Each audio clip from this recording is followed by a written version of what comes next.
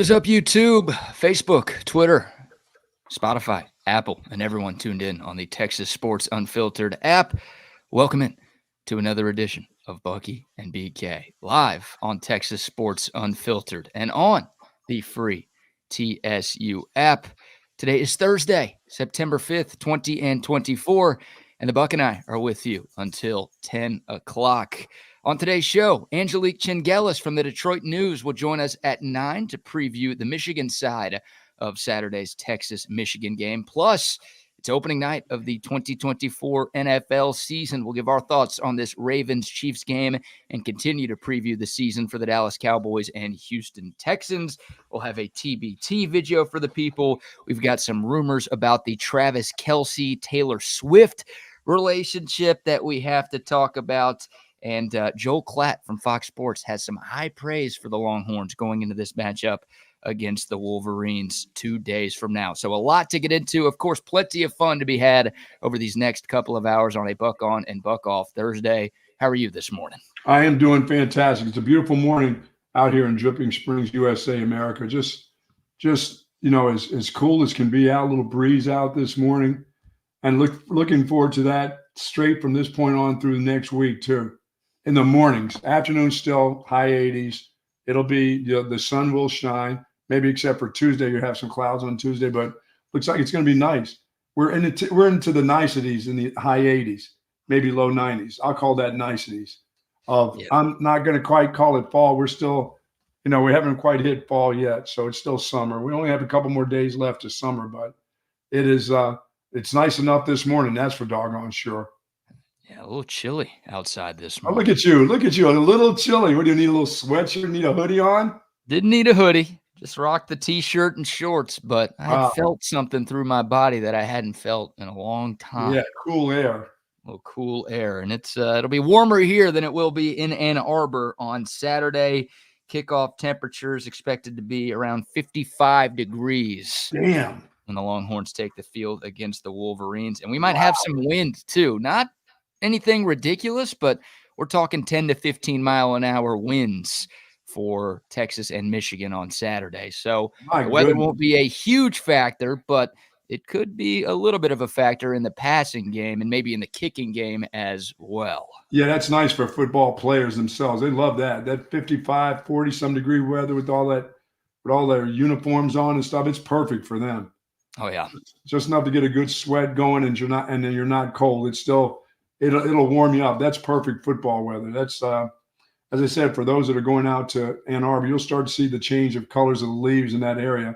They'll be burnt orange. There'll be leaves starting to change those colors, red and orange. So it's nice. It'll be nice for the folks that have been here through this heat of this last month or so. They're going to love Ann Arbor, Michigan this time of year. It'd be nice. Absolutely. Wouldn't want to live there, but it's okay to go visit. Is there anything to do in Ann Arbor besides go to Michigan football game? It's a college town. It's like being Madison, Wisconsin. It's one of those. Champaign, Illinois. Not a damn thing to do. Nothing there but the university. Yeah, I was going to ask, does anybody graduate and then stay in Ann Arbor? No, they run as far away as they can. Yeah, they go to Detroit. Probably they go to Chicago. I feel like Chicago is a very popular. Yeah, that would be it. Mm-hmm. In that Chicago area, or the surrounding areas, the suburbs of Chicago and stuff, you don't basically stay in Ann Arbor unless you grew up there, and that's what it's all about. So other than that, that's it. And I would have, this morning I can see the leaves on the trees too. Thank goodness I had my eyes dilated yesterday, and it's, you know what, BK, it's still kind of blurry to me a little bit. You had your eyes dilated yesterday? Yeah, I've got some stuff I had to go check for some glaucoma, making sure. I mean, I hadn't had my eyes checked in like 15, 20 years. So it was time for me to go get an eye checkup. I had just noticed that some little fuzziness in my right eye where I'd had LASIK done, like 15 years ago. So it was a long, long time ago, almost like when I had my back surgery. I had LASIK and only could have it in one eye. And so they went to look and they said, just some thinning in that area, that they want to make sure that I get these drops every day so that I don't get all of a sudden this glaucoma starts jumping in on me. So I went yesterday and I had my eyes dilated at a place. And I remember having that done once before and how blurry things could get. Well, they let me walk out of this joint yesterday. I was very surprised that, no one said a word. I just went in. They did the test. They put the stuff in my eyes. I went to the desk, made another appointment, and no one said a word. I walked right out the door and got in the car, and I was like, holy shit. They didn't give you the sunglasses? I didn't get anything. I didn't even get, no one said a word like, you're going to feel a little, yeah, I didn't get those. Where are mine at? I must have thrown my moon things away. No eclipse glasses, huh? I didn't get anything. No one said a word. No one even said anything to me like, would you like to stay here for a half hour or so? Are you driving or anything? They let me get into the car, man. And I drove from Mopac all the way out to Dripping Springs. And it wasn't that much of a treat driving. Let me tell you, things distance-wise were a little funky and a little blurry. And if it was a real emergency and I had to get somewhere, I would have done it. But I was thinking maybe they should have said, "Hey, would you like to sit around here for a half hour or so? We would prefer you sit around and not get right in your car." But no one said a word. I just went right, got in my car, and halfway I just said, I was by Jack Allen. I said, I haven't had lunch. I need to stop here because I'm not feeling that confident on Highway 71 right now. You had to pull over? I pulled over at Jack Allen's, had a burger, and still was a little blurry. My eyes weren't right till like this. I started this exam at like 1:45, but my eyes didn't get real straight until about 5 o'clock when I got home and started kind of sitting back a little bit. I was still kind of blurry-eyed, I can't believe they didn't give you those sunglasses. I can't believe somebody didn't say a word to me like, dude, are you okay? As I was walking down the steps leading out of there, I was like holding on to the rail like, wow. Well, they probably thought, here's just an old man who needs help walking down the stairs. So they didn't make anything of it. Yeah, I thought it was strange that, they didn't say anything. I would think someone would say like, you need to wait a few, and they used some pretty potent stuff. She said, this is the good stuff. Because my eyes were like cross-eyed in there, trying to find out what was going on. I was there for about a half hour, 45 minutes doing stuff, shining lights, brighter lights than when I got my original checkup. Yeah. And figuring out what letters were what, whatever. They left the room after they did that, and they leave that little thing on the wall there, the last letters that you saw. Shit, by the time they dropped those and went out for about 10 minutes or 15 minutes, they came back, dude. I can see that. I'm like, yeah, I see all of this right now. But then things started getting blurry once they started messing around with my eyeballs and stuff. But it surprised me that they leave you. If you want to leave, you can leave. Now, I would have stayed for a while. Well, they probably just assumed that you're old enough to make your own decisions. Like, True. If this guy can't see, he's not going to get behind the wheel and start driving. If this guy needs some time, he's going to stick around our office for a few minutes. But you just said, no, screw that. I'm out. And then halfway I said, hey, I got to stop. I'm going to pull over. This ain't all that cool. This is pretty blurry right now. But it's bad. But this morning it's just a little, you can tell that something was stuck in your eye, but it's all right. I think I'm all right. I got a prescription for some drops. That's about it. Once a day, some drops in there. Got to have these. Got to be able to see that hole for putting. Maybe that's why I was so sorry the other day. The hole was like a thimble, and I couldn't hit the hole. Maybe that's what it was. I don't think so. Yeah, that was before your dilation, so I don't think you can blame that on that. No, not at all. Good morning to the soldiers at Fort Cavazos, Texas, the soldiers in the state of Texas, and all those that fight for us each and every day. Thank you for what you do to you, to your families. We do appreciate your family sharing you with all of us, and do be safe out there. Yes, indeed. A buck off to your optometrist for not giving you those roll-on sunglasses. I saw those, though. I saw there was like these plasticky looking things that looked like you put over top of glasses, or maybe you just hung those around your ear for the short trip or wherever you were going. Because if you're going that place, it's not going to be an hour-long trip anywhere. Were you wearing sunglasses on your drive home? No, I didn't have. No, not at all. That's why your eyes were messed up. I didn't even put the sunglasses on that I had in the car. It wasn't that there was the light. It was the blurriness of distance. It was the distance part of it. Now, you'd had to have been pretty bad to jam into the back of somebody. I could tell, a couple feet away, but it just was a weird feeling. It wasn't, hey, you're traveling on Highway 71 or 290. None of it's safe, even if you can see, Right. Now, you're supposed to wear sunglasses. Especially in your Oak Hill area. Oh, my God. You're supposed to wear sunglasses after that. They should have told you. You probably should have known that already, considering, how long you've been on this earth. But the fact that they didn't give you anything or even tell you like, hey, maybe protect your eyes for the next few hours. No one said a word of that. I never got any of that. And before I went in there, I was sitting in there with the eye people. They could have said, do you have sunglasses with you? You need to put them on. No one said a word to me. And once again, I'm a grown up. I can figure it out. I mean, I made it home. I mean, I'm smart enough to pull over if things aren't right, you know? Yeah, that's crazy. Hey, I had global transient amnesia and didn't know how to get home from the airport, and I found my way home through Zilker Park. You're right.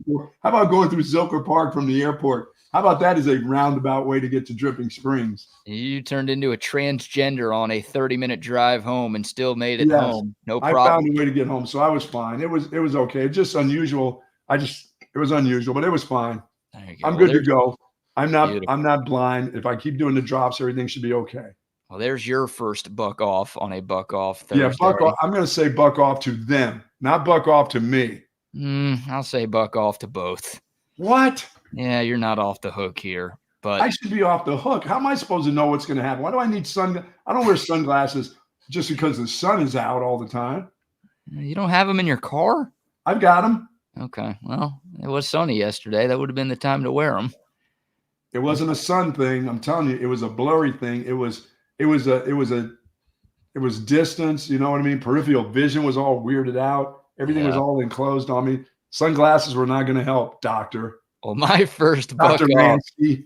Hey, you're just putting a Jewish name on. Well, that makes sense. I deserve that. Hey, my first buck off of the day goes to your guy, the captain.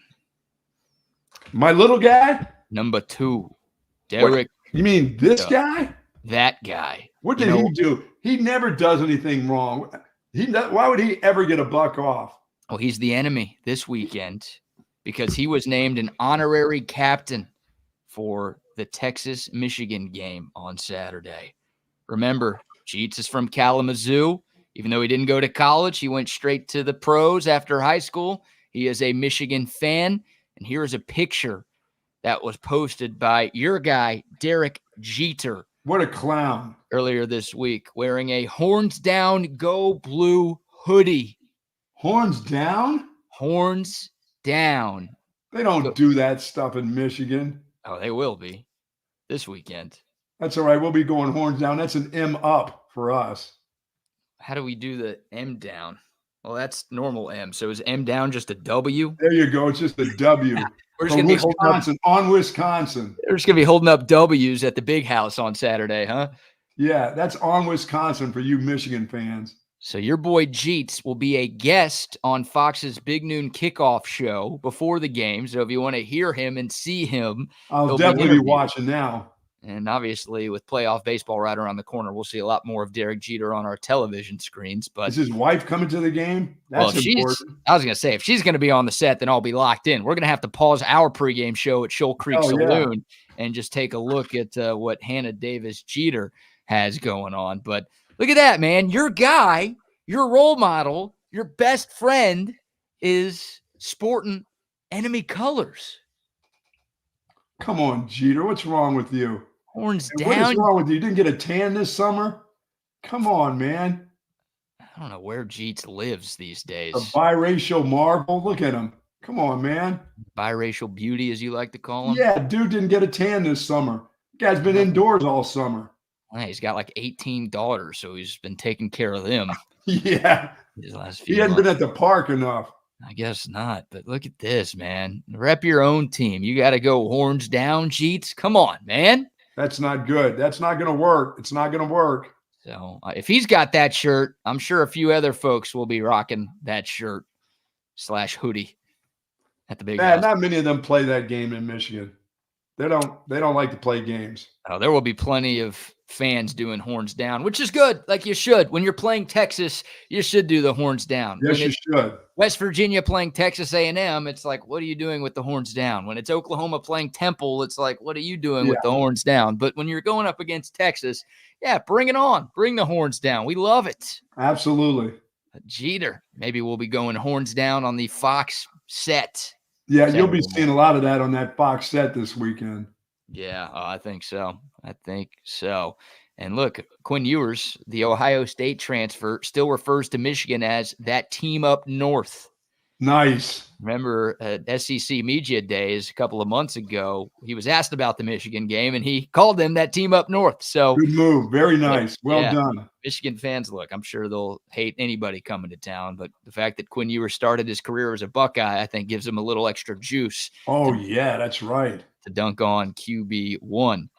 So should be fun. A lot to talk about with Texas and Michigan. And Robert asked, where are we going to be for the Michigan game? Our pregame show will be live at the legendary Shoal Creek Saloon, 9th and Lamar, Saturday morning. We will be there at 8:30. That's right. You were telling me about the menu this morning. Yeah, kegs and eggs. How about this? So we've got shrimp and grits, which you've been talking about all week long. Oh, yeah, shrimp and grits. But I went by Shoal Creek yesterday. Shout out to our guy, Brian, one of the managers down there. And they're going to be cooking up chicken fried steak and eggs. Wow. Yeah. At 8 o'clock in the morning. How about that for your steak and eggs? No, not steak and eggs, chicken fried steak and eggs. Chicken fried steak and eggs. And they'll have the Old Stat beers out there. I'll be pounding some Old Stat beers. I'm buying somebody breakfast. How's that? There we go. I got somebody's breakfast tomorrow. First in, sitting down. I got the table. If they come with 2 or no more than 4. You come with 4 or less, I'm buying breakfast on me. I'm gonna call like 10 of my friends, be like, hey, get there. No. Just listen. I got the first 4 at a table. I got their breakfast. All right. Beautiful. Chicken fried steak. Why are you chicken frying anything? If I want chicken, I want chicken. If I want steak, I want steak, and I don't want anything chicken fried. You don't like chicken fried steak? No, I eat steak and eggs. I don't chicken fry. If I want chicken, I'll get fried chicken. If I want steak, I'll get steak. I don't want my steak chicken fried. Does it taste like chicken? You've been in Texas long enough to know that chicken fried steak is a staple down here. That's sacrilegious, what you're saying. I've only had 2 of those. Ever since I've been in the state. Yeah, one was at Hayes City Store, which was delicious. Yeah. And I think that the first one I ever had may have been at Shoal Creek Saloon. But I've never gone to a place that as a dinner item for me outside of that twice. Only twice have I had. So I don't really know. And one of them was when I first got here, because when they kept saying that chicken fried stuff, I'm like, okay. And it was all right. It didn't wow me. It's never really wowed me. It's almost like enchiladas don't wow me, you know? Bad take, man. I know. Sorry about that, Texans. That is a bad take on my part. Still a Yankee from way, way back, you know, still eating liver and gravy and crap like that and whatever we eat, meatloaf. But it just doesn't get to me. Chicken fried anything doesn't get to me. I'd rather have a good pork chop. I think they're going to have pork chops and eggs too. Oh, they've got great pork chops there. I was going to say, yeah, they're rolling out the red carpet for everybody who shows up Saturday morning. Of course, you can stick around and watch the game there as well. I don't have to tell you all about Shoal Creek Saloon. That place has been around forever, and we're going to have a lot of fun. All of our road pregame shows will be at Shoal Creek Saloon. So remember, home games at Schultz Garden. We'll be back there next Saturday when the Roadrunners of UTSA come up I-35. And then every road game, including this Saturday, we will be at Shoal Creek Saloon. And that UTSA game, is that a 6 o'clock? It's an evening tilt? It is an evening tilt. Yes, sir. Okay. Yes, sir. All yeah, right. because I have a long drive from Midland getting back, because that's where the Lake Travis Cavaliers will be playing in Midland on Friday night. So I got that haul afterwards. Dude, that's a long trip. If I'm thinking of going out to Big Bend, which I can get out there in about 6 hours, 5.5, 6 hours. Somebody told me it's another hour and a half from there. Really? Yeah, I've never made that drive, and I hope to never make that drive. Man. Big Bend I'd like to go see, but Midland, Odessa. No, there's no reason for it. I've had a couple of good buddies who work in the oil and gas industry who had to live in Midland, like right out of college, and they don't ever plan on going. How far back. is Lebuticus from that place? Is that off the beaten path? Is that headed that way at least? Lord knows. I don't know. Now I'm more focused on Abilene Christian. I want to go see Abilene instead of Lubbock. Yeah, well, after what they did to Tech, you want to see, yeah. After that game. Might as well have been a win. Yeah, no kidding. All right, let's hear from Steve Sarkeesian. He was actually on with Colin Cowherd yesterday on Fox Sports Radio, and we've got one cut from Coach Sark. He was asked if it's an advantage for Texas to play Michigan this early in the season. Of course, Michigan replacing just about everybody from its coaching staff and replacing most of its starters from last year's national championship team. Colin Cowherd asked Sark if that gives Texas a leg up. I don't know.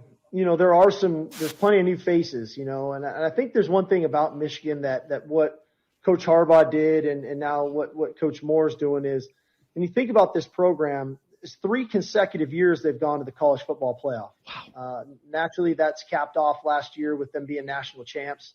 The amount of draft picks that they've had, 13, I believe, last year. I think they're 41-3 in their last 44 games. They've won 16 games in a row. They've won 23 straight games at home in the Big House. So this is a great program.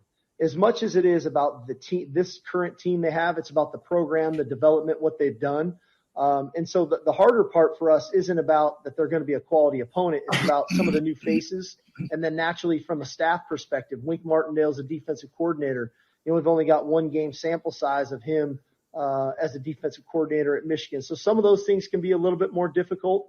But at the end of the day, it's a great opportunity, to go play Michigan in the Big House.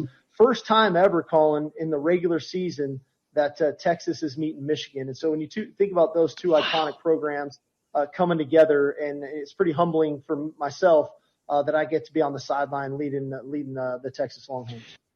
No coach likes to tell you the things like, oh, it doesn't matter if we play them in game 1 or game 10, which that's the real case is, yeah, you want to get them early. I mean, if a coach could just tell you, hell yeah, I'd rather play them now than 4 games from now. Of course, you like to play them in week 2. You like to play them in week 1. You like to get them the way they were last week. That's when you like to play them. When you played a fantastic game in your game 1 and they played a subpar game, you'd have loved to have played them last week. But they're on your schedule in week 2, and it's still better to get them in week 2 than it is in week 4. Yeah. Nobody will say that, though. They want to talk about how great, we don't, it doesn't matter to us. Well, it does really matter to you. You'd love to have them. It's a great opportunity in week 2. They're still trying to find their way defensively. They weren't very good offensively. So it's hard for you to say that as a coach, but it's true. You'd love to see them still trying to find their way around in week number 2 than week number 4. And hell yeah, I would love to be playing them right now. Yeah. Of course. If you gave Steve Sarkeesian truth serum, he would say exactly what you just said. But sure you would. Sark is not the type of guy to give bulletin board material, right? No, if Sark goes on a national radio show and says, oh, yeah, we're pumped that we get them this early. They're not ready for us. They don't have anybody back from last year. They looked horrible in week 1. You see what we did in week 1? Yeah, we're absolutely ready for these guys, and this is the perfect time to play them. Then all of a sudden, yeah, Michigan gets a little bit more juiced. And yeah, but I'm giving them credit for being the national champ and still having for what, like he did, like he said, the way they played over the last 3 years and what that program has been built into. I mean, hell, it's a national powerhouse before Harbaugh got there. I mean, it's Michigan. My goodness, yeah. It doesn't matter. I mean, on any given day, they can put 60 on the board on you. That's the way the history of that team has been against teams, and you're just starting to build yourself back into what you expect at the University of Texas. So yeah, it'll be a hard game. Doesn't matter what game it would be. It'd be a hard game. But right now, your team is better than that team. And it's hard for a coach to say in week number 2, the head coach is not going to say right now we're better than they are. They're the defending champ. You have to give them all respect in the world. And so they're not the champs. You have to respect them. But this Texas team is a better football team than the Michigan team is as of last week. That's for damn sure. I know we played this cut yesterday, but I want to play it again because it's a short one. Steve Sarkeesian was asked Monday about his team being a big favorite on the road, right? The line opened up at 5, and it's up to 7.5 right now. And it keeps rising. Yeah, it keeps rising. Steve Sarkeesian, here's what he said on Monday. This has been his message to the media. I assume this has been his message to the guys in that locker room as well. Yeah, 3 straight college football playoffs. National champs, 41-3 in their last 44 games. They've won 16 games in a row. They've won 23 straight at home. So we're going to be in for a dogfight. Yeah. I mean, that's your expectations. That should be your message every week, no matter who you play. Doesn't matter after that. If you play the Roadrunners the following week, it's got to be the same. your message is always going to be the same. It's about you. It's not really about them. It's how you take care of your business. One thing he understands is, and he'll get asked today, this is a first road trip for them. This is a business trip. Some guys don't know how to handle a business trip.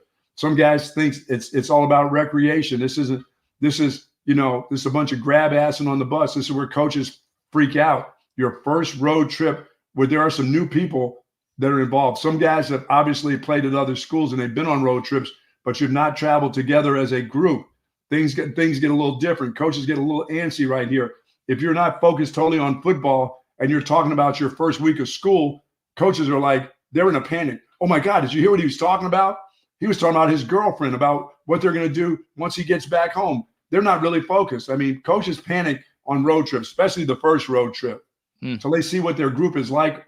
After that, then they're in a panic. So there'll be more uptight coaches and uptight players, believe me, on this trip.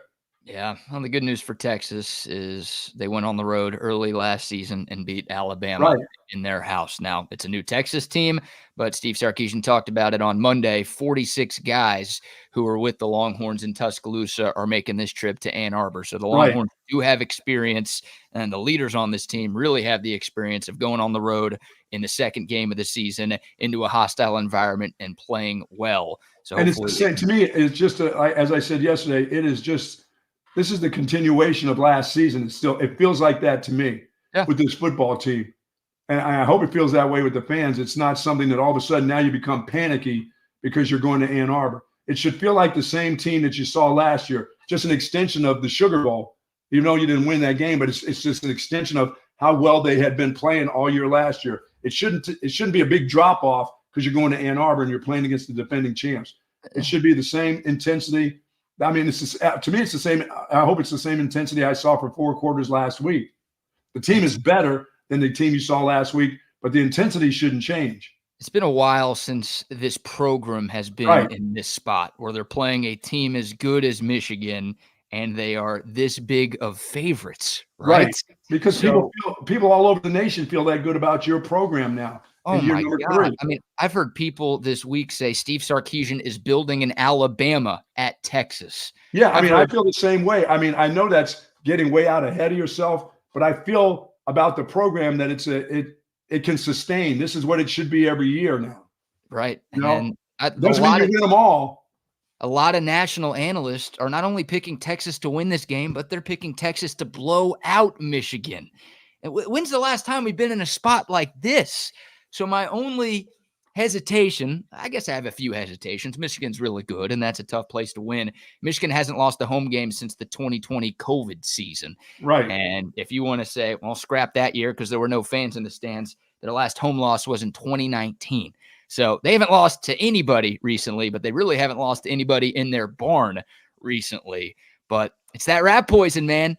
Like Texas has been getting all sorts of praise, and these guys, every player and every coach will say, yeah, we don't listen to the outside noise, right? We only focus on what is said in this locker room, but we all know that's a crock of crap. Everyone's on their phone. Everyone watches SportsCenter. Everyone's checking social media. Like these players know, and they're hearing how good they are and how they should go into the big house and dominate Michigan.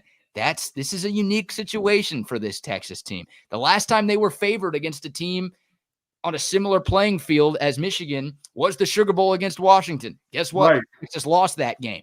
So they got a lot of praise after the Big 12 championship. They heard it for a month. They went into the Sugar Bowl. They looked flat and they lost. Now, a lot of apples to oranges differences between these two situations, but just saying, like, don't take the cheese, rats. You got to keep that mindset. Once again, Sark's saying all the right things, and I'm sure he's saying that within those walls down at Moncrief too, but you got to play that hunter mentality. You've got to come in hungry. Otherwise, no, you've got to be the aggressor in this football game. There is nothing in this game that tells you that you can sit back and wait for Michigan to make mistakes. You have to be the aggressor. You have to be the one that wants to score. You got to be the one that wants a really good lead over a Michigan team that can't throw it to get back at you. They can run it and get back at you if you leave them in a game. But if you have opportunities to score, you have to compile as many scores as you can against this Michigan team and make them be the chaser in this game on Saturday.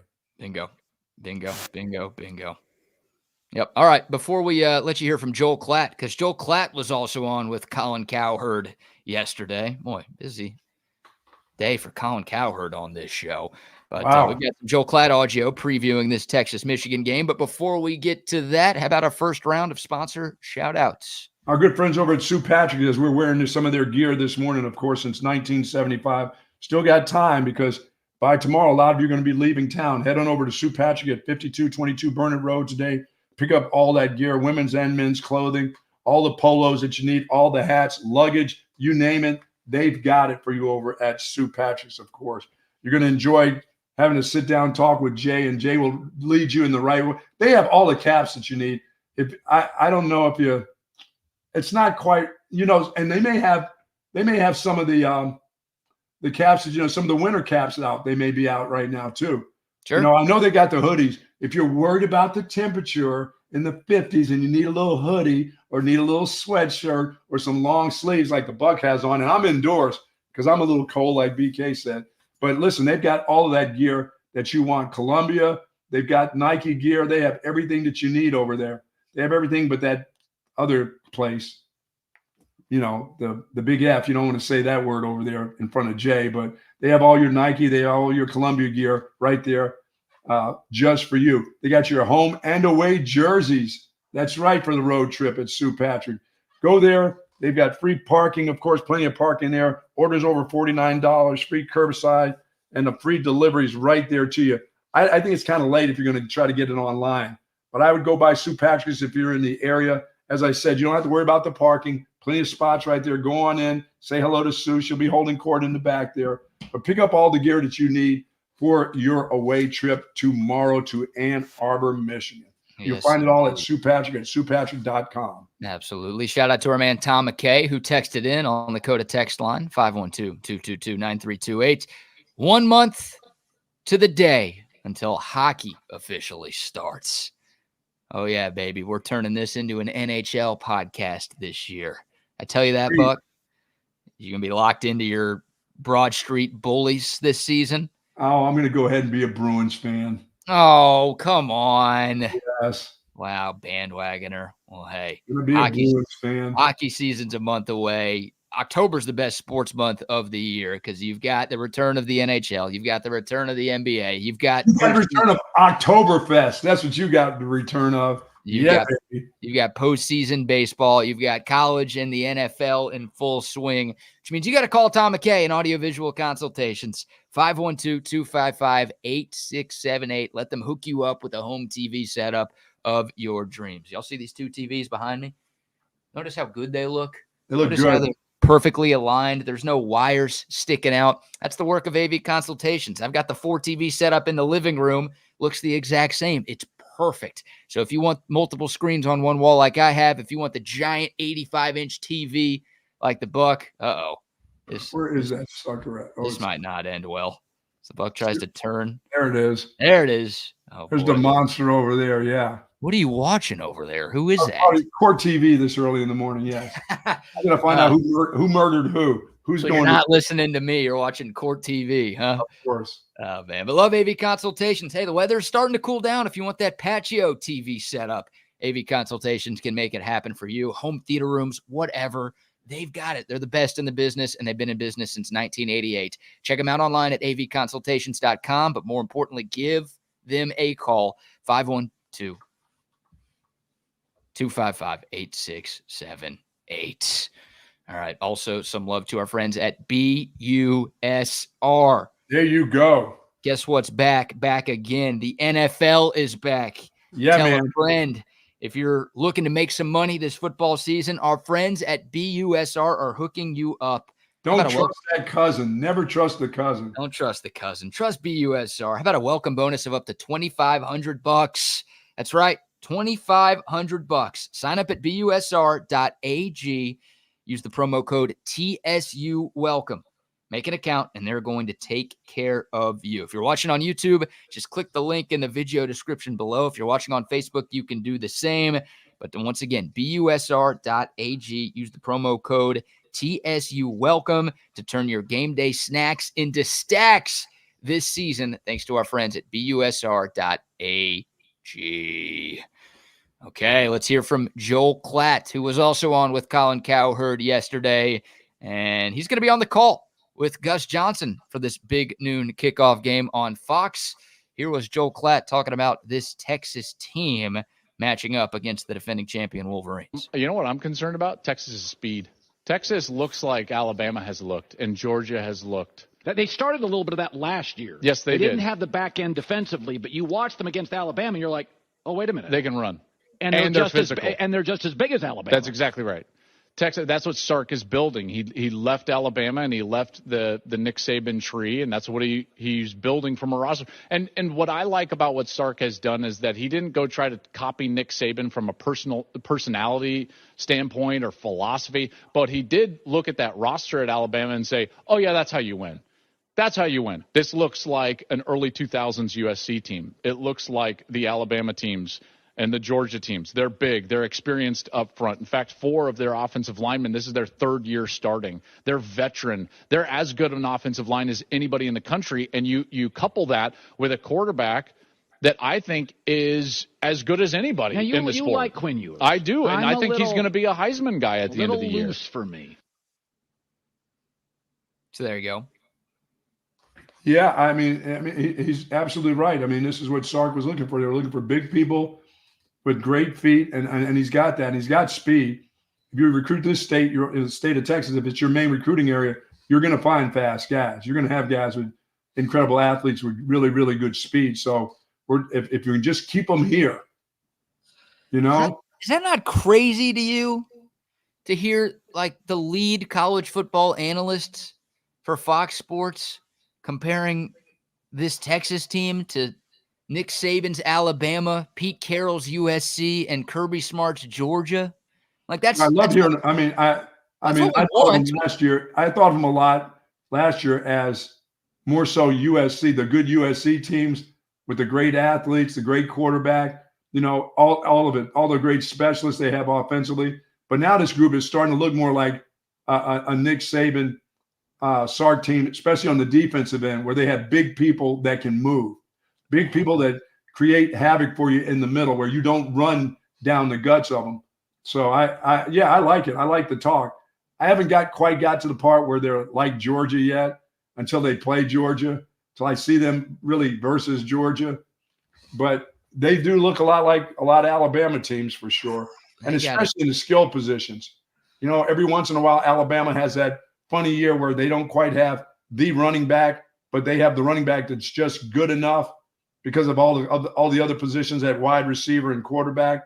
That it's still a question mark to me in the run game right now. And the thing that's going to really help you out in the run game is the fact that they have those 3-year starters on the offensive line. They can create things on the offensive line right now that you don't have to have a great runner.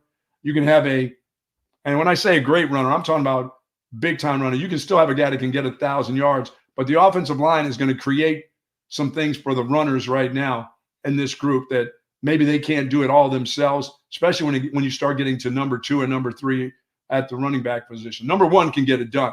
Number 1, if healthy, is a kid I still believe that's 1,200 yards rushing, 1,300 yards rushing himself. That means he gets a lot of carries, BK, but that means he stays healthy. But once you get back to number 2 and all that stuff, I still have some questions about them having to do a lot of that themselves. Then you're not Alabama. Then you're not Georgia, because at those places, those guys don't worry about injuries because it's next man up and there's no drop off at all between number 1. Okay, well then that's why I said it's not Georgia. I don't think of them as Georgia yet. Look, maybe this is my UTSD kicking in, as CB says, but Texas has to do a hell of a lot more to enter that conversation. I mean, what are we doing here? Like, they beat Colorado State 52-0, and all of a sudden this looks like prime Alabama and prime Georgia and prime. Well, they look like they did last year to me. There hasn't been the way they play, the intensity, the kind of intense focus that I thought they had in game 1 looks like a team that just continuing to go. They're not taking a step back. They're continuing to move forward. Look, I get annoyed when people say Texas didn't do anything last year, like winning a Big 12, making it to a Final Four. Those are big deals. So I'm not going to sit here. I'm not going to sit here and try to make it sound like Texas hasn't done anything in the Steve Sarkeesian era that warrants any credit. But I mean, USC won like 37 straight games and 2 straight national championships. Georgia's won 2 national championships. Right. Alabama won 6 under Nick Saban. What has Texas won to say that like they're those teams. And I know, They're still building to me. Like, oh, if Texas goes on the road on Saturday and beats Michigan by 3 touchdowns, then I'll be coming back on Monday and saying, you know what? This is an Alabama level team. This is a Georgia level team. This can be a early 2000s USC team. But like, I can't say that right now. Like, I'm remember last year I said if this group had ended up with like 8 or 9 wins last year, they were entering the SEC as Mississippi State. Well, I don't think that now because of what they did. They won a championship here. They're entering the SEC as one of the top 3 teams in the SEC. That's what I believe they are. And I think they're continuing to grow. They're not taking steps back. They're not staying the same. I think they continue to move forward. There's a difference between top 3 in the SEC, though, and Nick Saban dynastic Alabama and current Georgia. Well, they haven't won the national championship since 2005. They're not there. Right. That's why I like. And Joel Klatt, he's not comparing resumes here. He's just saying Texas is building something like that. Yeah, that's what I say. They're building stuff like that. They're not them. That's why I said they're not Georgia. Until they play Georgia and beat Georgia, then I'll start saying, look out. They beat Colorado State. And they had a fantastic year last year. They won the Big 12. That's all we asked last year. Win. For me, remember, I said last year, if they were just in the Big 12 championship, that's a fantastic way to go into the SEC. You've played in a championship game. Anything can happen in the game. They not only played in a championship game, but they won the championship game. They were the champs of the Big 12, leaving that conference and going into the SEC. So then you walked in. You're not Mississippi State walking in. You're way better than Mississippi State. Right. But to be compared to those teams, you got to at least win a playoff game. Here's one more. Here's one more from Joel Klatt, because not only did he compare Texas to those 3 schools, he also drew some comparisons between 2024 Texas and 2023 Michigan, which, of course, just won the national title. Well, Texas this year reminds me a lot of what Michigan was a year ago, a team that lost in the previous semifinal. And you could see the train coming all off season. And you can see, and you're like, oh, man, they're really experienced. Oh, man, their quarterback is very good, college quarterback. They've got talent. They've got speed, they've got toughness, and they've got a culture. And Texas is real. They're going to be a problem for Georgia. They're going to be a problem for anybody in the country. Texas is legitimately a national championship contender, and at least in this September with this roster, with all the newness at Michigan, I can't, in good conscience, say that Michigan is a true national title contender right now. They might develop into that. I'm not sure. The Wilton Speight 2016 team did.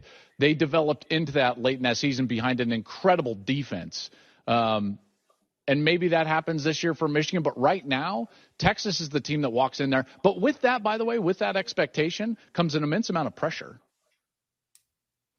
Yeah. Yeah, I just don't see it because I just don't think that the running game is good enough to be at the level that he's talking about, to be at the dominant level. I mean, you have to be able to dominate people. I don't know if this is as good as this offensive line is. I don't think they have the runners to dominate in the run game like Michigan did. Michigan had that dude that they'll see this week with 5 guys that are playing in the NFL. They were a dominating run team physically. And then they were a dominating defensive team on the defensive side.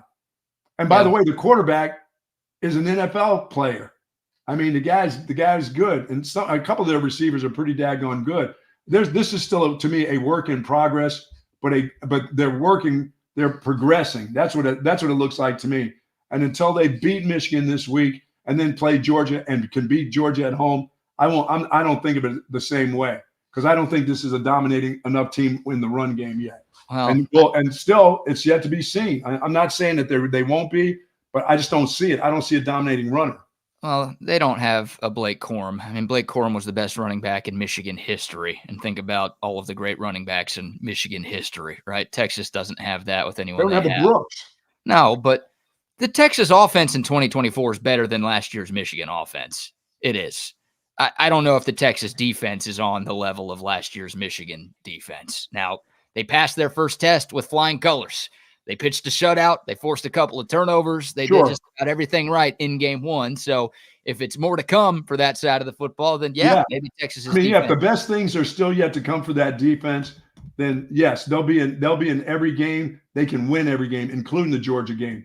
If you tell me the best things are to come yet with this defense, or is it just going to be this is kind of what we see? They're not going to. they're not going to be really, really great, which means the offense has to be, like you said, you think they'll be better at the receiver. They have to be better on offense than they were last year. You've got to believe that they can be better. And I don't know if they can in the run game. That's all I'm saying. That's a big part of it to me. The passing game, I'm starting to see what I think you saw and what you are seeing. They have so much variety and different guys that can come on and be really, really good as a whole, not one or two guys, but as a whole, they can be better and more people can depend on in the passing game. But that's one game against Colorado State. And that secondary, I still got to see it. There was too much of that secondary last year that hurts you, but still missing the two guys that they missed that aren't there on the defensive line. We'll find out this week. A lot of things will be found out on Saturday morning. Sure. And this is the first real opponent that you have on your schedule, and it's one of the realest teams in college football. It's a top 10 team in their house. And of course, they're not good on offense. They're not to the level they were on offense. So you got to take advantage of that. That's why when Sark is saying, well, we can play, and it doesn't matter if it's game 1 or game 10. No, this is a great time to play them. Look, this would be a very disappointing loss for Texas. I said that all off season long before the Vegas line was 7.5. Yeah. Now the line's up to 7.5. You don't want to lose games ever, of course. You really don't want to lose when you're favored. You don't want to lose games when you're more than a touchdown favorite. Those are games you're supposed to win. Yes. So I don't care that it's on the road. Like, you lose this game, the country expects you to win. This is going to be disappointing, and people are going to be saying, same old Texas. And until they play Georgia. You may still be building towards something at the end of the season and building towards something good, but they will say same old Texas. You lose this game on the road, and you're almost an 8-point favorite. Yeah, and the only chance you'll really have, like, look, beating Oklahoma would be a big deal, but on a national stage, Georgia. The only chance you'll have to reverse the narrative that it's same old Texas is when Georgia comes to town. But like, if you lose to Michigan and Georgia, which might be the two most talented teams on the schedule and probably the two highest ranked teams you're going to play this year, then people are going to be saying same old Texas. And the folks who are saying, oh, this looks like a Georgia or Alabama or Pete Carroll USC are going to have some egg on their face. So, well, it's going to be. I think it'll be fun to see that on Saturday, that if these guys are up and ready to go, they are faster than Michigan. This is a much more athletic team that Michigan brings to the table offensively. I don't know about defensively. I'm telling you, those two guys, Graham and Grant, that's just like Murphy and Sweat last year. Those two guys are killer dogs, and they already have a national championship under their belts, and they're back together again. Mm-hmm. Look out for those two are a problem. And the kid at nose guard, the Graham kid, man.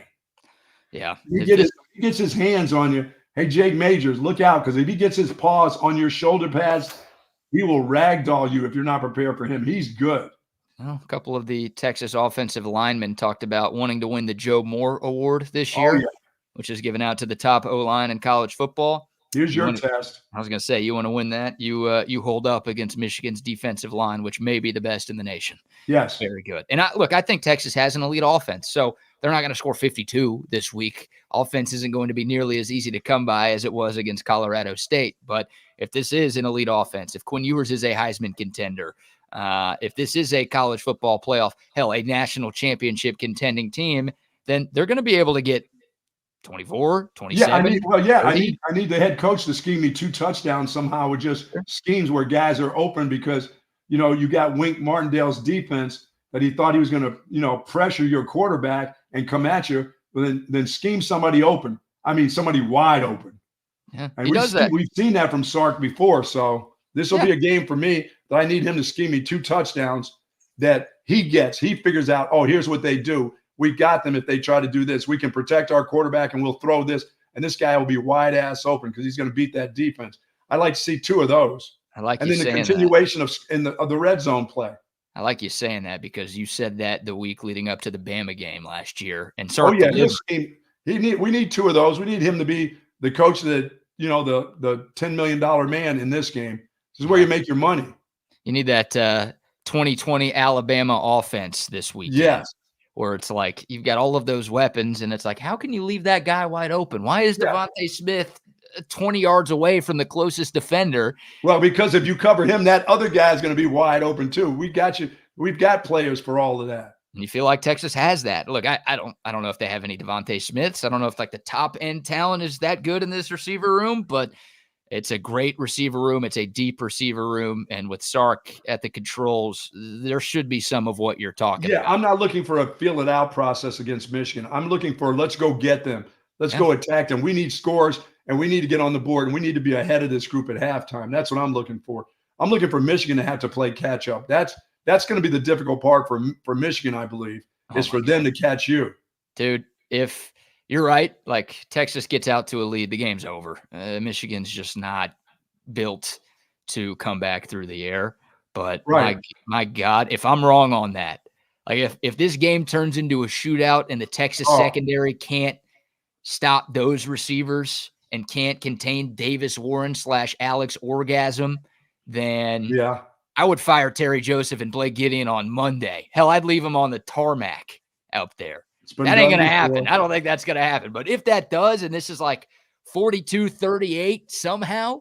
Once again, and don't forget, they're playing with some guys on the offensive line. They may look like those guys, but they aren't the ones that are in the NFL.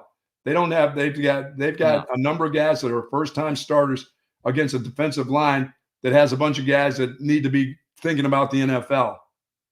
You're right. You're absolutely right. All right. Before, by the way, we will check in with Angelique Chengelis, who covers the Michigan Wolverines and has been covering Michigan since 1992. She's going to join us at the top of the hour, so a little less than 10 minutes from now. But we've got to get into another story before that. But before any of that, let's give some sponsor shout-outs. Folks, if you're seeking that specialized patient-focused orthopedic care, contact the experts at Texas Orthopedics. Their physicians offer comprehensive surgical and non-surgical orthopedic care for children and adults, spinal care, sports medicine, trauma care, joint replacement, rheumatology, and more. Christopher Danny and Christopher Stockton, they are fantastic and dedicated doctors there, and they want to get you right back into good health and the great quality of life that you deserve. Texas Orthopedics is the largest independent orthopedic practice in the state of Texas. For more information, go to txortho.com. Absolutely. And shout out to Olipop as well. Yeah. Went to Target yesterday, picked up a few more cans of Olipop. They've got it at Target. They've got it at H-E-B, Whole Foods, Costco, Walmart, wherever you go to buy your groceries. They've got the greatness that is Olipop. It's a new kind of soda. It's great tasting soda that's actually good for you. I'm trying to think about 34 Wine and Spirits. My son is headed to Michigan. I'm like, wait a minute, am I making deliveries while you're out of town? What's the deal here? He goes, I'm going to be in Ann Arbor, Pops. Get your little car ready. Get that hatchback ready. We may have to load you up. But 34 Wine and Spirits, if you're thinking about having the big party at home, you're not making the trip, 34 Wine and Spirits, a wholesale liquor distributor. If you need all that cases among cases of straight up alcohol or beer, of course, you'll find your Allstat there at 34 Wine and Spirits. If you need that couple cases of Allstat, they've got it just for you. 34 Wine and Spirits located on the Southwest Parkway. Yes. Get your Olipop, not at 34 Wine and Spirits. Once again, great tasting soda that's actually good for you. I want to tell the people about Olipop.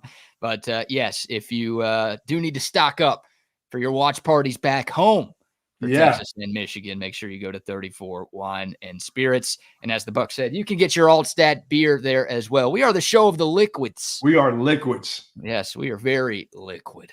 Well, I wish we were more liquid, but, it's a different kind of liquid. Love the Altstat beer, the best beer that you could find. I mentioned it. They've got it at Shoal Creek Saloon. I saw a couple of guys drinking Altstat over lunch at Shoal Creek yesterday. Nothing like one of those at 8:15 in the morning. I was going to say, you come by and see us Saturday morning, then you could crack open an ice-cold Altstat with me. Hell, you can crack open a few ice-cold Altstats with me. I'll be drinking them because that's the only beer that I drink during football season. Chicken fried steak? Oh, how about that? Chicken fried steak and eggs with some Altstat beer. Nice. Woo!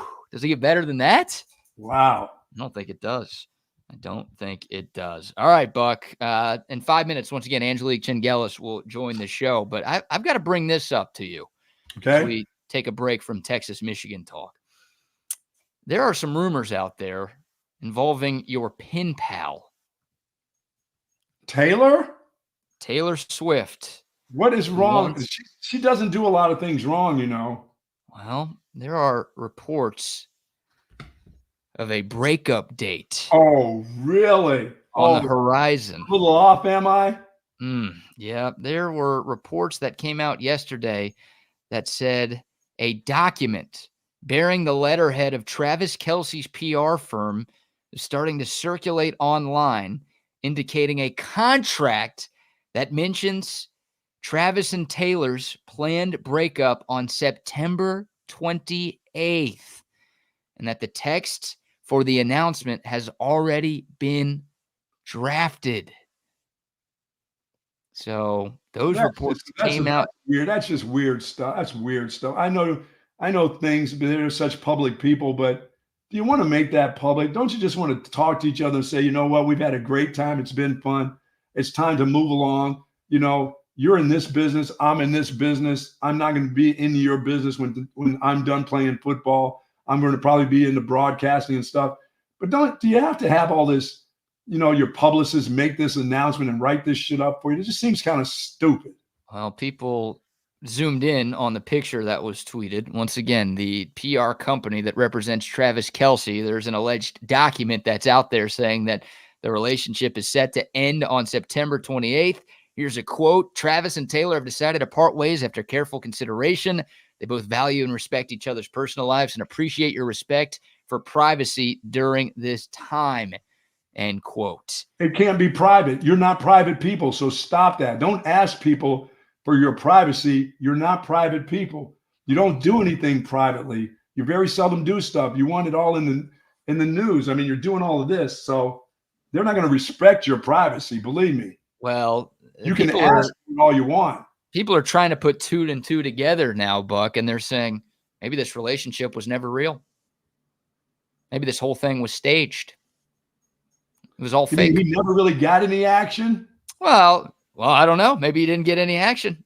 Maybe this was a Truman Show bit. Come on, man. Yeah, maybe no action. Maybe this was just to build his brand. Maybe this was just to help build her brand and reach out to more men who like football and haven't really paid attention to Taylor Swift in the past. The gig is up. They're saying the jig is up, but of course. I was saying last year I thought it was going to end in the spring. Yeah, you thought the whole thing was fabricated, and you may have been onto something. But you know, it's just too bad if it's true, and that's what they intended it to be. So be it. It's just, hey, it's show business. I got that part of it.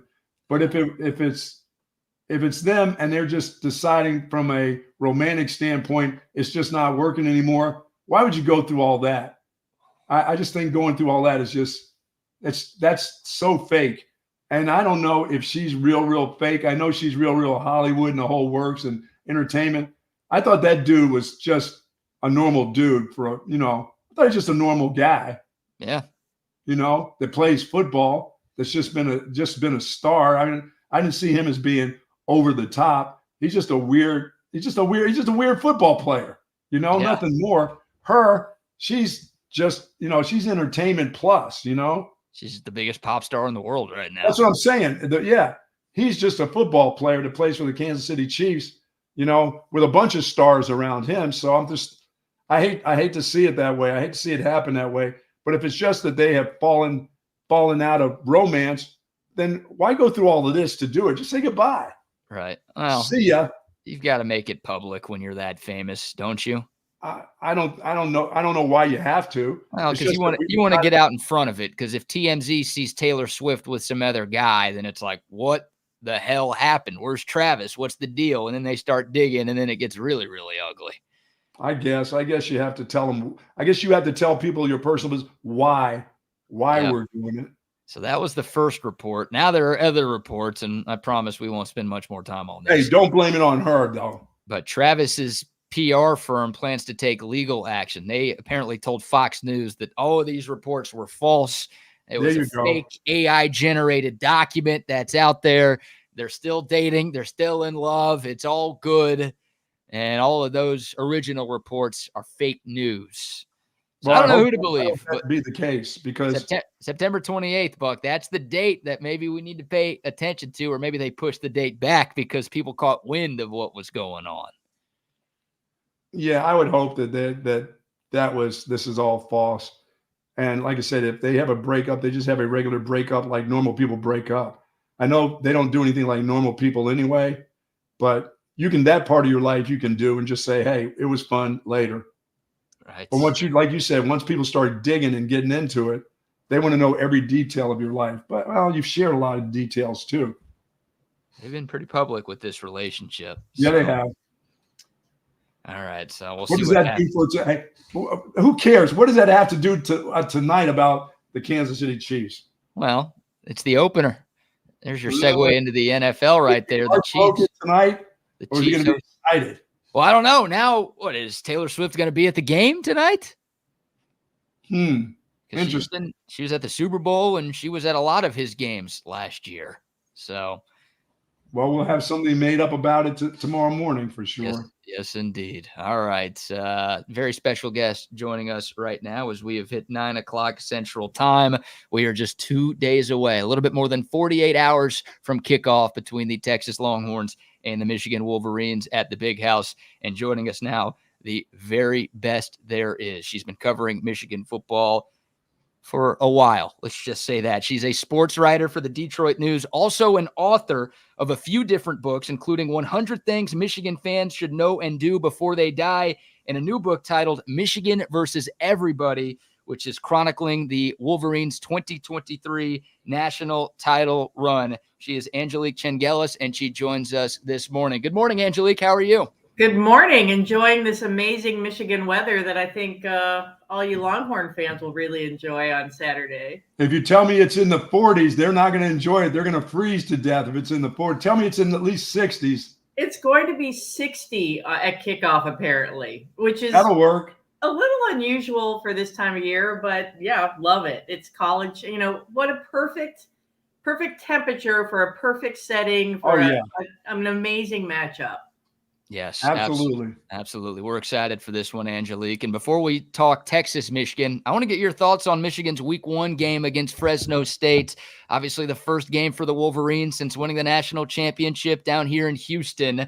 It wasn't the most aesthetically pleasing performance. Michigan only had a 6-point lead with about 6 minutes left. They pulled away, so it looked better on the scoreboard. But your thoughts on what you saw from the new-look Wolverines in their first game of the 2024 campaign? Well, I saw a lot of what I thought I was going to see. An offensive line that's, completely new and trying to get some chemistry. I think you saw some faltering there, especially at center where they have a converted defensive tackle in that role now. You saw Davis Warren, a guy who's, whoever's going to fill the shoes for J.J. McCarthy. Those are enormous shoes. And, I thought he played better than I think most people expected. The running back situation, again, I thought Khalil Mullings would come in and be the lead back, the guy who's going to fill that sort of Blake Corum role and get those tough yards. And, they've got to get Donovan Edwards figured out. That guy is a special back. And I know everybody has seen him on the cover of EA Sports, and that's a lot of pressure to live up to, but they've got to figure out a way to use Donovan correctly. And I keep going back to that 2021 game at Maryland when they used him so effectively as a receiver out of the backfield. But yeah, I think most of my questions going into this game were on offense, and they still are. And defense, again, I had some questions with Wink Martindale coming in. He's the OG, as he's described himself, of this defense that came in 2021 with Mike McDonald, and he is more aggressive, and he said he would be. And sometimes you wonder, is it going to be aggressive to a fault? And I think a couple times you saw that on Saturday. And but you're right. In the end, it was 30-10. It looked a lot bigger, but it was close there at the end. And they got the big drive, and then the big Will Johnson pick six. Angelique, I think you're right about Wink Martindale. He's very aggressive defensive coordinator. And when you have a team like this that's still just trying to find their way offensively with a quarterback, wide receivers, and their main running back not getting it cranked up right away, it's kind of scary. You gotta be careful on how you come at people, because you don't want to get behind anybody in games. And I think for the Texas Longhorns, we'll have to be an aggressive group that goes on the attack and tries to score quickly and get a lead and see what they can do, because if he takes his chances and he doesn't get to a kid like Quinn Ewers, with the receivers that Texas has and with Sark, the way he calls plays, that's trouble. Sometimes, last year Michigan could sit back. They could play base defense and nobody was going anywhere against their base defense. That's how physical they were up front in the secondary at the linebacker position. But when you start bringing guys and you get these one-on-ones and you get caught up, some of that aggressive play may not be what Michigan's looking for. Well, I totally agree. And that's why I think you started hearing, and I may have been somebody who mentioned Don Brown when talking about Wink Martindale, and Wink Martindale takes great exception to that. That's Mm-hmm. he has said multiple times he doesn't appreciate that comparison. But you look back at the Don Brown defense at Michigan, he left the middle of the field open quite a lot, and Ohio State did major damage on crossing routes. And I think when I think that's something that's concerning. And but you're right. I mean, if they're going to bring that kind of pressure, especially against a team like Texas, I mean, you've got to be ready to get burned. And I think that's certainly setting up for that possibility. And look, I think they're a great run defense. And, I think it's going to be tough for most teams to run on Michigan's defense. But he's got to be more calculated, I think. And I don't think we're telling Wink Martindale stuff he doesn't know, but you wonder sometimes about the stubbornness aspect. Guy's been doing it this long. So, yeah, I mean, I look at this matchup and I'm really looking forward to seeing, because I think it's going to be all about the secondary play. And, and can this pass rush get to Ewers? Can they rattle him a little bit? That to me will be critical. But, I'm assuming as a veteran like J.J. McCarthy was last year, he's got things figured out and he can make those plays that he needs to make. Yeah, Angelique, you brought up the defensive line. I mean, I think most college football fans and most Texas fans knew who Mason Graham was going into the year, and preseason All-American, and obviously a huge part of that Wolverines defense in 2023. But, man, they come at you in waves, don't they? It's Kenneth Grant. It's Josiah Stewart, who maybe impressed me the most out of anybody in that season opening win against Fresno State. It's Rayshawn Benny. I mean, that group is talented. It's deep. Is Michigan's defensive line the best in the country despite some losses from last year's team? Well, it's hard for me to say that because I haven't seen them all, but yeah, I mean, they've got to be right up there. I mean, when you look at those tackles, I mean, I think people here like to think they're the best duo in the country with Kenneth Grant and Mason Graham. And I watch both of them a lot. I think Kenneth Grant maybe struggled a little bit more in that first game, but they're really, really, really, to use the defensive coordinator's word, stout. And but you're right. I mean, you look at these guys like Josiah Stewart. I mean, what a game he had. And I'll throw Derek Moore in there. He's another edge guy who had a big play against Alabama in the Rose Bowl. And that is something that I remember several years ago. It was like, boy, it was really hard for Michigan to bring in these defensive linemen they needed. They were actually, going a little bit smaller when Don Brown was there. And I remember that frustrated Sean Nua when he was trying to recruit to the defensive line. And now they're going back to this, they've not going back. They're there. They've got this established group. And I think it's been, it's been easier for them to recruit these guys here. And you've got Mike Morris out there saying this is edge rush you. So you're bringing in these edge guys. It's when you look at the flip side, it's like, Michigan doesn't have many receivers and it's getting harder for them to bring in those guys. So, on defense, they've got the formula and people want to come and play here and keep that going. But yeah, they're impressive. And the front seven's really good. And don't overlook Jayshon Barham. I mean, the kid they picked up from Maryland, he's going to be a much bigger role in this defense. Yeah, Graham and Grant remind me of Sweat and Murphy from Texas last year. That's tough. That's tough sledding in the middle. I mean, if you think you're going to get in a shotgun and just hand off, and you go one-on-one blocks, those guys are going to slide off. They're going to protect the gaps.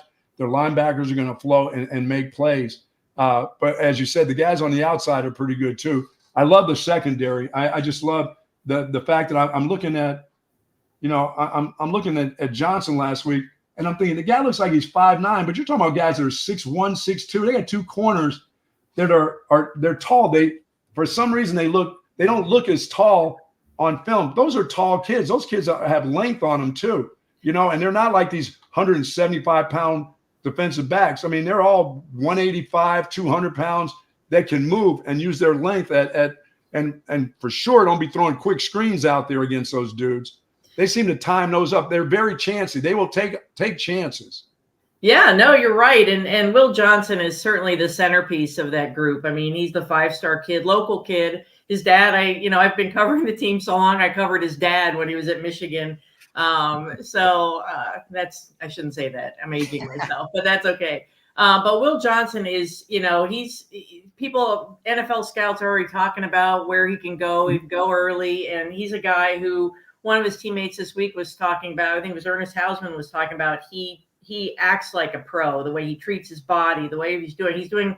I know during camp, he was getting up and doing Pilates at 6 a.m. to really keep his body fresh and agile. And you're right. I mean,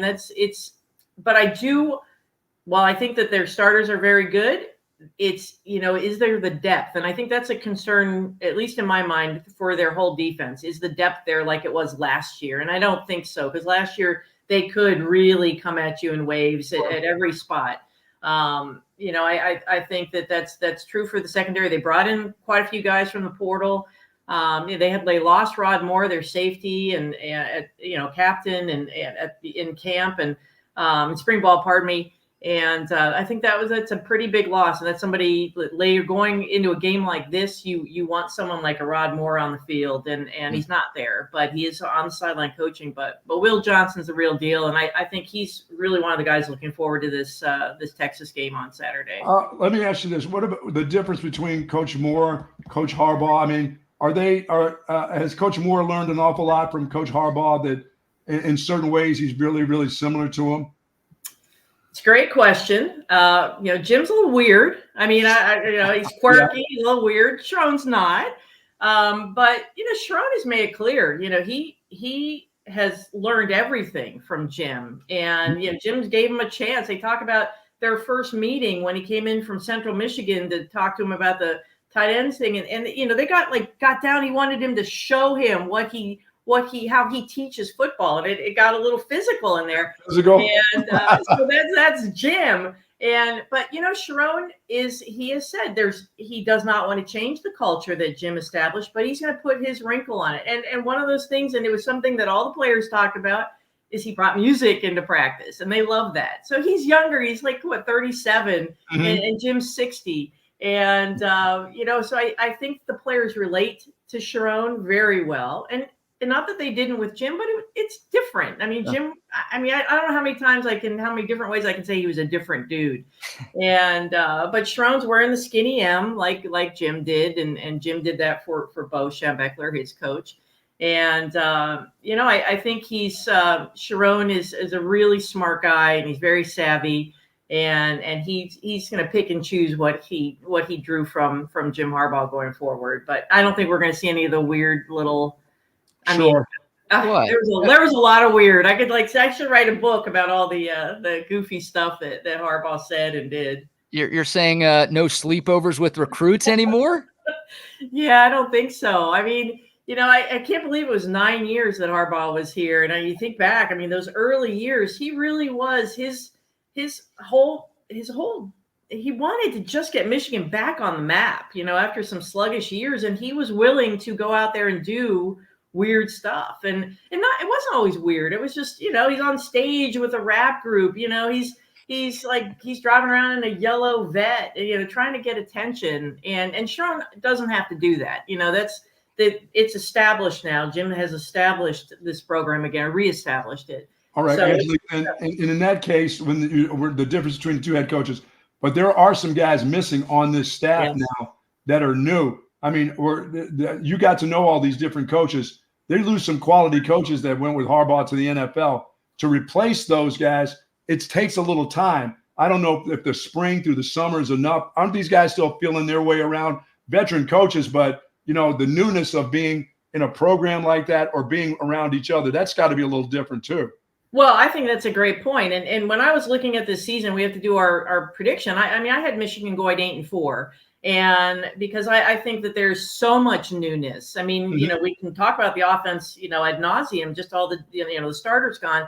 But I also pointed to the newness of that defensive staff. And yes, Wink is a, veteran, grizzly veteran, but he hasn't been in a college game in 20 years. Right. And I think that's substantial. And then you're bringing in, there's really good young talent, I think, on this defensive staff, but they're learning their way too, and they have to learn what Wink wants. And but I think that they showed their chops on as recruiters. They've done a really nice job. You got Lou Esposito is a really fiery guy on the defensive line, and you got Lamar Morgan in the secondary. And these are guys who are very people. They're people, and they want to recruit.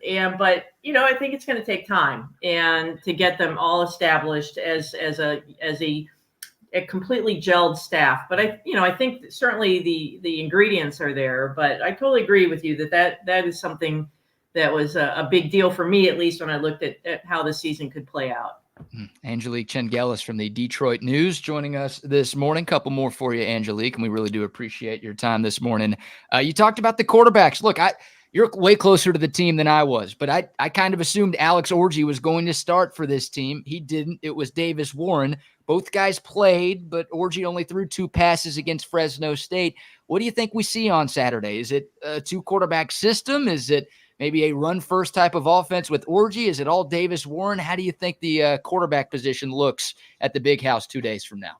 Also agree. I thought Orji would have the starting job, and I think in retrospect, I think they would have had to really revamp the offense for him, which I'm not sure that was a bad idea either to take that leap, and because Alex is supremely talented. And I think I asked Sharon on Monday if they're going to use Alex more than just sprinkling him here, play in, he comes out. I mean, I'm not sure what exactly that achieves. I think if you see Alex Orji coming in for one play, you have a pretty good sense that he's going to run. Right. And Sharon did do a little bit of a Harbaugh and said, "Well, we'll see," and he does that little smile.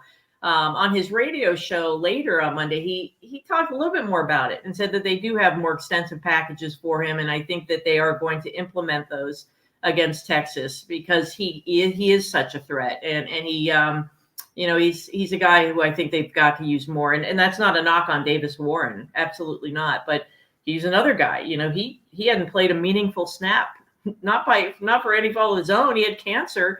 But really, since he was a sophomore in high school, so he's getting acclimated to the speed of playing in a live bullet game, and I think I'm not sure. I haven't covered the Brady Henson era at Michigan with the 1 quarter, Brady then Henson. Not sure that's the ideal thing, but I think if they can get this rhythm going with Orji coming in, I think it'll work pretty well for them. Yeah, Angelique, away from the game, my last question for you is, for Texas fans coming there, I mean, these 2 unbelievable programs getting together for the first time it's going to be tons of Longhorn fans headed to Ann Arbor. And for them, what they're going to see around the stadium, around the city of Ann Arbor, this will be something for them. I mean, they're used to big tailgates, barbecues, and everything else here in Texas. To get to Ann Arbor, I mean, I coached at University of Illinois, so I've been there a few times. It is quite it's quite the college scene, and especially this time of the year in the fall when things are starting to change around there. Oh, it is. It's really tremendous, and I don't know if you've been here since they finally in 2010 when they added the structure, the brick around the stadium, so it really holds the noise, because that was a big knock on the stadium. Right. That it wasn't it's big, but where's the sound? So that helps, and it really makes the place look grand. But yeah, no, I mean the tailgates are great. And, I think that there's so much because there's a city, not unlike Austin, you have a city right there. You have and it's a substantial college town. So there's a lot to do on Main Street, on State Street, and great places to eat. And look, I was sort of hoping, I didn't like when the game flipped. I wanted to go to Austin because I haven't been there. Of course. Yeah. I was working in Knoxville, covered the Tennessee women's basketball team playing in Austin in like 1989 or something. So I've been dying to go back for this football game. So I got to hold out for a couple more years. But yeah, I mean, and it'll be perfect weather. I mean, it really will. And traffic will be what traffic is on a college football Saturday. So I advise getting going early for the Texas fans. Awesome. Angelique, last thing for me, I want to give you the opportunity to promote your new book, which I believe comes out later this month. And look, you don't have to be a Michigan fan. You don't have to be a Michigan hater to be enamored by the 2023 Wolverines. So tell us a little bit about your Michigan versus Everybody book that's coming out here soon. Well, thank you. And it's Triumph Books is putting the book out in I think September 17th, 18th. And it's just a look back at a special season, and it certainly details all of the other things. It was a crazy season to cover. I mean, with not only one investigation that was holding over into the season, but then the new one with the Connor Stallion situation. So lots of layers to that season. But with all of that, if people can just really look at this team, it was special. And I covered the 97 team. That was extremely special with Woodson. And, but this was a real team. And I hope that's what the book captures, because it was definitely a fun team to cover. I know we got to let you go, but I got to ask you about JJ McCarthy and his relationship with Jim Harbaugh. Was that thing as real as it looked? I mean, were those two just kind of crazy for each other? Yeah, I think that it was absolutely legitimately. They have a bond, and I think they will maintain that bond. Yeah. Obviously, he's in Minnesota, but I think people did correctly wonder if when Jim was suspended those final few games, did JJ miss that interaction? And it was not a knock on Sharon. It was that Jim does that weird thing with quarterbacks where he's bashing their because he wants them to get that hit before they go out there. And they just clicked. And I mean, it was definitely real. And JJ's, I think people, there were times I would just say, God, he's just too good to be true. Just a really good guy, donating to children's hospitals every road game, and his meditation on the field. But he's authentic, and Jim's authentic in his way too. That's awesome. Angelique, you came with very high marks from our mutual friend, Jason, and just want to thank you for the time. This was a fun conversation, and have enjoyed your work for years, and will continue to enjoy your work. Enjoy the game on Saturday, and thanks so much for joining us. Thank you very much. Thank you. Thanks so much. We do love Jason, so thanks again for having me on. Absolutely. Talk soon. There she goes, Angelique Chengelis of the Detroit News, nice enough to preview Texas and Michigan, and she's been covering the team since 1992, so she knows everything there is to know about the Wolverines, and some good insight about the transition between Jim Harbaugh and Sharon Moore, and also what the Wolverines are going to bring to the table this weekend. Very interesting. I didn't notice the outside rushers as much as you guys noticed in that game. I did notice that nose guard punching the living shit out of the guy at center, so I noticed how physical he was, but they're physical on the outside on that defensive line too, huh? Oh, man. I mean, Josiah Stewart, who's a Coastal Carolina transfer. He's been at Michigan for a couple of years now, but that guy was a problem. And then Derek Moore, their other edge rusher, his name was called a few times on the Saturday night broadcast. So, yeah, it's one of, I mean, the same conversations we had about the Texas defensive line last year, right? You could probably have about the Michigan defensive line this year, to where the strength is on the inside, but man, top to bottom, it may be the best D-line in the country. But as I said, BK, those cornerbacks they're not 5'10", they're 6'2". Yeah, they're aggressive. They're 6'1", 6'2". I'm thinking they look like 5'10" guys. They're not. They're long. They're aggressive. They'll take some chances, But as she said, the depth behind these guys is the problem right now. Yeah, and they're super aggressive, like you said, like Will Johnson, who did have that 86-yard dagger pick six to put Fresno State away. He got burned a couple of times on some double moves. Yeah, that's his game. His game is being aggressive. He's not going to sit back. He's going to be the guy on the attack.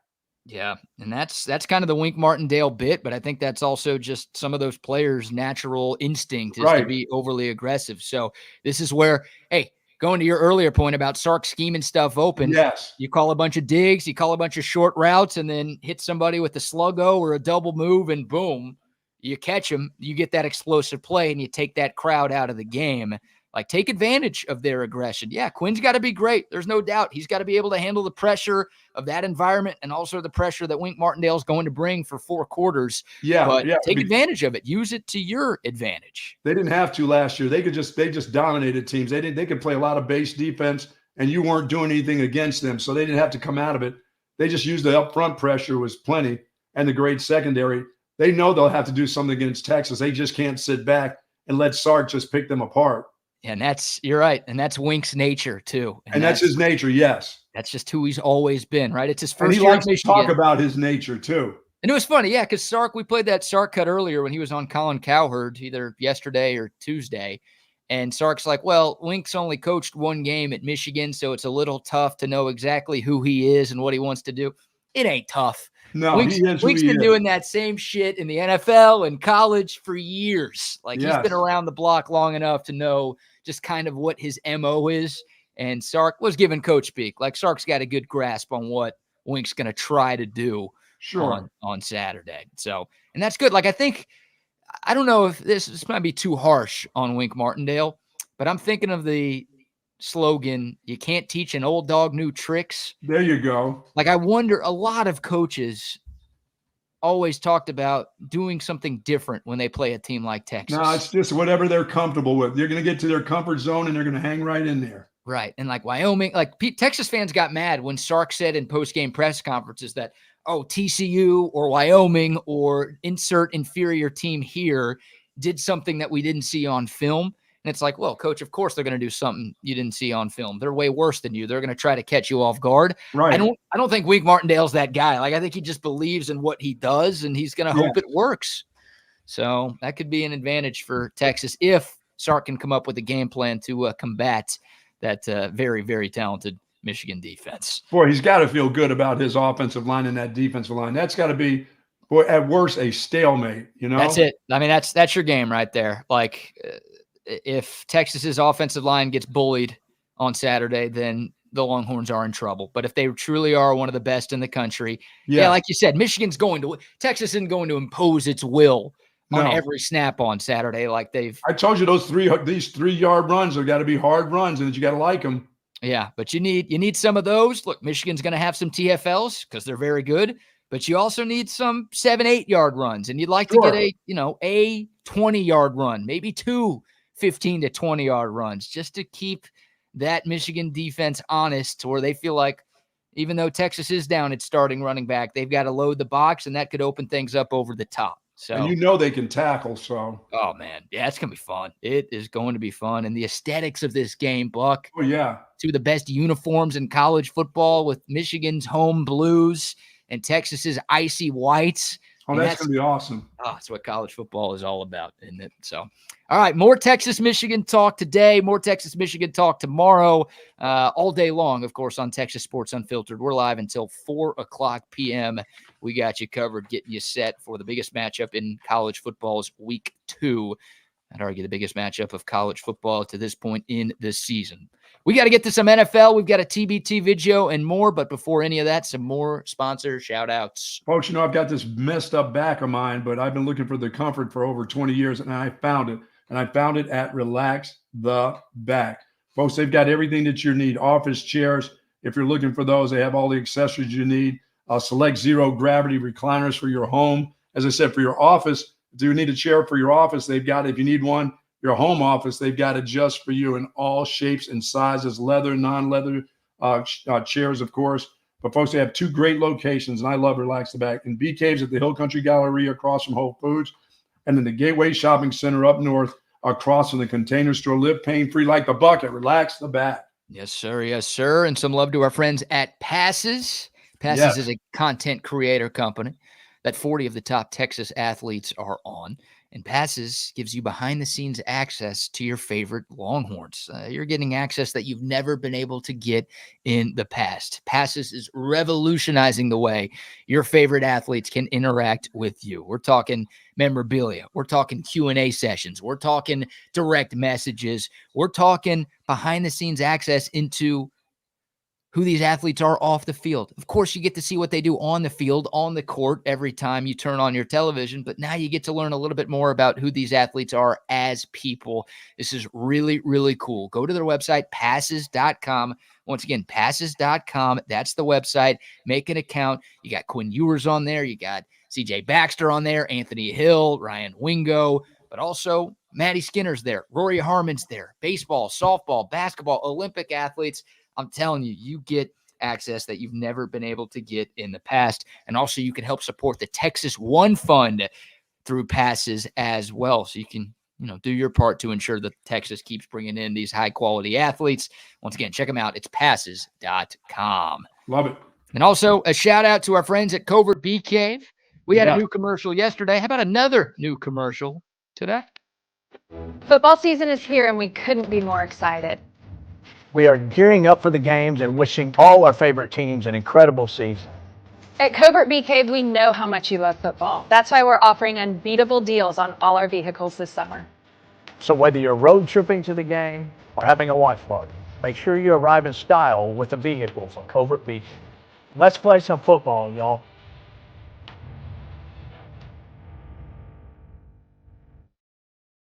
Sweet. Yeah, baby. Love the Coverts. Those commercials are nice, man. I like that stuff. Yeah, you like those Suburbans. That's what you like to see, those big Suburbans, baby. Yeah, I wish I could go Blue's Clues, jump through my computer screen, and drive off in There you one of those go. cars. Now we're talking right there. Love Covert Bee Cave. Love all of our great sponsors here on Texas Sports Unfiltered. Buck, the NFL is back. Yes, it is. And it will open up in Kansas City as the Chiefs look to defend their championship again. The Chiefs trying to become the first team in the history of the National Football League to win 3 consecutive Super Bowls. They will start their back-to-back title defense tonight against the Baltimore Ravens. It's a rematch of the AFC Championship game, which, of course, the Chiefs won in Baltimore. This matchup at Arrowhead, Kansas City, a 3-point home favorite. What a way to start the season. 2 of the best quarterbacks in the world, 2 of the best teams in the league. This is going to be a lot of fun for football fans all across the globe. There's no doubt about it. Lamar Jackson will have to push the ball down the field. I know they want to run the ball with Derrick Henry, but they ran the ball well last year against them. Then they stopped. They just started throwing it all over to Zay Flowers, which I couldn't understand. I'm like, you're running the ball okay. Why are you trying to get Lamar Jackson? What are you doing? Why is he throwing all of a sudden? Do what you do best. I think it's your opportunity. Once again, with Derrick Henry, let's see what he's got. I mean, now you got Lamar Jackson and Derrick Henry together running around. Yeah, you don't need to be throwing the ball to incompleted passes, but they'll have a healthy tight end this year too. Remember last year that dude played; he was banged up, for half the season. They get him off, Mark Andrews. They get him off to a good start early in the season. Now, look out! I mean, he's as efficient as Kelsey is on the other side. I got to believe, right? Well, he's not that good, but he's not that good, but he's very good. I mean, I won't argue against you. He's one of the best tight ends in football, and he is absolutely a weapon for this Baltimore offense. I don't even want to mess with this game. I know I just feeling something. If I felt anything, I'd feel it towards Kansas City. It's just 3. There's no hook, right? No hook involved. No hook involved. It's just a field goal. And Kansas on a heater. Kansas City's got to feel great. I mean, they're looking for a 3-peat home opener. They've got some new toys on offense. They need to let it go. I'm just not quite sure that the secondary again. But then again, once Lamar Jackson's not going to burn them up. Right. Zay Flowers' second year in the league is going to be pretty good, I would think.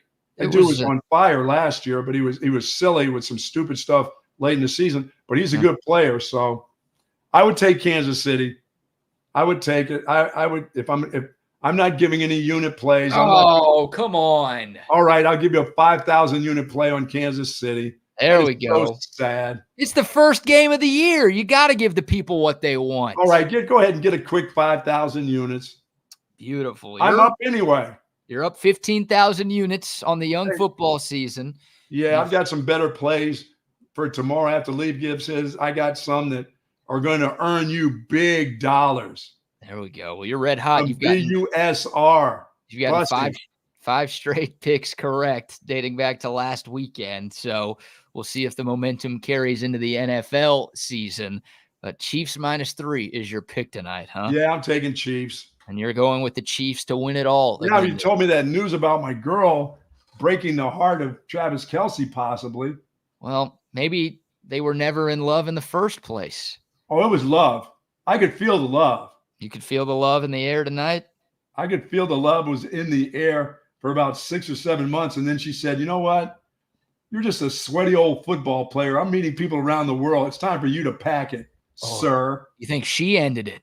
Oh, yeah. This is all about Taylor. Come on. This is not about Travis Kelce. That guy needs all the pub. He wants all the pub he can get. It ain't about him. This is about her. Hasn't it always been about her? Well, she's the bigger name of the two, Yes. without It's question. all about her. It's not like Travis. This isn't a Chris Humphries, Kim Kardashian situation where it's like, who the hell is Chris Humphries? Oh, he's the guy who's married to Kim Kardashian for 3 months.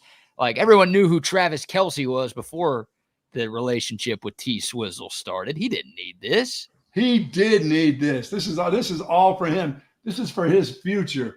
He was just going to be some smuck in the booth or doing podcasts. That's all he was going to be. Now he's got this with him. He's got a little power now, but it's over with. He's done with him. Goodbye. Get out. He is on every single commercial these days. Yeah, get out. Him or Mahomes on every single commercial. Famous now. Get out. Time for me to make somebody else famous. Time for me to move on. I volunteer as tribute. There you go. I'll be happy to be famous with Taylor Swift. That's fine. I'll take that role. You can use a couple Capital One commercials. Oh my gosh. Yeah, I'll start pumping COVID vaccines. I'll start pumping credit cards, insurance companies. Dude, I'll do commercials for Al-Qaeda. I don't care. Just show me the money. All right. Yeah, she's done with that, dude. She's had enough. Oh. She's played this game long enough. Dude, he's going to go from on every commercial to being the most hated man in football. Oh, she can do that to him now. Yeah, like football fans might like Travis Kelce more because a lot of football fans are tired of this whole Taylor Swift nonsense. But like the Swifties, and there are a lot of them. Yes. They're going to be coming after Travis Kelce. Even if T Swift ends it, they're going to be pissed at him. Yeah, he better not say it. He better keep his mouth closed. Yeah, I was about to say, you don't say anything bad about her. Otherwise, no. It is nighty night. I'll put you. Maybe I'll just write her a little letter and say, chill out. Just be good to the guy. Oh, man. All right. So that game's tonight, Kansas City and Baltimore. It was a low-scoring AFC championship game last year. 17-10 was the final score, which was unexpected considering you had the MVP, Lamar Jackson, and the best quarterback in the world in Patrick Mahomes. It was a defensive struggle when these two teams met. You may see that by half. I was going to say, I think we'll see a few more points tonight. The Chiefs did lose the opener last year to Detroit at home. We'll see if they bounce back this time around and start the year 1-0. We'll talk more Cowboys and Texans tomorrow, but I do want to get some early thoughts on the two Texas NFL teams who both open up on the road this Sunday. We'll start with Dallas. They are in Cleveland Sunday afternoon. The Browns had the number one defense in the NFL last year. They made the playoffs. They got boat raced by the Texans, speaking of the Texans, but it's a very, very talented Cleveland team. Deshaun Watson is back and healthy to start the year. The Browns 2.5-point home favorites, early lean on this one. I'll take the Browns. Really? Cowboys are going to show you they can't run the ball, and the Browns will smother their running game, which means they'll smother the quarterback. So I don't like that for the Cowboys. I definitely don't like the CeeDee Lamb's only had a week or so to get himself ready. So they're going to try to establish some kind of run game. They're not going to establish anything, but a bunch of guys getting punched in the face against the Browns defense. This game has this game to me is about Deshaun Watson. Is he any good? Yeah, that's where I'm at. Like this has a little bit of a Texas-Michigan feel for me. Like, yes, the Cowboys have one of the best offenses in the NFL. The Browns have maybe the best defense in the league. So that's strength on strength. We're going to see who's able to do their thing when those are on the field. But the Cowboys defense, how good is it? Deron Bland's out for the year. That's a big loss for Dallas. The run defense was obviously a huge issue for the Cowboys a season ago. Did they shore that up? But for Cleveland, like Deshaun Watson, what is he?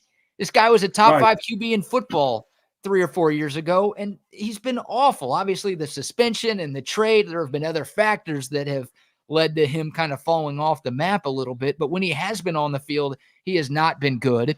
And the good news for the Cowboys is Nick Chubb's not healthy for this game. So like the Browns offense has some pretty obvious questions here. And it's almost like, are they good enough to hang with what the Cowboys could do on Sunday? I don't know. Yeah, I feel like an under in this game.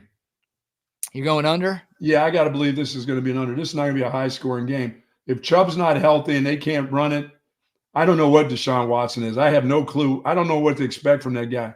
Is Amari Cooper still playing there, or is he gone? No, he's still there. Is he? Yeah, the total is 40.5 for this one. So, yeah, Vegas is kind of thinking the way you're thinking. Not a lot of points. This is a weird game. And as I said, CeeDee Lamb's not going to be at full he's going to try. I hope he doesn't try to go full out and do something in game number 1 and he's not ready to go. But he knows his body. He'll pretend. Every athlete says they know their body until they get in competition and they overexert themselves and pull a hammy or something. I just worry. I hope he's smart enough and that the team's smart enough to say, dude, no, that's all right. We're not going to put you in position where you can get yourself in that. He hadn't been around long enough. He hadn't played enough catchy catch. You know what I'm saying? No, I don't. Dude, if the Cowboys want to win this game, they need CeeDee Lamb to be CeeDee Lamb. They're not going to ease him into this thing. What are you talking about? CeeDee Lamb, because they're not going to be able to run the ball. They're going to load up on Dak Prescott. Because Zeke Elliott, what do you think? Zeke Elliott's going to cut through that defensive line? Well, that's a very different conversation here. If CeeDee Lamb in the Cowboys passing game struggles because the Browns don't have to respect the run, that's different than the Cowboys easing CeeDee Lamb into the – he's going to be on the field play one. He's going to be on the field every play like he was last year. Okay, do you expect them to just cut right through this? You expect Zeke to have a big game? Well, I don't think Zeke's your starting running back. What? I think it's going to be your guy, Rico Dowdle. Now you're talking. Now they have a chance. If Rico's the guy, they have a shot now. They've got a better shot than they did. I'll give you that. You tell me Rico's starting, I'm picking them to win now. Yeah, I think Rico's going to lead the Cowboys in carries this year. There you go. Zeke's going to be used, whether we like it or not. We'll see how quickly Dalvin Cook gets brought into the mix. Don't forget the Cowboys signed him a couple of weeks back. Oh, you don't worry about it. Zeke will be their third running back by week 4. I think, well, I wouldn't hate that. I wouldn't hate if Zeke's the 4th running back behind Deuce Vaughn by week 4. Big question for the Cowboys, right? They couldn't run it very well last year, and their leading rusher, Tony Pollard, is obviously gone. So they didn't invest in the running back room this offseason. They're trying to basically goodwill bargage bin. Yes, they are. We'll see if it works. I don't think it's going to work well against Cleveland. It might work against some other teams the Cowboys have on the schedule, but that is not against this group. That's one of the best defenses and definitely one of the best D lines in the National Football League. So more deep dive into that game tomorrow. What about the Texans, Buck? In Indy, Anthony Richardson back for the Colts. The Texans are, I believe, 3-point road favorites in this matchup. Yeah, I expect this to be a high-scoring game indoors. Okay. You know, I expect for the ball to be thrown all over the place. They got to be careful with Anthony Richardson. They don't want to get that dude banged up and hurt in week 1. I think they're going to let him throw. They've got some weapons now. They've got wide outs that they can throw to. They want to try to establish their run game as always. But I think the Texans can do both. I think the Texans can score too. I think this one gets into the high 40s, maybe into the 50s. Yeah, the Vegas total for this one is 48.5. Yeah. And once again, the Texans are 3-point road favorites in this game. The Colts were solid last year, even with Anthony Richardson missing the majority of the season. They finished just a game shy of the playoffs in 2020. This is for the division. This goes really, goes a long way into the division immediately. Yeah, the Colts roster is very good. It just comes down to AR-15. I don't know if he likes that nickname anymore, so we'll scrap it. Anthony Richardson, how good is he? He's a supreme athlete. His legs are always going to be a problem, but we didn't see much of him last year, and his really only year at Florida, he couldn't throw. He's got ridiculous arm strength. The arm talent is there, but the accuracy, and the guy barely completed more than 55% of his passes at Florida. So I don't know against a Texan secondary that's very good. And by all accounts, Kamari Lassiter, the 2nd-round pick for the Texans, is having an amazing camp, and he was great in the preseason. He and Derek Stingley have the chance to be one of the better cornerback tandems in the NFL. Oh, and with the safety? Yeah, with Petrie playing nickel this year and Jimmy Ward back. It's a good Texans defense and a tough test for Anthony Richardson. I think the Texans kind of win this game going away. I really do. I just don't. I don't trust. I have to see it from Richardson. I haven't seen enough from him. Nobody really has, but I don't think he's going to be ready against a defense as talented as this group, coached by a great defensive mind in D'Amico Ryans. Yeah, I think they'll outscore him. I think the Texans outscore them, and but they score some points too. Yeah, I won't say it's a blowout, but I'll say 31-21. There you go. I'll go over the 48.5, but I say the Texans win this game by double digits. Sounds good. That's where I'm at now. But yeah, big division test, because a lot of folks think the Colts are the biggest threat to Houston in the AFC South. You've got Jacksonville there too. Trevor Lawrence just got that huge payday. And where does Jacksonville open up their season? Is that in Miami? Is that what Jacksonville starts out with? That sounds right. Wow. I should know that off the top of my head. I think it is. Yep, in Miami. Good Lord. That's not a great starter where you want to be. When you struggle like Trevor Lawrence and you've got to go there with my guy Tua flinging it around from fall camp, Tua with his new contract. Look out, boys. That could be a blowout right there. Really? The Dolphins could blow Jacksonville out. They're only 3.5 point. Yeah. That is one of my big plays of the weekend. Oh, man. I love it. Yeah, both of those QBs got paid over the summer. Yes. And we'll see. Man, Jacksonville's first 4 games. How about this? At Miami, home Cleveland, at Buffalo, at Houston. Ooh. Not an easy first month for the Jaguars. Hey, glad you got that contract, that signing bonus. Yeah, Trevor Lawrence has not earned that contract at all. He's been disappointing. People aren't talking about that enough. Trevor Lawrence, you can't call him a bust. He's been solid, but with all the hype. This will be the bust year if he doesn't get it done. They'll be talking about. And this guy was Andrew Luck. This guy was, Peyton Manning. This guy was John Elway, whatever, coming out of college. He was like on that level of prospect. And he's been fine, but he hasn't been like no one's putting Trevor Lawrence in their top 5 quarterbacks in football right now. And he might not be in the top 10 for some people right now. Yeah, in my mind, I like the Bills, I like the Dolphins, and I like Detroit this weekend. Those are some. Yeah, that's right. There's 3 of them, right? Yeah, I'll give you a little hint on where I'm going, how I'm going to make you people some money, so that you can call BUSR. That's right. Give them a call, get it all hooked up. You'll be thanking me on Monday. This whole side over here, the text line will be lit up with people going, Buck, thank you for starting out my NFL weekend and my college weekend. Thanks for keeping it going. Thanks for what you're doing for my family. How about that? That's what I want to hear. Thanks for what you do for my family. That's what I want to hear on Monday. Let me say this. Don't call BUSR because it's a website. Go to their website, busr.ag, and use the promo code TSU welcome. And then cash in. And they will welcome you. Yes, indeed. All right. Before we shift gears, we got some funny stories to wrap up today's show and some more football conversation as well. But how about, Bucky, got any more sponsors to shout out? My good friends at Woods Comfort Systems, baby. Yep. Hey, it's not going to be 50 some degrees here like it is in Ann Arbor. But when that temperature starts to dip, you need to make sure Woods Comfort Systems has come and checked out your heating system, making sure that it's ready for the winter months. But still, it's not summer's not officially over yet, getting close. And you still need that air conditioning going. And that air conditioning system needs to run clean and smooth too. And Woods Comfort Systems, folks, almost 70 years of service in Central Texas. Call on them for all of your heating and air conditioning needs, plus plumbing. How about that? Yep. WoodsComfortSystems.com is the website. And you could call them. Don't call BUSR. Call Woods Comfort Systems. 512-842-5066. Once again, 512-842-5066. Also, a shout out to our friends at Waterloo Printing and Graphics. Got new TSU polos for the people. Nice. You're going to be getting yours this Saturday, Buck. Shout out to Waterloo. Yeah, Waterloo Printing and Graphics. If you've got a business that needs new gear, whether it's apparel, whether it's signs, whether it's car stickers, magnets, whatever, if you want to make your business pop, Waterloo Printing and Graphics can make that happen for you. They're based right here in South Austin. They provide a quick turnaround time and exceptional customer service.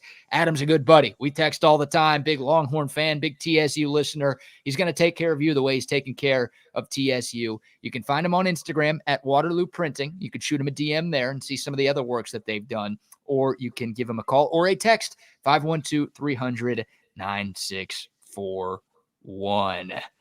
And also some love to our friends at Parallel Lending. Yes. Feels like the markets are getting more and more volatile every single day, which means the need to diversify your investments is more prevalent than ever before. Hey, investing in stocks and bonds, those are great strategies, but the most savvy investors have alternative assets. And right now, the most popular alternative investment strategy is investing in private credit. Parallel Lending. They are a lender that provides short-term business purpose loans backed primarily by single-family real estate all across the state of Texas. And they just launched their flagship fund, which gives accredited investors the opportunity to fund the loans they provide. They're targeting an 11.5% return with this flagship fund, and your money is only going to be locked up for 1 year. That's right. You don't have to put your money away for 5, 10, 20 years and hope that maybe you get 2 or 3%. No, they are targeting an 11.5% return in 1 year. These guys are pros. Since inception, they've lent more than $7 million across 40 properties with 0 foreclosures or defaults to date. Check them out, parallellending.com/fund. That's parallellending.com/fund. If you're interested in investing passively into this great thing, parallellending.com/fund. Accredited investors only. Returns not guaranteed. An investment in Parallel Fund does not guarantee returns. There you go. You got it. All right, Buck. TBT video. We're not going too far back in the past. Okay. But I did see this video, or really this video saw me, because you know how that works. I don't find the stuff. They come to you. You don't go to them. I don't go to them. They come to me. It's really just 4 seconds. And I didn't know, you've seen those cyber trucks around the city, right? Oh, yeah. Those Elon Musk, Tesla trucks. The ones that people look like they're in a cave, driving from a cave. Yeah, I was going to ask what you think about those. It doesn't sound like you're the biggest fan. No, I don't like spaceships on my roads. You like spaceships? Space. Spaceships. Let those go above ground. And if you don't know what we're talking about, you've been living under a rock. But here's a little still shot of a Cybertruck. So that's the color I've seen, right? That kind of silver metallic. Yeah. It feels like that's the color of Cybertruck. But I didn't realize there's a blue Cybertruck that's out there. And you'll see it in the corner of this video over here. See that? Yeah, man. Look at that. It's a nice blue Cybertruck over there in the corner of your screen. Who is that person that just got hit? Was that person watching that car? What are you talking about? It's just a Cybertruck. No, it's not. It's not that. Oh. What do you? I'm glad they stopped after contact there. What are you even seeing? A blue Cybertruck in the corner. I'm seeing Rodney crossing the street and getting hit by a car. What? Let me see. Watch his legs. What the hell? Oh, shit. There is a guy who gets hit by a car. Hey, don't get out of your car and come near my car. I told you what will happen. It's if you get out of your car and we have a confrontation and you get out of the car and I run you over, guess what? That's not my fault. I'm protecting myself. And someone was just protecting themselves. Watch. Yep. What do you think led to that, though? We don't see the Where altercation. did that person come from? I was just so focused on the cool blue Cybertruck. I didn't even notice what you're talking about. When I see legs, I stop. I got away from that on first view. When I see a body go out there, because that car is not that cool. That right there is cool. Oh my God. The guy just gets wrecked by this car here. And he's lucky they stopped there and not rolled over to the top of him. Yeah. I mean, look, there's some nice tinted windows. Do I see tinted windows? Forget it. And the cyber thing, it's not about that car. Look at that. Look at those tinted windows on that Cybertruck, Buck. Look at that guy's ass getting ready to be mowed over. What? No, it's all about the truck in the background. Look at that. My mother-in-law is 95 years old and she still drives. Did that guy just happen to walk out in front of her? I mean, look at this shade of blue, man. That is gorgeous. Oh man, Rodney, get up. You think that's Double R getting hit there? Why is Double R crossing this? Why did the Double R cross the road? He was so focused on the Cybertruck that he gets popped by, what is that, a Lincoln, a Buick? It looks like a Buick. Dude, that person is lucky because that didn't go over the top of him and him get stuck with his face halfway in the engine. Oh, yeah, that could have been way worse right there. And man, no, look, I'm not looking at the cyber. Those things are ugly. Oh, now that I see what you're talking about, look, there's no front license plate on that other car. Now I'm focused on that. That's illegal. That's so good. So there's your, I saw what that. What is the wide view? I mean, where did the guy come from? I don't know. This is all we get. Some guy was just filming the blue Cybertruck from their car, and they caught this dude getting ran over. Man. It's no reindeer right there. Dude. Bang. Did he just get his eyes? Did he just have something put in his eyes like I did yesterday? I mean, what is happening there? Thankfully, like you said, the car stopped, but he didn't stop or she didn't stop until damage that's was a good done. hit, too. That's good contact. There's a great contact right there. My gosh. No, that's crazy. Yeah. So I wanted to make sure you you saw know, there's that. nothing wrong there. You're going to get up from that. You got a shoulder injury there, but you're going to be able to stand up and then go to the window and bang on the window and then get shot. I was about to say, at what point, you got to fight somebody if they're running you over like that, right? Or if you can get up and maneuver around and make it to that door, somebody's going to get it there. Yeah. But if it's me, remember, if you come up to my window, I'm going to back up and run you over again. Really? Yeah. Oh, yes. If that happened right there and that dude got up and came to my door, I'm going to put it in reverse and then I'm going to put it in drive again. And I'm going for hit number 2. You're killing that guy. I'm not going to kill him. I'm going to make him wish he was dead. You run a guy over, there's a very good chance he's dead, no? No, I just want to see him hit my hood next.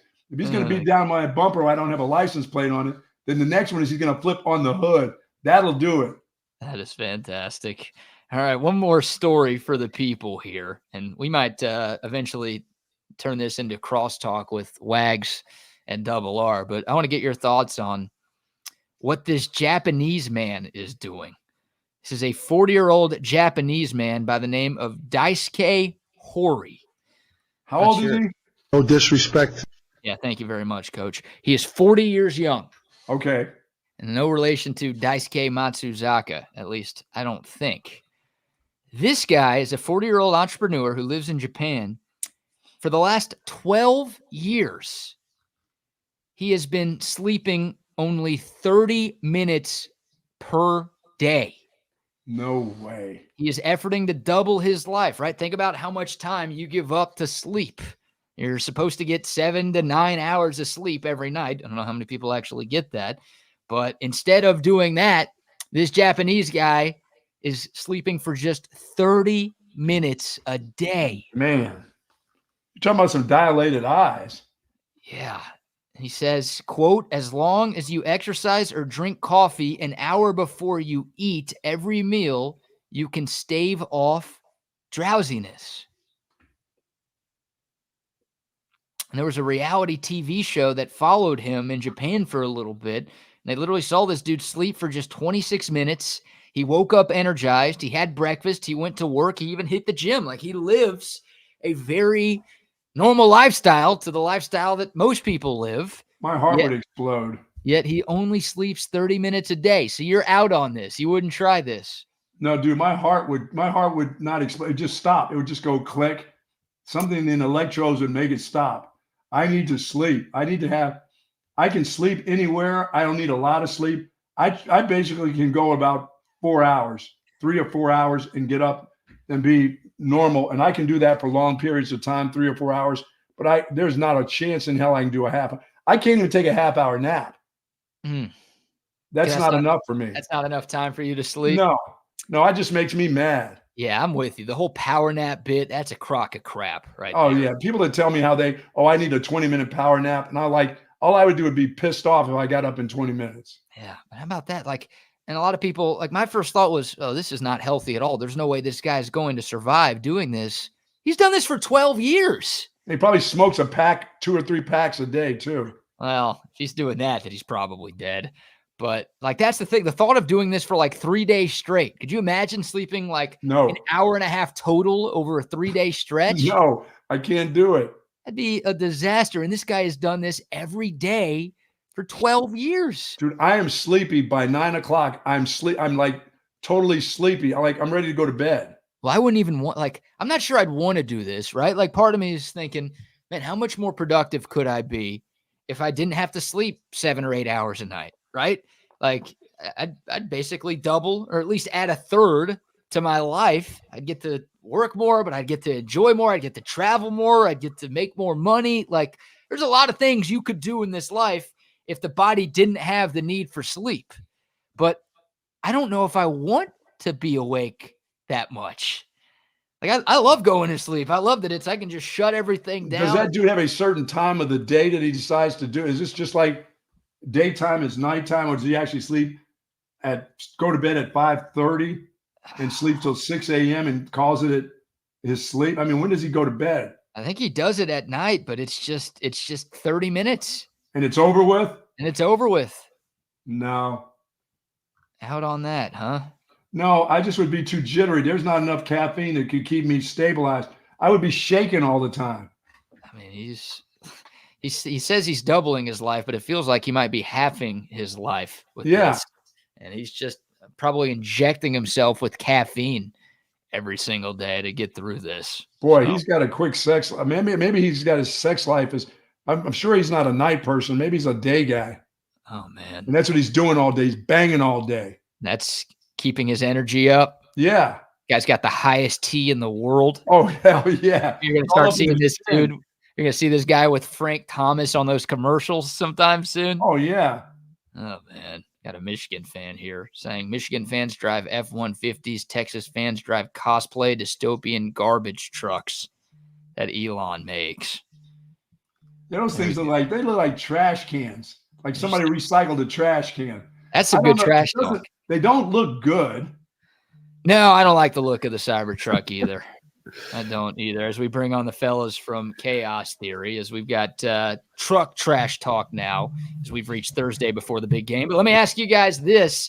I don't know if y'all heard the end of that conversation, but there is a Japanese man by the name of Daisuke Hori who has been sleeping just 30 minutes per day over the last 12 years.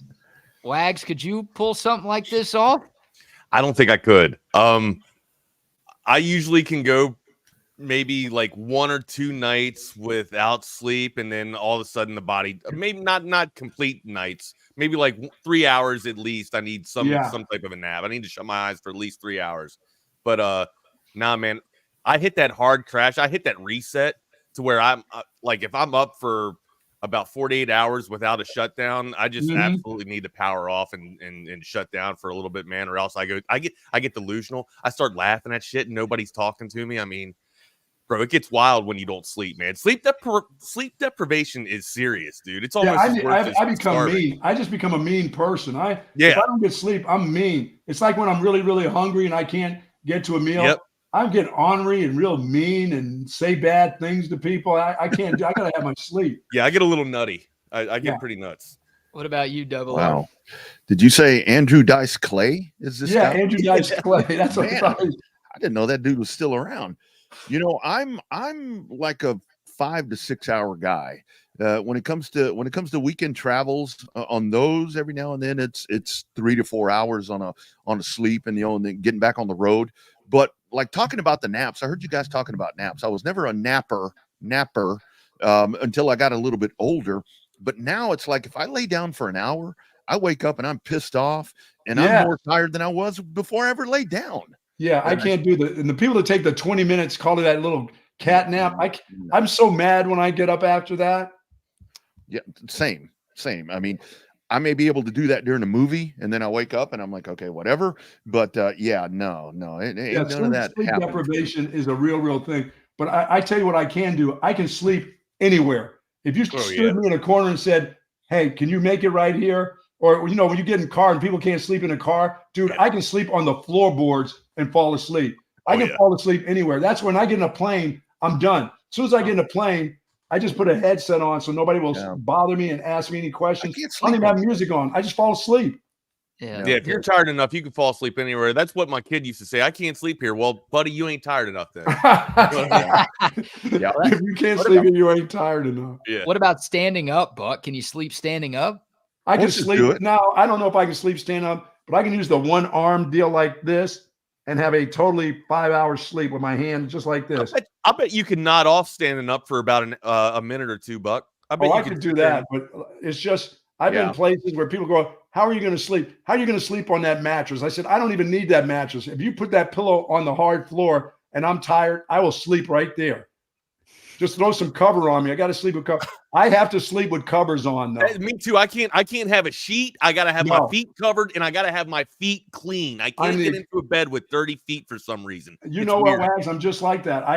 I can't sleep. There's people that will throw the covers off and go to sleep. I can't sleep without a cover on, just in case somebody comes in to stab me. I gotta be able to put the sheet up so the knife has to go through that. Or somebody's gonna get my feet. If my feet aren't covered, somebody's gonna get my feet. Yeah, I'm like that. I'm serious. I have to be covered just to protect, and it's for protection. What kind of sheets do you have that's going to stop a knife? Dude, I by the time that knife gets to the sheet, I'm awake and I'm defending myself. Are you sleeping in a Cybertruck or what?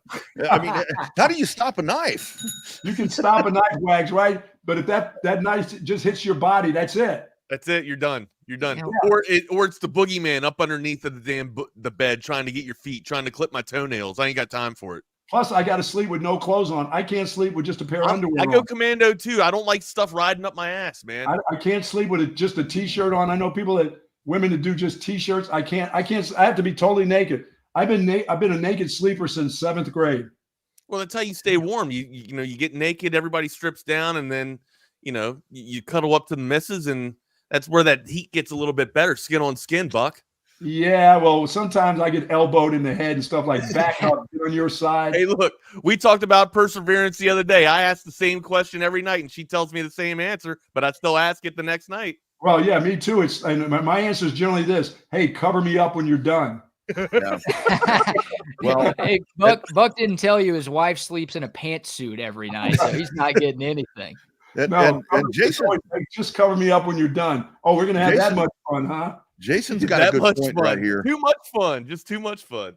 Jason's got a great point right here because it's if I don't shower, I mean, like after our trip to Vegas, for example, when we had pool day and my dumbass went out there and got all sunburned, without wearing any sunburn lotion or whatever, like I'm like all itchy and stuff, and I wouldn't have a shower. I'd go lay down. I had to get up in the middle of the night and take a shower because it's like you just feel bad. You feel dirty. You know what I mean? It's like you're like sunburn lotion. Yeah, Well, there's some weird night behaviors. My first night was, I had been watching the Mary Tyler Moore show with Dick Van Dyke and Mary Tyler Moore, and they had 2 separate beds. They always slept in separate beds. When I got married, I asked my wife, do you mind if we have 2 beds in the bedroom? She looked at me like, are you kidding me? Like, I said, yeah, could I have my own bed? It was a hard, no, that's not going to happen. We're going to have 1 king bed. And but I was very serious because I had watched Dick Van Dyke with Mary Tyler Moore. Bunch did that, a long time, and I always wanted my own bed. And I know Dick Van Dyke, they always slept with pajamas on and stuff. I said, I don't sleep with pajamas on, but do you mind? Her pajamas. My wife said, when we got married, she goes, no, we're not putting 2 beds in this bedroom. That's not going to happen. I was so disappointed. So my grandparents actually did that. They slept in different rooms, but it wasn't because of the old time traditional stuff. My granddad constantly had to have the TV on. He could not sleep unless the TV was on. So my grandma was just like, this is bullshit. I'm going to sleep. So, they occupied 2. It was it's their house. So they occupied 2 rooms, man. I thought the Brady Bunch did that too, to where they wouldn't sleep together. And I always thought that was weird because it was like Mike and Carol slept apart. You wouldn't see them sleeping together, but yet they got married and they each had 3 kids. Yeah, it's like they've been sleeping with somebody, nothing like each other, or the opposition. They look nothing like the counterparts. So it's a weird bit. All right, we're running around on Mike. Damn it, the races on a Thursday. You guys be safe. Later, brother. Be good. Boys. See you guys. Have a good show. Later, BK. There he goes. All right, my dude. What do you want to get into first? Well, first and foremost, welcome everybody into another edition of Chaos Theory on Texas Sports Unfiltered. It's myself and my partner in crime, Rodney Rodriguez. You can find us on Twitter or X. I am social Facebook, whatever, or my face, whatever Bill Belichick calls it. Apparently, Bill Belichick is on social media too. So that's more motivation to get on social media if you are not on social media. But anyways, you can follow me. I'm at Not the Fake Wags. Rodney is at the Rodney R, and then on Instagram he's at the _. Rodney R. I'm on the gram at the Wagner Wire and all other social media platforms. If you are out and about, if you are mobile, make sure you hit us up on that Coda yeah, I had it right. Coda text line. Sometimes I fumble and pump the brakes here just in case I been around too many times and got the wrong call signs or whatnot. But anyways, it's Dakota text line 512-222-9328. Make sure you smash that subscribe button if you hadn't done so already, so you can get in the conversation on this wonderful Thursday of September 5th. All right, my brother, what do you want to get into first, man? You know, speaking of text lines, I think I've officially forgotten what that other one used to be called. I remember that it was a text line, but I don't remember. I'd have to think about it and try to figure it out. I just remembered it. I just remembered it. Okay. I just remembered it. It's a good thing it's a good thing to forget it, so you don't blurt it out, accidentally. But thanks, you just brought it back up into my head. It's like having an ex when you're like, damn it, Betty. Oh, I'm sorry. Your name is whatever. Sorry about that. Like within the first 3 months of dating my wife, I called my wife my ex-girlfriend. And I still I remember it. I never let myself live it down, but I remind her constantly from time to time. I was like, hey, remember when I messed up and called you Kylie instead of Katie? Yeah. She was like, oh God, yeah. Anyways, moving on. How was your Wednesday, man? How was your hump day? Wednesday was good, man. Wednesday was good. Just working. I mean, this whole Texas football prep, getting ready for this game. And then yesterday, I mean, you hear, Cowherd, he had Sark on, to see Sark there and talking about expectations for this game. And Joel Klatt, I think, was somewhere, maybe the same program. I don't know. But with just all of the conversation about, this huge game that's coming up. I mean, this is the biggest game to this point, maybe one of the biggest games we're going to see all year. And this is where I still go back to, Wags, like we were talking about yesterday. I think my overconfidence is justified. And it seems like all the people in the know are really starting to justify what I've been saying. I really think that Texas is the better team in this battle coming up at 11 a.m. in Ann Arbor. And well, you mentioned what Klatt had to say, right? And we do have some sound on Klatt here. Let's listen to what you're alluding to. You know what I'm concerned about? Texas' speed. Texas looks like Alabama has looked and Georgia has looked. They started a little bit of that last year. Yes, they didn't have the back end defensively, but you watch them against Alabama, and you're like, oh, wait a minute. They can run. And they're physical. And they're just as big as Alabama. That's exactly right. Texas, that's what Sark is building. He left Alabama and he left the Nick Saban tree, and that's what he's building from a roster. And what I like about what Sark has done is that he didn't go try to copy Nick Saban from a personality standpoint or philosophy, but he did look at that roster at Alabama and say, oh yeah, that's how you win. That's how you win. This looks like an early 2000s USC team. It looks like the Alabama teams and the Georgia teams. They're big. They're experienced up front. In fact, 4 of their offensive linemen, this is their 3rd year starting. They're veteran. They're as good an offensive line as anybody in the country. And you couple that with a quarterback that I think is as good as anybody in the sport. You like Quinn Ewers. I do, and I think he's going to be a Heisman guy at the end of the year. Loose for me. All right, he went on to say also that the pressure might even be more on Texas than on Michigan, which to me, Rodney, I don't like that as bulletin board material, especially like if because Michigan's got, when we talked about bulletin board material yesterday, Michigan already has it, right? Being with Texas being favored going into Ann Arbor, and now you're telling me that more pressure is actually on Texas because they're favored. I do kind of agree with that, and unfortunately, that kind of is the vibe that I feel too. With the bulletin board material of being favored or being unfavored or being the dog, I think Michigan's going to show up and kind of get after it a little bit. But Rodney, here's the thing, though, I still do feel confident. I'm very strong in my conviction about 10 point, like a 10-point spread here. I'm still feeling 27-17. Still, yeah. I haven't backed off on that. I mean, and I disagree with Joel though. I don't think that Texas is as big as Alabama. We have speed. We absolutely have speed, but I don't know from unit to unit if we are as big as Alabama is yet. I think we're getting there though. Here's the problem too, right? The size that we do have, and I'm thinking of our defensive interior. I'm not trying to single anybody out, but the size that we do have, they don't act like the damn beast that they should. All right, when you're that damn big, you need to dominate the entire field. You need to have at least 2, maybe demand 2-3 guys to block you. All right, at some times we're not getting that yet. Our size is getting there, but our size isn't dominant just yet. I do like his point about speed, and that's what we talked about yesterday. To where I think it's going to be, up tempo. I mean, Texas is going to want to be up tempo. Texas is going to want to be a rap show, where Michigan's going to want to be country and western back in the 1970s. Slow this thing down and grind it.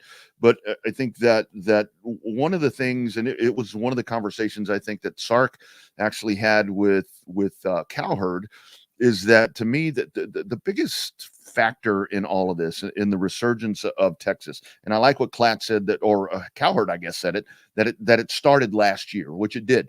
But I think the biggest part of this, when you have all of these people back and you have all of this happening, one of the things that Sarkeesian said is that now, if you look at the full embodiment of this team, there aren't a lot of guys that for the most part, this is all his system. These are guys that have been in his since he's been here.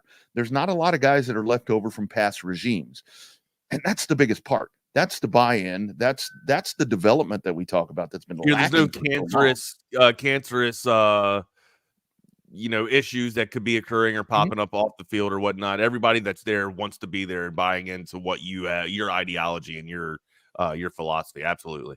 Yeah, and I mean, I think that's the biggest part of it. You see that at every level. I mean, you see that in pro football, in the NFL, which kicks off tonight, by the way, which is, I mean, look at Kansas City. Look at Kansas City right there. What Andy Reid does, I mean, the buy-in with, and they're only getting better. But I think that's a big part of this, and I stand firm on my ground with you that this is a 10-point Texas win. Feels like that, right? Now, yeah. Look, it is absolutely batshit crazy, and we talked about this yesterday. It is absolutely batshit crazy to feel this confident going into Ann Arbor. It just, especially the defending national champions. I mean, what 14-game win streak? Long. I mean, hell, longer than that, I think. It's like 23 or 26. Yeah, it goes back to 2 seasons, though, but still a lot of roster turnover on this. Still got an All-American secondary, I feel like, and the defensive front four can get after it as well and apply pressure. There's going to be strength on strength with their run game versus our run defense, and then vice versa on the passing aerial attack that we have with their aerial defense. So again, I think it's going to be a great matchup on Saturday. I still feel very confident in a 10-point favor going into Ann Arbor. I totally agree. And to the point right here, I mean, I totally get that. It is going to be hard to score 20 points. Texas scores 20 points, it's going to be 20-10. I still think it's a 10-point game. And I know that there's been some a little bit of concern about the front and so forth for Texas. But like we talked about yesterday or Monday, whenever it was, or Tuesday, hell, I'm all thrown off. I don't even know what today is. But when you had this spread offense in Colorado State that came in this past week to DKR, I mean, it was really hard to get a pass rush because it was 1-2, boom. And yep. I mean, here's the thing. I think this could be a Trey Moore game where we say, waiting for Trey Moore to make that impact. What a bigger stage to do it than this one. When he subs in. And it's not just Trey Moore. Anybody make an impact. We need at least a sack. Get us one sack or more than 5 tackles for a loss. Again, you want to talk about, little things that we could improve on. It's shooting. And again, it's probably because it was a vanilla installment of a defense for week 1, but yep. You didn't see too many blitzes, that were dialed up and fired, but that they're PK's got them dialed up and ready to be fired off. But again, you just didn't see it on week 1 on this past Saturday.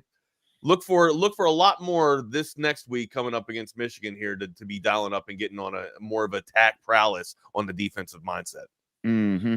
But I truly do believe that there is more pressure on Texas. I mean, because with Michigan coming in as a 7.5-point dog or whatever it is at home, I mean, I think the whole thing is the narrative is going to be if Texas drops this ball game. I don't care if it's close or a blowout. If Texas drops this game, what's the narrative going to be? It's going to be that whole we're back thing, which has never been mentioned yet. That you haven't heard that, but it's like everybody, and now with Joel Klatt and Colin Cowherd and all these other folks that are college football, in the know, that are building this team and this program up. If they go in and drop, I mean, what are we going to get? Same old Texas, soft ass Texas. So I think it's extreme pressure on the Longhorns, more than Michigan, to come into this, because I think a lot of people are saying, okay, this is where Michigan's going to fall. This is where we're going to see Harbaugh's gone, all the JJ McCarthy, everybody else that is gone. That's going to be what Michigan falls back on. But you don't think there's any pressure on Michigan to win at home in Ann Arbor? I don't like that. I don't think near as much. They're already not favored. They got to live up to that. I don't know. To me, I think that there's a lot of pressure on Michigan too here. It's not just on the Longhorns. The Longhorns aren't the defending national champions. I think the pressure is actually on Michigan, which is crazy, because I do think the Longhorns are the better team. And when the bulletin board material is resting in the locker room all pinned up there on Michigan, I feel like the pressure does get a little bit thrown back on the Longhorns here. But I can't shake the fact that the national champions have the more pressure. I can't. I mean, one of the things that I can foresee happening if Texas loses, and this has nothing to do with the Southeastern Conference, nothing at all. Michigan is not in the SEC, not going to be in the SEC at any point, that we know of. It's going to be, okay, Texas thinks they're ready for the SEC, and they go off and they go on the road and get beat by Michigan. What the hell does the SEC have to do with this? But that will be an argument. And I think that that's something where, as now Texas and Oklahoma, but more on Texas, where Texas has graduated to the varsity level of college football in many people's opinion. Wait. Did Texas not graduate and get to the varsity level of college football last season? Or back to the varsity level last season? I think now it is, are they going to be able to sustain that? Because I think a lot of that was a soft Big 12. In people's opinions, the Big 12 was soft. I mean, there wasn't really anything there now. I truly think that if they go in and lose this game, that people will tie the SEC thing in. It has nothing to do with that. Do that if you get beat by Georgia.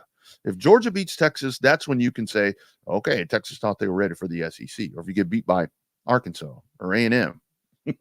Well, don't we have a really soft entry into the SEC this year, though? It's a lot harder of an approach than Oklahoma has. I've been thinking about that a lot as we've had that narrative about how soft the schedule is. I know Georgia's coming to Austin, but still, that's Georgia. And I'm telling you that Arkansas thing, man, that's a trap game to me. Kentucky could be wild too, right? I know, man. It's all of a sudden, as now that we're out of the gate, the schedule looks a little bit tougher than it did when we first started breaking all of this down. But it is an SEC roster or an SEC schedule. So I think regardless of who you play in the SEC, you're going to get a game nonetheless. Yeah. And like Jason says right there, for Michigan, a la Vanderbilt. Okay. Yep. A la Vanderbilt. Yep. For Michigan, you've got stuff to fall back on.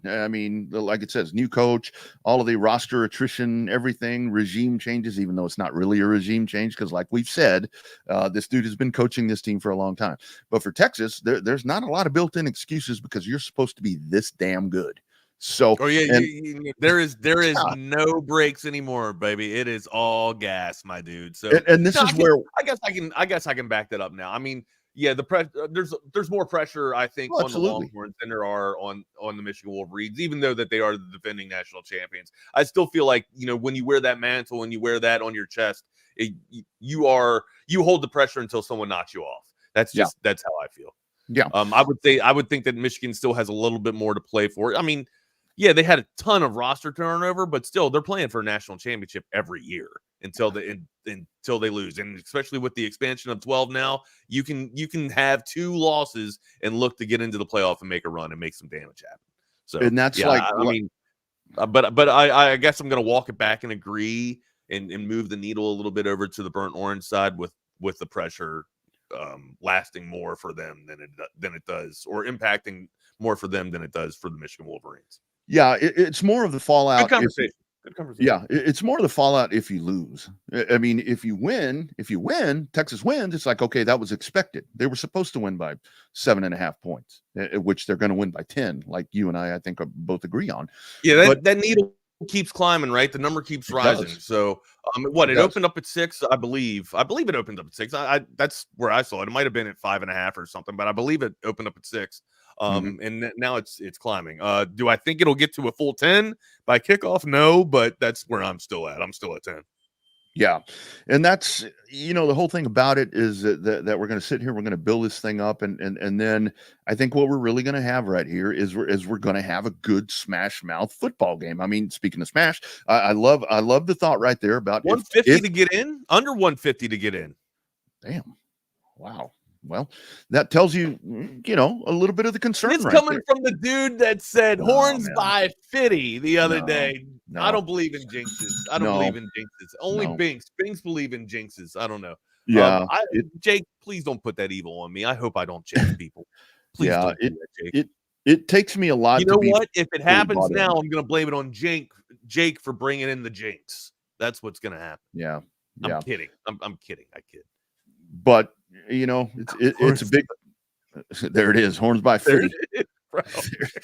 Horns by Fitty. But like clockwork, it happens. Yeah, I mean, here's what the program's been building itself up. When you talk about playing the standards, well, now there apparently are some standards that are back in place, and what's been so funny about it this week is let's say that it's not a win for Texas, that the Colorado State, because you hear a lot of, well, Texas pitched a shutout against Colorado State, and you get, yeah, but that was Colorado State, but the whole thing is now it's like you look at this, if Texas gets beat after pitching a shutout, there's no win there if you lose, which doesn't make any sense. So I think it's a lot of pressure. And this is the mental thing that we were talking about yesterday, where I think that's the difference in the program as well, along with development, is they're going to be ready for that 101,000 people or however many people they can put in there.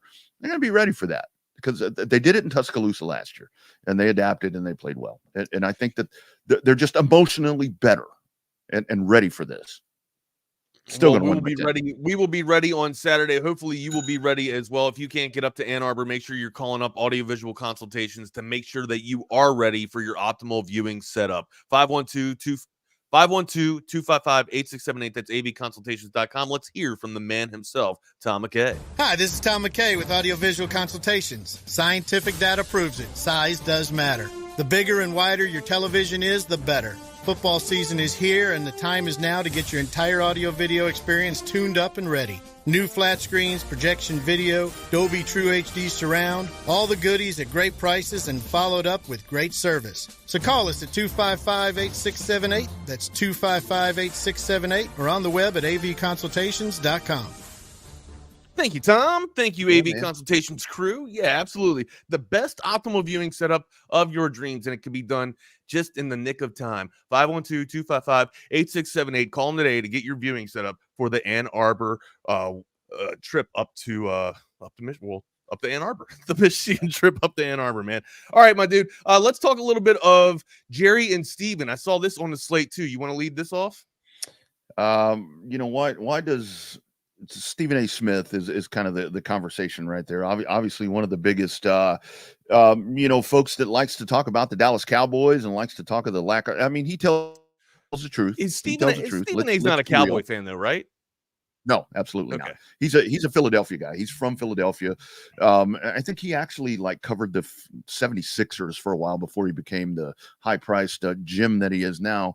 But he had mentioned, I think, on his program several times that he wanted to have a one-on-one with Jerry, and apparently he had that at some point yesterday.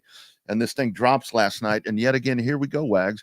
You got Cleveland, you got Myles Garrett, you have a lack of a running game with the Cowboys, in my opinion. And here you are. Here's Jerry doing one-on-ones with Stephen A. Smith, 4 days before you start the season. and Jerry. Yeah, but isn't that classic Jerry, though? I know.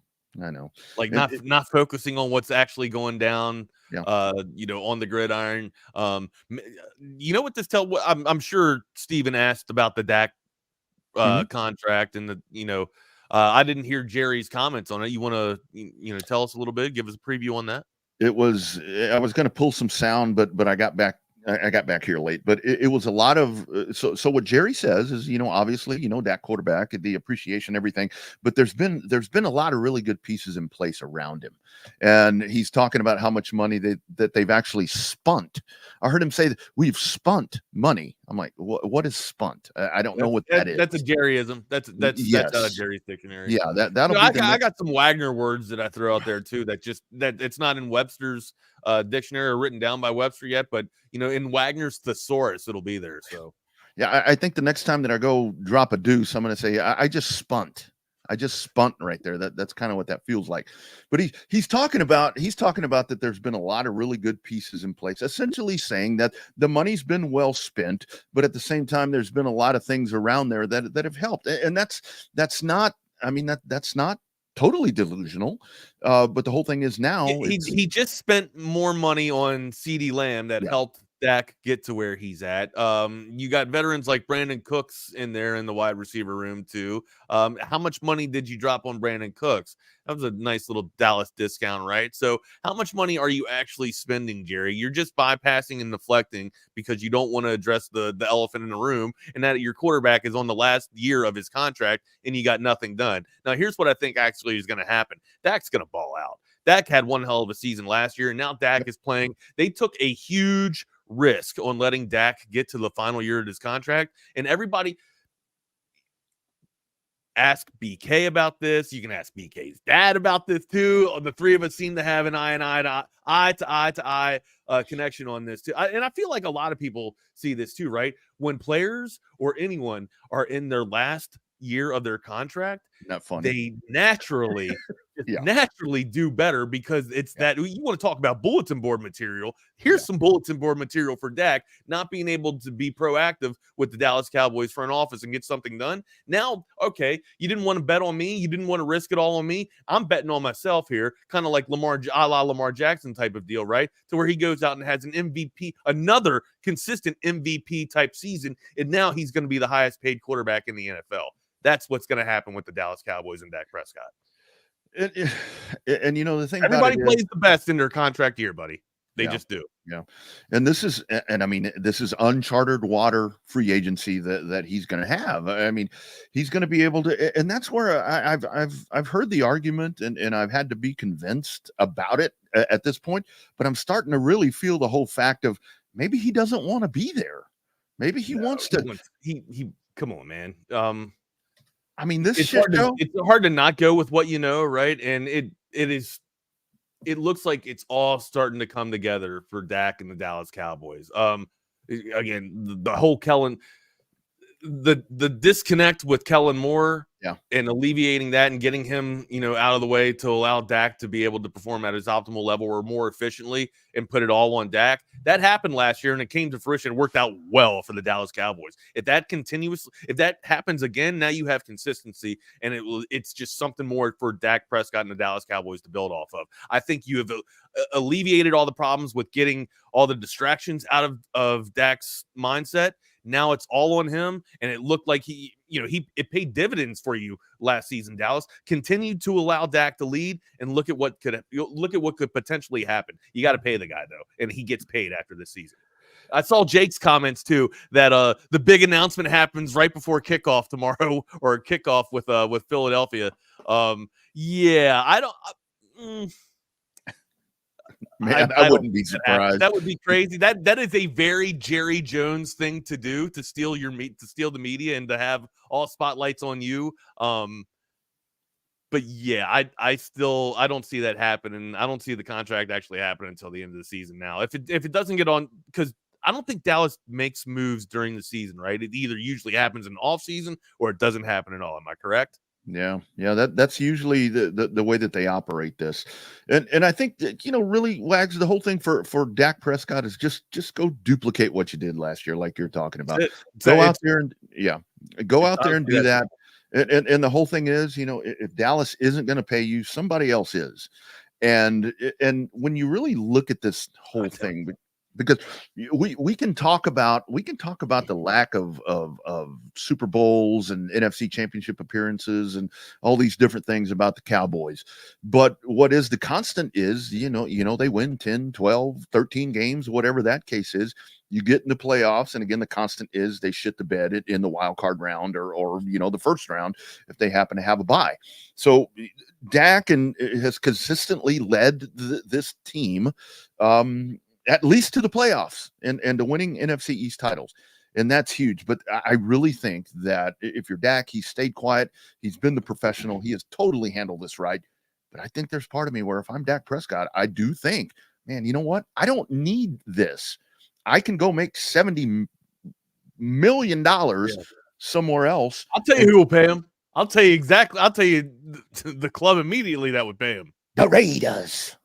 The Giants. Maybe there's 2 clubs that'll pay him immediately. And then Dak's he not will get guaranteed. He will get guaranteed money that he doesn't even have to earn up in New York. Man, the New York Giants just love to throw money at quarterbacks. Mm-hmm. And that's the other part of it. I mean, at this point for Dak, does it become, does it become about money? Does it become, okay, I'm not going to win a championship in Dallas. Mm-hmm. And that's where you figure out, I mean, if I go to the Giants, how soon before I can win a championship? If I go to the Steelers, because I keep hearing that Steelers thing thrown out. Now, why would now that's a really intriguing scenario. Why Steelers? would Dak want to go to a quarterback room that already has 2 loaded, or I would say potential starters? I don't think Russ Wilson is a starter, but he's still the starter right now, and he could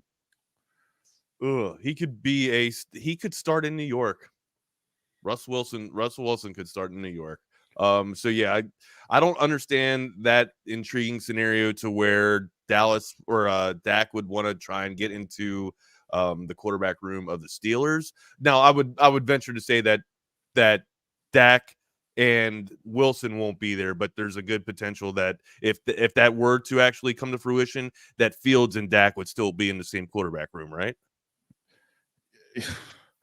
I that's honestly, a weird landing spot for Dak. Like I don't know why Dak would want to do that though. Yeah, I think you'd need to like get Fields out of there as well. I mean, get Justin Fields out of there and supplement with somebody, veteran quarterback like what he has right now. I mean, with somebody like can't think of the damn dude's name, Cooper Rush. Yeah, somebody like that. But when it comes down to the Cowboys thing, and it really is, I mean, Cooper Rush, I mean, when he's come in, the offense is modified and they won games. Trey Lance is not going to be your quarterback. It's like, let this thing play itself out. And, the Cowboys are going to pay him a lot of money. But I do think that Dak's got to be thinking, because Dak's been pretty clear. Still, this Raiders thing, Wags. I'm like, I don't know. Dak was his rating was 105.9, which from what I'm seeing, based off all quarterbacks that through the qualifying amount of passes or attempts, that's second in the damn league, only behind Brock Purdy there. Now, you want to talk about Mr. Efficiency, Brock Purdy. That's another dude that can actually spin it. But Dak Prescott is absolutely right there. Top 3 quarterback all throughout the damn board last season, all throughout stats.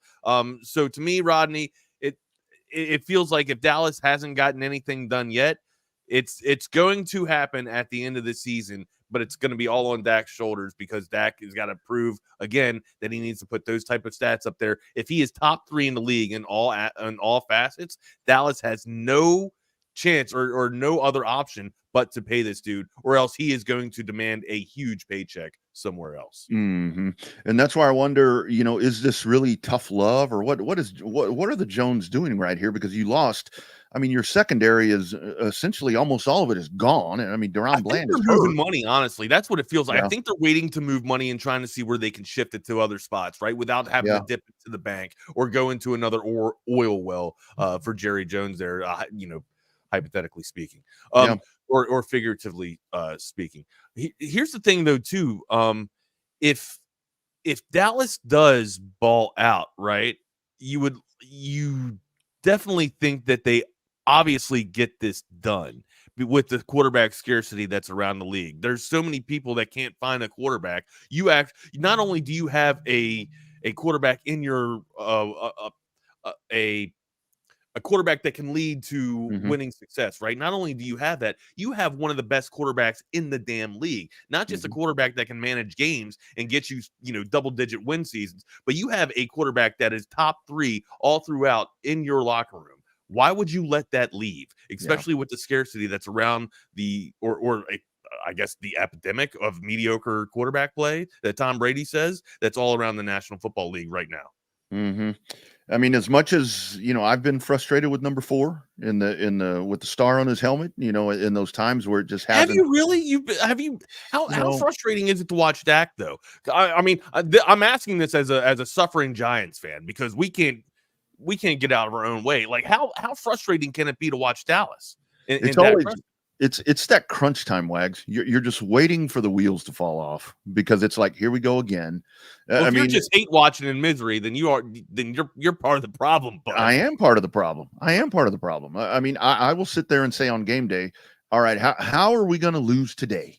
If you get a big primetime game, I mean, you should not have the mindset and philosophy that Giants fans do. You should not. I'm just being realistic. It's like, I mean, I'm already thinking about Sunday 325 with Tom Brady on the call, where it's like, okay, Myles Garrett is going to destroy Zeke Elliott or whoever's running the ball, and then Dak is not going to have a good day. He's going to throw some costly interceptions because the pressure is going to be horrible, and Dallas is going to be 0-1. I'm already thinking that, while so many others are saying, like you, they're going to win the NFC East. Well, maybe, but it ain't going to start this Sunday. Because they're going to the dog pound, and it's like, it's just, you know how that goes. I mean, we had it for a long time with Texas. It's like, all right, how's this going to get jacked up? That's what's so nice about this Texas team now going to Michigan, where you and I are sitting here saying we're going to win by 10. Yeah, but I don't know if Dallas.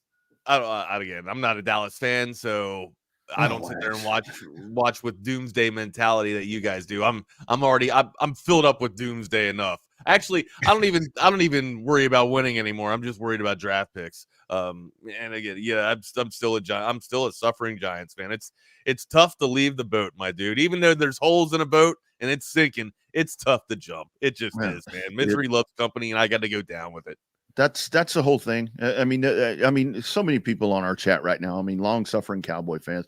I'm not going to be doing this Skip Bayless shit and go throw my jerseys and T-shirts and caps. I'm not going to go throw that in the trash or burn them. And when end of the year when Dallas, fizzles out again, and guys send me that video of that Mexican dude that gets pissed off and punches a TV, I'm going to laugh because every year I get it. Every year I get it, and it's just kind of always that same result. But I don't know, the Jerry thing with Stephen A. Smith. I'm like, dude, could you have done that several months ago? Why you got to do that now, man? It's time to fire off. It's time to play. Speaking of play, we're playing tonight, and tonight is a really good football game, my friend. Yeah, we got Ravens and Chiefs, man. Opening kickoff for NFL campaign 2024-2025.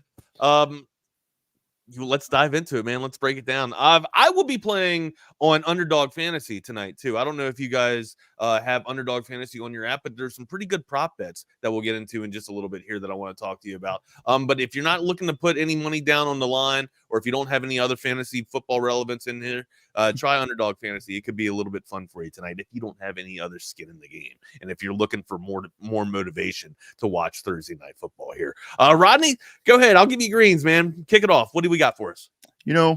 Speaking of pressure. Ding, ding, ding, ding, ding, ding, ding, ding. That's Ice Ice. Why are you singing Ice Ice Baby? Yeah. Well, yeah, right. That's Ice Ice Baby. Lamar, my man. Is it time to, Is there pressure on Lamar? I think so. Is it Super Bowl or bust for Lamar Jackson and the Ravens? It's about that time. The arch nemesis of the Baltimore Ravens are going up against them tonight. The team that has kept the Ravens from the Holy Land and all that is holy for the National Football League getting to the Super Bowl, the Kansas City Chiefs. Andy Reid and the Kansas City Chiefs have been the absolute kryptonite for the Superman of Lamar Jackson and the Ravens. Does it change tonight? Does Baltimore start getting off on the right foot? And is there a Super Bowl hangover for the Kansas City Chiefs? There was they got beat at home last year. Detroit came in and beat them. So, it all comes down to Lamar needs to take care of and beat Mahomes, because this is a Lamar Mahomes thing. No matter how you is it, it's not Lamar. I love when people say that it's not Lamar versus Kansas City defense, or it's not. I know. Mahomes versus the Ravens defense. It's like number 15 has been the problem for Lamar. It's like, no, actually he hasn't been able to produce on offense. And the last time I checked, number 15 doesn't play defense.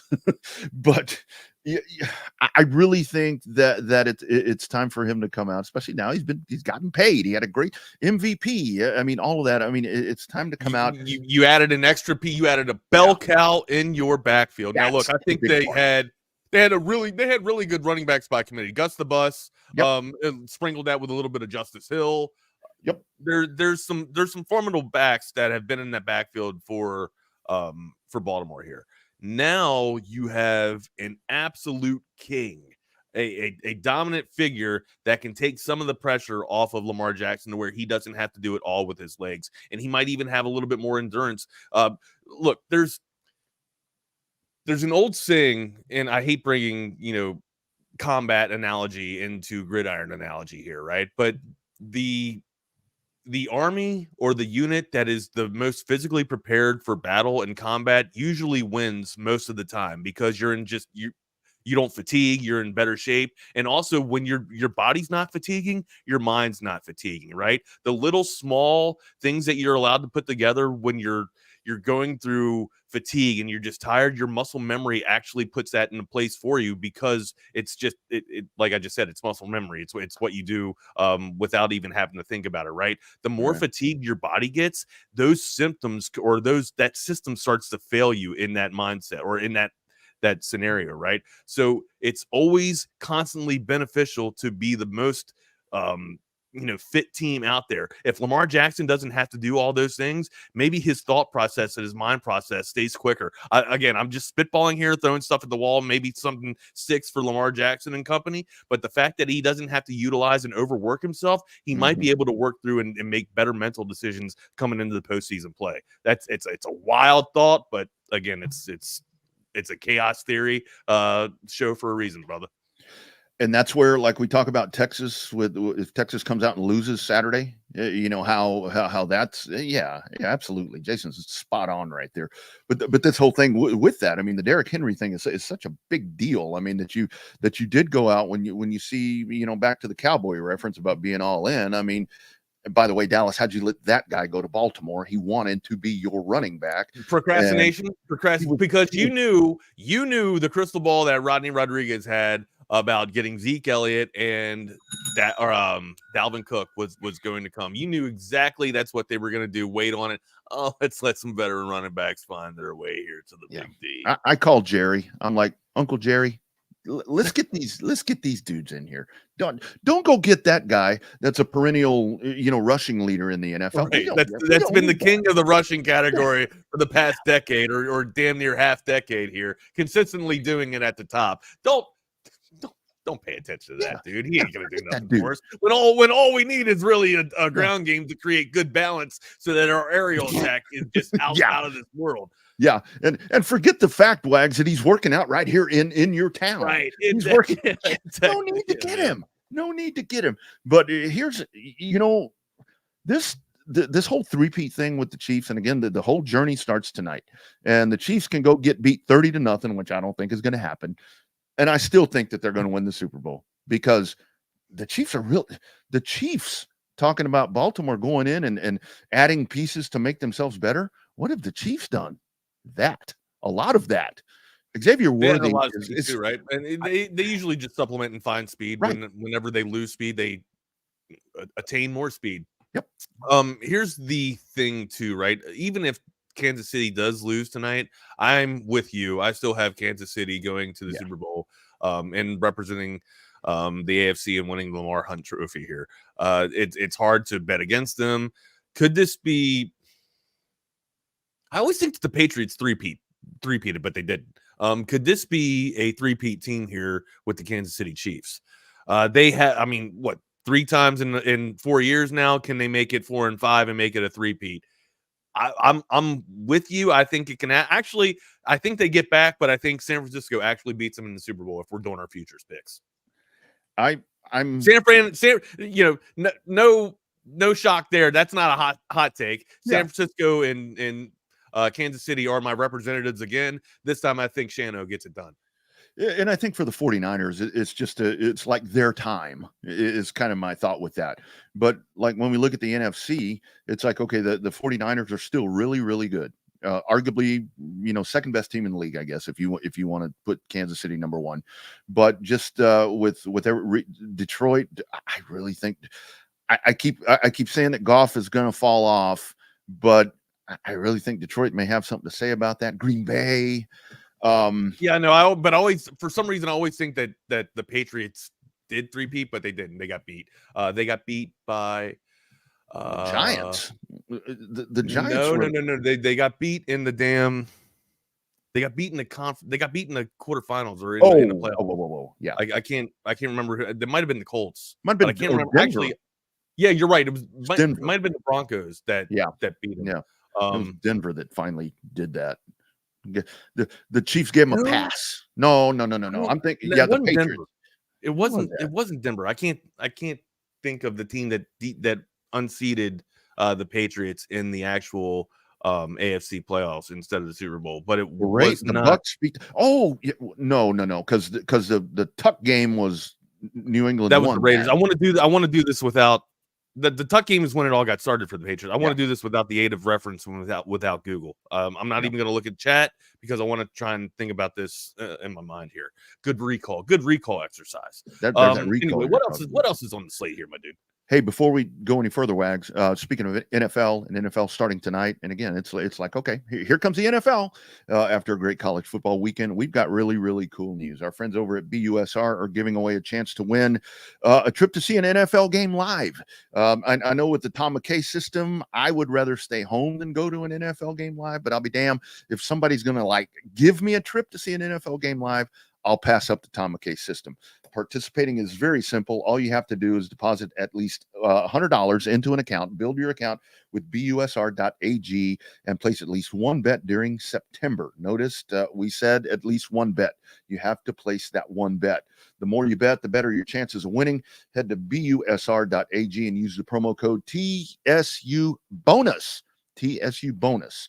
That's the other code to build that account. Once again, if you deposit $100, make one bet in the month of September, you're going to be entered for that. BUSR is going to cover over $1,500 or cover $1,500 of your travel expenses. You sit back, relax, and enjoy BUSR, the experience right there being at the game. Winner will be randomly selected October 4th. Head over to busr.ag. Use the promo code TSU bonus and start winning today. Tonight and tomorrow. Okay, so I can't think of any other teams that would have been able to knock off the Patriots back in that era unless it was Steelers, right? Steelers, Colts, and maybe Denver. But I don't think I'm gonna have to go to Google because I can't think. I thought it was Denver. It might have been Denver, but I don't think it's Denver. Yeah. I could be wrong. That? I could be wrong. 08, 07, around that time frame. I want to say it's Colts. In the mid. I want to say it's just for some reason I can't get Peyton Manning off the brain here. I want to say it's the Colts, but I'm probably wrong. See that's why again. I know we can use Google and look it up, but I want a good recall, brain teaser here. Hey, you know what? While you're thinking about I just saw CB's comment. I think it is Denver. I just saw. I thought it was Denver. Hey, good pull. Thank you, CB. Appreciate you, bud. While we're still hashing that, we do have to talk about our friends at Covert Bee Cave because this is a great weekend to go out there and find that new or pre-owned car, truck, or SUV. Our friends at Covert with brand new football style commercials. Here's Buggy. Football season is here and we couldn't be more excited. We are gearing up for the games and wishing all our favorite teams an incredible season. At Covert Bee Cave, we know how much you love football. That's why we're offering unbeatable deals on all our vehicles this summer. So whether you're road tripping to the game or having a watch party, make sure you arrive in style with a vehicle from Covert Bee. Let's play some football, y'all.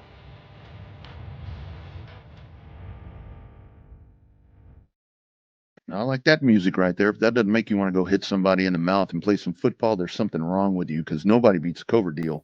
Not now. What makes me want to get out the Covert and buy a damn car? That's what it makes me want to do. That's what I'm talking about. Every time I see one of them damn Escalades, I got to crawl in there. Also, I think I I think I like the Tahoe. It's not a Tahoe. It's not an Escalade. It's a Tahoe. That's what I'm seeing. Yeah. The Tahoe is slick, dude. Give me a bulletproof Tahoe because I'm gonna run around being president of the United States of America here, and we're gonna have football every damn day of the week. Watch. You don't want a Cybertruck? You don't want one of those? No. I don't want anybody to get hit. So see, I don't know if you caught that when Bucky and BK were watching and showed that blue Cybertruck, and BK's just being stupid as shit. Be like, hey, did you see that blue Cybertruck? He's having Bucky try to explain the dude that just got hit by the damn car or whatnot. Yeah. Oh, good little bit there, man. Man, and I got to tell you, so my daughter, I got to give some love to my daughter. If you guys, if she hit somebody with her car, well, I'm sure she has. Sure she has. But I got to tell you, this kid of mine, she saved all this money. She's now, graduated from college, has a great job in downtown Austin, works from home 2 days a week, doing extremely well. This girl went out and bought her a brand new vehicle. Damn thing smells new. They went and picked it up in Waco on Saturday. She comes rolling up in here, and it's the exact one she wanted. I mean, there you go. The color, the whatever. Man. Put down saved all this money. And I'm like, look at that. And what a good kid right there, man. It makes me proud. And that's probably her first big purchase. Oh, absolutely. Right. Absolutely. Yeah. It's on her credit too. It's gonna help, build that credit. We just went through my damn credit, man.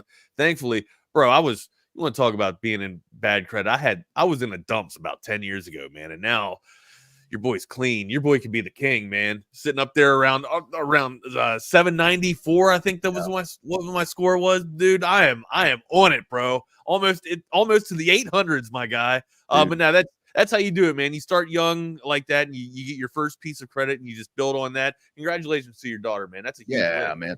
She came up rolling with that thing. So when we had that fantasy football thing on Monday, we'd been sitting here having some pops, made a little bit of all stat, and I'm like, I need to go get some more all stat. Let's take your brand new vehicle, and you can drive me to the store. So her first passenger was her drunk ass dad. So there you go. Nice. There you go.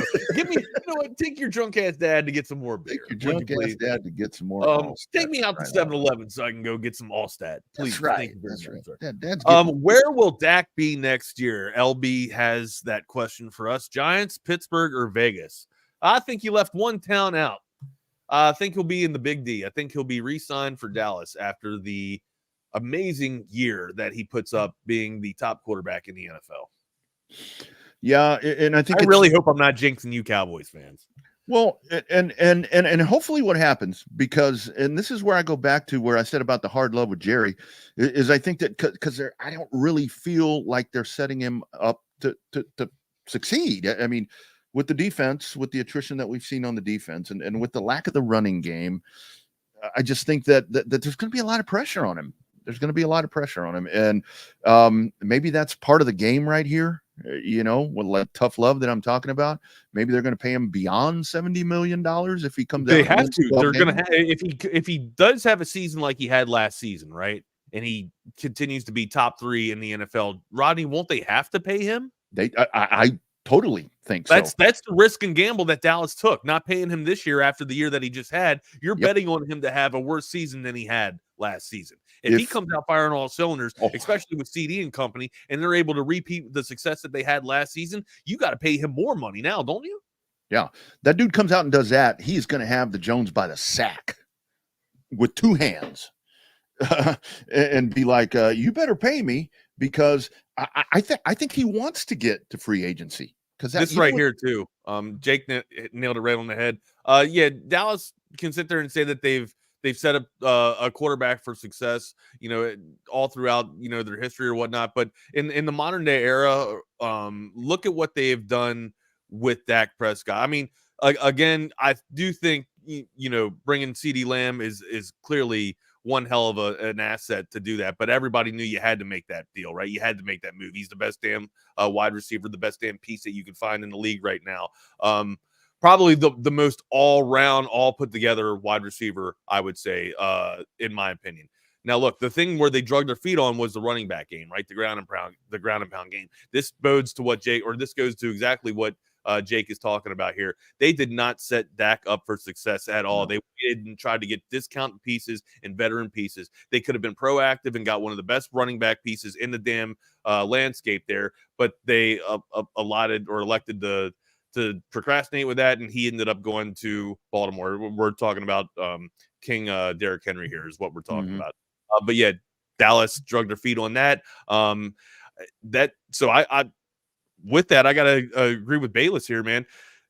You aren't putting Dak in the optimal setting for success if you're not willing to go out there and get him some of the best pieces that are available in NFL free agency, right?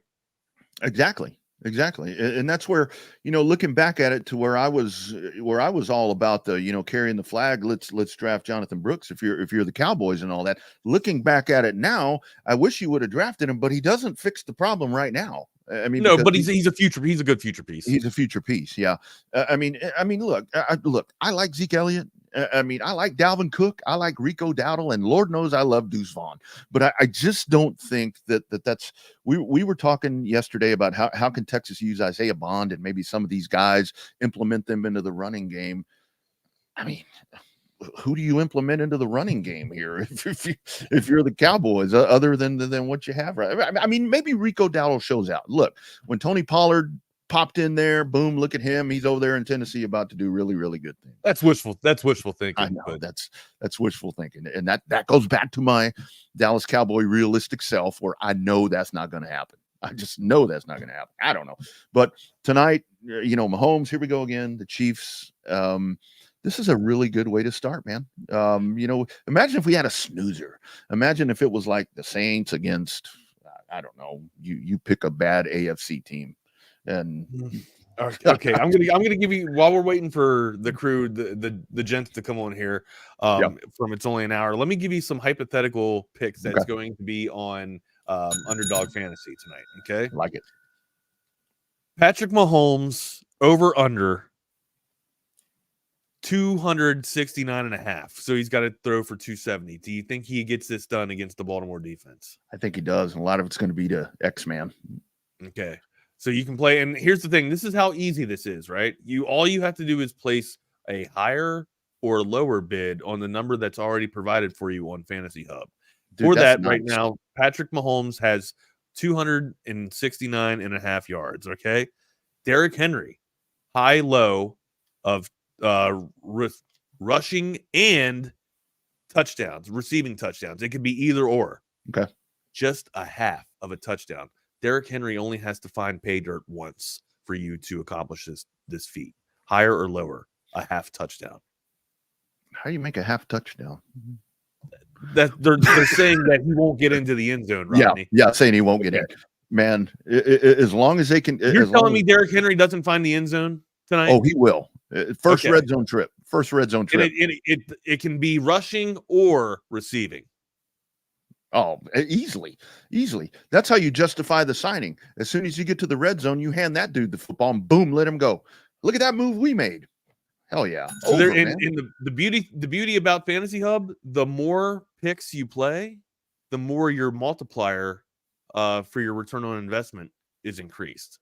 So if you play 3 picks, it's a times 3. If you play 4 picks, it's a times 6. If you play 5 picks, it's a times 10 on your $10 that you play down. So $10 can get you $100 back if you pick all the right picks. Damn, that's pretty sweet right there. It's a nice little deal. It's a nice little deal on it right there. Or excuse me, on Underdog Fantasy. Make sure you guys are checking it out.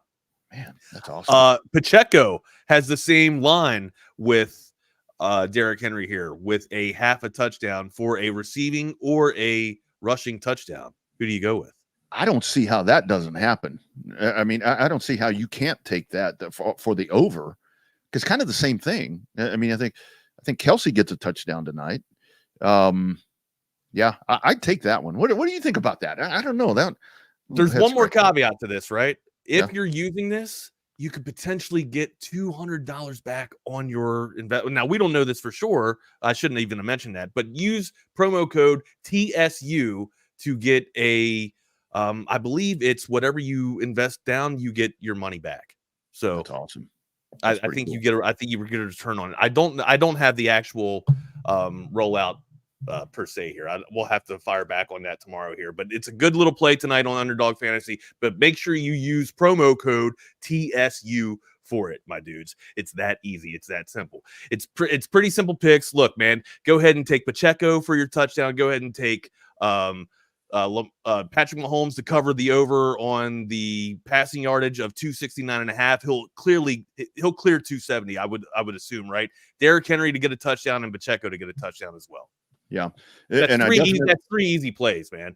Throw $5 down on it. Use TSU as your promo code and have a good return on investment and have good motivation to get skin in the game for Thursday Night Football. That's pretty damn good right there. That is pretty damn good right there. And not only that, then we have all of this, and then we have the weekend coming up. No college football tonight that I know of. There was no MAC action last night too, man. No weird. There's going to be college football on Friday night, but there wasn't any action last night either.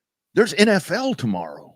There's NFL. Yeah, we got Philadelphia tomorrow too. So. Yeah, and the Pack and Brazil. Philadelphia and Green Bay. Philadelphia and Green Bay. Pretty good little matchup right there in Brazil. I saw that they were telling them not to leave the. I'm not into the whole international football thing, man. I think it's great to try and entice fans from all over the world as much as possible, but at what expense to put the players out of their comfort zone, right? I think for week 1 football, you should have everybody playing in the States here so that you're able to fire out on a good setting and get your team moving right instead of having to, worry about, acclimatizing to a new venue or another type of climate or whatnot. It's asinine to me. Just play every damn game in America, at least for week 1, and then go over to England if you want to do that and kind of market your football, market your sport over there, or market it to Brazil or South America, but do it towards the middle of the season. Don't do it in week 1. Yeah, that's kind of a shitty way to start the year. I mean, to have to go on the road, not the road, to have to go in the air. And then I saw something else. I mean, and again, we're not getting political here. I don't know what the ins and outs of it were, but they were saying that apparently they didn't want the Pack or the Eagles wearing green. I'm like, that's no action till week 11. No action till week 11. Damn, man, we're done. We're done, man. Usually that's how I get away with not having to watch all the bullshit TV shows with my wife. She's just like, well, football's only on Sunday and Thursday, right? It's always on. No, there's a game. We have it on Wednesday. We have it on Friday. We have a little bit on Tuesday too. Sometimes I don't know. It's all good, man. It's all good. What's up, Jordan? How you doing, Mr. Scruggs? I'm not bad. There was a game on last night. They replayed the A&M game, so I watched that. That's how I trick the wife when it comes to the football stuff, because she ain't paying attention. I just replay something. I put it on NFL Network or on one of the ESPNs or whatever, and there's a game. They don't know it's a rerun. Yeah, it's like, oh, I'm watching the game. And she does the same thing with racing. With the racing, she's a little smarter because she's like, is that a real race or is that taped? I'm like, it says live up there. It could be a replay. It says live, so fuck, they don't know. Yes, babe. There's 110,000 strong in Kyle Field right now. Sorry, on a Wednesday night. That's what I'm talking about. Texas played yesterday. I would be embarrassed to admit that, honestly. Weird things happen up there at Kyle Field, man. Weird things happen. How are you doing, sir? How you doing today, man? You good? You looking good? I'm good. Yeah, Jeff had something going on. Yeah, I saw that with the family, so he'll be on a little late. But no, I'm good. Gonna drive to Houston in about an hour and a half after I get done with this. Gonna go see Nick Townsend play Katie Pato. It's probably not going to be a close game. Dekaney is supposed to absolutely destroy them. That's also kind of why I'm going, so I can get Nick Townsend clips.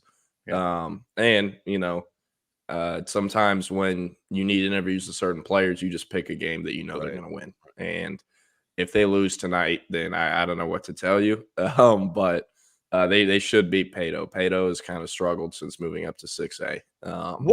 What's your number one assignment or number one recruit that you're actually looking forward to interviewing and getting news throughout this season going forward, Jordan?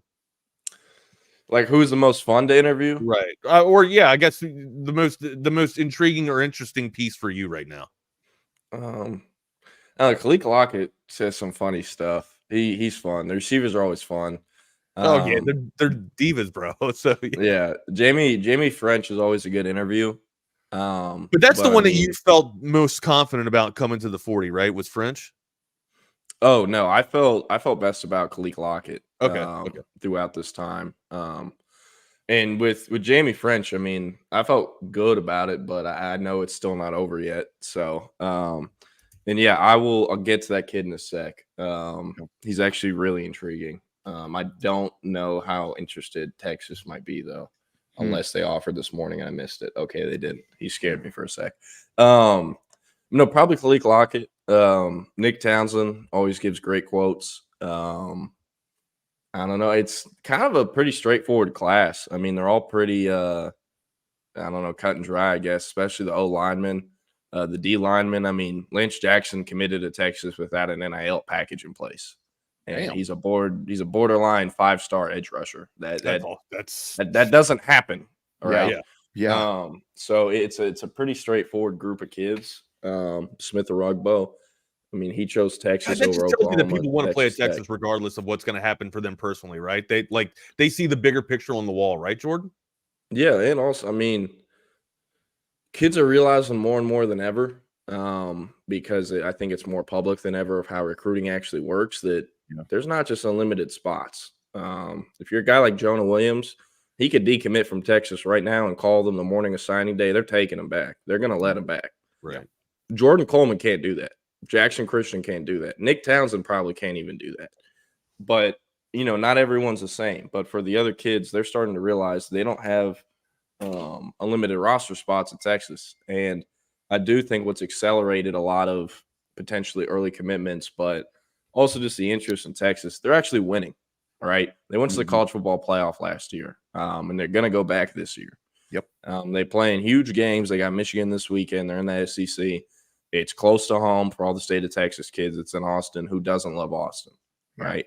Yeah. So there's a lot of things going in favor of Texas, I think, since NIL became a thing, since transfer portal became a thing. And a lot of kids, they want to go play there. So, Jordan, do you see a lot of that to where if a kid commits to whatever school, and then there were 3 or 4 that were kind of right there in the hunt to get him, but he commits, do they stay? The other one that may have missed out, do they stay on that kid? Do they constantly stay on him to try to get them back over or get him to decommit? It really depends on the kid and the staff. Each situation's different. I'm trying to give a good example of something I can actually give. I got a question for you, Jordan, after you get done answering Rodney's question. With the tumultuous fallout that has been happening in Tallahassee, what should Longhorns expect out of the recruiting class that have been committed for Florida State? Any potential flips coming out of there? Myron Charles, the top 247 lineman out of Port Charlotte. That one's, people in Austin are pretty optimistic about that one.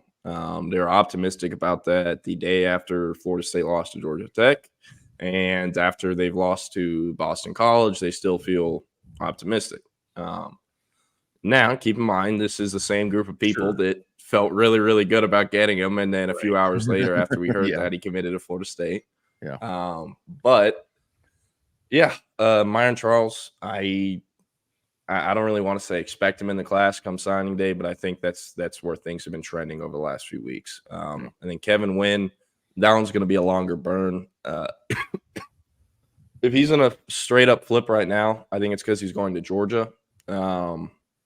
But if Texas, I think, plays their cards right, they're going to need another visit with him. He's only been to campus once, and it was for the official visit. And, I mean, he's a state of Georgia kid. And when he committed to Florida State, Georgia finished second, Texas was third. So nice. That one's going to need more work than Myron Charles. And then Dalen McCutcheon, he's a top 247 receiver. He doesn't really get discussed a ton with the outfall or fallout, I should say, at Florida State. But that's a kid who I think Texas can flip if they put any effort into it. They obviously have 2 receivers committed, 2 5-star receivers. Is he a piece that Texas absolutely wants or needs? Is he coveted?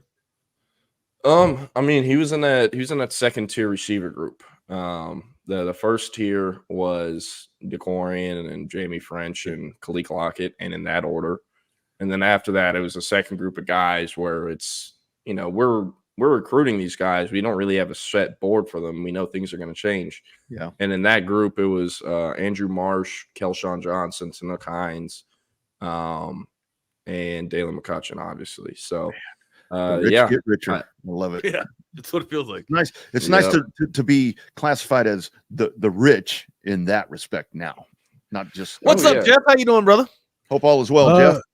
Doing good. Just trying to. I don't know. Sorry, I was editing something on the site real quick, and felt like I just went cross-eyed for a sec. So no, I'm good. Something threw me off real quick. Good deal. Good to see you guys, man. Everything ready and set up for It's Only an Hour? Oh yeah, we're good to go. Good to go. All right, man. All right, I'm gonna I got to get to a little bit of a head shoot. I got to look a little bit pretty and get tapered up here. So it takes some work to get this mug looking. Yeah. The shoot's at 6 p.m.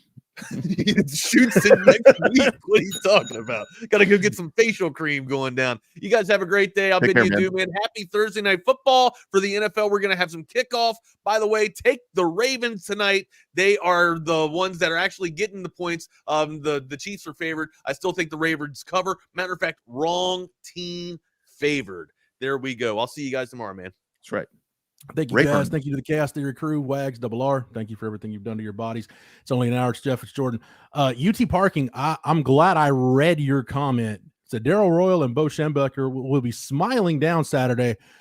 I almost read that as Bo Schembechler and Darrell Royal will be there on Saturday. I'm like, man, if Darrell Royal and Bo Schembechler, Jordan, are at the game on Saturday, then boy, we suddenly have a hell of a story on our hands, considering as one has been gone since 2006 and the other one, Coach Royal passed away 2012. So yeah, that would be a hell of a story. But no, Jordan, I think this is a good place to start.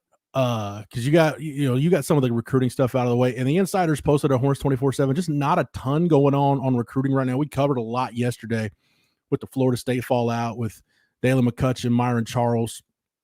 Jordan had a tidbit in the insider on Michael Terry, which nothing breaking, nothing super earth shattering in there as far as breaking news goes. But good job by Jordan just painting the picture of where things stand right now. Before, dude, I got a feeling Michael Terry is going to see Nebraska just skull F Colorado on Saturday. Like I hope that one gets as out.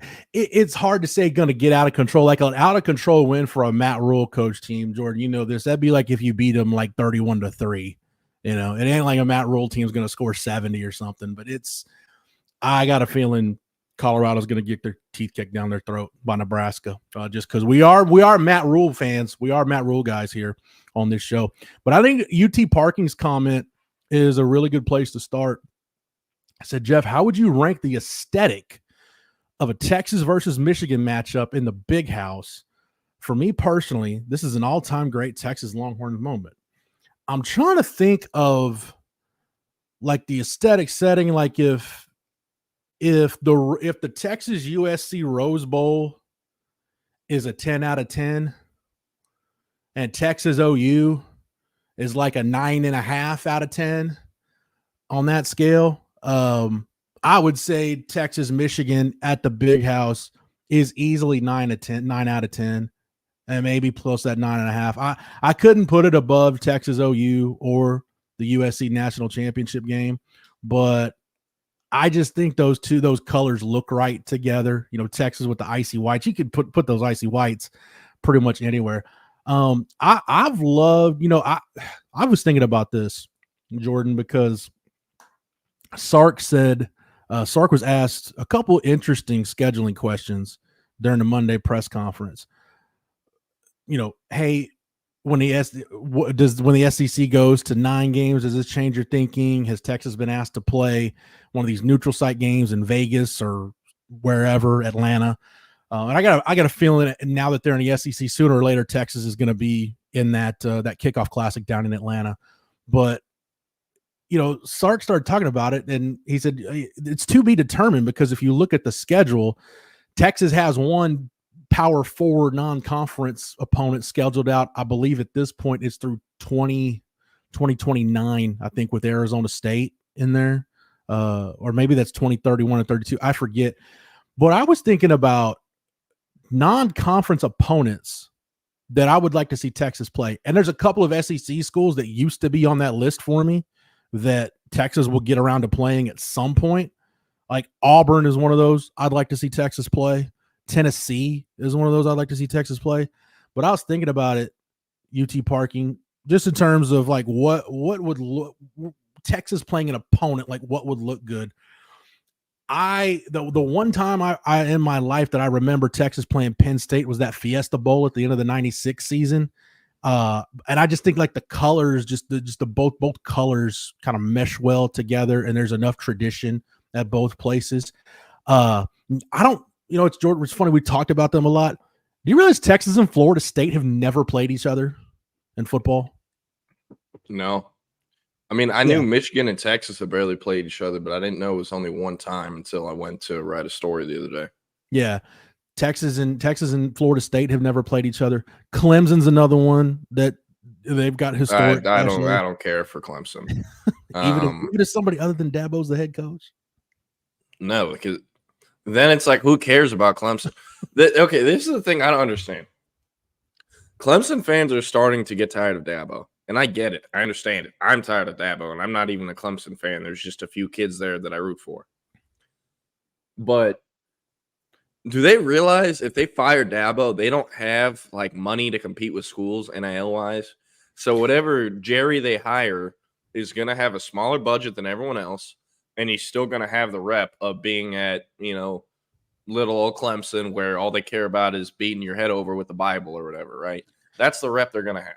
Yeah. And they're going to be broke. They're going to have no money compared to other schools. So, like, except defeat, Clemson's never going to be back where it used to be under Dabo earlier, because once they fire him, I don't see it getting much better for them because they don't have the SEC type of funds. They don't even have the Florida State type of funds, and they're in their own conference. Yeah, obviously, Florida State's shown you don't need those funds to win. It doesn't correlate, but it definitely helps. I wouldn't want to be the next guy that takes that job. Exactly. No. Hell no. Honestly, Garrett Riley screwed his career trajectory by going to Clemson. He screwed it. He thought Dabo was going to let him run the same offense. That is not what happened. It's Dabo's offense. You are just a guy with the offensive coordinator title. So, There's something to think about.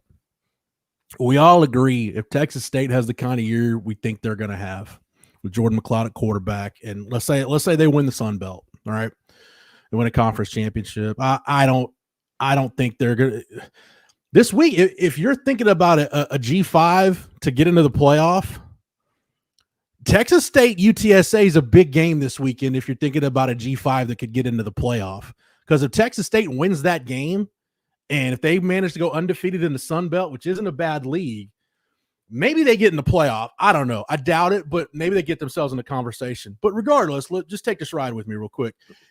If Texas State has that big kind of year, like a double-digit win type season that I think they're capable of having, and G.J. Kinney's coaching elsewhere next year, whether that's Baylor or fill in the blank job, does Garrett Riley does he pull a Brian Harsin and just at the first opportunity he has to get out, does Texas State say, hey, let's go hire Garrett Riley. Let's bring Garrett Riley back to Texas. And he's like, I don't even care what you guys are offering me. I'm on the first plane to San Marcos. Jumping off the ship. I'm not even going to pack my office. Just the first time you guys can get me a plane ticket to the San Marcos Regional Airport, I'm there.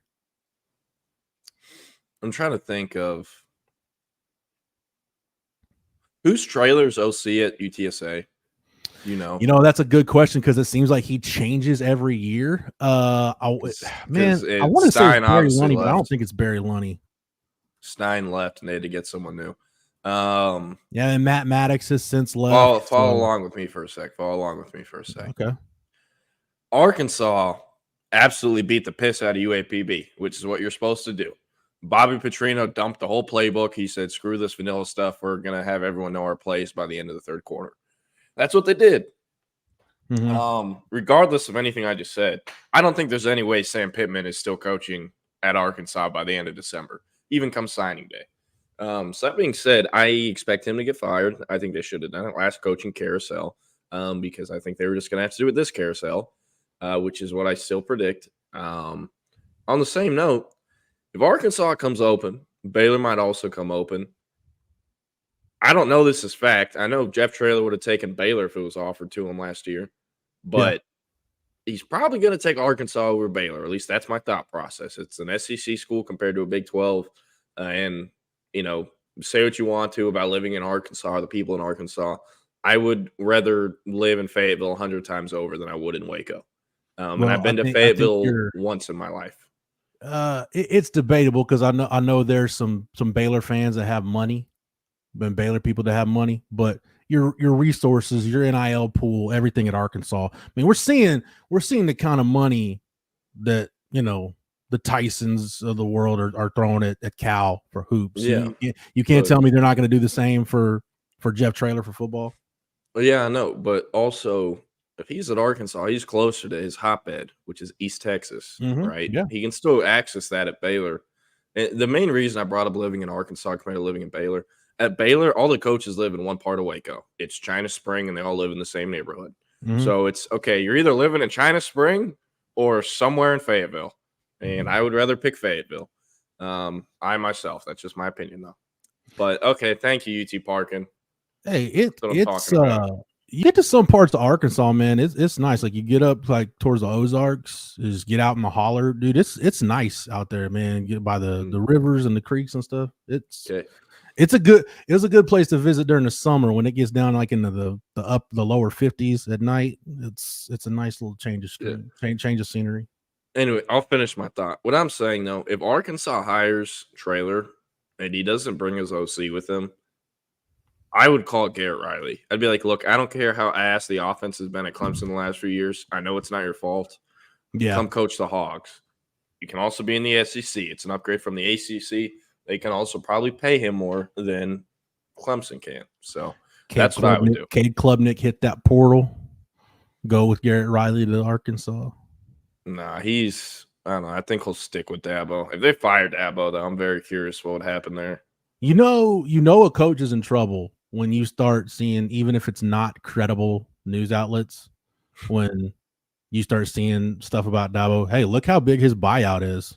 Look how much money Clemson's on the hook for. I'm like, dude, when I don't care if it's fans, student media, the ESPN or Fox or whoever, when you start talking about how much money school X is on the hook for, coach on the hot seat, dude, you're already heading that way.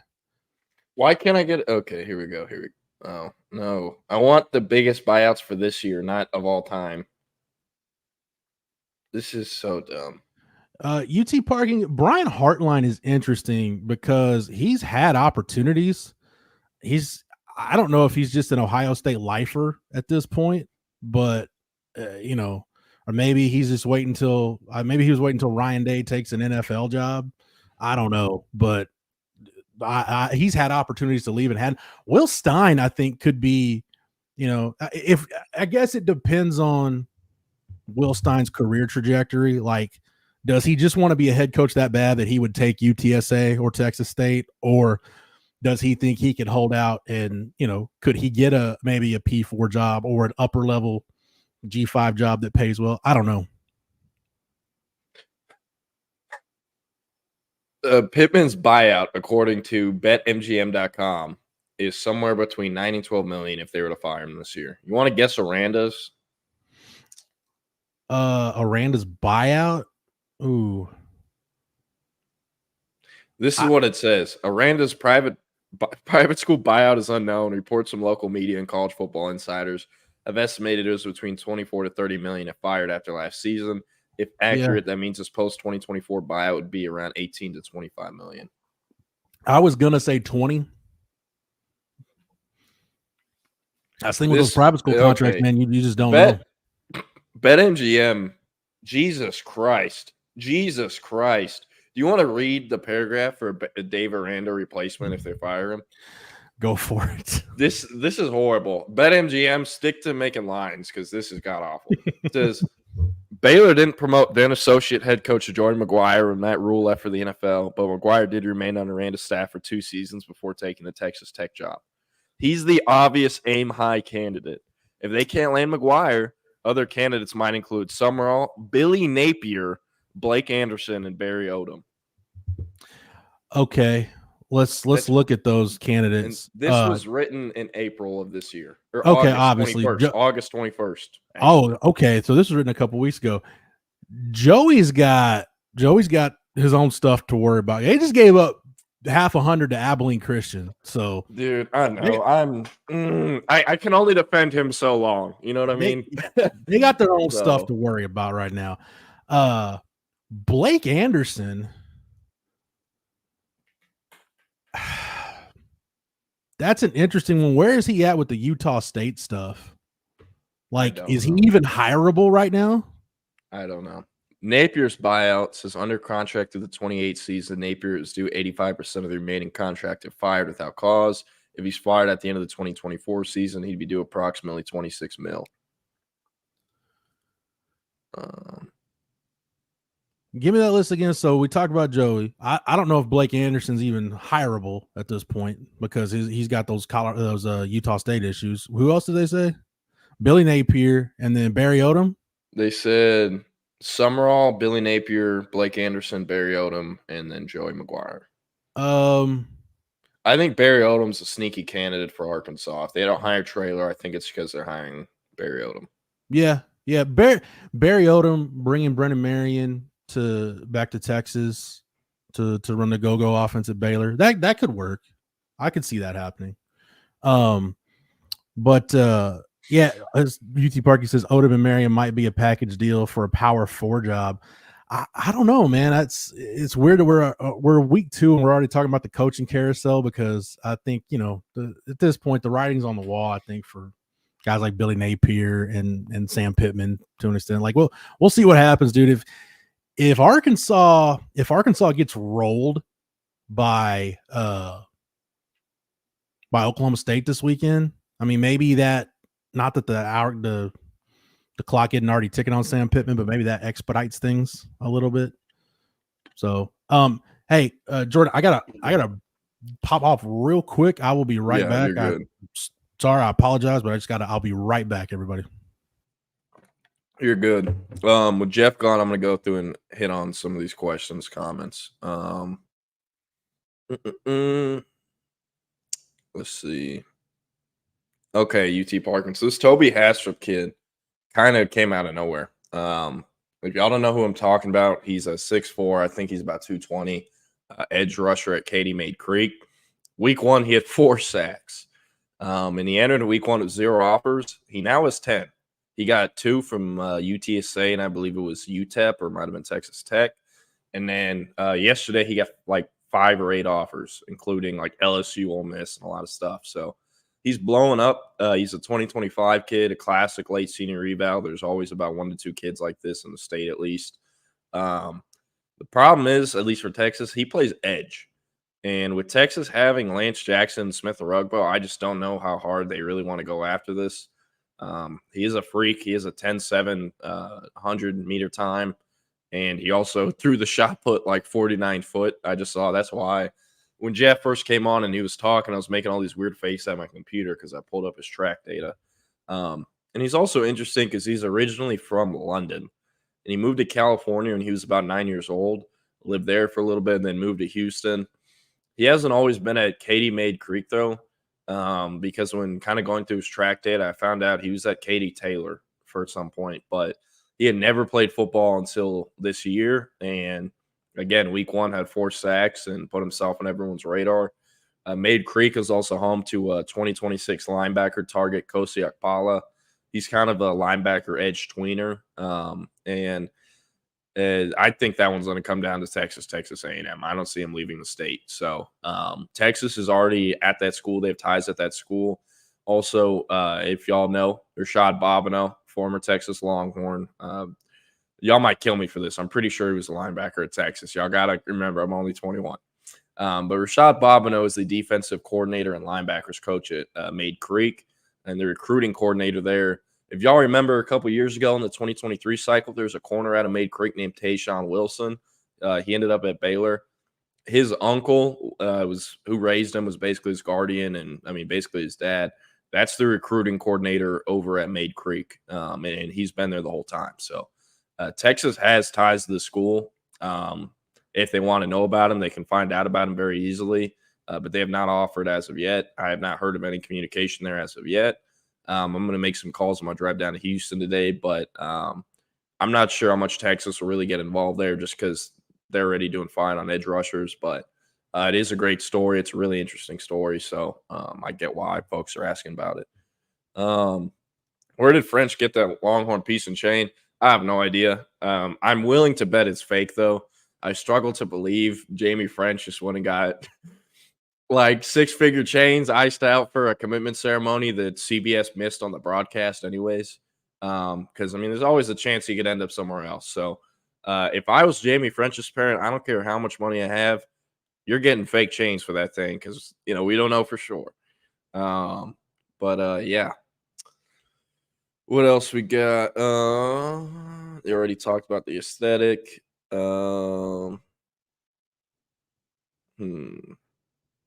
Yeah, this is true. Also, I wish Notre Dame, I mean, I get why they don't, but I'd love to see them in their green uniforms more. I know it's supposed to be, you know, a special classic thing, but it's cool. I wish they were able to do it more and they actually scheduled some nice matchups. Jordan Hefe, does UT rotate a guard in this game like last game, or are they going to be more firm with their starting five? I think Cole Hudson played very well off the bench. I'm not worried about DJ Campbell. I'm not worried about him. I think he's going to be just fine.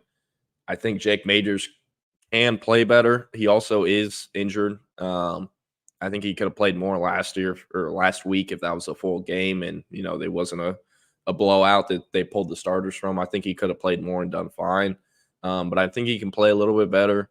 Hayden Connor, I think if they're going to pull a guard to put NATO or Cole Hudson in, I think it's because they're taking Hayden Connor out.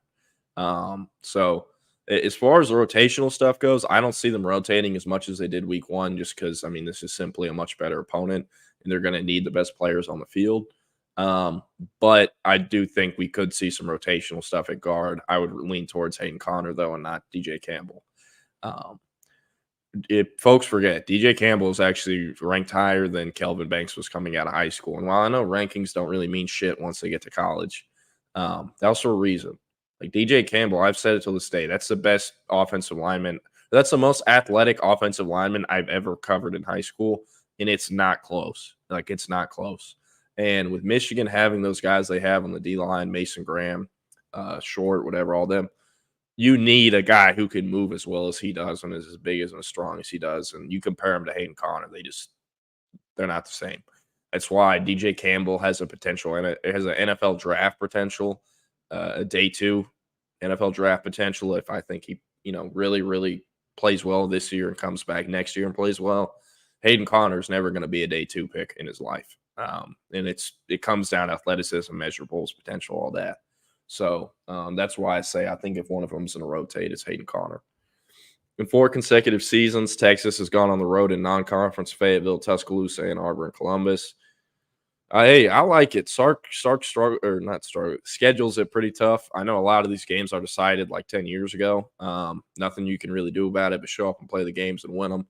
And Sark does a pretty good job of doing that. So, David Keith Williams, I'm just running through comments, and this is just what I'm going to do until we run out of them, Jeff. Okay. David Keith Williams said, I think the best D tackle Texas has recruited and offered is Brandon Brown. I think Brown is a legitimate potential difference maker at DT. I think LSU could finish 8-4, even 7-5. I love the opinion. I love the take, but I'm going to have to disagree with you. I was never a fan of Brandon Brown, even when he committed. I didn't he needed a ton of work technique-wise, which obviously is fixable in college. But like almost all of his high school tape was literally him standing straight up and just being bigger, faster, and stronger than the opponent. And I know like you can go find that on DJ Sanders' tape or whatnot, but DJ Sanders is 6'3" and close to 300 pounds, if not over it. Brandon Brown is he's not what he's listed at, I'll tell you that. I can't say exactly what his height is. Whatever Brandon Brown gets listed at, he's not actually that tall. And all the things that happen with his recruitment, that's not a super clear mental eval. At least I can say that myself if I was a coach. And when you're looking at talent, other players, you have other players higher on the board, you're going to spend much more resources and time with those players who are less of a head case and are more talented. So, yeah, that's kind of how I look at it. Do you think a Tex could still be an option? I know Texas is desperate for defensive tackles, but the guy that recruited Brandon Brown to Texas when he committed sight unseen is the defensive tackles coach at LSU. And yeah, I don't know that there's a difference when you're trying to retain a guy and then trying to, flip a guy that you have really no attachment to. So for Kenny Baker, it's pretty much a clean slate, I think. Yeah, I don't look, there's still some communication with Brandon Brown. They got to talk to him with how bad they need D linemen, but I don't see him flipping off LSU. And if he does flip off LSU, I don't think it's because he's going to Texas. We've never played Michigan State. While we're on the subject, I could care less. Michigan State doesn't really do it for me. I'm a Jonathan Smith and Aiden Strauss fan, but they don't do it for me. Jordan has to go back and watch the 04-05 Rose Bowl. I might at some point, but I don't know I'll be able to get to it before the game Saturday. Clemson does need playmakers. Their best receiver last year is now the best receiver at Notre Dame. So, yeah. Hey, I actually think this can be a closer game than most people think. Like, Arizona State kind of stinks in terms of, comparing them to other Power 5 programs. But they are going to come out with more talent than what Texas State has on the roster. That's just a fact. So I'm going to watch that game. If I'm not mistaken, it's a Thursday game. So I think a lot of folks will be watching, and hopefully the Bobcats can make a good impression, because that's probably the game they'll have more eyeballs on than any time the rest of the year.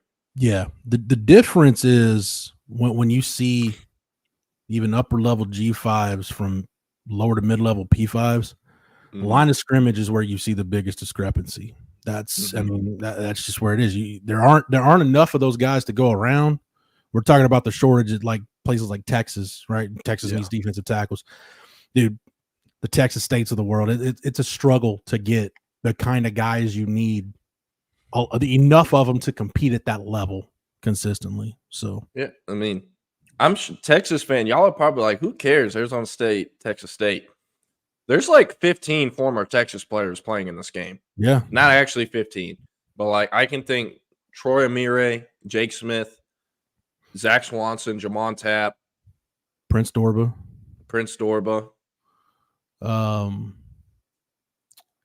You said Troy Amire, right? Xavier Alford. That's 6. The landlord. Thought there was somebody else I was thinking, but yeah, it's a lot. They have more than that. I'm almost positive. Yeah, Arizona State Longhorns. I don't know. I'm rooting for the Bobcats, so I hope GJ gets it done. I can tell you here in just a sec. Okay. How do you feel about this, Jeff? McMurphy having the Bobcats in the playoffs? You lost me at McMurphy.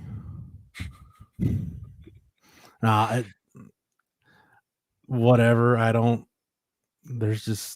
pay as much attention to some of the national guys and what they say as maybe some other people do. So good for McMurphy for giving my alma mater some pub, I guess. Yeah, I know he already said this. Hartline's weird because I think he actually has the OC title at Ohio State and has had it for several years. He obviously doesn't call plays though. It's day, but I don't know. He's very, very happy in Columbus, and in fall of 22, I sat in his office with Micah Hudson and got the spiel he gives to 5-star recruits, and he made it very clear he's not going anywhere. And when he says that, it's something you actually believe. So I don't know about Hartline. Stein, on the other hand, I don't think Stein leaves for a head coaching job unless it's in the Power 4. Now, you're probably like, well, duh.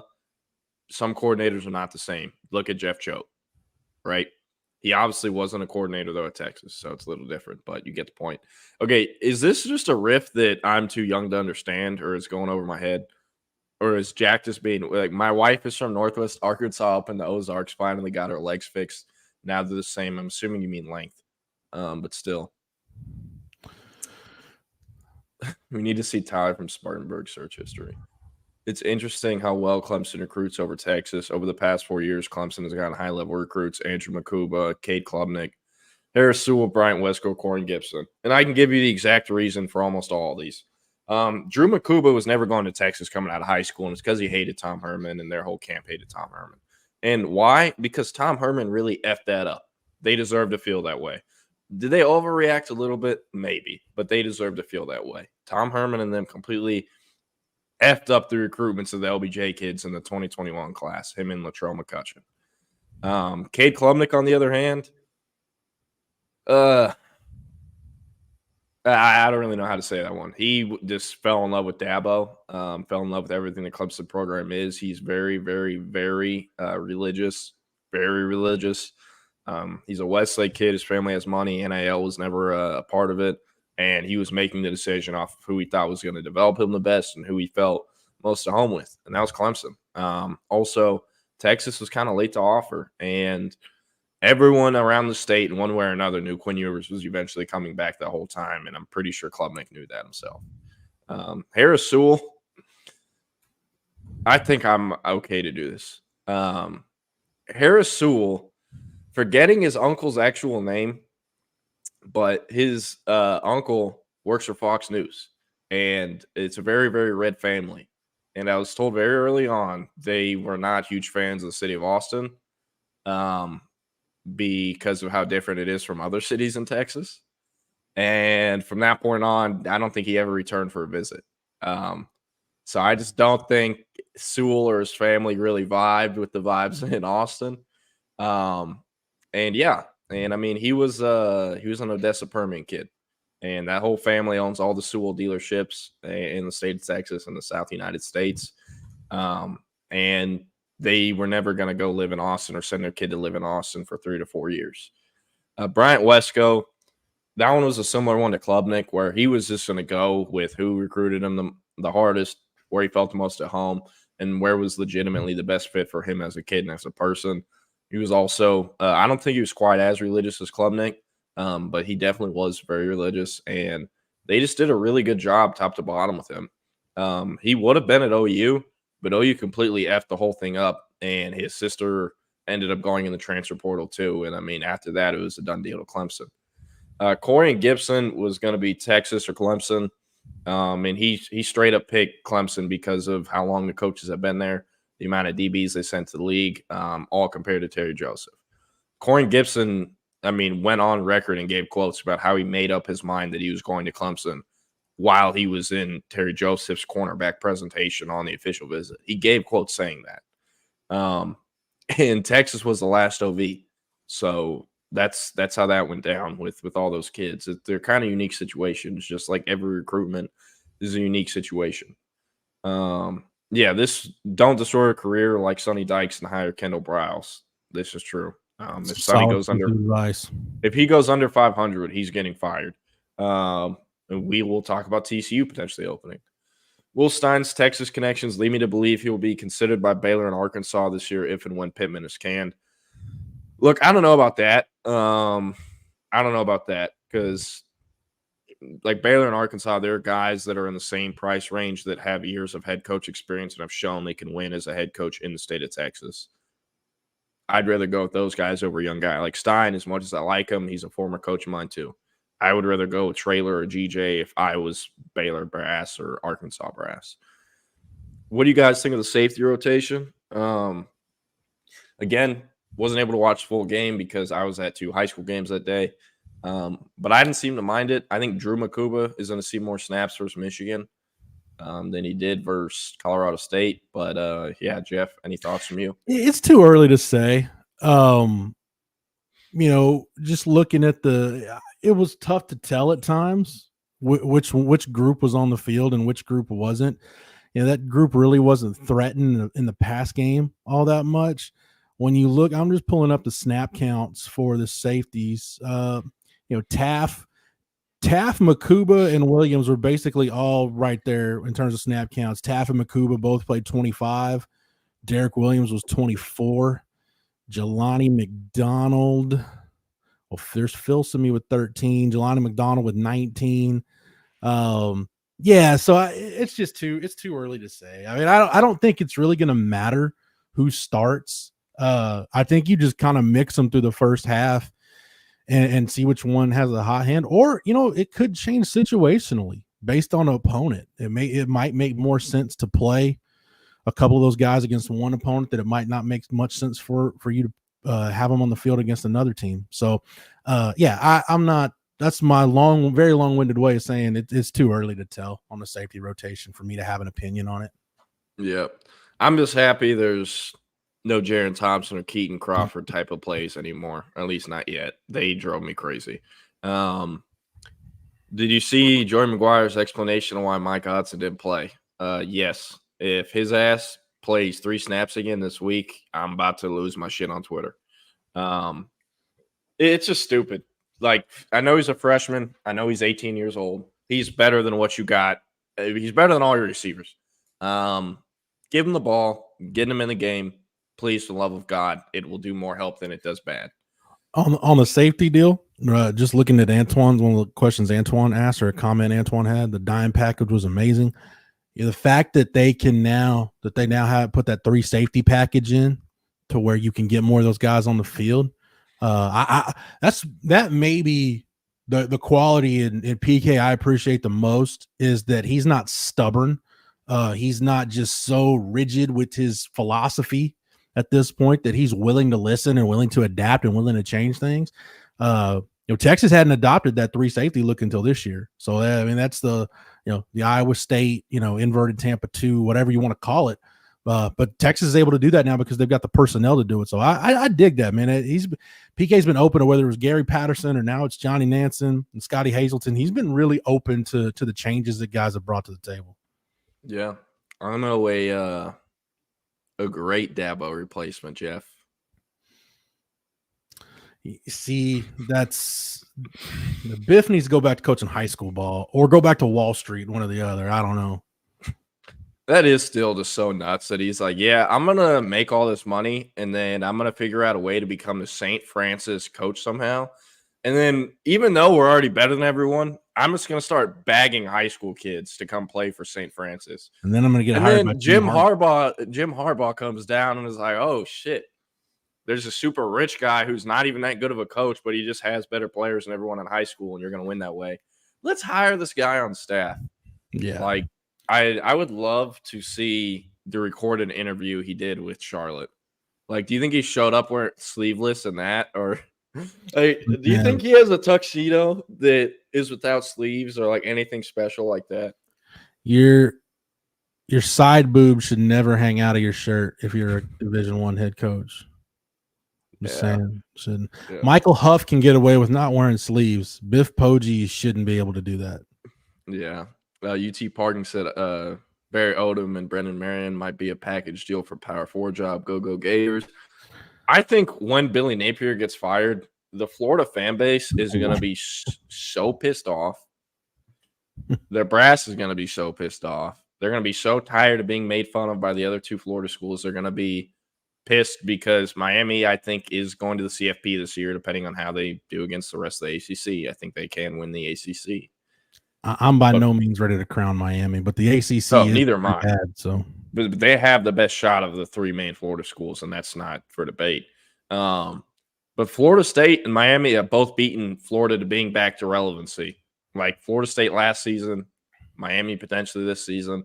They're very close to, I think, like legitimately losing their minds. So I say all this to say, I don't see any way Florida goes out and hires a coach from UNLV or a G5 coach. I think they're going to go big or go home. And I think they're going big. And now Lanning, I'm sure they'll try to go after him. I don't think they'll be able to get him. But I do think Florida is going to make a humongous hire. And it's just because look at the last 2 ones. They were absolutely horrible. Dan Lanning is the new Bob Stoops. Every year, we're going to hear Dan Lanning's name come up for a big job. And every year, there's going to be some school convinced that they're going to get him to go there. And every year, Dan Lanning's just going to stay at Oregon because at this point, if he likes living in Eugene, why would he leave? If he didn't leave to take the Bama job, I highly doubt he would leave to take Florida. Yeah. Hey, maybe they'll hire Mark Stoops and do what A&M couldn't. Hey, if A&M has Mark Stoops, do they beat Notre Dame? Do you think they beat Notre Dame with Mark Stoops? That I should. Hey, if I wasn't an asshole, I would tweet that. I mean, if I was a full asshole, I would tweet that. But not with the way Connor Wigman played. I think Connor Wigman's still your quarterback. No, I think the worst part is all the message board genius posts, because now all the A&M fans are just calling him Connor Weedman or stuff like that.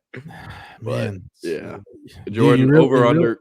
It really is true. You either die a hero or you live long enough to see yourself become the villain when you're a college quarterback.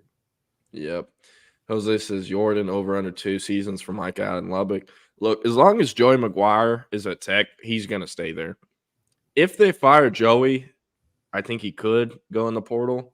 But he's pretty damn loyal to Tech.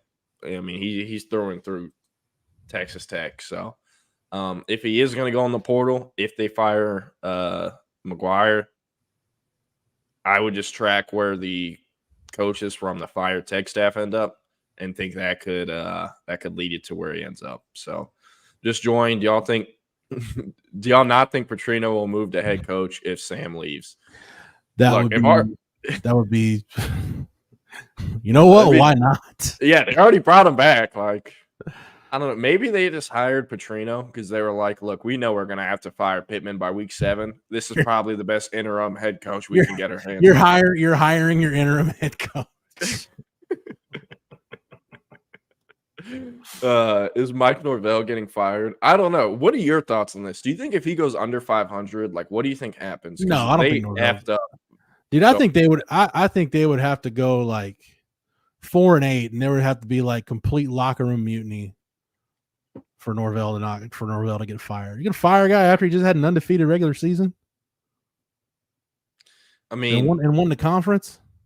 Okay, what is the trajectory of this program, Jeff? I don't know right now. It's horrible. They suck in recruiting. They recruit like a 7-on-7 team and portal for the rest.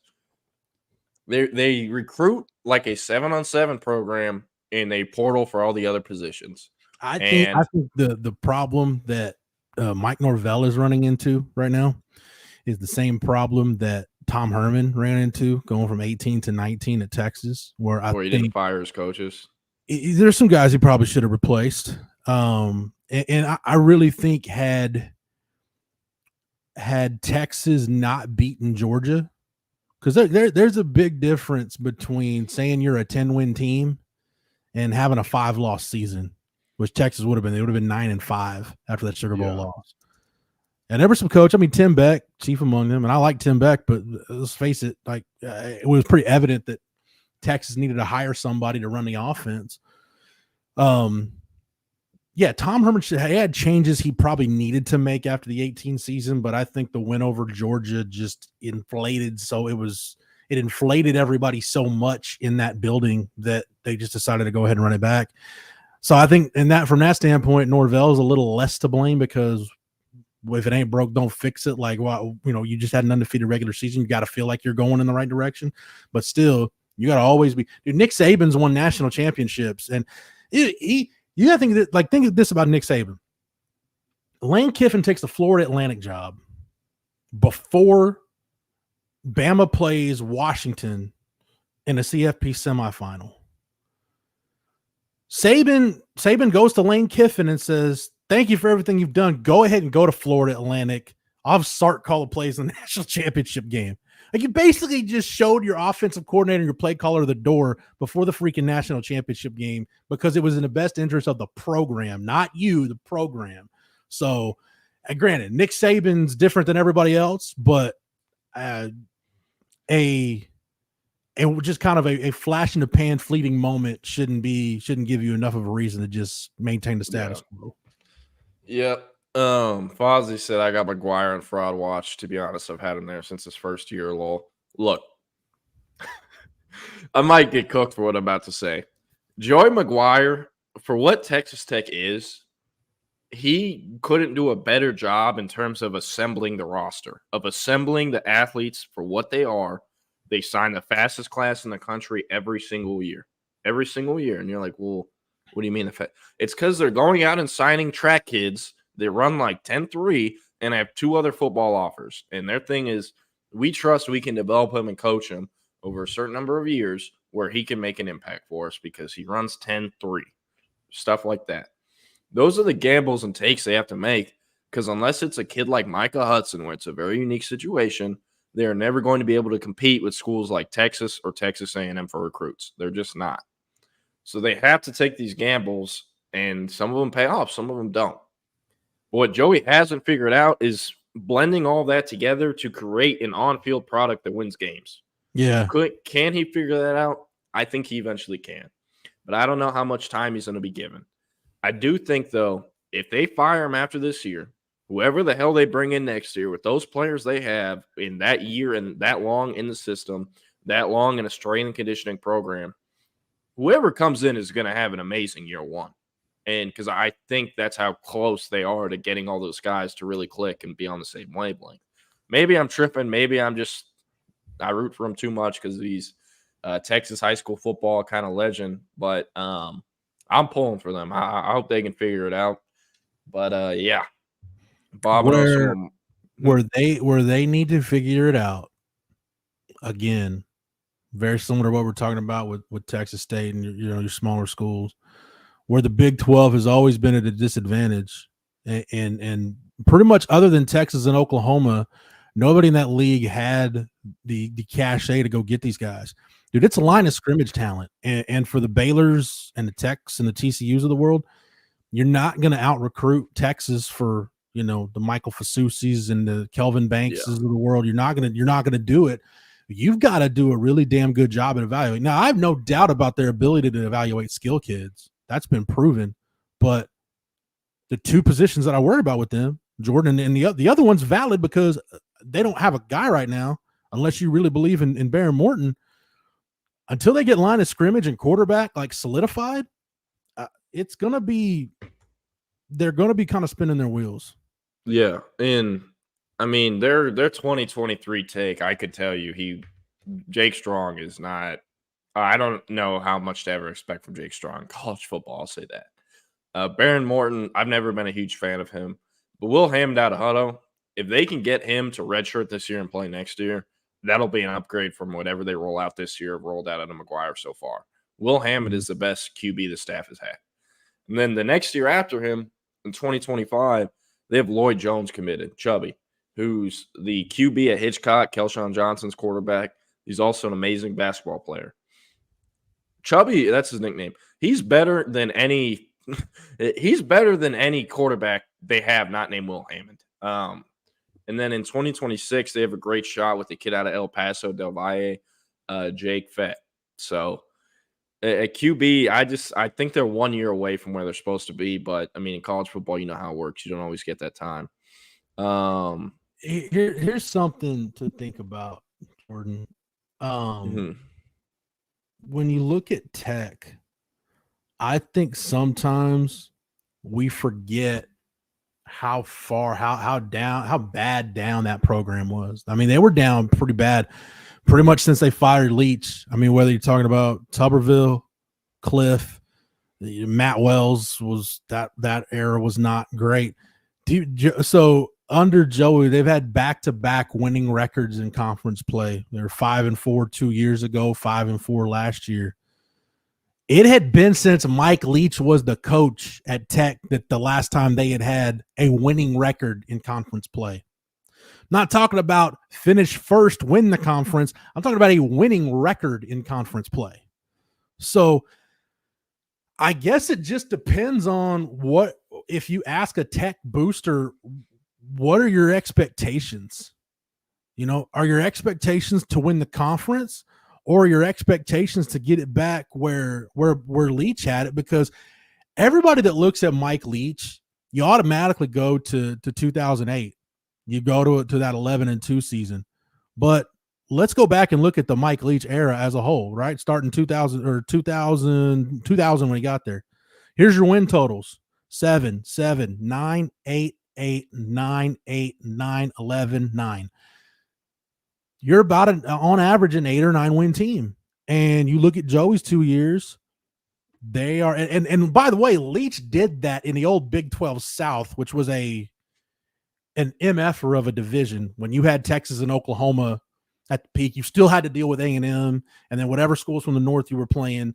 It was a big deal for Tech to win 9, 10, 11, 12 games, 9, 10, 11 games. You look at it now, they were 8-5 in 2022 and 7-6 last year. I know last year was a disappointment, but if they get back to winning 8 or 9 games a year, then I don't know what else Tech really wants. Yeah. And now, if I'm a Tech fan or I'm a Tech booster, I would probably say, all right, this isn't the same Big 12 because we don't have to deal with Texas, we don't have to deal with Oklahoma, we don't have to deal with A&M. Nebraska's gone. Like all these traditional powers are out of here, and there's no reason why you can't run this league. Yep. This will be the last thing I hit on before I bring the guys in. What about Alexander from LBJ? Was there a chance he would have came to Texas? He's at Vanderbilt. My dog, Cedric Alexander, the pride of the East Side, the all-time Austin ISD leading rusher, leading touchdown scorer, anything you want to call it, the mother effing man. Texas was never an option for him out of high school.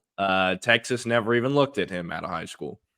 He was a 5'8" running back. There was a 3-star at Austin LBJ, a 4A. They were playing a 4A school at the time. Hey, he only played 1 year. Address him properly. That would be the Austin Independent School District's all-time leading rusher. Yeah, that's what I said. I said you missed that. I said that.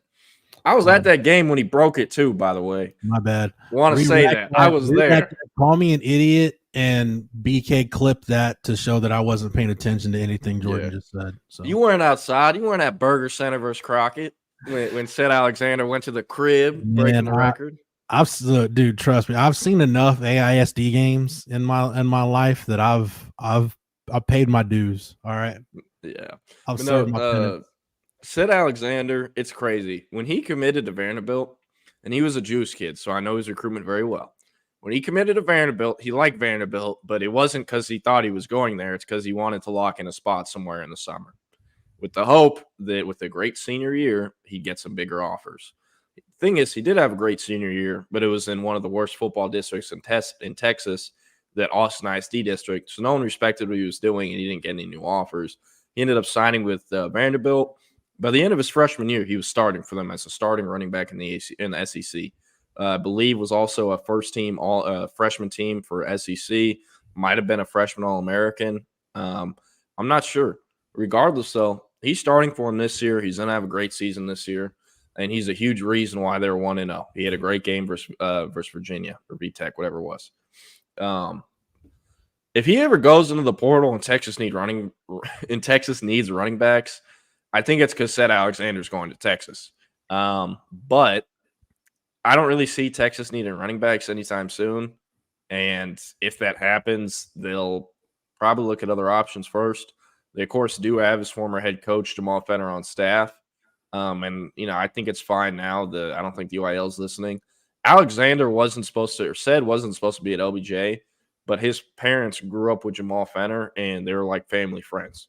So I say that to say, if he goes in the portal and Texas wants him, they have more relationships and connections to him than anyone else, and it's because they have Jamal Fenner on staff as director of high school relations. So I would love if Seth Alexander ever came to Texas. I actually would buy a jersey. There's another kid at Vanderbilt y'all need to keep an eye on, Dante Carter.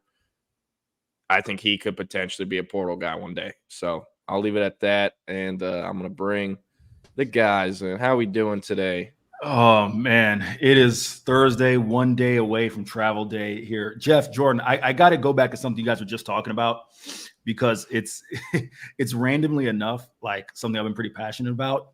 Jeff, you know this. Jordan, Keenan, you don't. Good friend of mine I used to work with, but in the same space. She was an SID at FIU. She went to Texas Tech. And we would get in just knockdown, drag out disputes, disagreements about what Tech's ceiling is. And I'm like, look, I understand at that point in time, I'd never been to Texas outside of covering a UNT or Rice game. But I'm like, look, guys, what is Tech's ceiling? Like an 8-9 win year and maybe the occasional, if you get the right combination, a double digit win year, that's the ceiling, right? And we're under Leach. Yeah. And yeah, she just would get furious and this, that, and the other, and she'd go about UCF's fake national championship. And I'd just say, hey, at least UCF was in position to claim a fake national championship, where Texas Tech certainly hasn't been in that position. So I'm glad to hear people who are well versed in this state and by proxy, Texas's former conference say that, because I felt like I was just shouting into a black hole making that point. I know Joey gets a lot of flack, and look, some of the stuff he said publicly, I say publicly, about what the locker room comment about the Big 12 running through Lubbock, calling, basically saying it without saying it, calling Texas like they're really good at Olympic sports. That's twofold. One, that when you don't perform, that stuff definitely does come back to bite you in the ass. For sure, and you got to hear about it. But I think he's prepared to hear about it. I think he's got thick enough skin to handle it. But you mentioned this earlier, Jordan. At Tech, you kind of have to do that. Like, you've got to be. You can't just be like a straight-laced dude. Just like Tommy Tuberville. That's why Tommy Tuberville was a god awful hire for Tech. You can't just be a straight-laced, button-up dude and be like, yeah, I'm going to go make Texas Tech a national power. You got to be quirky. You got to have your own. I don't know. You got to be a character. Like about pro wrestling. Like, you got to have a gimmick if you're going to be the head coach at Texas Tech. That is a great point. That is a phenomenal point. By the way, just because I was curious when you asked about the ceiling, I was like, you know what? Why don't I look up their schedule? So this is their schedule for this year. Obviously played Texas last year. Sorry, I'm trying to get this right. There we go. I think they should beat Washington State. They do have to go to Pullman, though, and it's a 9:00 kick, so that'll be rough. If they lose to Washington State, then it's not looking great for Joey. Same with UNT. If they lose to UNT, then I don't even know what to say at this point. I'm done defending him if he loses to UNT. Arizona State and Tech, they should beat they should beat Arizona State. They should beat Cincinnati. They're going to lose to Arizona. The Baylor game is going to be good. Yeah, that could go either way. I think the TCU game could go either way. They should beat Iowa State. Man, if they lose to Colorado, they should beat Colorado. I don't care if you hate Joey McGuire with the passion of 1,000 fiery suns. If you're not rooting for Tech against Colorado, that's just un-American. You should have every reason in the world to root for Texas Tech to just skull drag Colorado. Watch Micah Hudson just make Travis Hunter look human. I would love it. Texas Tech, Oklahoma State. Yeah, they're losing that game. They're not beating Oklahoma State in Stillwater. But Eric, what you said, that's exactly what I've always thought Tech was at their best. Yeah, 8 or 9 wins, and hey man, you get a Graham Harrell and a Crabtree and kind of that right. Everything clicks. Yeah, you can be in the mix for it. But I think too. Keenan can back me up on this too about, you got to be a quirky guy to make it work at Tech in one of the two big sports. Definitely. Tech fans may hate him now, and Texas fans may feel a certain way about him. There's a reason why Chris Beard worked in Lubbock, because you have your own gimmick, you have your own style, you have a way to galvanize a fan base that needs to be galvanized and have that kind of us against the world mentality. Dude, that's one of the biggest reasons why Chris Beard succeeded at Tech. Yeah. Hey, McGuire's losing 3 to 5 games this year, I think, looking at the schedule. So, after ACU, it might be more than that. I get it that ACU had a bunch of former Tech dudes and McIver's a pretty good quarterback, but that was not the performance from the corners you were looking for, man. So Joey, outside of the game versus Texas, where Texas just beat the shit out of him, really, that's what happened. His teams don't really get blown out, and they're very similar to the Tom Herman teams, where they're going to play down to every single inferior opponent, and then every single opponent they have no business being on the field with, they're going to play up with them. People forget how close that game was with Oregon and Lubbock last year. They barely lost that game. Now, remember, the week before, they almost lost, or they did lose to Wyoming. I can't remember. They lost to Wyoming in Laramie. Yeah, the Tom Herman example is, hey, we're going to go look like dog crap against Maryland, a bad Maryland team. And 2 weeks later, we're going to have the ball in overtime with a chance to beat number 4 SC at the Coliseum. That's Tom Herman, Texas football in a nutshell. Yeah. So, well, anyways, we're going to get out of here. I got to pack and get to Houston. I will see y'all tomorrow. Yeah. All right, Eric. Good one. Safe travels tomorrow, sir. Thank you. Keenan, you enjoy the rest of the show. We're passing it over to Fall Start. See, Jordan already got out of here. We'll be back to do it tomorrow. It's Fall Start. Everybody have a great rest of your Thursday. Appreciate it, Jeff. It's only an hour. Jeff Howe, Jordan Scruggs, taking you up to right around midday. We are Fall Start. I am Eric Henry. He is Keenan Womack. Keenan Womack watches games from the office cable. That's got to be your gimmick. Now, piggybacking off of the wrestling lingo, that's going to be your gimmick where every day I have a new one. Yeah. I love it. I love it. Before we get into the show, I'm going to address one comment off top. UT Parking says, Eric has a UCF beanie. Shame. UT Parking. Is the shame that I own a UCF beanie, or is the shame that I am bringing it to Michigan and it is September 5th? Because I have gotten some blowback from both perspectives. A, that I have a UCF beanie. B, that I am bringing it in September. And I hate to tell you this, but like I said, I went to grad school in Chicago. Like, I dealt with cold weather, but that's long gone, as UT Parking says, both. It's the blood to handle that cold weather is long gone. It is a high of 61 for Saturday's kickoff, low of 39. I am bringing the beanie and I am bald. So yeah, when you don't have hair, you got to have some defense there. And as to the part that I have a UCF beanie, yeah, I mean, I'm a knight. What can I say? I'm not a delusional knight. I don't claim a national championship. I understand it wasn't the real national championship, but I am a proud alumnus of the University of Central Florida. So there you go. Ike, what is going on? Now I got you. My bad. From yesterday's show, I thought the deuce was a peace sign. Yeah, I did too. I was like, dang, what did we say? Yeah, that's Ike saying that's how he says, what's up? So what's going on, CB? What is up as always? Jam-packed show for you today. I will be on both today and tomorrow. My flight is early morning flight tomorrow. So I will be able to make the Friday edition of Fall Start. So again, going heavy into Texas and Michigan, but also, Keenan, the NFL kicks off tonight. Baltimore Ravens, Kansas City Chiefs. That game is in Kansas City, of course, the home of the defending national champions. There we go. Well timed. We got it now, fellas. We got it. I appreciate it.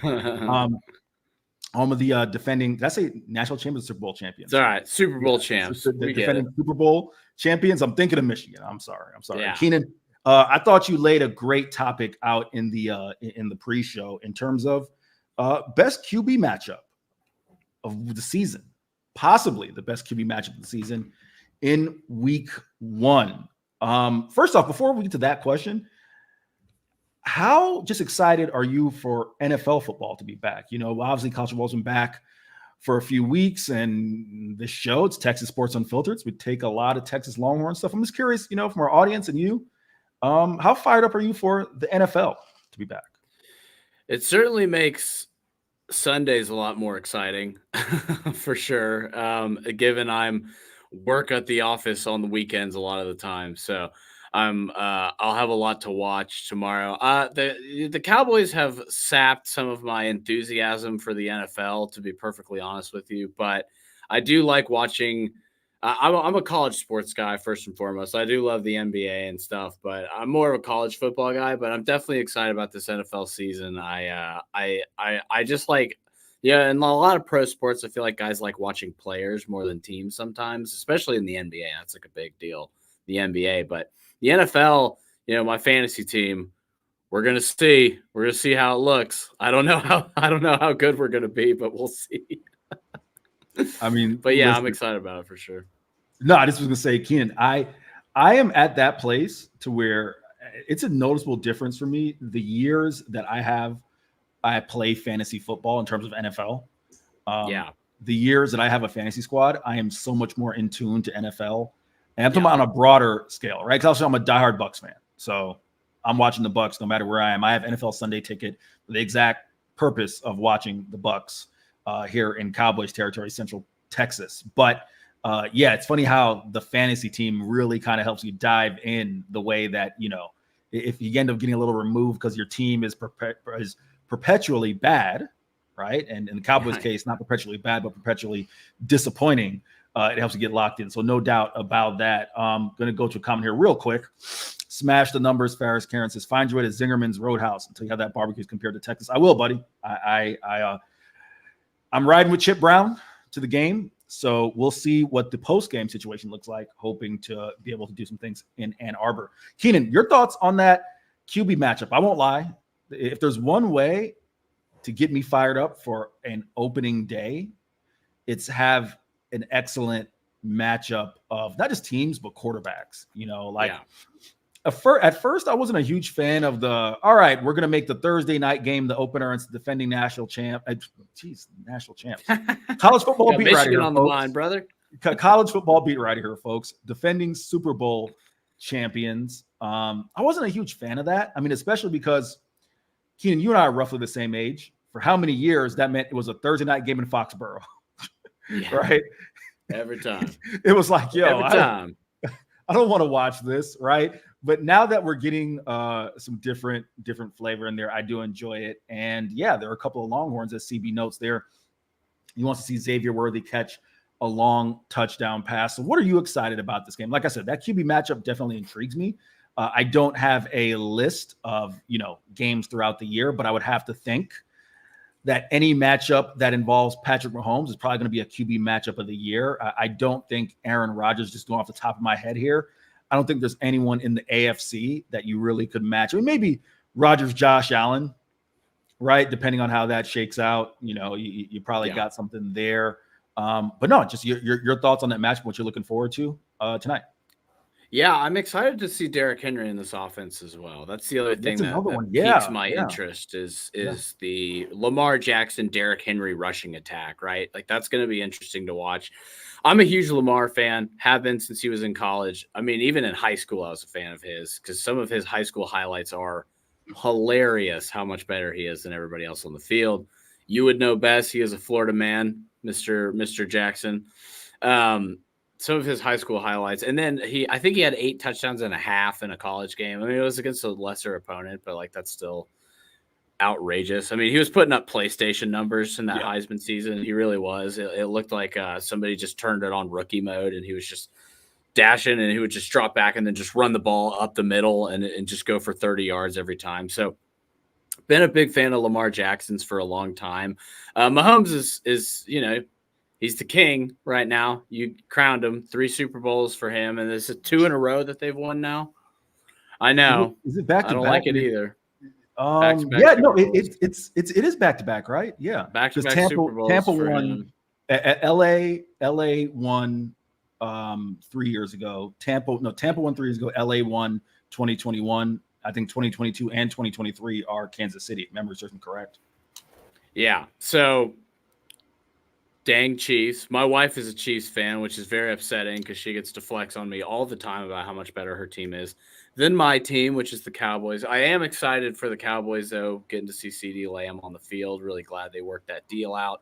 But, yeah, I think this could be – I mean, I know it's opening game of the season. Doesn't really matter that much in the grand scheme of things. But if you're looking just for an entertaining game, I think you're going to get that tonight. These are 2 high-powered offenses. And, of course, Mr. Xavier Worthy – getting to see him play is going to be really exciting.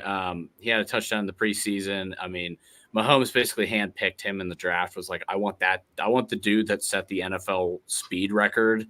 So yeah, I'm pretty excited to just to see him out there, see how he deals with press coverage, and see how he adjusts to the NFL game. Because I think he can be a really valuable asset for the Chiefs this year. Keenan, I want to riff with you a little bit, get off script here, get a little Mahomesian here with you. First off, you mentioned Lamar Jackson being a Florida man, Derrick Henry as well. Derrick Henry, if you get a chance, find Derrick Henry highlights because he's from a part of Florida called Yulee, which is the Panhandle. And God bless those Panhandle kids. That's like 6'1". Keenan, it's the quintessential LeBron in high school versus the kid who's going to be at the local community college this time next year. Oh, yeah. Derrick Henry at like 6'1", 230 versus these 5'8", 175-pound linebackers. I mean, it's not even Pensacola. It's a small part of the Panhandle he's from. So that there. Secondly, kind of getting back to that game, and I'm going to blend it in here with UT Parking's comment in which he says, as a Cowboys fan, I hope the season, I'm sick and hope the Cowboys hope the season is canceled. When I was talking about just why that Thursday night game didn't appeal to me for a lot of reasons, and again, it's a broader conversation. I respected Tom Brady. I respected Bill Belichick, respected the Patriots. I obviously love Tom Brady was my quarterback, right? Sure. But you did. But you just got sick of the winning and the Patriot way and consistently seeing them. Two-part question for you. One, what's your overall thoughts on dynasties? Like, love them, hate them, do they annoy you? Secondly, are we nearing that point with Kansas City in which, like, it's always like a cool story when you win your first one, right? It's like, oh man, that came out of nowhere, that Mahomes guy. Like, no one expected that from Texas Tech. And now, of course, he's all over our TV screens. He's a fixture in sports and pop culture and everything. Have we reached that point with Kansas City where it's like, all right, I'm tired of the Chiefs, where it's similar to that Patriots vibe where you're just fatigued?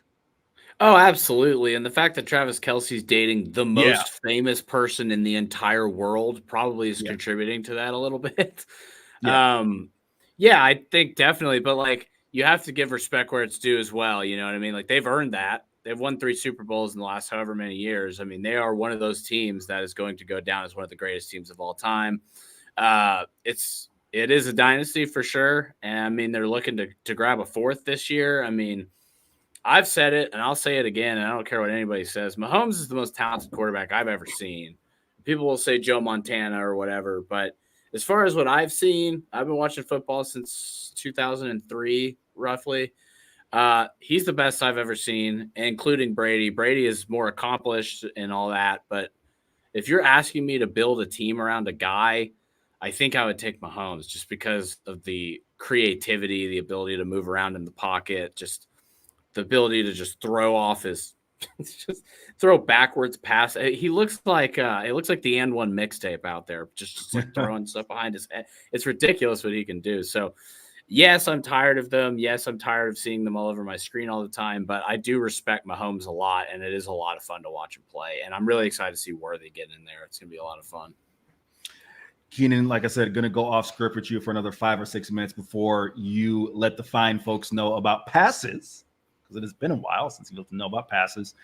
Yeah, man, my thoughts, like, I was never a big dynasty guy as well. I remember when I was, 7 years old, the last Bulls championship of the 90s, right? And I was just like, I remember rooting for the Jazz, which now as an adult, it's like, I was rooting for the Utah Jazz. Like, that makes you want to throw up when as an adult you recognize everything you were rooting for. And that's before we've gotten to the mailman in his not great.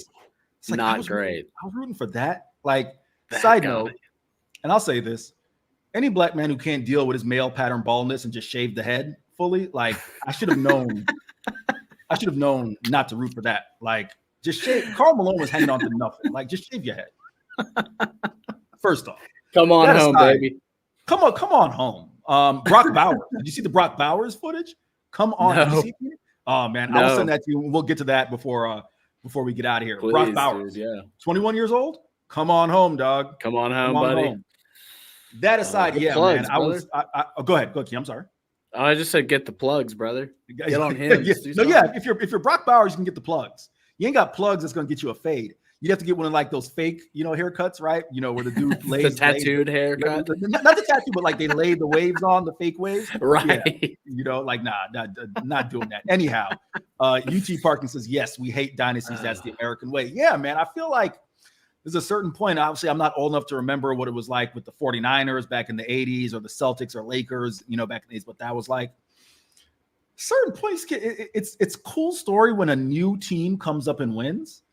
But damn, when it's every single year, seemingly they're in how many AFC title games did the Patriots go to? How many AFC title games have the Kansas City Chiefs gone to in the past few years? It is just like fatigue. It's tiring. As our guy, Smash the Number says, Brady's the GOAT. Mahomes has a lot of work to do. For sure. I agree with that. I'm just saying talent-wise, I've never seen anything like Mahomes. And that's the conversation I think most people get into, right? Is talent-wise, I don't know if there's a question, but obviously you have to respect Tom Brady's winning. Of course, winning with another franchise with the Bucs as well. UT Parkin says, I respect Andy Reid and Pat Mahomes, but tired of their success. Yeah, I think it's a nail on the head. I would love to see a Houston. D'Amico Ryans, right? Just like a guy that's unexpected. Or maybe Keenan, okay, you're a Dallas guy. You're giving me a face. I get it. I'll just speak from an outsider's perspective. Kidding. I don't care. From an outsider's perspective, not the, offensive genius guy who comes in and wins a championship, kind of an unheralded defensive guy who comes in and gets a head coaching job. I would be okay with that. CB talks about the hair and says he shaves his head, but as the hair grows back, he notices he's going, yeah, man. It's like once you get to that point, man, just come on home. Come on home, dog. Come on home. Also, CB notes that the Cowboys had training camp in Austin, which I didn't, because I wasn't from here. I couldn't put 2 and 2 together that St. Edwards was awesome. So, good call out there. Keenan, it is 12:30. So while you let the fine folks know about passes, I'm going to send you that Brock Bowers clip so you can see it's time for him to come on home. But as Ike says here, hey, what's passes? Keenan? Just like to let him know. I got a question for you, Eric. What is passes? What is passes? Yes. Let me tell you, Eric. Passes is a content creator company that the Texas One Fund has partnered with. First ever NIL collective on the platform, brother. That's a big deal. 40 athletes from the University of Texas across multiple sports. They are going to showcase exclusive fan offerings, behind-the-scenes access, engaging Q&A sessions, memorabilia, merchandise, and captivating day-in-the-life content? What? I know. Crazy.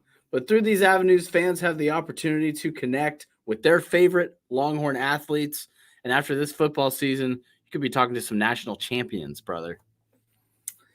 They are revolutionizing the way NIL athletes can engage with you guys, the listeners, the fans. So head on over to passes.com to sign up, get closer to the game than ever before. It is also the best place to donate to and support the Longhorns. Subscribe and donate to the Texas One Fund. Get access to tailgate parties, meet and greets, VIP experiences, signed memorabilia, athlete spotlight access. Once again, passes.com is the website. It's right under Eric. Go over there and sign up today, guys. Keenan, you were doing that read, so I just shot you a text. Okay, let me see. Stall for 30 seconds while you pull up that text. Yes, and you please. see what I sent you. That was passes again. Go check out things. Passes. Keenan, how would you describe 21-year-old Brock Bowers' hairline? Oh man, it's receded pretty bad, dude. I'd be getting on the Hims or getting to the razor. I mean, I don't know why this guy called him out. This reporter called him out for his hairline. That's pretty crazy. But he's got the LeBron going right now, the 28-year-old LeBron, where it's like he's holding on for dear life. But yeah, hey, you know what? I was there for a while. I got on the product and it saved my hair. So either do that or just accept it, shave the head, because that's what my dad did. My dad's been rocking the bald head for like 30 years now, and hey, he's a handsome guy. Look at Eric. He's a handsome guy. You can be a very handsome guy and shave your head. They're not mutually exclusive principles, guys. Listen, Keenan has a solid head of hair, so I didn't know that he had to, go on the product, So there you go. There is hope for Brock Bowers. Keenan, let's dive into Michigan. Yeah. And in the pre-show, you talked about watching some of the extended highlights of Michigan Fresno. What are your thoughts? Yeah, so a few things I noticed. So first of all, Davis Warren had only 2 completions of over 20 yards, right? And multiple other passes. The longest were about 10, 11, 12 yards. And he didn't have the first passing touchdown of the game. That was an Alex Orji pass over to Donovan Edwards. So the passing game did not look super scary if you're a Texas fan, right? He wasn't asked to do a whole lot either. He was kind of throwing kind of dink and dunks, and not like the way Ewers does it, where they do that to set up longer passes. Like, it looked like they were kind of scared to throw the ball a lot, because he had an interception early on in the game, and he just didn't look super confident to me. Another part of that is that the offensive line was getting eaten alive inside by Fresno. Like, their interior offensive line did not look like it did last year, where they were just road graders, right? Where they were just barreling over people. It did not look super it just didn't look super effective. I don't know. Fresno State was kind of able to do what they wanted on the defensive end. Michigan scored 2 offensive touchdowns this entire game. They scored one in the first quarter and they scored one in the fourth quarter. Now they had 23 points because one of their best players is their kicker, Veda, I think is how you pronounce his name, because he had 3 kicks, a couple of which one of them was 55 yards. He nailed it. It wasn't one of those things where he snuck the ball in over the goalpost. Like, it was clearly could have been good from 60 probably. We mentioned this yesterday. Michigan is just not really a team that's built to play from behind, right? If Texas jumps out to a 14-0 lead, it might be church. And that's not saying that Michigan can't come back and win. It's just not going to be easy for this offense. They are not a high-powered offense this year. What was surprising mostly to me, though, more than the offense, was some of the defense I saw. There were several blown coverages in this game. Now, Will Johnson is a nightmare. That guy's awesome, but there's only one Will Johnson, and you got 6 receivers at Texas that would start at most schools, right? So I don't know how they're going to cover some of these other guys. A better quarterback could have won that game for Fresno State. I mean that. Could have won the game for them. Like, there were some blown coverages, some overthrown passes in the end zone. There was a play where it was a back shoulder fade, and he just overthrew the guy. It would have been a touchdown. And I was just really surprised with how not impressed I was with the defensive backfield outside of Will Johnson. There were a lot of plays that looked busted to me where receivers are running wide open down the field. They're running crossing routes. They're wide open. They're getting catches, and there's not a guy within 5 yards of them. Fresno had a really good receiver named Moss. I forget his first name, but he got injured at some point in the game. But that guy was cooking. That guy looked really good. And you'd have to think Texas has several guys as good or better than that guy.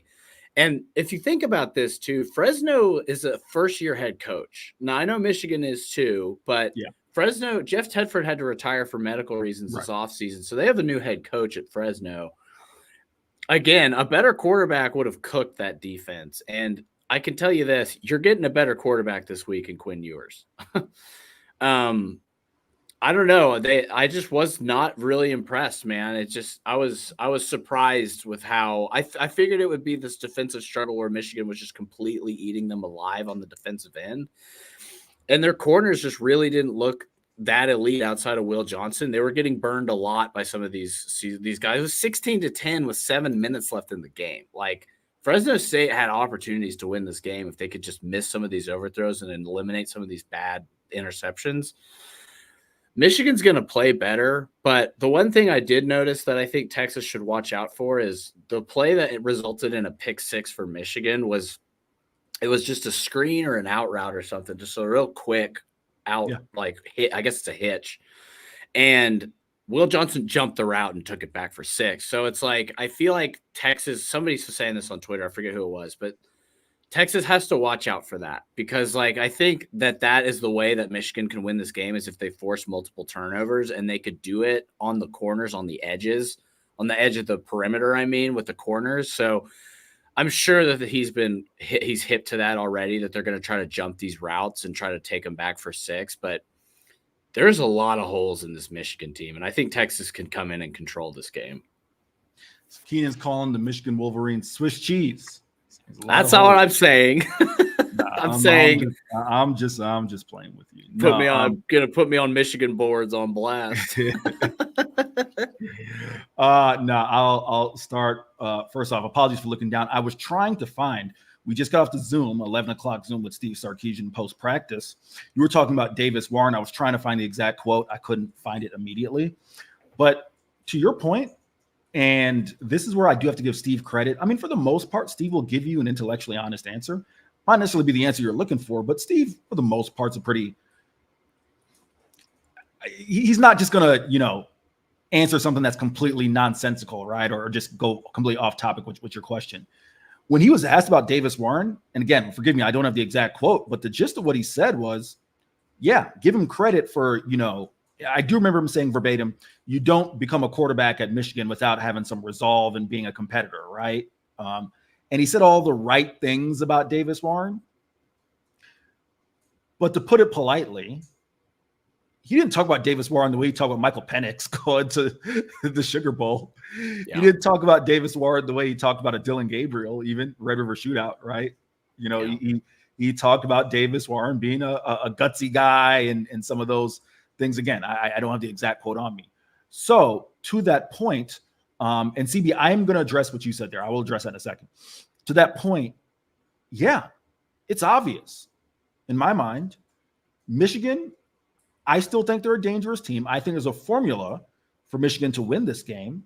I'll probably elaborate more on that tomorrow as we get right into the, to bleed that into the weekend. But the big time players, and we saw this, Keenan, Colorado, North Dakota State.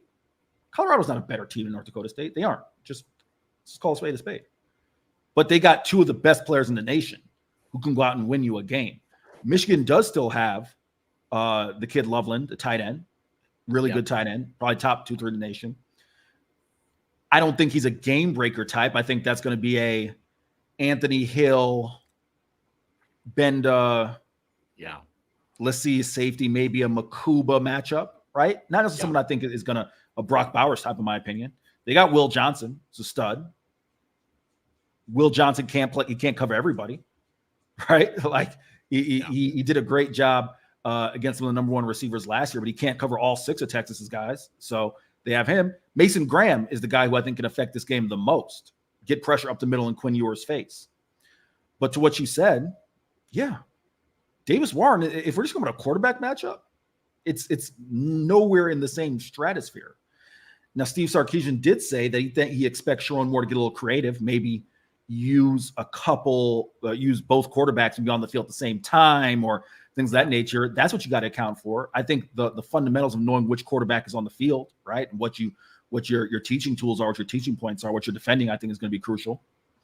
But no, I agree with you in terms of a lot what you said there with this game on Saturday. Fresno State, I mean, their quarterback, Mikey Keenan's a solid quarterback, a solid G5 quarterback, threw for almost 3,000 yards, 27 touchdowns, 10 interceptions last year. But no, he whether it was going in the big house and jitters or whatnot, Mikey Keenan's a guy who completes around 70% of his passes, but uncharacteristically overthrew some guys. There were some opportunities to possibly really go toe to toe with Michigan. Now, of course, Sherrone Moore is going to have to fix some of those things, and we expect that he will. But everything you said, I think, holds true. CB, I'm going to throw your comment up there. You said Sark said today he relishes playing the role of a villain or something to that nature. The exact question, again, I don't have the quote verbatim, but the question was asked was from Seth Golden of the Austin American Statesman, who asked Steve, what is your OMG moment as a coach, right? Where you walk into an opposing facility and it's just like, wow, this is, a different type of environment. And Steve said it actually wasn't as a coach.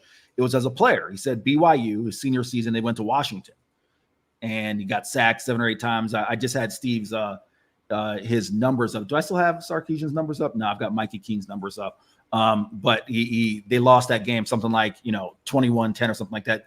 A year, believe it or not, Steve at BYU went 14-1, finished top 5 in the nation his senior year. So kind of goes under the radar with Sarkeesian. But to CB, when you said relishing playing the villain, what he was talking about was that, yeah, he treats it as it's going to be 100,000 versus 100.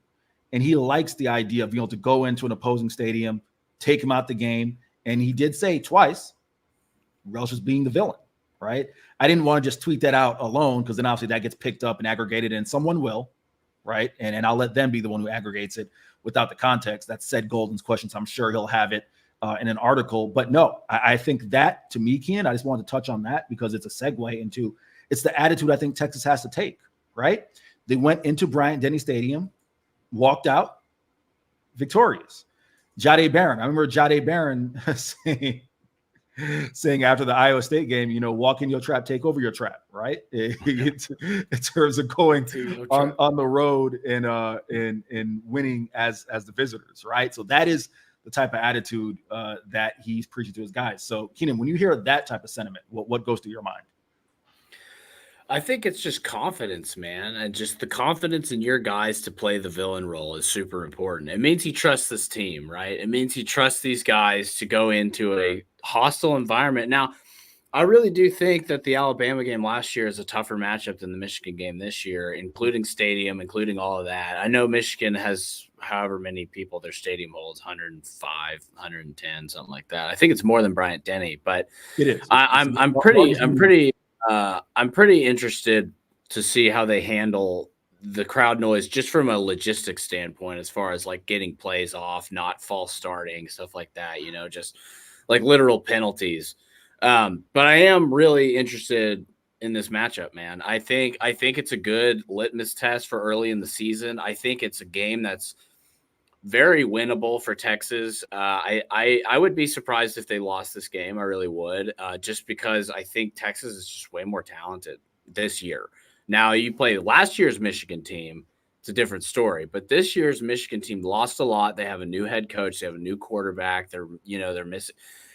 I'm just really interested to see how they handle this new team. And I'm interested to see how Michigan reacts to this new Texas team, right? Because I think the difference between the two squads is that Texas is really fast everywhere. Yeah. Their middle linebacker is incredibly fast. Their outside linebackers are incredibly fast. All of their receivers are speed guys. Even the possession guys are really fast. So I think the speed is going to be the difference in this game. I think they have SEC speed. I know that's a corny thing to say, but I really think that's going to be the difference in this game. It's just pure athleticism is just like an actual thing in this game. And I think Texas just has better athletes. I think they have a more experienced head coach. I mean, they do have a more experienced head coach, more experienced quarterback. They're just built to win this game, I think. I'll throw up CB's comment. He said, Danny Davis did tweet out. He was doing the research and I've got my 2024 Texas media guide right here. We actually got a printed physical copy of a media guide. Talk about throwback. I will need to fish through there and look at the crowds. But yes, from our initial research, this will be the biggest crowd that Texas has ever played in front of. So that's certainly in talking about the environment. Keenan, to your point, there's a perfect example there. UT Parking agrees with you. He says that this will be the perfect litmus test. I agree. Steve Sarkeesian said it as well. He didn't use those exact words, but on Monday he said that this is going to kind of be a measuring stick game, right? Where you can see what this 2024 program is. Keenan, before we talk a little bit more NFL, I thought you had an interesting question about the Packers-Eagles game being in Brazil. One of the funniest things was Darius Slay apparently making a comment about not wanting to be in Brazil. I haven't seen the comments. I don't want to misquote him. And Keenan, I don't know if you saw this. Darius Slayton was getting tweeted at from people who thought it was Darius Slay. So he said, I am not Darius Slay. I am Darius Slayton. I play for the Giants. Different people. Different person. But we'll touch on that really quick before we finish up with Longhorns. But Keenan, before we do, we got to let the folks know about another one of our newest sponsors, Texas Sports Unfiltered. They are right below Keenan's chin. Parallel lending, folks. Y'all, the markets seem like they're getting more and more volatile every single day. And the need to diversify your investments is really more present than ever. While investing in stocks and bonds, always great strategies. Can never go wrong with that. The most savvy of investors are diversifying their portfolio with alternative assets. That's right, alternative assets. The most popular alternative asset right now is investing in private credit. That's where our friends at Parallel Lending want to help you out. ParallelLending.com. Check them out. They get all your needs. They're a lender that provide short-term business purpose loans backed primarily by single-family real estate here in the great state of Texas. They lend to flippers and builders all over the state. And they just launched their flagship fund, which gives accredited investors the opportunity to fund the loans which they provide. Parallel are targeting an 11.5% return for their investors. That's an 11.5% return for their investors, net of fees. And in Q2 of this year, investors received an annualized return of over 11%. The best part is your investment's only locked up for 1 year and your income is distributed monthly. It's just like getting another little monthly bonus there in your check. If you're interested in investing passively into loans backed by real estate, inquire now. Our friends at ParallelLending.com. Again, that is ParallelLending.com. Accredited investors only. Returns not guaranteed. Investment in Parallel Fund 1 LLC involves risk. Please review all disclosures before investing. All right, it's a mouthful of a read, but it is worth it. Our friends at Parallel Lending, tell them the folks at Texas Sports Unfiltered and Fall Start sent you. They will get you all hooked up. Keenan, I'll take a couple comments here before go to that topic. Naman Robert said, yeah, he said a few weeks ago that DJ Lagway would be playing against Texas when Florida comes to town on his revenge tour.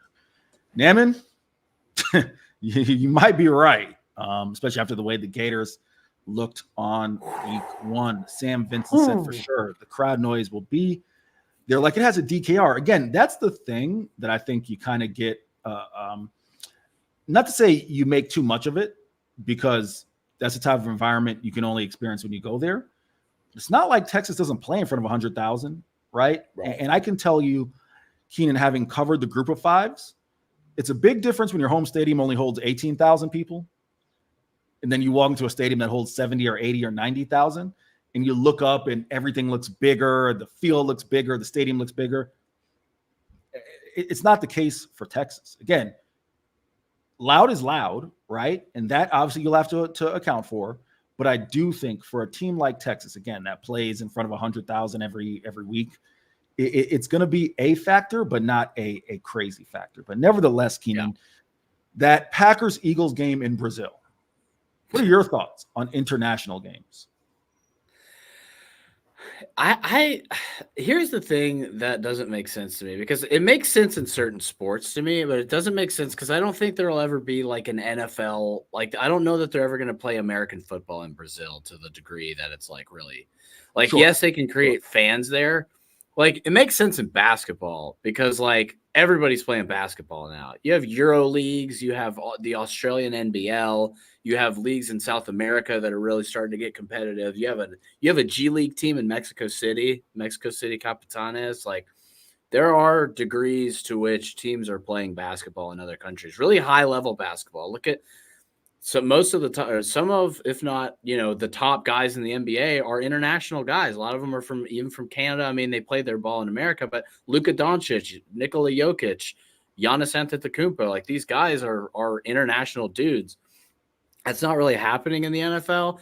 I get that it kind of probably sucks for those players, but I mean, it's a money deal. I understand it. And baseball makes sense too, because like the Japanese league is like really, really high level baseball. Like a lot of those dudes, look at Shohei Ohtani. He came over here. He's the best player in the world now, arguably, when he's pitching, especially. And so it doesn't make a lot of sense for American football, maybe, but I do get like the Dublin game in college football. Like, I'm sure it's very fun, but I don't know how much sense it makes. But like, I guess it's all about having fun and making money at the end of the day. So I guess it makes sense, but it makes more sense in other sports, in my opinion.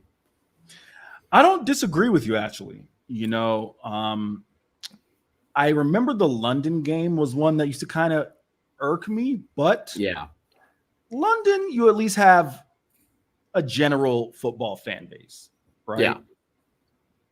And Keenan, I'm old enough to remember, maybe a little bit before your time, but I'm only a couple years older than you. NFL Europe, remember that? Yeah, vaguely, yeah. Like before there was the XFL and the spring leagues, I remember being a kid, and when the NFL, the regular season NFL, wasn't available, you get some NFL Europe action. You get guys, the Hamburglers, or Hamburg, right, and the Rhine Fire and Amsterdam Admirals, I think were a team, right? And you had some guys, remember like Kurt Warner and a couple of guys started their career in the NFL Europe League before getting picked up. So, in that sense, I understand the need to grow the game. Where I empathize is from a fan's perspective. Jacksonville, how many home games have the Jacksonville Jaguars lost? Seemingly they're playing overseas how many times, right? Every year. Like every year. Tampa, I know, has lost a few. Now, granted, Tampa has, weirdly enough, a very big British fan base. It's just odd that that's the case, right? But if I were a college fan and CB talks about why was Florida State, Georgia Tech played in Dublin, yeah, I don't get the purpose of the Ireland game, right? Especially college. I'm not. Yeah. I don't like. I understood when UCF did it a couple years back. Like George O'Leary is Irish. There were two Irish head coaches.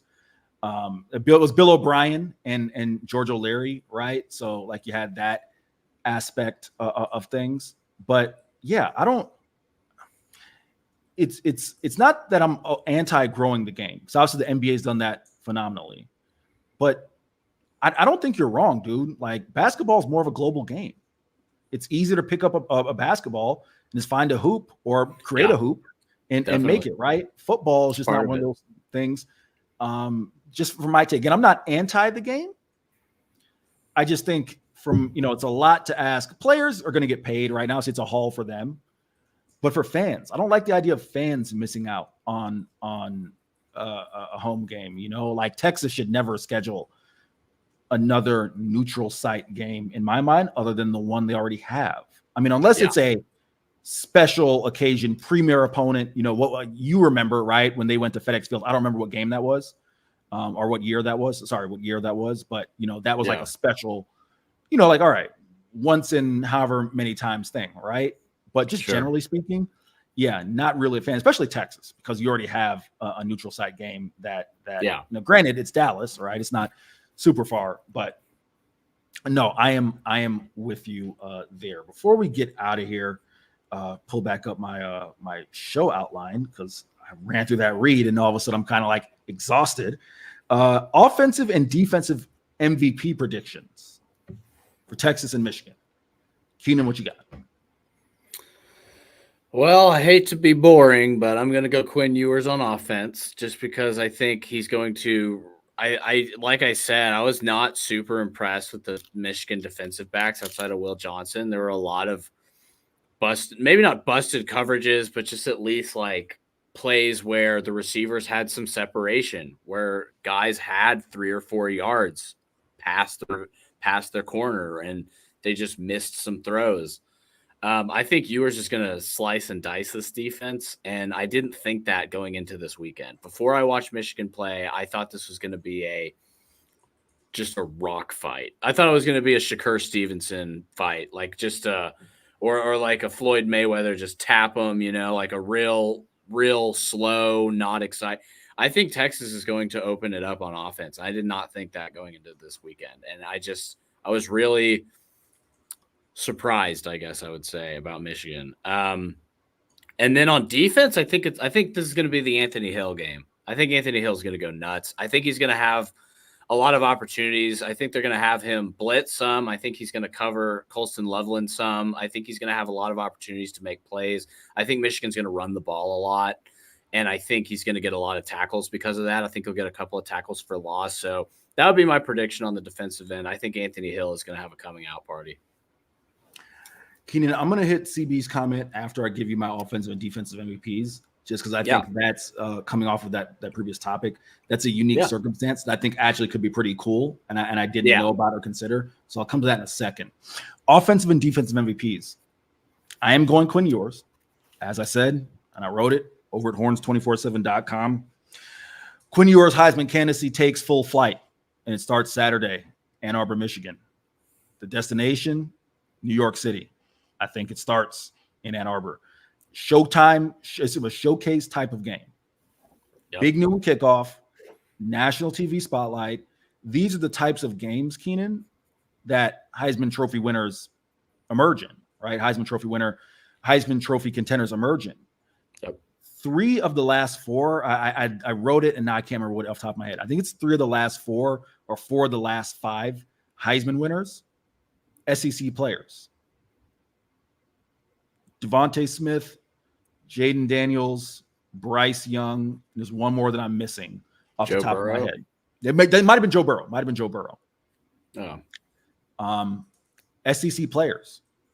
Texas in the SEC, the nation's toughest football league. Yeah, there's a reason why I think in Quinn Ewers all these weapons, I think things take off for him Saturday. Defensively, I was going to go Anthony Hill, but I'll admit, I'm going with my favorite player on defense, Mr. Walk in Your Trap, Take Over Your Trap himself, Jahdae Barron. Yes, love it. The thing about Jahdae, and again, there's so many differing opinions on whether he's an NFL player or not. I'm of the belief he's an NFL player. That nickel corner position is just one that isn't valued the way it should be. You ask some people, and some people will say, man, Jade's not an NFL player. He's a guy who's enjoying his NIL money at Texas, and he's going to be a Texas legend and an Austin legend. He'll be all those things, right? But where I'm going with that is he always rises to the occasion. Look no further than his performance at Alabama last year. He's a big-time player. Santana Moss's quote, big-time players make big-time plays, big-time games. It applies to Jahdae Barron, Keenan. So offensive MVP, Quinn Ewers. Defensive MVP, Jahdae Barron. Quick comment here from Sam Vinci says, believe we'll see some interesting looks, what we saw and kind of what we saw in the Big 12 championship to get Michigan on the ropes. Yeah, no, I agree. I mean, if you remember the way Steve called the first really drive and a half, first two drives of that Oklahoma State game, I mean, that may have been, and I think I wrote specifically that the Big 12 title game was Steve Sarkeesian's finest hour because the way he called that game was brilliantly. And that's why I said, and I said it yesterday, over the last year and change, outside of Jim Harbaugh, you find me a coach that you take as far as being in his bag like Steve Sarkeesian. Let me quickly go to this conference before we get out of here because I'd love your thoughts on it. I'm not mad at a Texas game in Mexico City. The obvious reasons, Keenan, but I want to get your thoughts. Yeah, I mean, there's a big contingent of Mexican people that are in Texas and that love the Longhorns. I think it would be, if you're going to do an international game, don't do it in Europe. At least do it there. And I've been to Mexico City. It's one of the coolest places in the world. I went there last year. It was so badass. I fell in love with the place. Reminds me of Paris with nicer people. Shout out our French listeners, of course. But I really enjoyed my time there. I think they could do an awesome job with that game. It would depend on the opponent, of course. You'd have to find somebody else, probably maybe another team in Texas or something, or another Southern team. But yeah, if you're going to do an international game, Mexico City would probably be the move. Considering Texas or the United States already has some sports outlets in Mexico. Like I was saying, they have a G League team. Shouts out my family friend Dink Pate, who's playing for Mexico City this year in the G League before he gets drafted to the NBA. So yeah, they already have their kind of their claws in Mexico. So why not? If you're going to do an international game, I don't know that you should do any other neutral site games like you said, but if you're going to do one, Mexico City would be really cool. That is the exception. And I don't know. Listen, I don't know enough about Texas ticket prices to be completely honest with you for the statement I'm about to make. I don't know if I'd rather take an early non-conference game, maybe a game that would be cheaper in ticket prices, right? Yeah. So that you're not taking away a premier home game from the fans here in Austin. Or I don't know if I'd rather do like just a neutral site, like Ike says, Texas versus USC in Mexico City would be sweet. To his point, I mean, you want to talk about it. Actually, I'm going to bring in the boys here. Keenan, you got to get back to work? I can hang for like a minute. Yeah, let me just do a minute real quick, and then I'll get you out of here because I think this is something here that I'd love their thoughts on. Yeah. Zay Collier, and of course, the homie himself, the two homies, Mr. Cole Thompson, who's got Dak for MVP. Dak for MVP, I love 100 it. yards. I love it. Guys, real quick. go ahead, E. Henry. Real quick. I just want to sneak this in with you before Keenan gets out of here. We're just floating around the topic of neutral site games. And I was saying that I don't believe Texas should have another neutral site game. And we're talking about these games being played in global sites. However, this one I like for the obvious reasons. The Mexican influence in Texas and in Southern California. It's not that far away. You want to grow the brand. If you're, Texas growing the brand, growing. I kind of like that concept. What do y'all think, fellas? I think it'd be cool. My rule is the greatest neutral site location in all of college athletics is the Cotton Bowl. And it is the one game I will never argue can ever be moved. Whenever I hear people say, well, what about when it's the largest world's outdoor cocktail party? No, have that game in Athens, have that game in Gainesville. My only stipulation, we get the loser of that game, which will be USC, to admit that we have better Mexican food than them. That's it. That's all I want in the end of the day. If that game is in Mexico City, the loser has to admit Tex-Mex is better than actual California burritos. That's all I want. If I get that, I will make that game happen. I'm all okay with it. Zay, I'm gonna bypass Cole's ridiculous comment about the Florida Georgia game. It is an amazing game that should be played in Gainesville and Athens. Sorry, E. Henry. It's all right. We'll ignore that. Zay, your thoughts? Yeah, it really depends on the opponent. DKR is a special place. The biggest part of college football for me is the atmosphere. That's one of the pageantry that comes with college football. It's so unique and one of a kind. I don't know if you could replicate that in Mexico. You know what I'm saying? Even though I be turning up in Mexico. Mexico rock. Dude, Mexico City, Ciudad de Mexico está muy bien.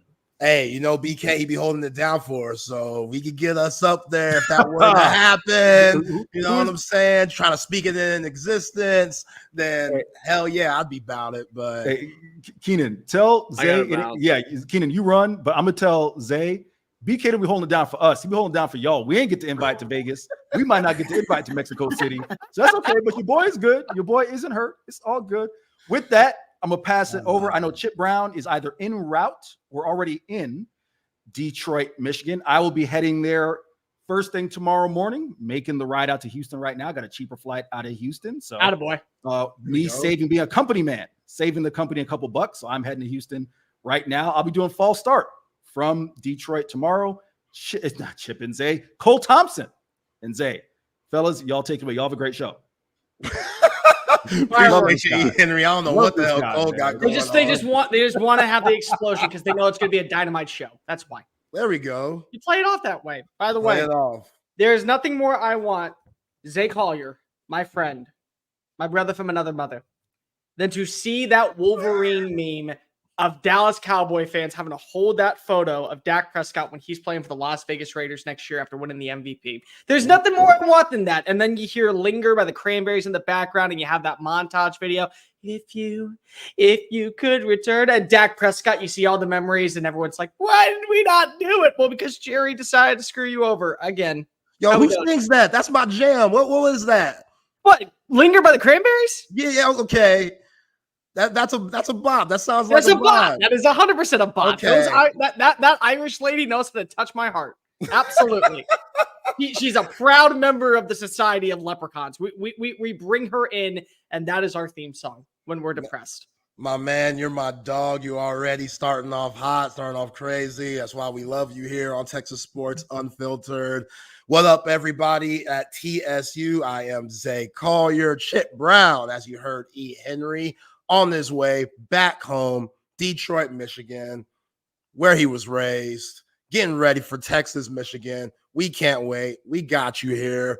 Cole Thompson joining me, SEC Unfiltered, Texas Wire.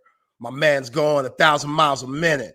He's got a lot going on, does great work. And one of my good friends, we got busy in Vegas. Yeah, man, it was going down. So, yeah, you're my guy. Glad to have you here on this terrific Texas versus Michigan week.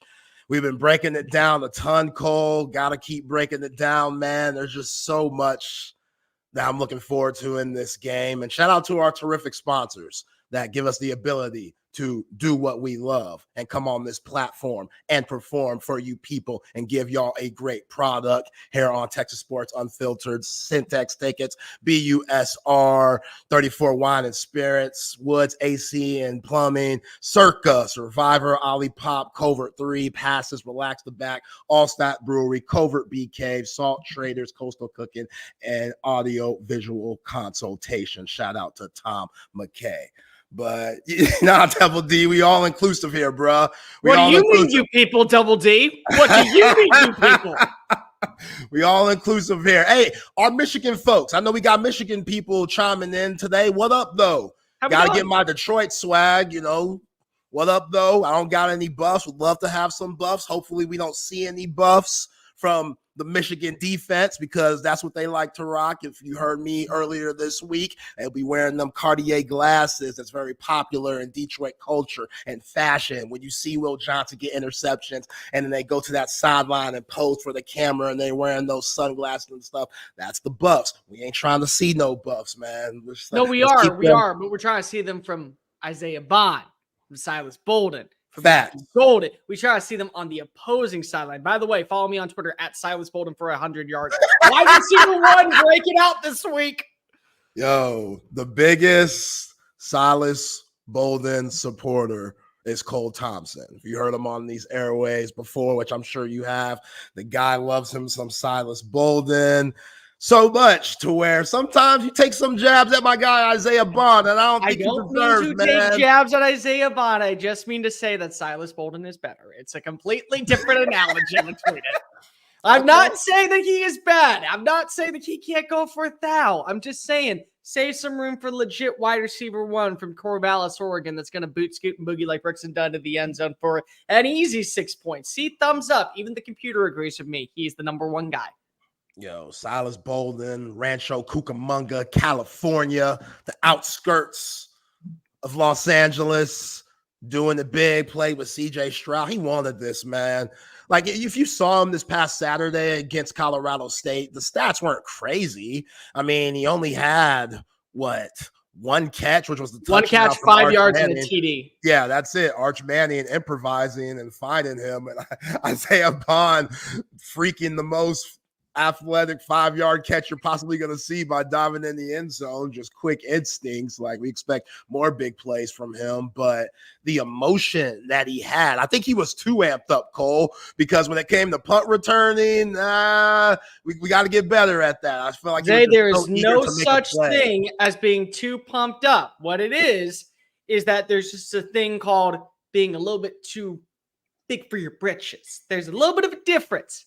Don't make sure that touchdown doesn't replay with you getting the turnover. That's the entire difference. If you have both, you're in a good spot. That's what you like to see. Make sure that you say that. Keep that confidence going into Ann Arbor, the big house, where big-time folks are going to be watching you. The eyes of college football are residing around this game, which, by the way, can we just appreciate that for a moment? You don't just got the SEC Unfiltered Tour that's following it. You don't just got 24/7 Sports Late Kick going there, or I guess now the Josh Pate College Football Show. You got Big Noon. You got ESPN.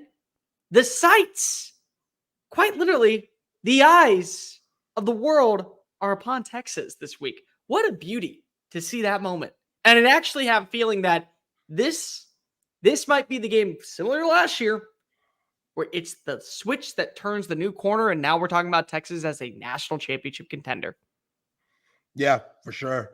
You know, this is that primetime game. This is the game that, as a kid, you dream about playing in. This is why you come to the University of Texas and go to the University of Michigan to play in these kind of games. And I've been telling Chip all week, Cole, the fact that a previous national championship team is coming into a next season game early on as an underdog is crazy to me. Says something. Says a lot. Scares me a little bit too, because this team has a lot of championship DNA. And if Wink Martindale could confuse Quinn Ewers enough to where it makes it a very tight game, like, look, I get it. Davis Warren looked a little sus against Fresno State. Had some decent plays, but overall looked a little sus. Alex Orji definitely looked a little sus. Definitely has some speed too. 2 different offenses, though, you got to prepare for if you're Pete McCaskey. That's difficult, no matter who you're playing. It's not like Colston Loveland's a scrub out here. It's not like Khalil Mullins and Donovan Edwards are scrubs out here. You know what I'm saying? Sharon Moore, he's an offensive line coach. So that fresh offensive line that they got, a lot of newbies, a lot of inexperienced guys, they're going to get better. You know what I'm saying? So if this turns into a tight game to where it's single digits at halftime or so, and Michigan feels like they have a chance, they're already playing with the underdog factor. Sure. Like the championship DNA team is playing with the underdog factor. If you're Sharon Moore, you're bigging it up all week. Oh, these guys, you're getting disrespected, fellas. Davis Warren, they saying you ain't shit. They saying you nothing, man. They say David McCarty was everything. Jerome Moore, personally, I just saw something saying that he ain't even got no new contract. Nope. What? No new contract yet. Gotta earn it. Exactly. That's mad disrespectful. That's very disrespectful if you ask me. I mean, hey, Jay, you want to know the best way to go ahead and have respect? Earn it on Saturday. You earn that respect on Saturday. People going to know who you are. I'm not disagreeing with you. I'm not disagreeing with you at all. I 100% believe it is a slap in the face of Sharon Moore. What I'm saying is You get that respect on Saturday, nobody's going to question you again in Big Ten country or in college football landscape. Yeah, athletic director Wayne Manuel for Michigan on Jerome Moore's non-contract negotiations, which they might be negotiating now, but they haven't came to a conclusion. He says they don't happen overnight. And there are some things that have popped up. I wonder what those things are. I wonder what those things are. I wonder what's popped up going on in Michigan. I have no idea. I'm galloping. I'm galloping towards the news right now. You know, maybe not on a horse, but a stallion might work. I don't know. Maybe. Just maybe. Yeah. He also goes on to say, but they're being worked on. Jerome knows our commitment to him. We know his commitment to us. And same thing with the assistant coaches. So yeah, like that is a big slap in the face. As you said, it's just so disrespectful in the way, like if you're hiring them, give them a new deal.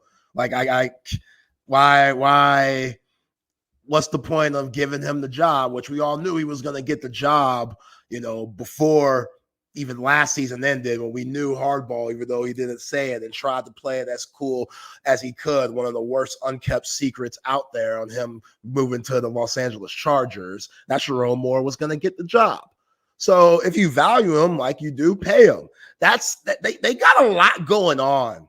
They got a lot of weird distraction, just a lot of newness. What's their identity? They got a lot going on. And then you look at Texas, and Sark has his team that he's been building up for the last 4 years. Last team was good, but it just seems like this team, with all the experience, all the guys coming back, even the young guys, the Ryan Wingos and the Colin Simmons, and now Jared Gibson with, having CJ Baxter out, even those guys look bought in and know Quinn Ewers being in year 3, this could be a real special year. So this is what happens when sometimes when you have a national championship team or a team that wins, a lot of guys go, like the Georgias, the Alabamas. That's why you got to salute Nick Saban and Kirby Smart of what they've done, because they didn't rebuild a damn thing. They all just regrouped, and, you bringing in 5-star guys, great quarterback play. There was no drop-offs. That's why they put on consecutive championships. But Jerome Moore is in different territory, and I think the Longhorns, Cole, could take full advantage of that. So, Zay, I want to get back to that point about Nick Saban and Kirby in a little bit, because there is some things that need to be said, especially with Florida State right now. And we all got to draw you in. But you know what the beauty is that I love working with you? There are times that you got to wheel me back in. I'm like a fish that's just flopping out in the middle of the ocean, 350-pound marlin that you just got to, come on, let's bring it back in. Let's get it all. Don't freak out. Now I got to wheel you back in. So let's go back to the very beginning of what you said. This is a very big trap game in a sense because of the underdog mentality. But I told you on this very program last week when I came on, and I've said it on this program for weeks now, Torrey Horton is the best wide receiver I think that Texas's defense will see all season long. I truly believe that. I believe that is a big fish in a small pond that would have been a medium-sized fish in the SEC pond, in the ACC pond, in the Big Ten pond. He would have been still a quality wide receiver. And you shut his ass down if you were Texas defensive line and defensive backfield. Better than, let me cut you up, my man Deion Burks. I personally think that from an NFL skill standpoint, yes, better than Deion Burks. Okay. That's my personal opinion. Now, again, I could be wrong. I don't think I am. I also don't believe that you will face a better defensive line this upcoming football season, including those fine folks down in Athens, Georgia, who for some reason E. Henry doesn't want to see Florida play there because he knows that's going to be a beatdown of a lifetime. But regardless, that's just the wrong take, and we don't have time for that. That's the best defensive line you will see all year. Josiah Stewart, Mason Graham, Kenneth Grant. If you find a way to put the R in the RPO and catch them slipping, and you get a few extra yards after contact, and you're able to work your way to the linebacking core, you feel so much more confident moving into SEC play. Because if we've already heard from some people saying, oh, well, you look at the SEC and how they lost last week to LSU, how LSU lost and A&M lost, Florida lost, it ain't that tough. Well, you get to carry that aura because you want to what? That's a top 10 team in Michigan. And they, on paper, for me, are not a top 10 team. They're still a top 15 team. I will gladly say that. I'll probably say they're probably a top 12 team. I wouldn't go top 10, but they are. You get to carry that aura now going into SEC play. And then also, just like I said about the defensive line, you will not see a better cornerback in college football this year than Will Johnson. At all. You won't. Because there's only other one cornerback that I think is even close to matching his energy with the consistency of what we've seen. And he's not in the SEC. So we don't have to worry about seeing what Travis Hunter's going to do in coverage against you. But when I look at this team right now, you have weapons. If you win against Will Johnson, if you win against this defensive line, if you're able to capitalize on short yardage situations, put the run in the RPO, and then have the pass, and not even have to worry about a second option, because if you just work at your first option, say, stop us there, bitch. Just like we saw last season with Penn State, you have the exact same thing. I'm telling you, you're going to feel a lot more confident. I'm already have said this before. I think I was on Monday or something, and I said, Texas to me in that game against Colorado State. It's Colorado State. I get it. That is a championship mentality team. I am not afraid to go ahead and firmly plant my flag in the championship persona around Texas. And I think you're going to see a lot more people join in on the bandwagon as well if they as well see Texas do what they did, even in somewhat sporadic fashion, even if it's a close game. I personally think that this is going to be a game that's extremely similar to what we saw on Saturday in Georgia versus Clemson. I think it's going to be extremely similar to that type of performance. Yeah, I'm feeling that same way, but that UTSD, Cole, it always just in the back of my head, like being in the big house, that atmosphere, again, that championship DNA, that means something. You know, at the end of the day, your coaches have to put you in the best situations possible to be successful. But Will Johnson, he made that play on his own to ice that game against Fresno State. Will Johnson's a stud, dude. That was one of those like, yo, I'm going to do what I want to do because my preparation is good enough and I'm just that type of cat. So I might have given up 77 yards, which for him, especially against Fresno State, that is a lot. That's a lot. That's a lot. That's a lot for him. You know, I don't know, you know, it was like a little cat and mouse game to where he was getting Mikey King just thinking, all right, this is how it's going to be all game. And then in the fourth quarter, he bites your neck off with that pick six and just, you know, baiting you into certain things. I wouldn't put it past him. But, yeah, I think you could fool this Michigan defense because you have so much speed. Like that, they don't have some of those guys from last year. As good as Mason Graham, Kenneth Grant are those guys, like they don't have all of what they had in 2023. No. So that it's going to be difficult to run the ball, but I still think you can move it. I still believe in Jaden Blue, Trey Wisner, Jared Gibson, and I damn sure believe in this offensive line. Yeah. Like this offensive line, I think they have a point to prove. Like Kelvin Banks, he was great last year, but if you look at his freshman year was better than the sophomore year. It's just all the potential in the world. This is one of those games. Cam Williams, what is he made of? Because that matchup with Josiah Stewart, that's going to be a dandy one. Josiah Stewart, he's got some shit. Coastal Carolina transfer. So, yeah, B, that rat poison.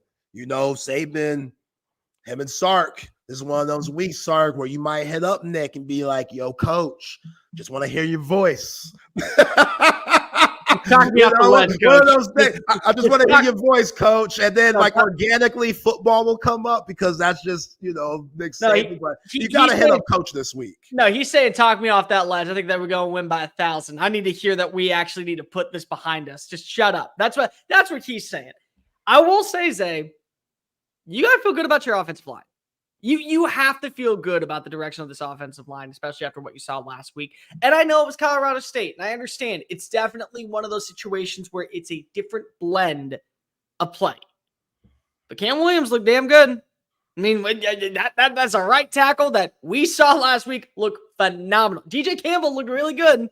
You got a center that's been doing this shit for 3 years. and he speaks Quinn Ewers language. They are literally on the same dialect. It's like an alien talk language that we don't understand. It's like twin talk, babbling in the crib, and you're like, oh, what the hell are they saying? They know what they're saying. Nobody else has to know, but they know what they're saying. They're on the same wavelength.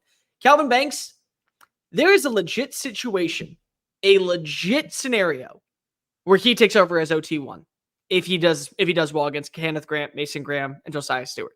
There is a legit scenario where that happens. And Quinn Ewers, it's a big game. I get it. You know, Chris unfortunately decided to open his mouth and sometimes not think before he spoke when we did this preview for the show. And he said, Quinn Ewers has not been tested. And I'm like, hold up. Let's steer it on back. Oklahoma State last year, where he sets a Big 12 record, where he sets a Big 12 record against a Mike Gundy-led team, which, by the way, I am ashamed of how many people are disrespecting Mike Gundy going into this matchup against Arkansas. That's its own entity that I don't have time to get down the pathway.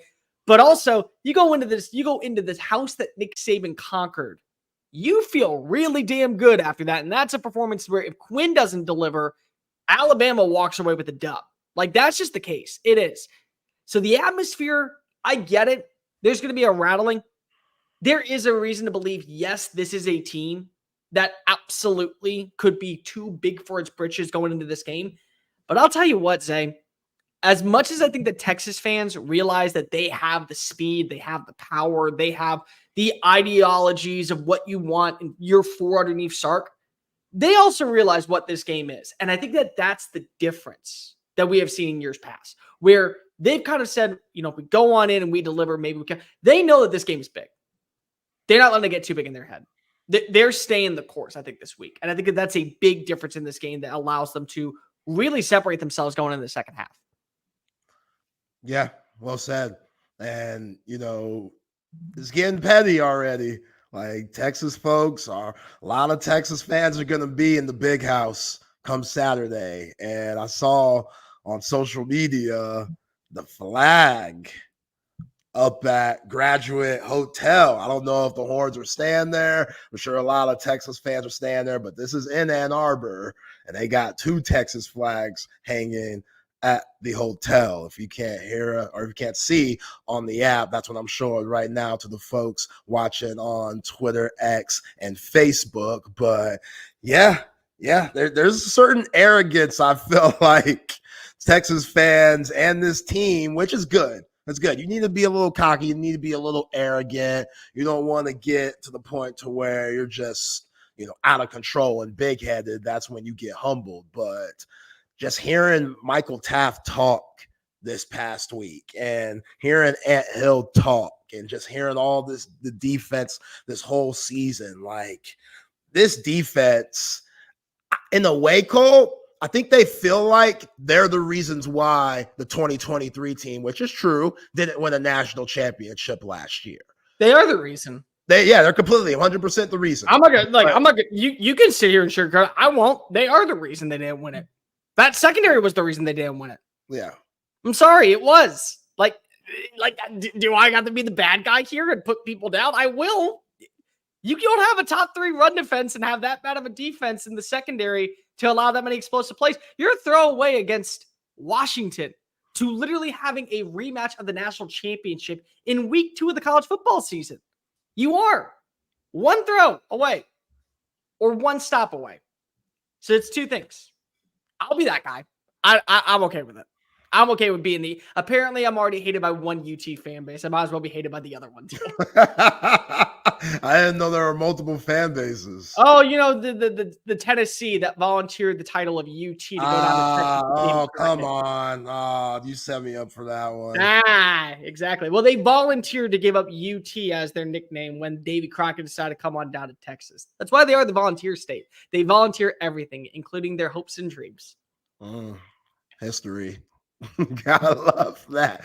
We don't give a damn about no history, man. We know who the real UT is, man. I can't wait for those Texas-Tennessee matchups. Oh, God, I cannot wait for that. I cannot wait for that day. It's going to be so much fun. It's going to be popping. Well, we always see it in basketball because they always make that Rick Barnes, SEC Big 12 matchup. Was always Texas versus Tennessee in basketball now with Horns being in the SEC. That's always going to be a marquee matchup, especially with Rick Barnes being there. But yeah, Cole, that secondary, Keaton Crawford meant well. Jaron Thompson meant well. Wish him the best in Auburn. Hugh Freeze, he a captain. Like, shout out to Jaron Thompson, man. No, shout out to Jaron Thompson. You a captain on Auburn. You're a captain on the SEC team. You just got there as a transfer. That says a lot about him as a player and a person. And Terrence Brooks, Jalen Catalon, all of those guys struggled.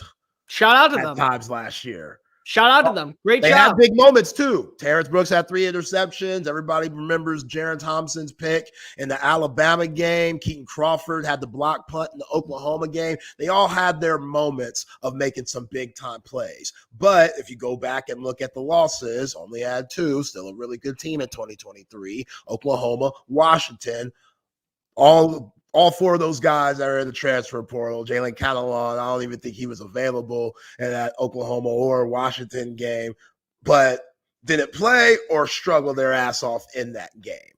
So now you bring in Andrew Makuba, feel great about him.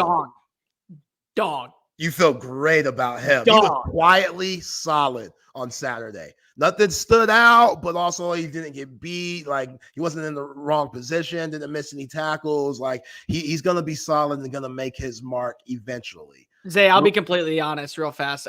For me personally, I'd rather my safety not make any noise than some noise, because if some noise could be good or bad, if his safety's not making any noise, he's doing his job exactly right. And Makuba did that on Saturday. That's a good point. That's a good point. But if you get a forced fumble recovery, a pick, big time deflection, big time hit, you know what I'm saying? All those things.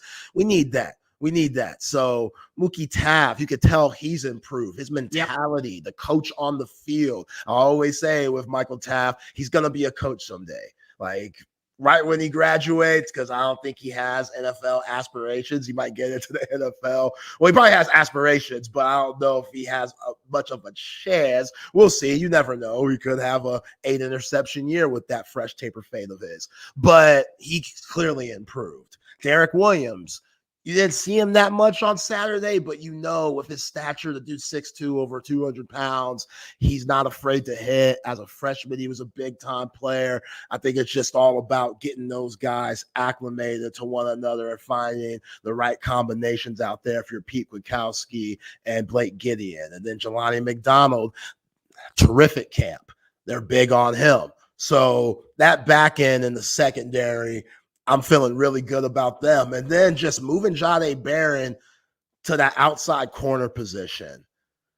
I don't know how much he'll be utilized in this game at outside corner, because I think a lot depends on Cole of what Colston Loveland is going to be and how they're going to play him. Colston Loveland, tight end for Michigan, that dude, Sharon Moore compared them to Travis Kelce. In the 2025 draft, when you see one of the first tight ends taken off the board, don't be surprised if it's Colston Loveland as that first tight end. Should be. That dude's solid, and he was the only one going out and getting it against Fresno State. The only one. I mean, the dude had 8 receptions, 87 yards, 1 touchdown. The longest was 20. The next guy, Tyler Morris, at wide receiver, only had 3 for 15 yards. So that plays into Texas's favor. So you know Davis Warren, he ain't stupid. Like, comfort zone, Colston Loveland. Matchup nightmare, Colston Loveland. So you gotta be real specific and strategic if you're Pete Kwiatkowski and figuring out how to stop him and slow him down, whether it's bracket coverage type stuff, putting a bigger guy on him, having Leonga Lafau, who we know at linebacker is good at coverage out there more. There's just so many ways you can go about it. I've been talking about Mo Blackwell. Mo Blackwell, with his versatility at that linebacker spot. Yeah. Good dude. I don't know why are we saying 8 in a row? What's going on? I'm confused on the chat. I think that he's saying 8 in a row is in, let's see, 8 in a row, 8 in a row. See, I don't know if he's talking about Texas. I don't know if he's talking about Michigan. What are y'all? Oh, you're trolling. Okay, appreciate it. I know you're trolling. Are you short circuiting SD? Is your SD card kind of right now like a little fried? Oh, he's trolling the Michigan fan, I guess. Where the Michigan fans at? I think smash the numbers. Smash the numbers as a Michigan fan. Yo, what up though? Where the buffs at? Let's go, man. We jamming Eminem all week. Bring Chip back. Unfortunately, sweetheart, you're stuck with me. So get used to it. Sit back, strap in, and enjoy. Chip will be here tomorrow. Y'all relax. Cole, man. We're bringing the heat here today. Listen. We don't give a damn what y'all think. Cole don't give a damn what you think. I give a crap. God bless. Seriously, I got somebody told me I'm not an SEC fan because I said that NC State's going to keep it close. Oh boy. Oh no, I'm not an SEC fan. Oh boy, I've gotten told, how dare I say that the SEC needs to have Texas and Oklahoma. Yet again, here we are looking at the rivalry, Red River. It's going to be a matchup that's better than any other SEC matchup besides the Iron Bowl. Sorry for saying, but anyways, you were talking about Colson Loveland. That's the thing that I look at when this Michigan team. The only thing that worries me is that, again, it still is that same aura. Yeah, it's new players. Yeah, it's new personnel. Yeah, there's definitely a ton of names that come on in that are different than what you saw last year. And they lost a ton. But they didn't lose all this talent. They just don't have the starting talent anymore. But you still have Colson Loveland. That's a dude.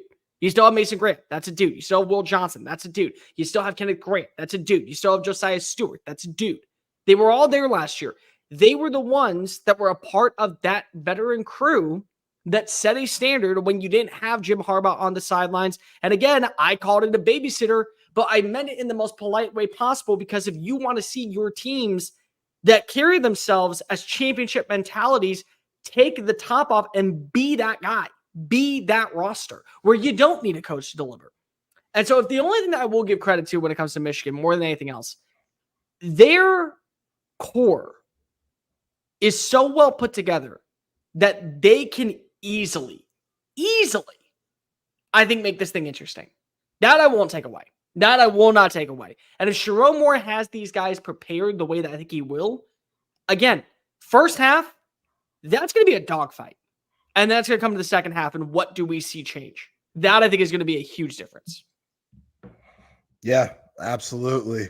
Going to get into more Texas, Michigan talk. But first, let's hit some of our sponsors. One of our new sponsors, BUSR, the online sports book that you could use in Texas, wherever you are. Our friends at BUSR are giving away a chance for you to go see an NFL game live. Like, how dope is that? Who knows? NFL starts tonight. Cole and I will get into that in the second hour. Can't wait for that. But yeah, who doesn't want to see an NFL game live? Like, come on, it's the best sport, one of the best sports. College football's there, but NFL, they do their thing too. And they're participating. It's simple.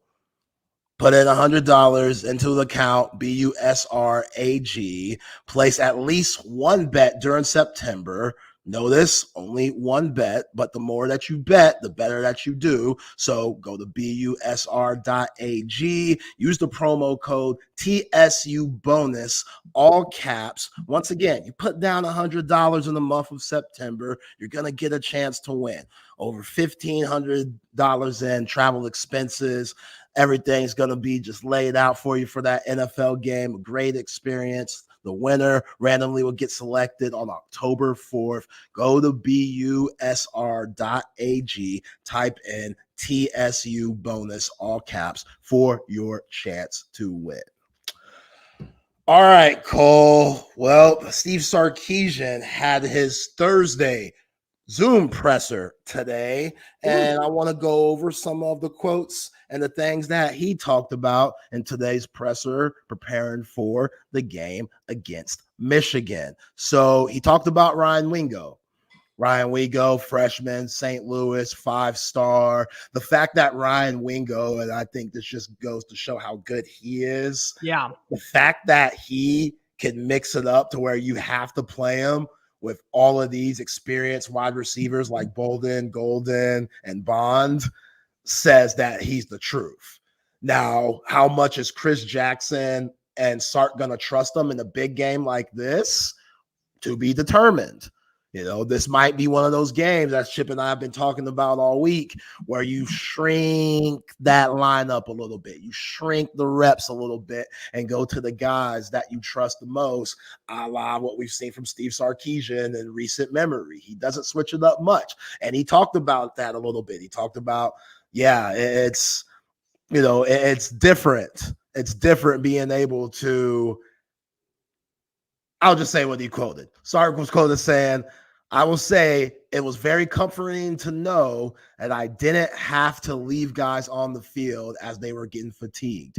We had enough confidence in the next wave or the guy behind that guy to put them on the field, and they all did was what was given.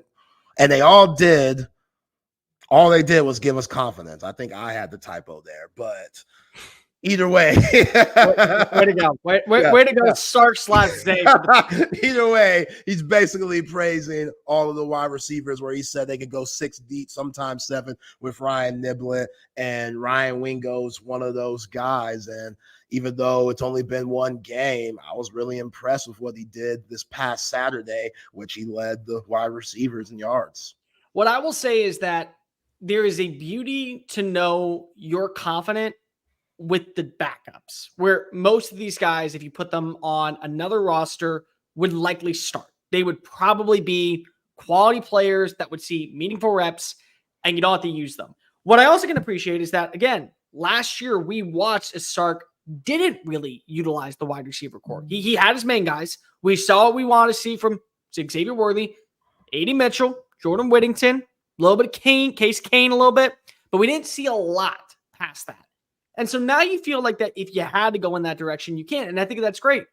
I also will say this is one of those games where I do want to see a clear separation in the pecking order. Who is my X factor? Who can I trust? And maybe it is Ryan Wingo. I mean, would it shock you? Say last week was Overreaction Monday. I mean, Labor Day comes, you're stuck at home with your thoughts. You're thinking that your team is going to be winning the national championship. Or if you're LSU, you're flying home from Vegas and puke bag, and not from the bad hangover, but from the performance of what you saw in the second half offensively. There were so many good freshman wide receivers that stood out. I mean, Cam Coleman, Perry Thompson, Ryan Williams at Alabama. You got to throw, I think also, you got to throw in Ryan Wingo for that matter. They're starting to see that separation. So I don't think that it's far-fetched to believe that if you had to turn to him, either because of injury or because of lack of play or because of somebody isn't holding up their end of the bargain, he would deliver. But this is also one of those games where I do want to see who are my guys that I think can be those difference makers against Kentucky, against Texas A&M at the end of the year, in Red River, in Dallas, when I have to face off against the Sooners, against SEC competition, because of you will eventually be facing off against quality teams when you have a shot of winning a national title to go set a standard, and there is a clear separation. I like where he's at, and I appreciate that this was a game last week where he went out, he was not afraid to start opening up the playbook a little bit, and let's see where these wide receivers need to take that next step forward, because everyone had some promising moves, and everyone had some underwhelming parts, and it's a learning curve, and that's good. But this is one of those games where I want to see what these 4 up front look like. And who are the 4? Is it Silas Bolden? Is it Matthew Golden? Is it Isaiah Bond? Is it Jonte Cook? Is it Ryan Wingo? Like, who are the 4 that separate themselves? And I think that that's what you're going to see in this game, personally. Yeah, and, because of just Wink Martindale, who knows what he's going to throw at you. Like, he blitzed 60% of the time against Fresno State. Oh, he's blitzing. Right? Like, he's blitzing. Like, so the ball's going to get out their hands or Quinn's hands fast. It has to. But also, who's the fastest receiver? Yeah. Who's the fast receiver? Why you think I'm saying that this is going to be the game? There's a reason I think this is going to be the game. A lot of guys. We'll see. We'll see at the end of the year who gets clocked in at miles per hour on breakaway speed. We'll see. I know you're banking on Silas Bolden to be that guy. Wouldn't put it past him one bit, but don't sleep on Matthew Golden, DeAndre Moore, Isaiah Bond, obviously Ryan Wingo, Chante. Like DeAndre Moore, I think, could be one of those guys that we're talking about at the end of the game having like that performance. Like, I could easily see it because of how much they blitz. because he's going to be playing in the slot in this game, isn't he? Yeah, he has more of a Jordan Whittington role. So yeah. I think, okay, so for starters, I truly believe that there is a button somewhere on Wink Martindale's headset that's just like EA College Football 25 when you're trying to get a recruit, send the house. He literally has that button, send the house for the linebackers. Like, all right, everybody, cover 0 blitz, kill him. Like, just straight up kill. That's the play. It's called kill him. And I think that this is where you're going to see the slot receivers really have a big performance because you got to get that ball out quick. Like, if you're Quinn, you do not have time for second guessing. I think this is one of those games where that slot receiver, whoever it is, whether it be Jonte, whether it be DeAndre Moore, whether it be Silas Bolden, whether it be Matthew Golden, they 100% are going to get involved. I think the tight ends are going to get involved. This might be an Amari Niblack type of game. Yeah, I said the same early this week. You know, he wasn't used, Amari Niblack, very much.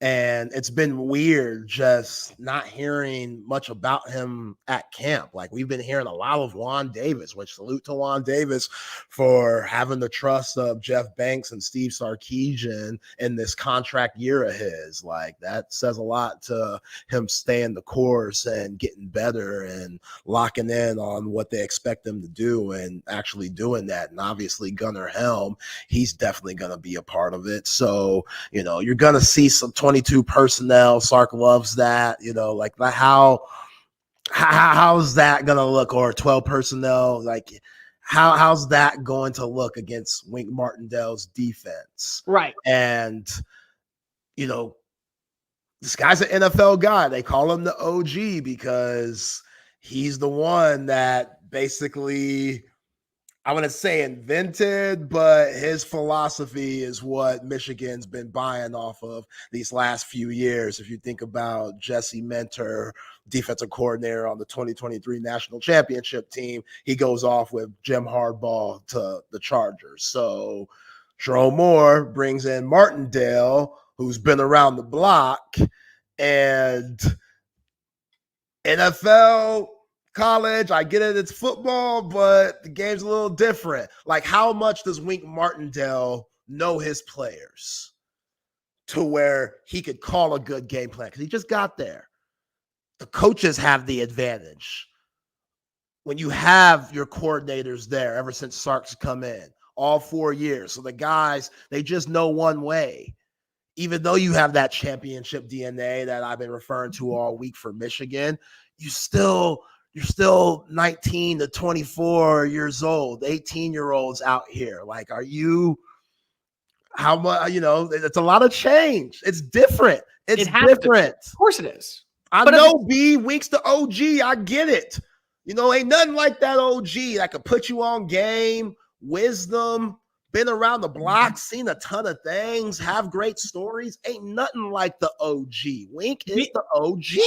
B, I'm telling you right now, I respect Wink Martindale because I respect my elders. I respect the old folks. My grandfather, I will never forget when I was 18 years old. I don't mean to get off topic, but when I was 18, I one time threw a house party when he was gone, and I cleaned up the house immediately. He was gone for like a week. I was good. I stayed over there, had a lot of fun. A bunch of people came on in.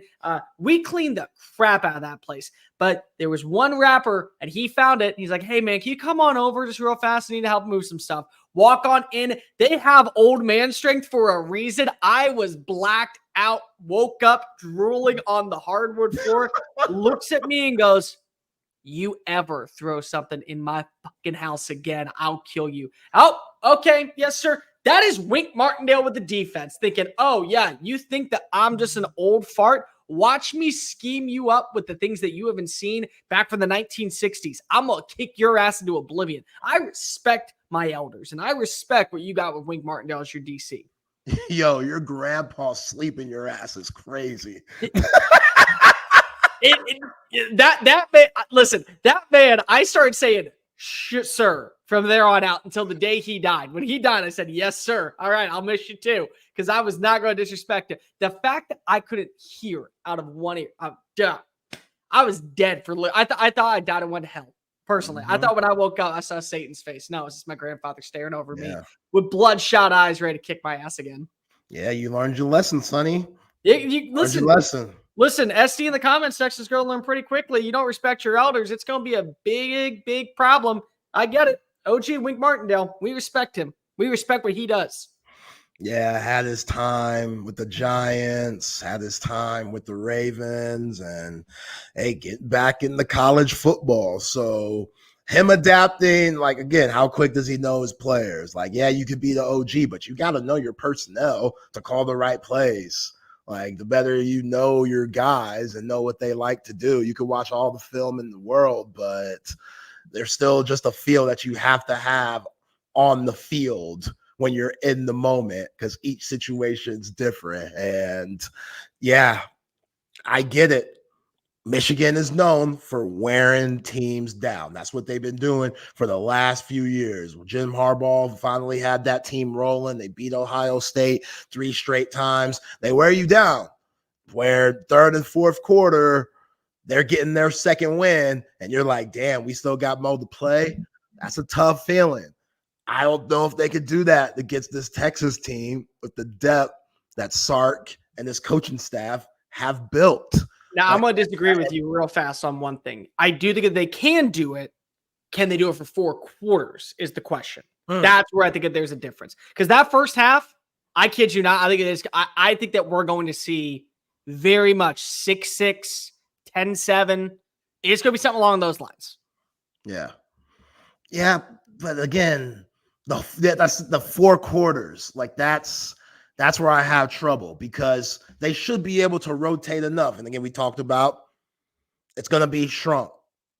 The roster is going to be shrunk a little bit. A lot of guys that you saw this past Saturday against Colorado State, you might not see. Some of them freshmen, some of them younger guys. Like Jared Gibson was terrific for his debut as a freshman, IMG Academy, especially with what happened to CJ Baxter and Christian Clark. He was great against Colorado State. Absolutely. But as you just referred to, Wink Martindale, he gonna blitz them boys. Is his pass protection good enough to where we trust that freshman out there to not get Quinn Ewers blown the hell up? Zay, if his pass pro is good enough, then I think CJ Baxter might be looking for a new home. That's how good. That's how good he would have to be. Zay, that's how good he would have to be. You're bugging. You're bugging. That's how good he would have to be. Trey Wiser's your guy in pass pro. That's the guy that you need back there to deliver it. But if you're able to block Mason Graham as an 18-year-old, dude, you are basically the go to the SEC before you play an SEC down. Yo, man, that's a big ass Andre. That's a huge ass. Big ass Andre the Giant like spoon you're trying to stir the pot with some CJ Baxter going somewhere else because Jared Gibson might be the one. Come on. He might actually be Bijan's heir apparent. He might. I'm just saying. Jared Gibson? I'm kidding, dude. Yo, man, I'd take that. You never know though. You never know. You don't. You never know. Like, that's one thing Tom Herman failed at, believing in Bijan Robinson. We waited too late. Way too late. He's just lucky he didn't transfer. We're being real. We're just lucky he didn't transfer if you're a Texas fan after that first The fact year. that Sark coming in kept Bijan Robinson. Yeah, and Bijan Robinson, he loves the University of Texas. Like, yeah. I think he wasn't going nowhere. I think he trusted whoever was being brought in because the resources there, you should have a good coach. Like, I know Charlie, you hope. You should be able to finesse a good coach. Charlie and Tom decided to make some doubters out of people. We know that. This dude, man, Tom Herman was out in these streets, bullying people, abusing folks. Like, come on, bro. You can't carry yourself like that. I get it. You're a coach, and being a hard ass and coaching back in the day was cool, but nah, sometimes you're just rude. Sometimes you're just an ass. That ain't gonna fly. Like, if your team, you got guys, no matter what your philosophy is, you could be the brightest football IQ mind in the world. But if you can't relate to your players because they don't respect you, you don't treat them like men, then, hey, you could be at FAU now instead of at Texas for your mistakes. I don't even know where Charlie is. I want to say Charlie I don't think he knew what he got himself into. He was a nice guy and all, but I think he was over his skis a lot of bit. But okay, he was over his skis naturally, but also just be real. it never felt right. It didn't. Even when I remember he got hired from Louisville, I was like, that just doesn't feel right. There's like times where you're thinking about it and you're like, I can see a vision of how this worked. There was no vision. Like, honestly, it felt like we were throwing everything into the Nick Saban bucket. That didn't work. All right, well, Charlie's a name that just won 10 games. That'll do. It's like going from having years worth of Dr. Pepper and then having Dr. B Cola. Like, it's like, oh yeah, they're the same. No, they're not. Yeah. No, Mr. Pibb. Miss Senior Brown Water. That's like we're going all the way back. Like that's what we're going on. There's a clear separation between that. I will say, Wink. Like the thing about Wink that's really interesting is that because you bring up that there's that connection with players, and I don't think that you're wrong. But like I could say the same thing about Johnny Nansen as the new DC, but Pete's still there. And so because Pete's still there and there's that relationship with Pete, that's the biggest difference. Because if you are right, knowing your players is a big deal. But Wink's learning everything about this defense. He's learning about the newcomers that committed to the program that were there when Jim was still there. He's learning about the newcomers that committed to Sharon. He's learning about guys who have been in the system for years. For Johnny, it's like, I got to know who the transfers are and the freshmen are because most of these veterans have a good relationship with Pete. And I'm just coming in to replace Chip. That's all I'm doing.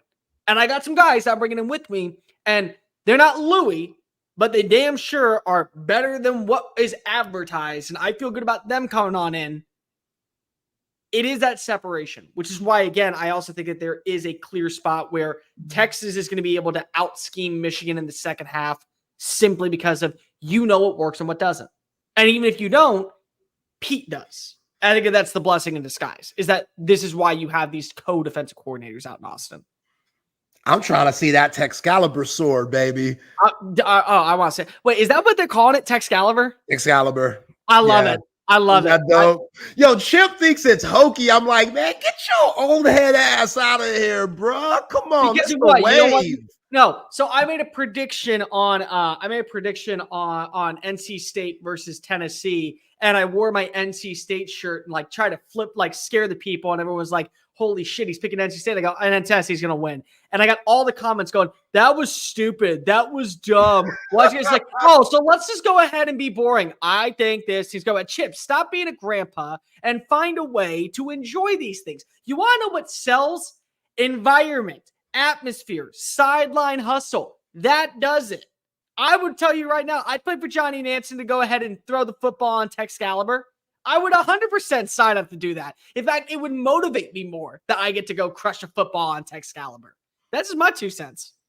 Yeah, one of the best things that we've seen in recent years about college football is being more loose with celebrations and allowing these guys to have a little bit more fun, because we didn't see that. Back in the day, it was, I score a touchdown, I throw the ball at the ref, I run back to my sideline. I get an interception, I throw the ball to the ref, I run back to the sideline. Everything was looked at as, defensive and, or offensive and just like, wrong. I don't know who thought that wasn't paying, I don't know. It's just bad for the game. I get it. You could be a good sport, but football is too grueling to not have fun and be excited. Like there's too much pain involved. So I'm about all the celebrations. Like Isaiah Bond being able to hit the James Bond. It's the GOAT move. Like, come on. Like that's huge for just his name and his brand with his number. Going with the 007 thing, last name Bond, James Bond thing, like that couldn't be more fitting. That's almost as good as Jalen Waddle's Penguin routine. Oh, it's literally in. I think it's even better personally because with Waddle, it's a Penguin's Waddle. This is Bond. Like honestly, you have to start selling merchandise with the football being part of the 7 as you go ahead and pop it up. And start making fans be excited when they walk into the stadium. Like, I want to see as many burnt orange with the white outline Bond shirt as much as possible because that's cool. And also, if you see that type of celebration as a fan, you want to see more of that. Like, that entices me even more to start rooting for you because of I want to watch you hit that pose. I want to see you be able to actually stand on business. I want to be able to watch you be that guy that is the alpha in the locker room. Like, that to me is exciting because there's something about it. There's just something about the aura that you bring. I love it. Like that, I want more of that in college football. And you know what the blessing is because of the way NIL is? These players get to be the most authentic version of themselves on game days. And that is what makes college football great. Because it's already a difference when we talk about what college and the NFL are, when the game days and the atmospheres, you have your college team and then you have your NFL team. But when you live in, say, Nebraska, you don't have an actual NFL team. You root for whoever the hell you want on that day. If you live in Alabama, you usually are a Saints or a Falcons or wherever your mom and pop were a fan of. That's what you do. But you got the Crimson Tide. You got the Huskers. You got these teams that are the lifeblood of your entire background. It's something that you have. That is what makes college football great. And when you get to now bring in the personality, the vibrance of these players, it only adds another element to the game that I think excites you more to see a Friday night turn into an early Saturday morning and you got kickoff in 3 hours. Yo, when Arch Manning and Trey Wisner, after Arch Manning did the improvised pitch, he did something with Trey Wisner where he did this and did a thumbs down thing. It was dope. I'm like, look at Arch Manning. That boy got some swagger. That's a New Orleans boy right there. That's a straight New Orleans boy. That's a straight New Orleans boy. Exactly. He got that boudin in him. He got that boudin bite. He got that spice. The whitest dudes in Louisiana got mad flavor. He pulling the gambit from Wolverine. Oh, you know how long I've been waiting for this? Woo, I'm about to make a name for myself here. That football. Yo, Shannon Tatum. I'm about to make a name for myself here on the 40 acres. Yo, Shannon Tatum. That's the coolest, wackest shit I've ever seen. It's dope, but then it's sometimes I'll see it in memes and stuff, and maybe it's one of those, it's oversold at this point. I've seen it too much, so now I guess it's annoying. But originally seeing that, because I'm a big Gambit guy, even though I'm not a Marvel dude. When I used to play Marvel vs. Capcom in the arcade and stuff, shout out to CC's Pizza, Mr. Getty's back in the day. Those were some battles. I spit mad cheese on those machines. What about Gotti's Pizza? Did you not have a Gotti's? We call it Getty's. What's Gotti's?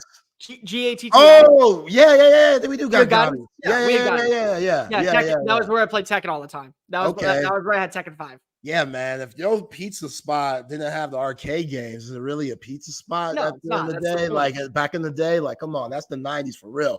But I was always Gambit on them arcade games, man. Gambit, it used to go crazy. So, yeah, Shannon Tatum, this might be a little played out now, and we'll see if he gets his own movie and stuff. But yeah. Arch Manning got some swagger, bro. You got to admit, a straight New Orleans boy scoring a touchdown after balling out Isidore Newman can hit that Gambit. Ooh, I'm about to make a name for myself here. He can hit that. Arch is allowed to play that card. That is a straight boy out of the boondocks of Louisiana. He gets that swamp culture. That's a man that I want to see be able to boot, skip, and boogie like Brooks and Dunn at DKR on Saturdays. Yeah. There we go. Gosh, that's hilarious, man. Let's get to some of our other sponsors before we get into the second hour of the show. Shout out to Covert Bee Cave, Covert Automotive Dealership, that have been doing it in the greater Austin area for over 100 years. We hit up my boy Jerome. My wife and I need a new car. She needs a new car, even though I'm low key, trying to finesse my way in there to give my 2 cents. But she gets the overall, final say at the end of the day. But, your boy's there for a reason. I'm going to be driving it too. But Covert Bee Cave, we wouldn't want to go to another dealership. I mean, 7 terrific brands to choose from: Buick, GMC, Cadillac, Ram, Jeep, Dodge, and Chrysler. You're going to find what you want at Covert Bee Cave. They're going to take care of you. It's not about meeting that quota. It's not about that sale. It's about making you feel comfortable in a car for the next 10 plus years, because that's how it should be, new, pre-owned. It doesn't matter. You're going to find what you want. Well, don't want to take my word for it? We'll go to covertbcave.com and see for yourself. Nobody beats a Covert deal. Not now, not ever. All right, Cole, let's talk a little bit about this Michigan quarterback situation. Sure. You know, it's JJ McCarthy. The Michigan fans, I was spoiled. I mean, it was a long time coming. Like Michigan quarterbacks, you know, Brady was even thought about being benched his senior year. So even though Brady had a great NFL career, it wasn't the most spectacular college career. Like Michigan quarterbacks, they're not QBU. That's for damn sure. So JJ McCarthy, one of the best Michigan quarterbacks of all time, he leaves. And what we've seen and grown accustomed to with teams that win national championships, it's just a regroup. Look at what Alabama's done. Look at what Georgia's done. Like Stetson Bennett, he leaves after winning 2 national championships. They get Carson Beck, a guy that might be the first pick of the 2025 draft. Then you think about Alabama, they go from Tua to Mac Jones to Bryce Young. You know what I'm saying? It's just there's no drop off there. Jalen Hurts before that. Like, you're putting out a lot of NFL serious talent. So for Michigan to be in the situation that they're in, it's quite fascinating, to be honest. And it's very just weird, the Alex Orji situation and him basically losing the job, in my opinion. I know Sharon Moore is going to be professional and have coach speak and say Davis Warren straight up won the job, but with Alex Orji's athleticism and I guess upside, you would think that it was his to lose. Like he really looked that bad these last few weeks to where Davis Warren just completely won the job. And yeah, I know they're going to use both, but how much in this game? And how much are you going to have to keep Texas on their toes when you put Alex Orji in and they pack the box because you have no faith in him putting the ball in the air? Okay, well, for starters, Rex St. Charles, yes, my grandma still hears voices almost every day. I don't know what else to say besides that, but that's just what happens when you I don't even know what that means. That's what happens when you turn 90. Number 2, there could be a little there's 2 truths, I think, to every story. The first is that Alex Orji is not ready to start because of there was a slip up. Maybe there wasn't that much more progression. And maybe Davis Warren just took that next step forward. And again, this is a guy that's been through trials and tribulations. I mean, if you hear his life story, you know that this is somebody that has beaten the odds and has proven to everybody, I'm still here. I'm here for a reason. I'm here for a purpose. My purpose is to be the starting quarterback at Michigan and continue this rich tradition of hail to the victors on Saturdays. Maybe that's what it is. There's also the fact that maybe Sharon Moore believes, and this is just me kind of going 30,000 feet above the view. I think that when you look, he wants to keep Texas guessing. He wanted to make sure that Texas would be sitting on pins and needles, not knowing what direction you go in. And maybe that's the case where you think you're getting Warren, but you're really getting Orji. And then maybe you get Orji for a few drives, and then you get Warren. And Warren, you're playing a defensive style that's having you pressure, play close to the line of scrimmage. You have a Jadae Barron like as that spy defender that has his eyes fixated on a quarterback. He now misses because of Warren, and he's slinging it down the yard like no one's business to Colson Loveland for a 30-yard gain. Maybe that's the game plan. Like maybe that is just the scenario of what you're looking at to keep Texas on its toes. And that's what smart coaches do. They're playing 4D chess when everyone else is playing checkers. That could be something that you pay attention to because I really do look, Alex Orji was the guy that got the touchdown pass. He found Donovan Edwards for a 3-yard score. That was him inside the red zone. Made a play.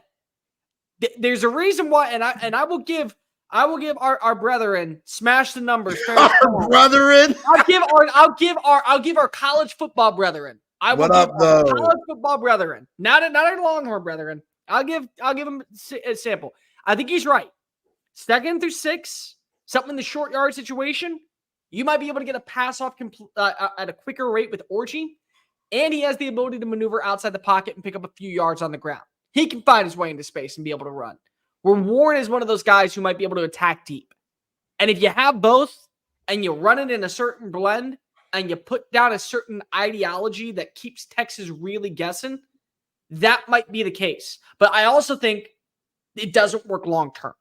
I think that maybe for this game, early on in the season, you're still kind of having that battle. You feel like Warren is a guy that you feel more comfortable with, but maybe you feel like that because of the unhingedness of Orji, it can help you win.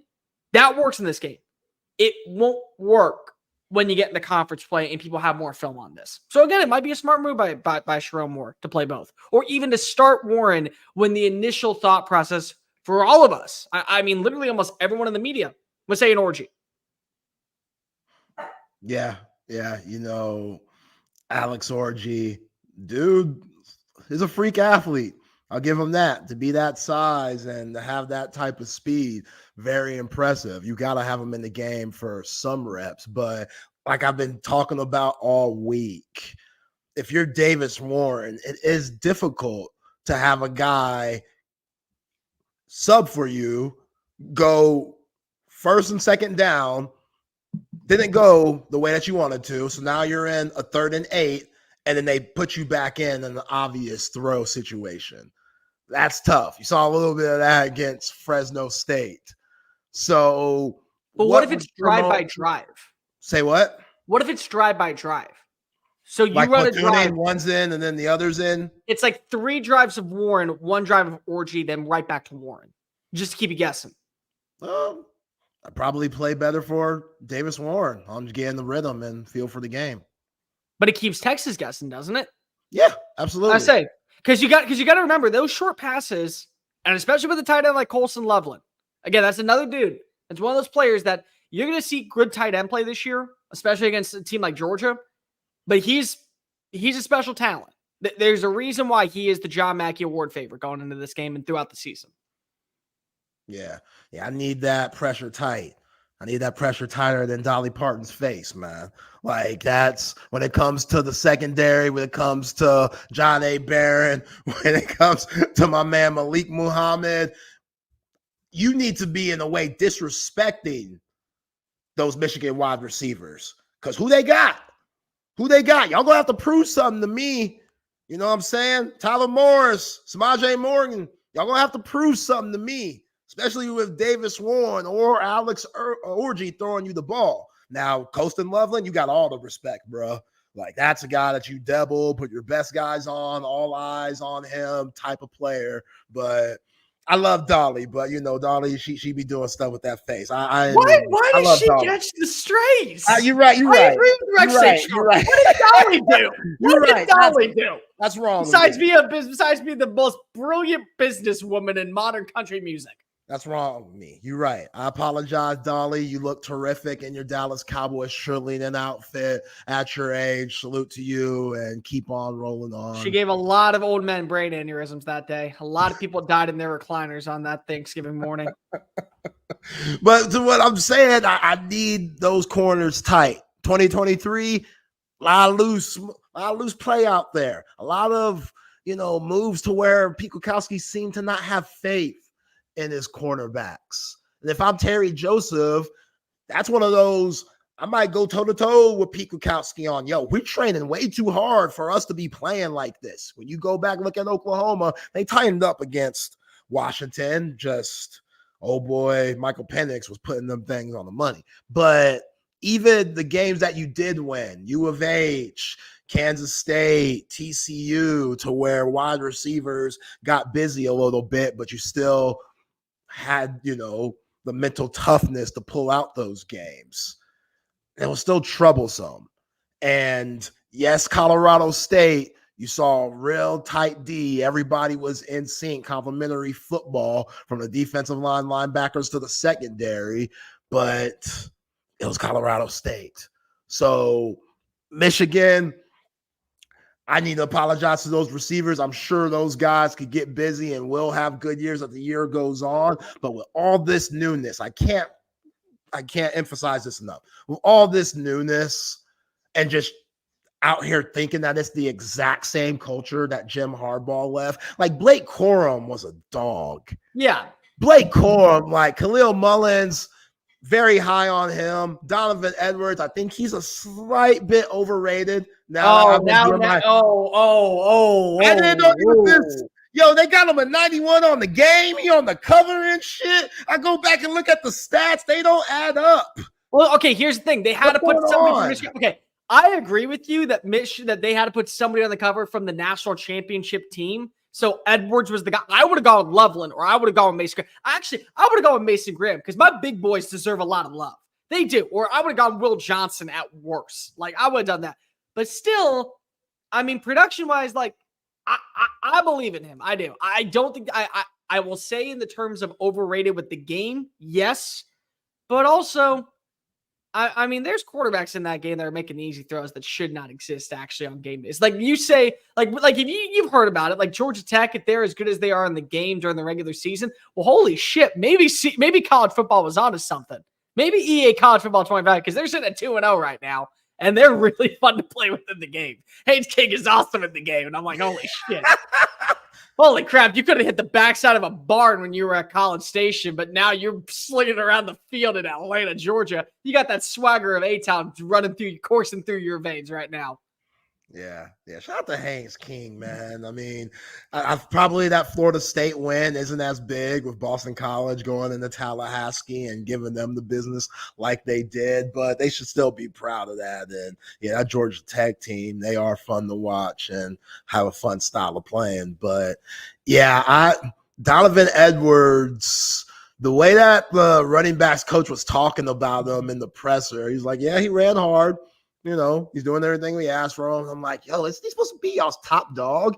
Like, Lil Mullins seems like that guy at 235, you know, just big physical back. Like, that's the wear you down vibe that Michigan has to be on with him leading the way if they're going to get this dub. Like, they got to keep the ball out of Quinn Ewers' hands, right? Zay, I'm still going to say, I think you're wearing the beer goggles a little bit too strong when it comes to Donovan Edwards. You are not drinking the same Kool-Aid I'm drinking. I know this kid, when you get him in space, they won in 2022 against CJ Stroud and Ohio State because Donovan Edwards decided to go ham. Like honestly, sometimes you just need to have that spark plug, and they may not have the numbers, but they are that X factor. Again, I agree with Ferris Kahn on this one. There's that clutch gene inside number 7 where you get him out into space. It is a nightmare for you. If you're Andrew Makuba, you better pray to God that you're making that tackle, because if not, he is off to the races and you're getting up and seeing him 30 yards down the field. You might as well stay laying down like that. That's Donovan Edwards. So I get it. There's a little bit of overhype probably when it comes to anybody on Michigan because of what we saw last week. But I still believe it. And again, here's the other thing, man. There's like this aura and energy, and I want to get to this when it came to like Nick Saban and when it came to Kirby Smart. Like their cultures are just so strong that they never replaced anything, and they never had to take a step back because of what they had built. But like everyone's coming at Mike Norvell right now and saying, "Guys on the hot seat." Guy's not on the hot seat. Guy is on such an ice cold seat. He's probably resting himself because he just got kicked in the nuts that hard. That's how cold his seat is. It is literally an ice pack for his Johnson. He's that good. But like the same thing goes with Blake Corum. His aura, his energy, his physical brand of football, and also just his mentality of what truly defines a Wolverine, what truly defines that alpha culture, what it means to be a part of a program that's supposed to have this, not just sustained success, but also dominance. Those are 1 in a million flukes to come by. You don't find players like that anymore in college football. You'll find really good, talented players, but guys that truly build into that culture, they only exist once in a couple of coaching cycles. So it's like, I get where you're coming from, but partially I think that the oversaturation of the overratedness of Edwards comes from the fact that he's not Blake Corum 2.0. But honestly, there is no Blake Corum 2.0. That's one of those guys that I put on a pedestal alongside like a Cam Newton or alongside like a Lamar Jackson or even a Peyton Manning for that instance, where it's like he could be the next Peyton. We don't use those words. We don't use those type of language around these type of, because they've earned that right. What they've done in college has deserved an amount of respect to where we don't compare people to them. Yeah, Donovan Edwards, he doesn't fit the Big Ten running back mold. No. Like Corum does, Khalil Mullins definitely does. Big you're right. bruiser. Yeah, exactly. And I could relate and salute a player that steps up in the big games only, big game type of guy. I was that. High school days, all district player, all off of big games. When we had the duds, not too many fans in the stands, I'd be all right. You know, I wouldn't be that liability, but when the big games came, rival games, it was a packed house. You would have to go to a neutral site because fans got crazy in recent years before you ever got there. Them the games I showed up in. And Donovan Edwards, he has always shown up in big games. And this is a game to where we forget they're the underdog here. They're the freaking underdog. As a national championship team, they're the underdog in this game. Everybody's picking Texas. People are picking Texas for a freaking blowout. Say it's going to be a rout. So what if it is? That makes me nervous. But what if it is? Nervous. Give me goosebumps, man. I never read the Goosebumps book. I'm a scary ass dude. Never read the Goosebumps book. Wait, are you a scaredy cat? Oh, hell yeah. Are you one of those people that when you go watch a scary movie, you have to have the lights on just to? Are you one of those guys? I don't have to have my lights on, but I'm watching my back. I'm pulling the shower curtain fast as hell. I'm turning corners on a swivel. You know what I'm saying? Hell no. Scary movies like Poltergeist and stuff. That's Poltergeist. like too What are real. we talking about? No, we're talking about like Friday the 13th. Oh, that ain't scary, bro. Oh, that's I'm not not running Jason. Jason don't run. I'm not running him. I'm good. Okay, no, Michael doesn't run. Jason runs. Freddy runs in your dreams. That's why he's nightmare fuel. Michael just walks. Like honestly, the one scary movie that I just don't get behind is Halloween, because all you have to do is walk fast. How do I beat Michael Myers? Walk, lightly jog. You win. He's not catching you. Yo, he's relentless, man. He's ruthless. He don't stop. Mike was petty too. Mike was driving around in station wagons, just scoping out the territory, just scoping out the scenery, and then okay, I know when to strike. Just he played the game strategically. He wasn't just no killer. He went about it in a different way. But I'll tell you which movie actually is the one that like still it should be such a simple concept. Child's Play with Chucky. Honestly. No. Hey, my doll's talking. All right, I'm gonna burn that shit alive. Throw that on a fire. Light him into the bonfire pit. See him cry his name out for mercy. Yo, break his neck. They tried all that. There's about 8 of them things. That doll survives, and he has his boo thing with him that be causing havoc. They be fighting and stuff. Coming together by killing. I'm not gonna lie. By killing. I'm not gonna lie. Jennifer Tilly's voice as the bride of Chucky is just it's like top low. It's one of those where it's like, Cole, you shouldn't have those thoughts. It's like totally would. Yo, like totally would. That's shrink shit, Cole. You might need to see somebody for that, bro. Wow. Totally would. Hell no. Absolutely not. I said the show at the very beginning was going to be a firework. It was going to be explosive. Sometimes you got to have a take that she's like, whoa, out of left field. Exactly. Jennifer Tilly, man, she knows that she pushes the right buttons. Chucky, she pushed Chucky's buttons. He settled down because of Jennifer Tilly. He found himself a wife. That's true. He got booed up. Out of curiosity, what if they just win? Like by trip? Like what if they just? It's not even a contest. I mean, I believe that Texas, win or lose in this game, it does not affect them in terms of what the ultimate end goal is, and also what they should be moving forward. They feel like a team that can easily hold their own against everyone after what we saw last week. But the way that you hear people talk about like Tennessee right now, or the way that you hear people talk about at Alabama, it's a new face, but still same energy. If Texas does that against a Michigan team, they got to be considered, in my opinion, the front runners. They have to be considered 100% a front runner for not just the conference title, but clearly a top 4 seed in the college football playoff. And they're a team that you don't want to mess with on Saturdays. If you beat a Michigan team outright, you win them by double digits against this defensive line. If you're throwing it in coverage against Will Johnson and you got like Isaiah Bond before he hits the pose, making a one-hand grab, like an OBJ. He does the OBJ catch and then pulls it on in. The name is Bond, Isaiah Bond. He does that. We get that. How are you not, if you're a Texas fan, truly oversaturating this? Yeah, I mean, that's how it felt last year after they beat Alabama. You know, everybody was looking at this team as a team that could go fight for a national championship and the college football playoff, and they gave themselves the opportunity to do that. Obviously, Oklahoma came up later on, but you go on, win the Big 12 championship, put your name in the college football playoff, lose to a really good Washington team that had a lot of guys go to the National Football League. Kalen DeBoer took him to Alabama with the job that he did up there in the Pacific Northwest. So, yeah, you're going to ride that same high. I think even more so, you know, just because as much as those 11 NFL players that were on this Texas team last year brought to the table, this team just feels better.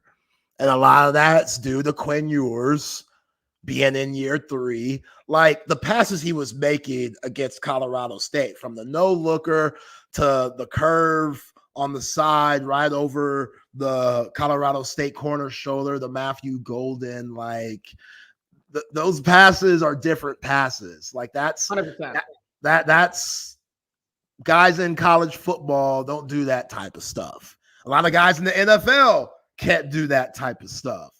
So if Quinn's going to keep that same consistency and mindset, and you talked about it, the wide receiver group, it's bound to shrink in a matchup like this. But playing the what ifs here, what if it doesn't? Yeah. What if you're able to put 6, even Ryan Niblin in to make 7, and rotate guys throughout the first and third quarter to where once the fourth quarter comes, while Michigan guys are huffing and puffing because it's still beginning of the season, the Texas guys are still fresh, ready to go, and ready to utilize that speed and take advantage of that.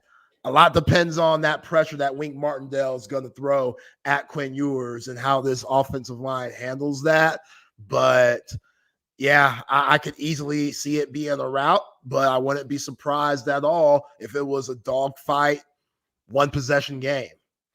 What I think is that if Texas were to lose this game, the expectations are not changing in Austin, and that we're not going to see that same type of, in years past, woe is me, over panic mode, how bad it was. I think that Texas will just find a way to be able to convince themselves, and most fans will say it was solid defense. We're going to see these type of defensive lines in the SEC. We got a good litmus test about what we're going up against now in this new conference. We're okay. We work out the kinks next week against UTSA. We make sure that we're on the right path before we go play Mississippi State. We're good. If you win by double digits, that's where the overreaction comes in. Because honestly, that's where the overreaction is for a lot of these teams. Like you say, I don't think that people are truly ready. They aren't, especially these young college football fans. They're not ready to live in a world of social media where Miami is really good, where Texas is really good, where Tennessee is really good, where USC is really good, where Notre Dame is really good. And those are things that could happen. There is a legit scenario, those 5 teams I just named, who have fan bases that are either beloved or hated beyond belief and are absolutely either the nicest people in the world or the biggest cesspool that wants to come and eat you alive, are about to be good, and they're about to have a reason to start talking shit. Like, that's the crazy part. Like, Tennessee fans and Miami fans, they talk mad smack when they're 7-6 and they get a win over like a Georgia Tech, or they get a win over a Kentucky. They get a win over Bama. Texas gets a win over Georgia. They get a win over Michigan. Like, we're talking damn near difference. Like, they get to back it up now. Like, that's a big thing. Like, they get to talk the smack and also back it up by saying, scoreboard. Look at what we did. Look at what we did against this top 10. Because I think Michigan still is going to be a 9-3, 10-2 roster at the end of the year. Like even with this loss, I still think that they're going to hold their own against Oregon. I think that the Ohio State, the game is always the game. To me, it's right alongside Red River. You throw the playbook out, 3 hours, may the best man win. And then USC is another game where, you may end up having a couple of trip ups here. This is one of those games that, like on paper a few months ago, probably not at the top of your list. Definitely now there. But you got the backing to now talk the smack. Like Texas, if they lose this game, they're going to be fine. They're going to be right back at square one. And I think this is going to be like a humbling moment before SEC play begins. We have got to work out these minor kinks. But if they win, and they win by double, I mean, how do you not have that confidence, that swagger, that alpha dog mentality? And honestly, when you look at Texas, if you just had Jatavian Sanders at tight end, and maybe you bring back Xavier Worthy, you're the favorite to win the national championship with this team. Like you really are, because you brought it up. I think this team is better. I think the tight end play is the one question I have on offense. And I think, honestly, maybe defensive tackle. You give me Devondre Sweat, Byron Murphy, and Jatavian Sanders all back for one more year. Who are they losing to? I mean, that like, to me, that's a legit conversation you have to have. For sure. And, heard Joe Klatt, Cal heard the other day. He says Texas loses. That's going to be a serious problem going on in Austin. I don't necessarily agree, but everybody has the right to their own opinion. I'm with you. I don't think it's the end of the world. It's a little bit concerning just because Texas, talent-wise, overall, is a tad bit better at this moment than Michigan, especially at quarterback and the most important positions on the field. Sure. So that would suck. But again, we're not giving Michigan enough credit. This is a team that just won a national championship. A lot of guys came from that team. Now they're the underdog, so they're going to be riding that wave and feeling disrespected and coming with that energy. And they still are most likely going to have a top 5, top 10 defense in the nation, regardless of what Alex Orji and Davis Warren are able to put together this season. So they're not scrubs. They're not scrubs. There's a reason why everybody and their mama, when it comes to the media, is going to be at this game. Like, it's that important. It's that big time. Michigan, even though you just said you don't think they're a top 10 team, they're ranked top 10 as of now. They can play football. They're not stupid. They can play football. They got good coaching. It's just, how's all those new pieces gonna work against the Texas team with so much talent and the bullseye on their back? Like, this Texas team, they have a bullseye on their back. I think they have enough dogs to where they're salty that they didn't play in a national championship game last year. They missed an opportunity. Those opportunities don't come around very often. You got to have a lot of luck just to get there too. A lot has to go your way. So to know that you were so close, you could taste it. You thought you were going to be able to nibble it a little bit, and then they snatched that plate away from you and Michael Penix in Washington. That stings. That shit stings to this day. And if you're feeling that sting in every game because you don't want to feel that again, and you're going and playing for your brothers and putting it all on the line because you know how good you can be, then you're dealing with a dangerous Texas team to where you're right. If they go and blow them out, the arrogance, the swagger, we can't be stopped vibe that you're going to get from this squad, that could look a lot like that 05 team that beat USC in the Rose Bowl. Reggie Bush, Steve Sarkeesian, Lindell White, Matt Leinart, Pete Carroll to win a national championship team.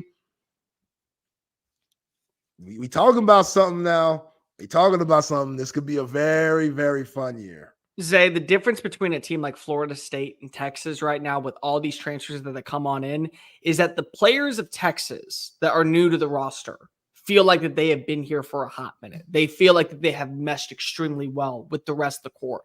And that's because of the players that were left behind last year that didn't get to see the end results of them playing in Houston. They feel like that they're starving. They feel like that they're a team that is still hungry and that they want more of they got the scraps and they want the big feast. Florida State feels like a team that's already been fed. Florida State feels like that those players that have came on in, they don't have that same fight because the players that have been there, they went 13-0 last year. They already felt great. They felt like they've been fed. And so when you look at Texas, the thing that has been so, what I would say, bafflingly awesome from an outsider's perspective that just watches college football, lives, eats, breathes college football, enjoys everything about college football, you would never be able to convince me that those players have not been doing this for multiple years. The new guys that come on it, Matthew Golden, Silas Bolden, Isaiah Bond, Amari Nyblack, Bill Norton, Tavi on the defensive line, Makuba at safety. They feel like that they are just one single entity. And when you have that type of mentality this early in a year, where you're not worried about the kinks, where you're not worried about somebody having to come and step up and add more value because of they've been in the system before, that is dangerous. Like Georgia last week when they played against Clemson, they had 2 transfers that beat Dabo Swinney. Literally, those 2 would have won that game 14-3. They felt like that they were in sync with Carson Beck the entire game. And that's a dangerous team. That's when you know you're dangerous, when it doesn't feel like that you are the new guy at the party, just a face that didn't get to show up last year. That's what it feels like when it comes to Texas. Yep. He is Cole Thompson, Texas Wire, SEC Unfiltered, filling in for my guy Chip Brown, who is on his way to Detroit right now for the Texas-Michigan game. Chip will be back tomorrow. I am Zay Collier. We are rocking here on Texas Sports Unfiltered for the next 30 minutes before we hand it over to SEC Unfiltered. Let's get quick hit one of our sponsors, Passes.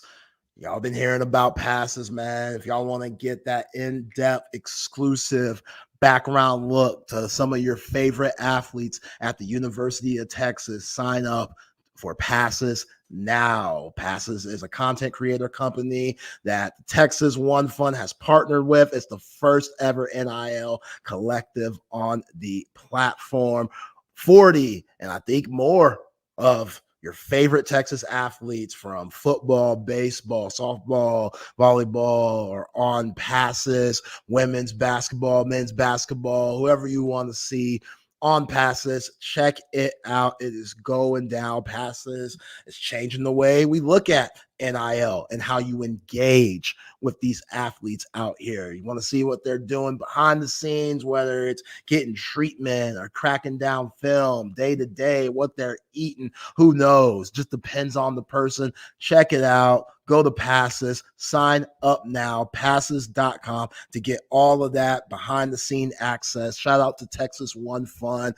Different tailgate parties, meet and greet, sign memorabilia, VIP experience, athlete spotlight access. If you sign up for Passes today, check it out now.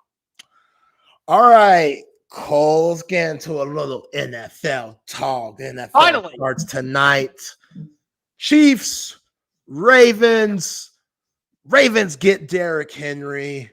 Mar Jackson coming off of the MVP. Rematch of the AFC Championship. Patrick Mahomes coming off his 3rd Super Bowl. Travis Kelce, who's an actor now. I saw him on some FX weird looking show that's about to come out soon. So Travis Kelce. Aaron Hernandez. I can't wait for that. That's going to be amazing. I love a good biopic. That's going to be so unhinged. Okay. Did you see the Donald Sterling one though? Yeah, that was bad. That was bad. But I will say Ed O'Neill did a good job looking like Donald Sterling. Who the fuck did they cast for Aaron Hernandez? That looks nothing like him. It does. What do you mean? I thought he looked nothing like him. What do you mean? Yeah, like a Hispanic brother with a line-up tattoos. Are we saying that all Hispanics look alike now? Because he does not look like him at all. Zay, how dare you? I'm not saying that. I am not saying that. I'm just saying what my eyes could see. God looked like Aaron Hernandez. It looked way better than Cuba Gooding. Were you punched in the face and one eye to go blind? Yo, it looked it looked way better. Really look exactly like Aaron Hernandez. Yep. They're the same dude in my eyes. I mean, he's not a Mexican Rocky Balboa. It looked better than Cuba Gooding's radio ass playing OJ Simpson. I'm sorry. I love that. That show was great, though. It was good, but That Cuba show was playing great. OJ, Cuba, come on. Cuba playing OJ, that ain't it, bro. You Trey from Boys in the Hood. You ain't OJ. They could have got somebody that wasn't known. Like Cuba's the best they could have done. But overall, it was a great, just the story and everybody else was terrific. Courtney B looked exactly like Johnny Cochran. Courtney, I thought looked exactly like John. Like that, I thought I was looking into a mirror when I saw that. I thought freaking Ross Geller, Schwimmer, looked like Kardashian. I thought Ross Geller, yeah, that dude. Yeah. He was on a break to go defend OJ. That's why I couldn't be with Rachel. Yeah.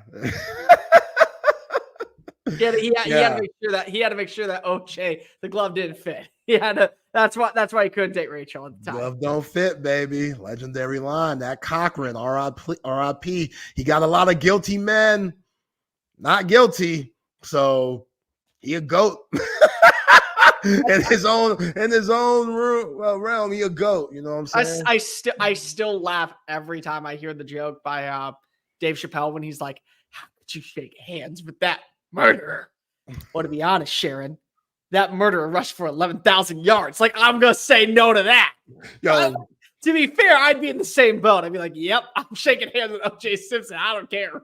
Oh yeah, if I ever met OJ, I'm dapping them up. I am down. R.I.P. I know that's never gonna happen now, but yeah, I'm dapping them up. Like, yo, I just look at you as a football player, bro. You didn't. I do look it. at you as a Heisman. That is a Heisman Trophy winner right there, and I got to go ahead and say hello to him. Thank you. Yeah, That's we all know the system's not corrupt. No, it's never corrupt. Like, you were free. Like, that's what, you're a free man. Now, you stealing the memorabilia in Vegas, can't help you there. That's some criminal shit. But yeah, we don't know if he killed nobody. Come on now. But anyway, Kansas City Chiefs.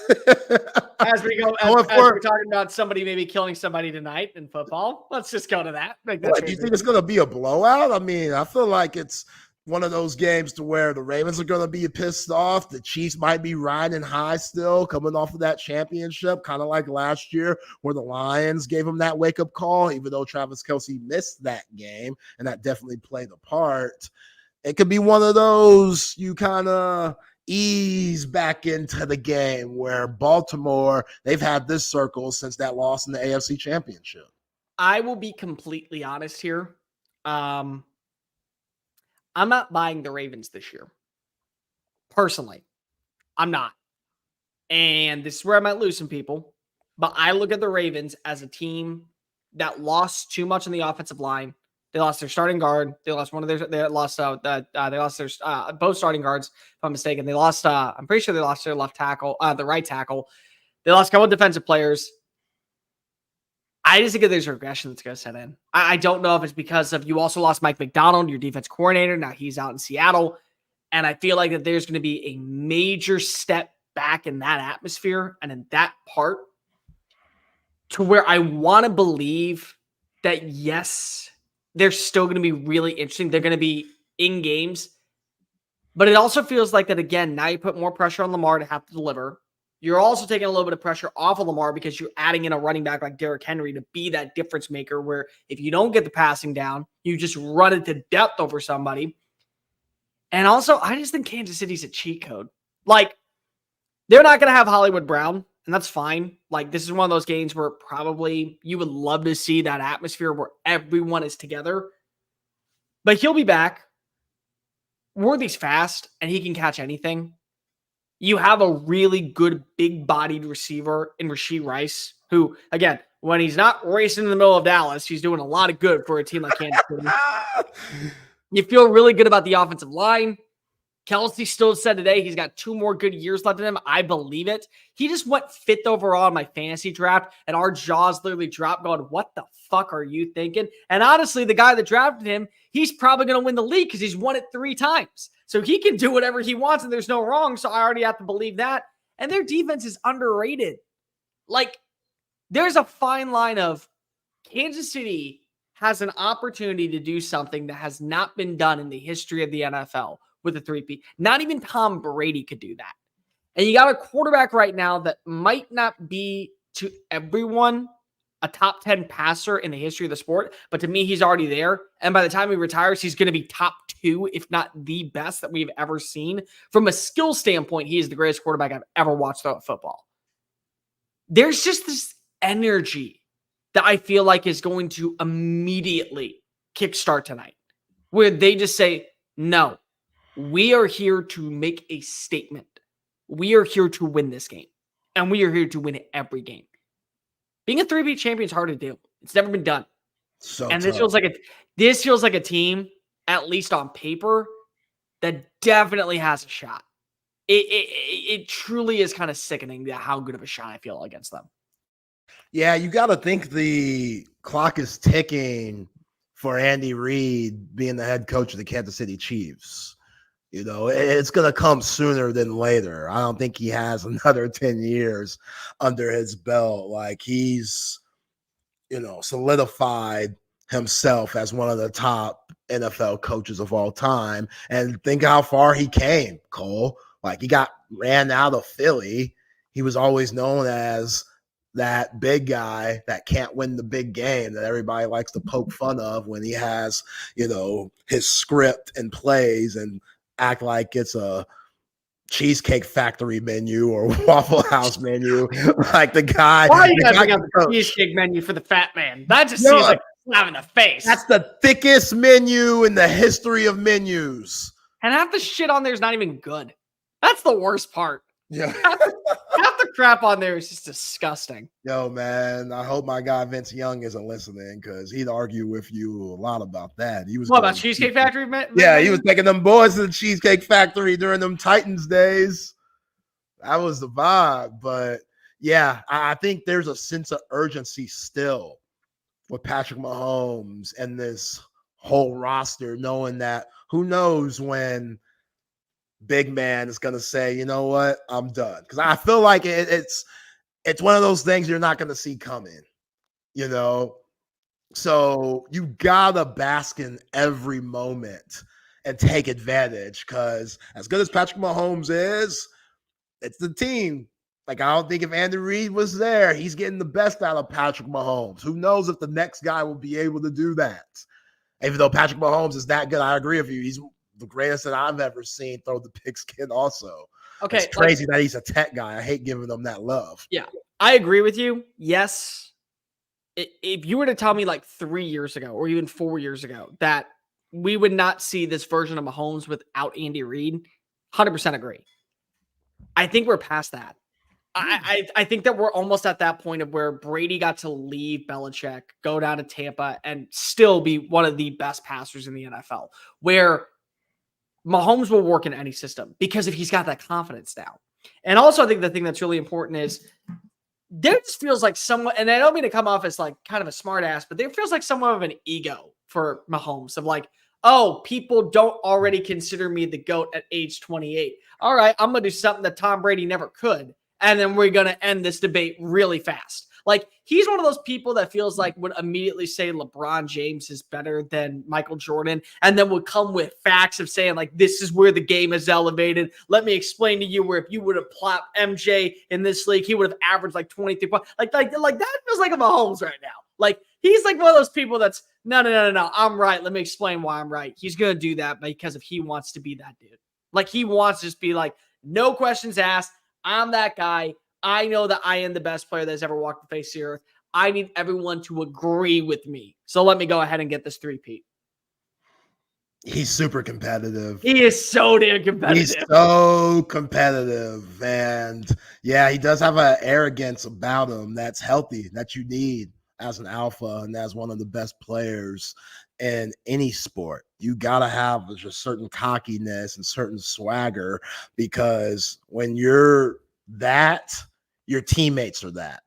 The whole facility, top to bottom, front office, hell, even the janitor custodian probably walks around with a dip in his stride just because, I work for the Kansas City Chiefs. I'd say he goes home to his 1-bedroom apartment and then tells all of his other friends that live in the same building, Bitch, I work for the Kansas City Chiefs. Yeah, You think I give a crap about your 401k? I work at Arrowhead. I work at Arrowhead. What Patrick Mahomes' jockstrap smells like. I'm good. I'm in that level. You ain't never good. You go kiss my feet. That's him. Yo, and Arrowhead's kind of dated too, and I like that. Like they get a lot of heat for not renovating the facilities and locker room and stuff. It's pretty old fashioned and again just dated. But I feel like it keeps those guys grounded. And it's like just still as much success as they've had, it still feels very blue collar. Yeah. And Arrowhead is such a home field advantage to where a lot of these teams, they're getting new stadiums. A lot of these teams are playing in domes now. So it's different. Like when you're in the winter at Arrowhead, that hawk, that wind hitting you back in your neck. That's different. It's different. Patrick Mahomes, he act like he ain't no Texan. That's how I know he's different. Because my man Tua, coming from Hawaii, when he getting that cold, man. But again, he's in Miami, so he doesn't get acclimated to it like Patrick Mahomes, I guess, does. But yeah, man, I wouldn't put it past them on three-peating at all. And I still think Travis Kelce, he might have lost a little step, but that will still make him in like the 98th percentile. He's still getting 1,000. Like he's still gonna hit the quadruple number. Yeah. He 100% is. It's like one of those things where I'm at that point where you have to show me why you can't do it before I will believe that you can't. He could have a foot injury that keeps him out for 3 games and he would still get over 1,000. Like that's where I'm at when it comes to a guy like Kelce. Yeah, he's losing a step behind. He's definitely no longer the same all-pro. Maybe you see like a Sam Laporta start gaining a little bit of momentum, a George Kittle start gaining a little bit of steam. TJ Hawkinson comes back. You feel better about him as the future tight end 1. But until we see him hang up the cleats, that is tight end 1. Yeah. That is easily tight end 1. Is he the best tight end of all time, in your opinion? I don't want to say yes because of that. It just feels like that. It feels like I'm going into that game, like that notion of like LeBron versus MJ, and then like it feels like who have you really seen, youngster? It's like you didn't see Shannon Sharp, you didn't see Tony Gonzalez. It's disrespectful to Tony, and that's the thing. But what's so funny is again, it's another Kansas City dude that I'm talking about because I think Tony's the best I've ever seen. Tony to me is just the best. I think Antonio Gates is the most slept on. He truly is the Phillip Rivers of tight ends in the NFL. We don't give him his respect where he deserves it. He hooped. He was a basketball player. And he didn't even really play football. No, and immediately went to the NFL and said, "I'm better than you." That's the type of fuck you shit that just drives me nuts when it comes to these athletes. I trained my entire life. You show up on the very first day and you're kicking my ass. God dang it. What did I do wrong? What am I not doing that you have? It's a God-given ability that just is second to none. But no, he's top 3. I would take him over Shannon. I 100% would. I think that there's an argument that by the time he retires, the only guy that he is standing in his way that you could have a case for is Tony. And even then, you're going to have people say, no, he's better than Tony. And it's hard to disagree. It is. Just from a route running standpoint. And think about this. This is a dude that didn't even play tight end when he was growing up. He got forced into tight end after being such a god-awful quarterback for Cincinnati. No, you suck. We're moving you to tight end. This is how you go play. And he just balled out when he got there. And also imagine this for a second. He was supposed to go to the New York Jets, and they took Geno Smith instead. What would his career be if he didn't end up with Andy Reid? Yeah. That's another one of those where it's yeah, Mahomes is lucky that he got to be put in a system with a quarterback whisperer of all quarterback whispers and an offense that cares to him. But what if Kelce didn't either? Sometimes the luck of the draw is actually landing with the right personnel and the right coach. Absolutely. Yeah, you gotta have good support system, and yeah, you just never know. You could end up going back to, you mentioned basketball, but Portland Trailblazers, 84 draft, Michael Jordan, right there, right in front of you. You say, oh, we're good. We got Clyde Drexler. Let's take Sam Bowie. Sam Bowie doesn't fit at all. Michael Jordan becomes Michael Jordan. Yep. Blazers haven't won since 77. So it's just crazy how decisions like that could change your whole franchise for years to come, whether it's the right or wrong one. You just never know. And that's what makes sports so much fun. Let's get to the right. Go ahead, Cole, before we get to the You know right what's call. really interesting about the Patrick Mahomes trade that people seem to always forget? Because of that Mahomes trade with Buffalo was able to get enough draft capital to move up and take Josh Allen. So in a sense, they landed in the best spots to create the rivalry that was going to exist for moving forward. And I still believe it's the prime rivalry in the AFC. Like, it could eventually be replaced by Burrow or maybe even CJ.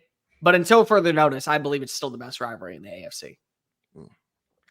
Yeah, before we get to the right call, Texans, Colts, what you got? Who you got? I personally believe that this is going to be a split series. What I will say is there's something about having Anthony Richardson not coming back coming back for the first time in months. So yeah, I'm gonna go Texans with this one at home. On the road, 31-27. Okay. I think they win this one. I think the Texans start off 1-0. By the way, bold pick if you haven't thrown down money yet. Tank Dell, wide receiver 1 by the season's end. Ooh, over Stephon Diggs, the captain. And Nico.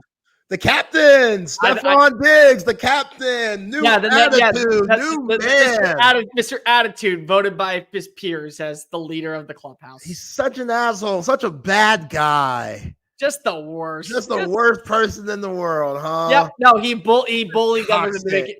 No, Zay, he bullied them into making him a captain. He's like, oh, no, you guys wrote me a captain. We're actually going to vote Nico. We're going to vote me a captain. We're going to vote you a captain. That's what we're going to do, Stephon. Yep. Nope. No, I think people forget that last year before we saw Nico go off, Tank was on pace to be that 1,200-yard receiver. Yeah. And I think that CJ's not going to forget about him. Like their friendship is like that. Like I truly believe as long as he produces and as long as CJ is in Houston, Tank Dell will be in Houston. I fully believe that. They are tight. Yeah, I'm excited about Adonai Mitchell going up against newly improved, who I think is going to be a really good secondary in the Texans, like Derek Stingley Jr., Lassiter, what he's done. Lasseter's dude. Yeah, man. Lasseter's dude. I will say, I am still very annoyed that Adonai Mitchell went where he went because I love him.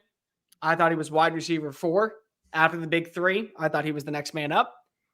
And now I have to watch him play twice a year and probably beat the shit out of the Texans. It's going to be T.Y. Hilton all over again. Just like that one game where like Hilton would be like below average. Oh, we're playing the Texans. 8 catches, 157 yards, 3 tutties. Like, there's that kryptonite. A.D. Mitchell. That's going to be it.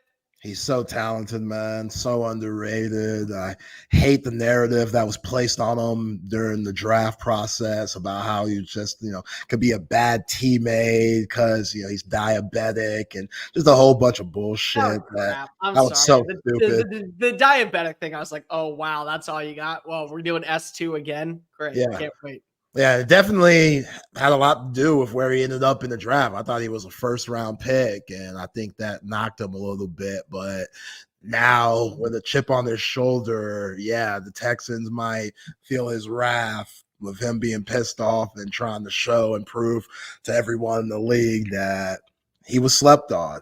And even though you got all of those wide receivers in the room now for Texas, I still think he's going to be missed, especially in the red zone. But let's get to the right call. Cole, this is a very ignorant story. Just so funny and out of pocket. So he's suspended. So I don't know if he's fired, but the vice president of content for the Washington Commanders. I think he's fired. He's fired? Okay. I think he's fired. Raw Inteen. This dude went on a Hinge date with a woman who had him on a camera that was like a body cam. He couldn't see it, obviously. And she works for a political site or a political company, might be, more right wing, I don't know, whatever.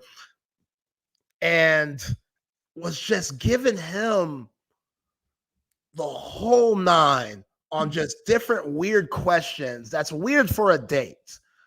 Like if you're in teen and you're going on a date and she must have been just as pretty as could be, Sydney Sweeney, Margot Robbie, Halle Berry. She must have been just bad to the bone to where he didn't give a damn about what he said, saying that, yeah, there's Commanders players that are homophobic, just completely shitting on the FedEx field, talking about the sewer problem that we've known for a while with that field that the Commanders play on, the worst stadium in the NFL by far.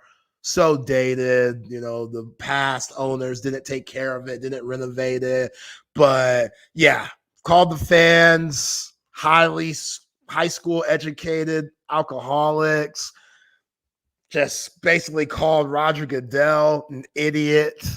And I'm being very mild with that. Oh, no, you're being as about PC as possible. Yeah. You don't want him to cancel Texas Sport Unfiltered. That's how politically correct when it comes to this. Why are we talking about this on a date, Cole? Why? Like, I'm very suspicious. Like that, those are red flags. A woman's asking me all of this. Like, you're asking me too much. Like, ask me about my parents. Ask me about my upbringing.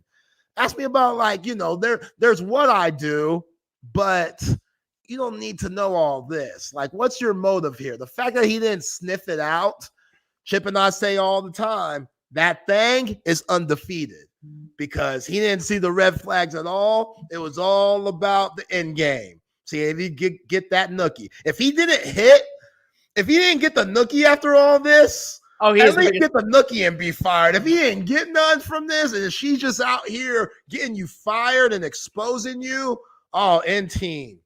My guy. I felt sorry for him a little bit, but also he's an idiot. Zay, listen to the way she asked the questions. I felt like I was at a press conference. Like, I went back and I watched the footage and I was like, okay, that's a reporter question. That's a reporter question. Dude, start picking up on the cues. See the way that she's asking these questions. It feels like she's doing an interview and that you're the main subject of the story.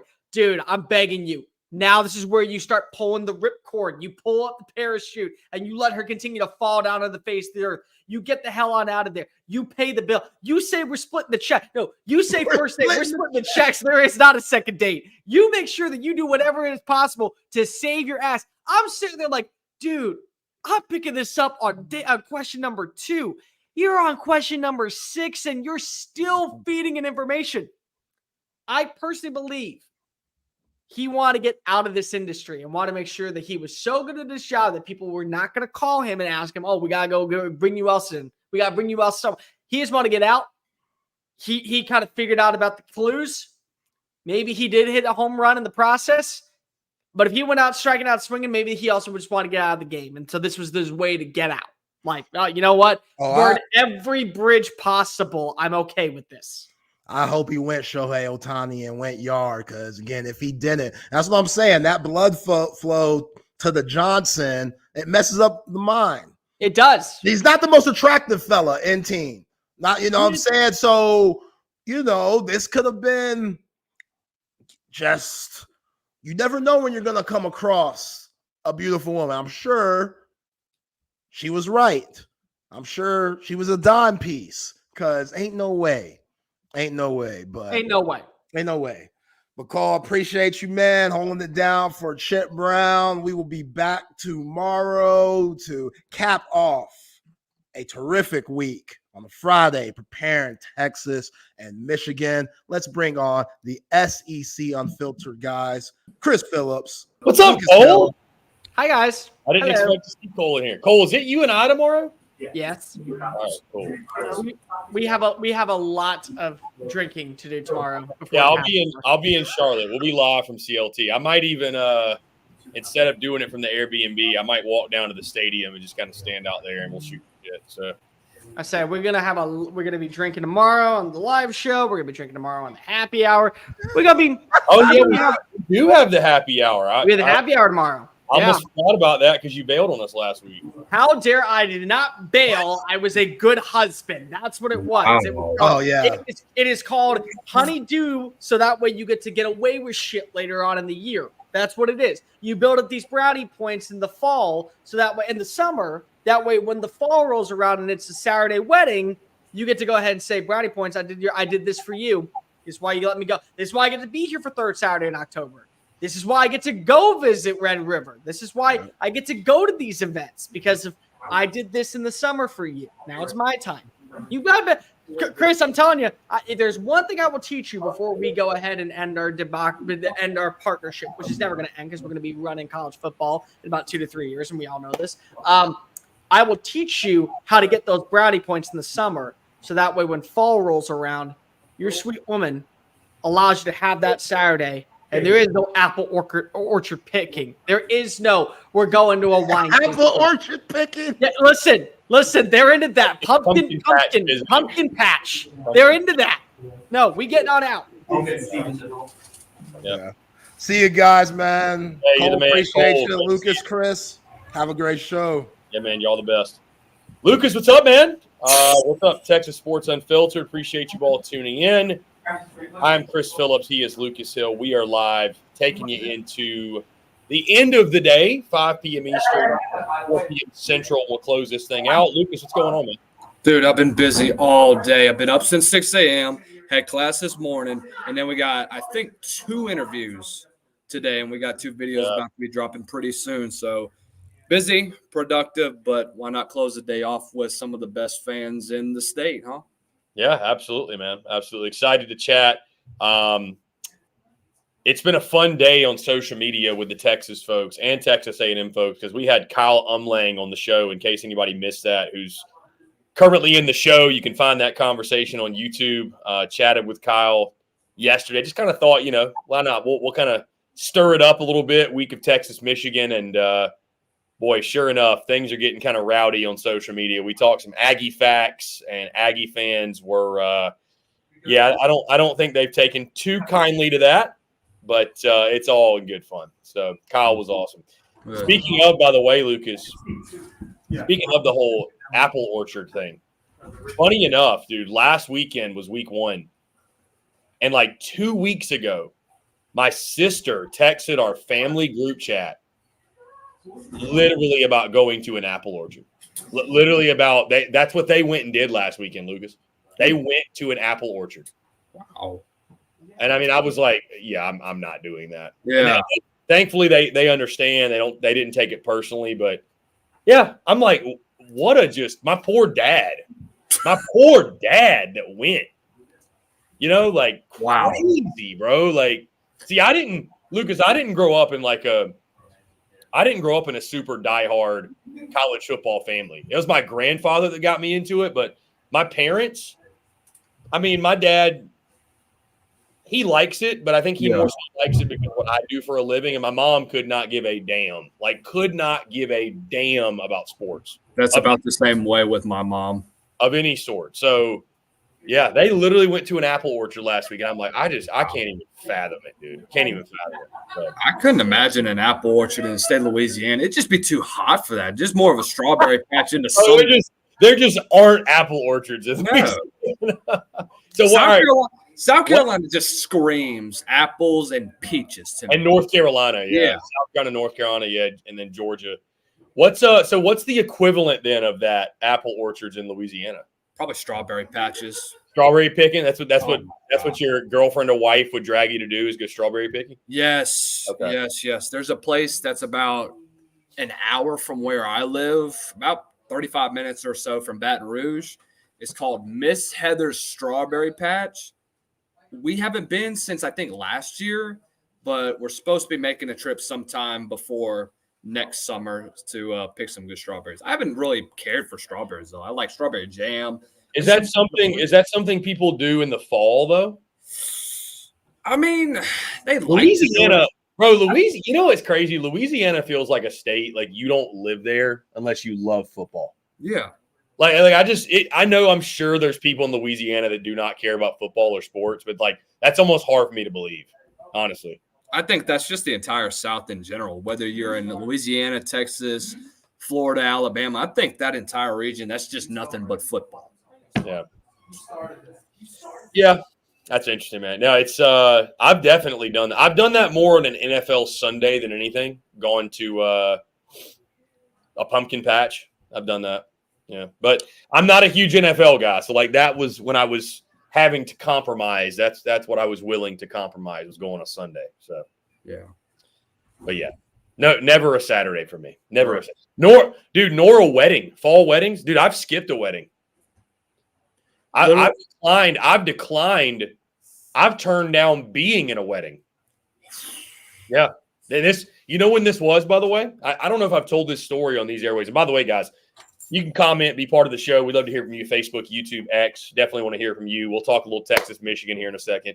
But Lucas, so it was summer of 2019, and I had moved to New York to build up a nest egg to then move to Columbia to get my business off the ground.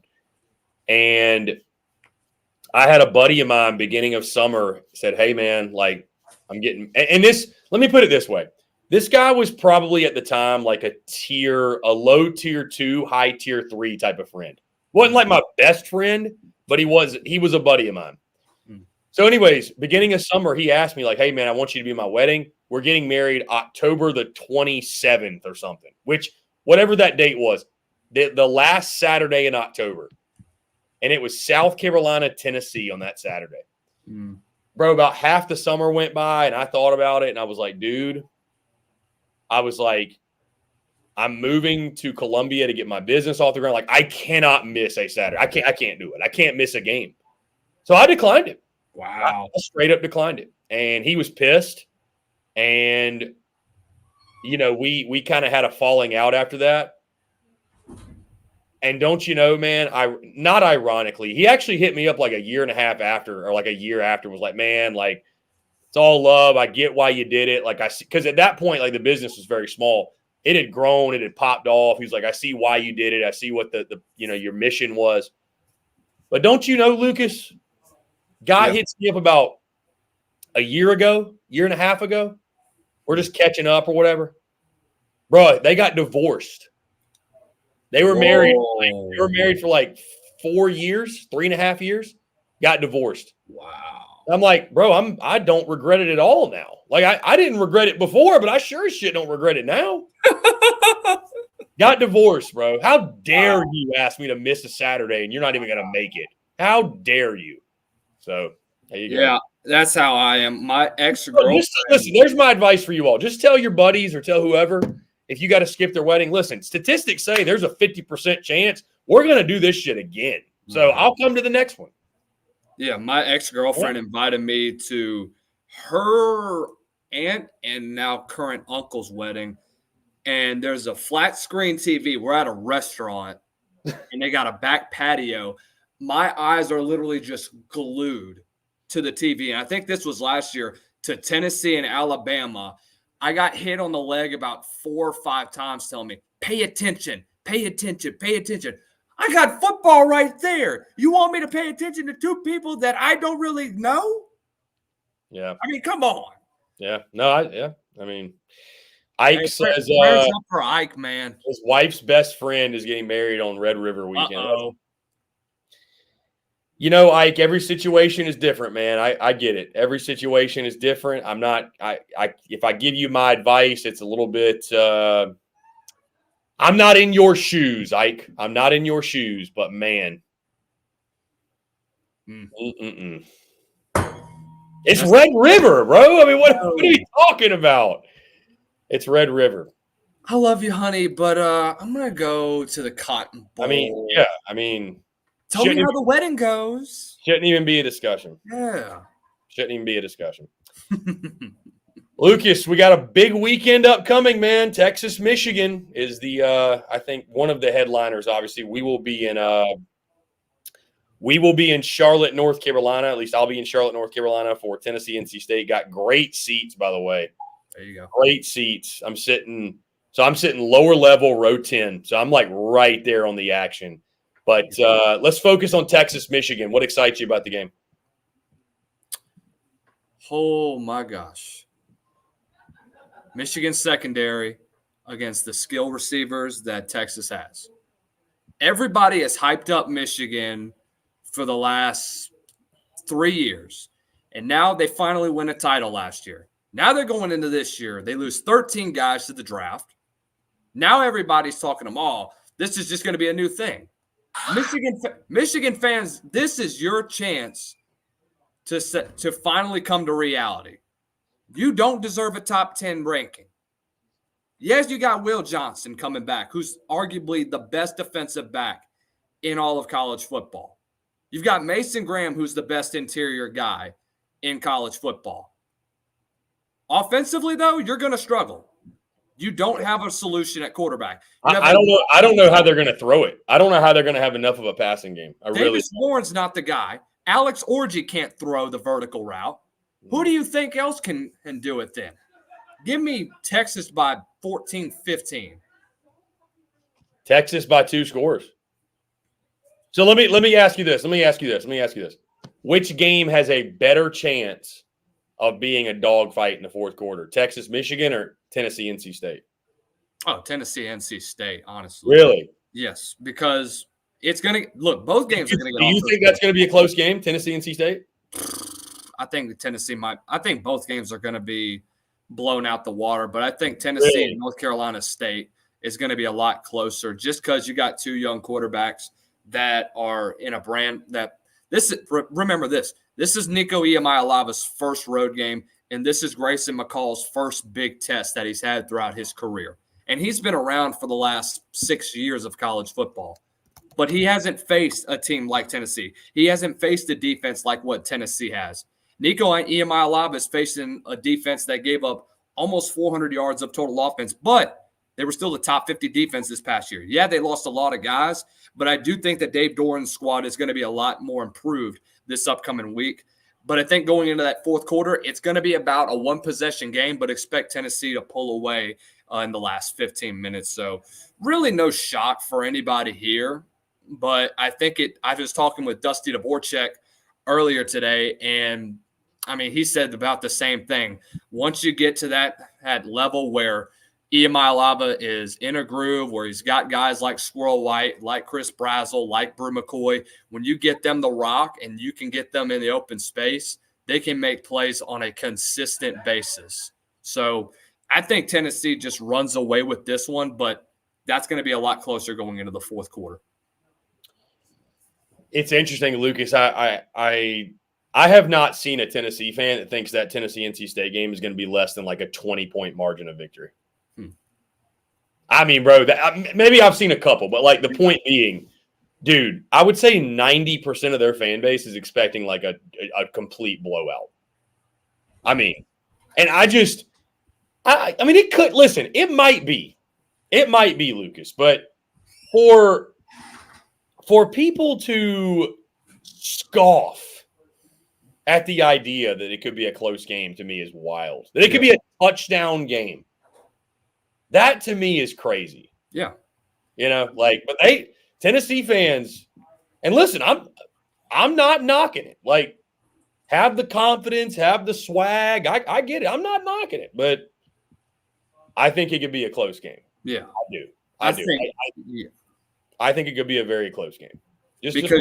You can't count out a Dave Doran defense. They've been doing this for the last 5 years that he's been there.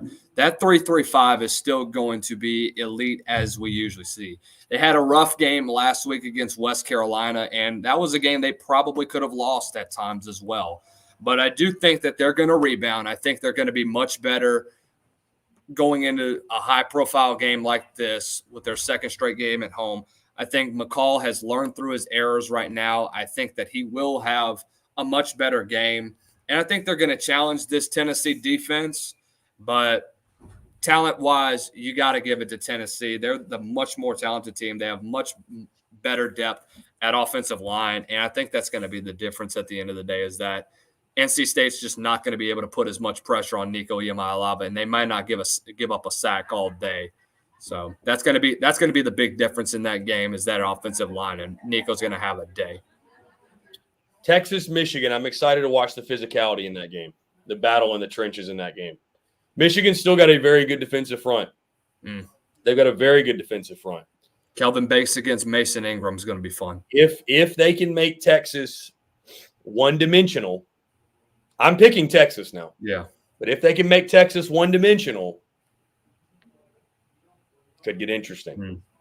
And you got to remember, they lost their 2 starting running backs, but look at how many they played last week against Colorado State. You know what they have. We should just take the running back position off of the board and we should just replace it with athlete because that's essentially what the running back position has evolved into. You can split guys out in the slide. You can put them at H-back. You can put them outside and sling it out to them on swing passes.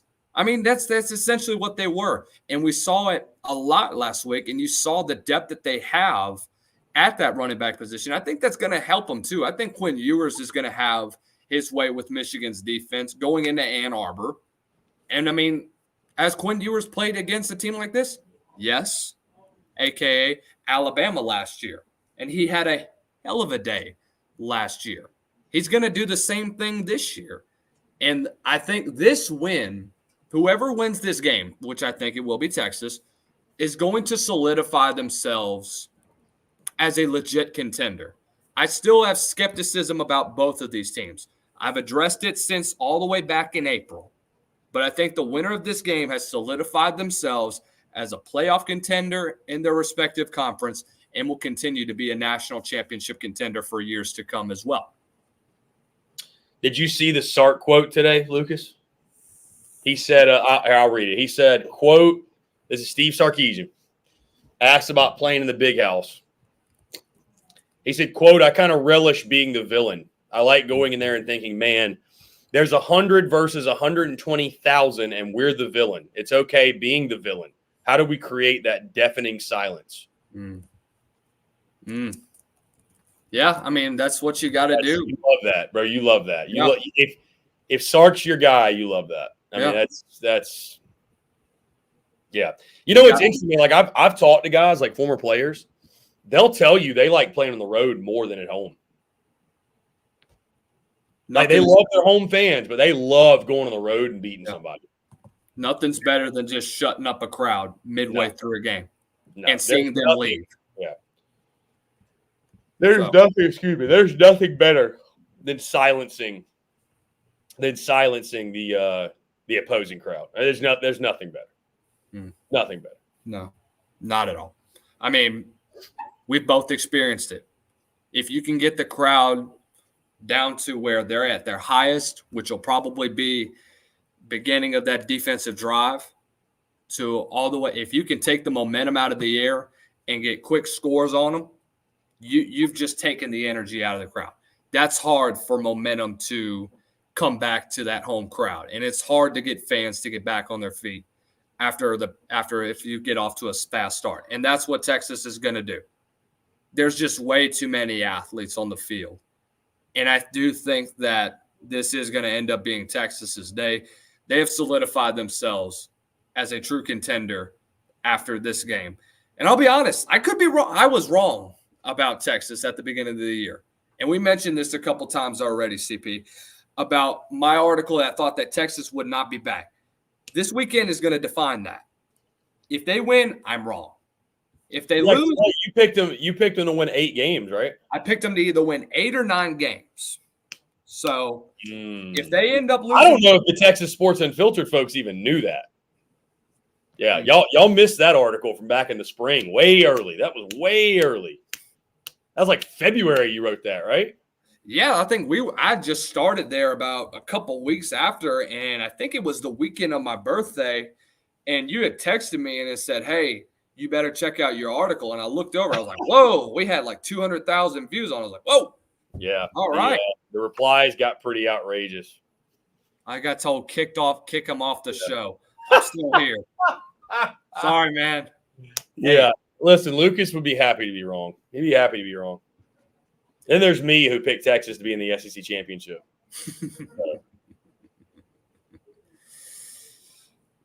Dude, how about your South Carolina guys, bro? The edge rushers are unbelievable. I mean, you've got 2 5-stars that are going to be unbelievable and were really the defining moments for what they showed on defense. I think that this is going to be a fun matchup to watch with them against Kentucky. And it's going to be a battle of 2 young quarterbacks as well with Lenore Sellers and Brock Vandegrift. But well, Lucas, similar to Michigan, I don't know how South Carolina moves the football through the air. I mean,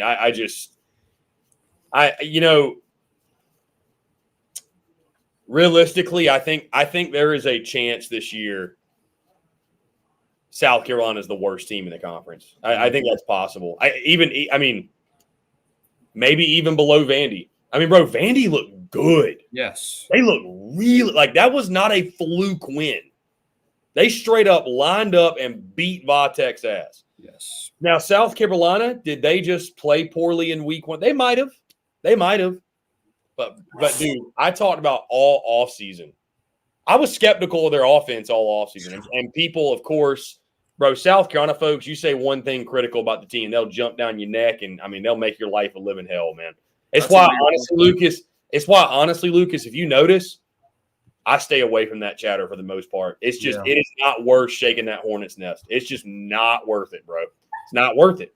Anyways, I was skeptical of the offense all preseason, Lucas, and I didn't expect it to be that bad against Old Dominion. So, they upgraded defensively in the front 7. They are more athletic. Dylan Stewart at the edge is a real dude as a freshman. Kyle Kennard, the transfer from Georgia Tech, he's a real dude. Again, they added a couple other ACC guys that are impact guys, and you got Debo Williams at linebacker. And they've got some pretty capable guys in the secondary too with, even Warrior and DQ Smith. So, defense is going to have to carry them, though, because that offense stinks. Like, there's no other way to put it, bro. I know it's one game. I get it.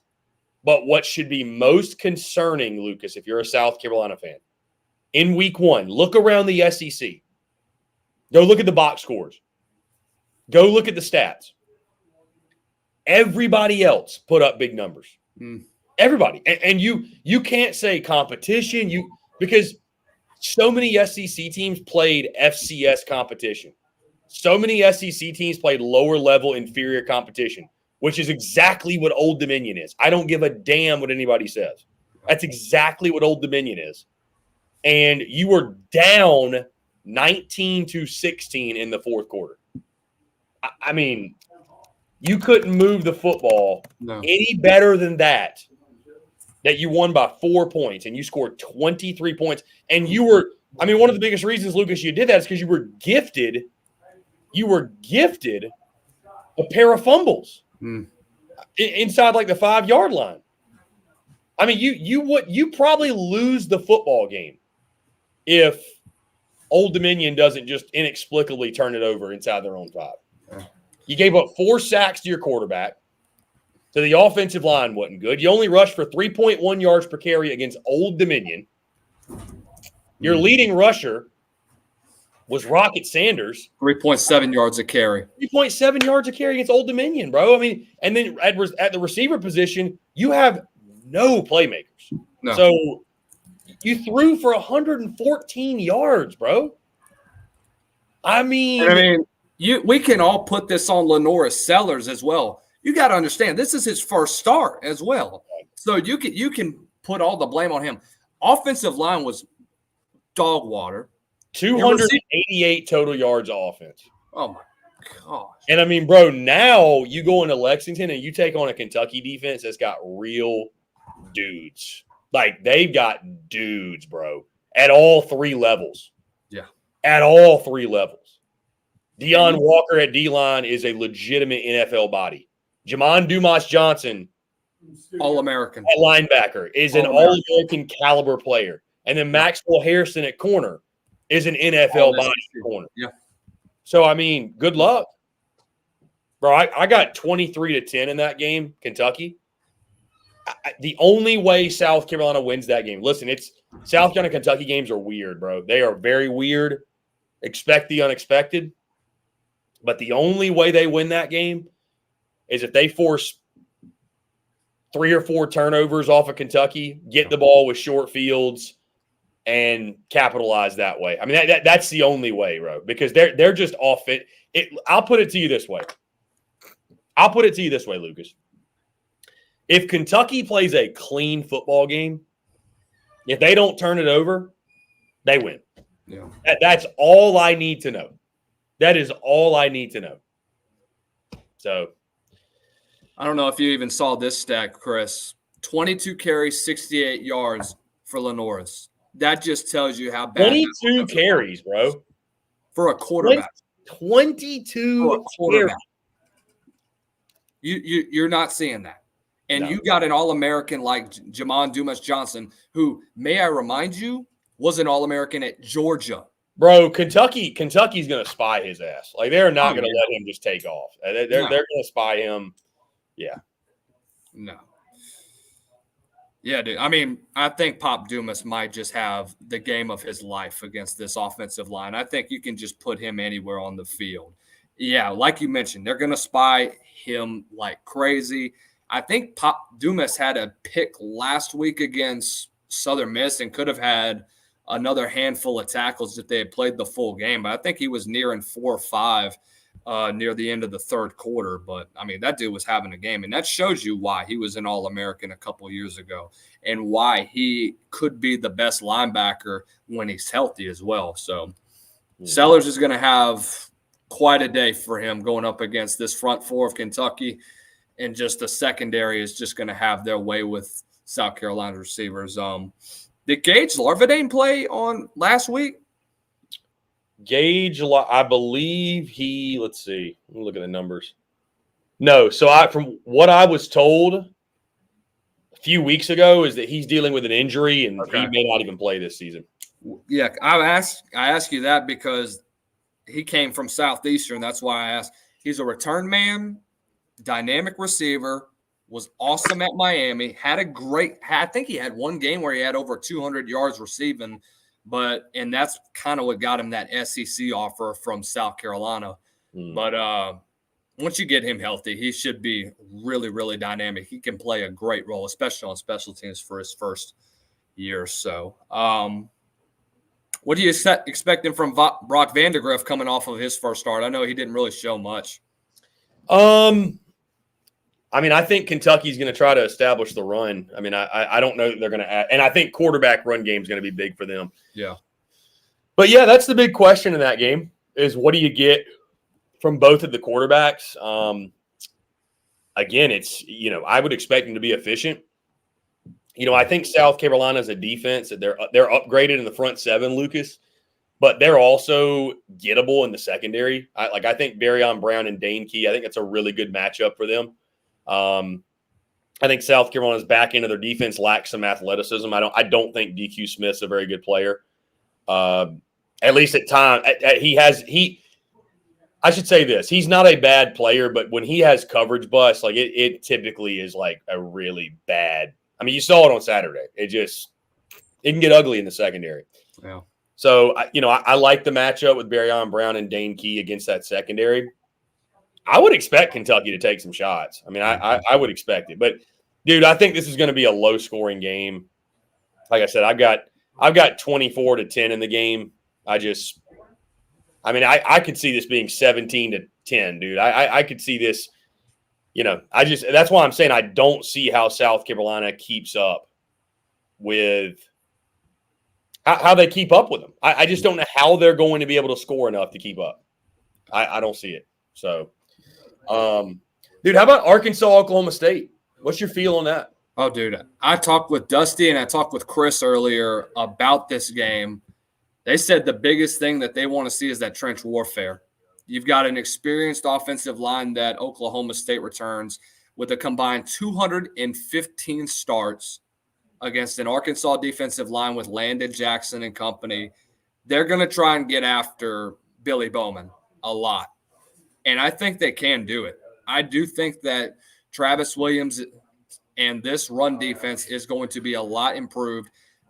Look, Oklahoma State's going to run the hell out of Ollie Gordon. They're going to get him 25, 30 touches if they can. And they're also going to get him the rock when it comes to screens, when it comes to rollouts, when it comes to swings. I mean, they're going to get him the football as much as they possibly can. And I think Arkansas is going to do everything that they can to stop him. I think they will have success. I don't know if Ollie Gordon will reach that 100-yard mark like he does on a regular basis. So I don't know if Oklahoma State has faced a true SEC team since they technically played Texas last year and the year before. But I think Arkansas is going to have the upper hand there. I think Bobby Petrino's offense is going to be electric. I think Taylor Green's going to have a great day. I think Luke Haas is going to be involved a lot in the offense, and I think Jaquindon Jackson's going to have a better game than Ollie Gordon will. So I think Arkansas can pull off the upset just with the dynamic receivers that they have and how Taylor Green performed last week, and expect the same performance like you saw last week from Bobby Petrino's offense. And hey, I'm telling you, after this week, Bobby Petrino, the hate that he receives sometimes for what happened with the motorcycle incident, I think that Arkansas fans will start to forgive him if they continue what they do this upcoming weekend. Lucas, I'm embracing the hog. I'm nervous as shit about it. I'll tell you that. I'm nervous as hell. I really am. I'm picking Arkansas. I don't want to. Yeah, coach. I don't want to yes, sir. I don't want to overreact to what I saw in week one, but man, I like the offense with Taylor Green, man. He looks so good, so fast. I think him getting outside of the pocket could be a big difference maker in this game. I'm glad you mentioned Jaquindon Jackson. Love his game. Love his game, dude. He's a power back. We're going to find out how much better Arkansas has gotten on the offensive line.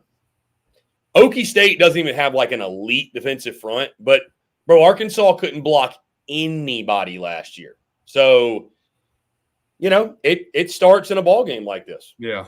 It starts in a ball game like this, period.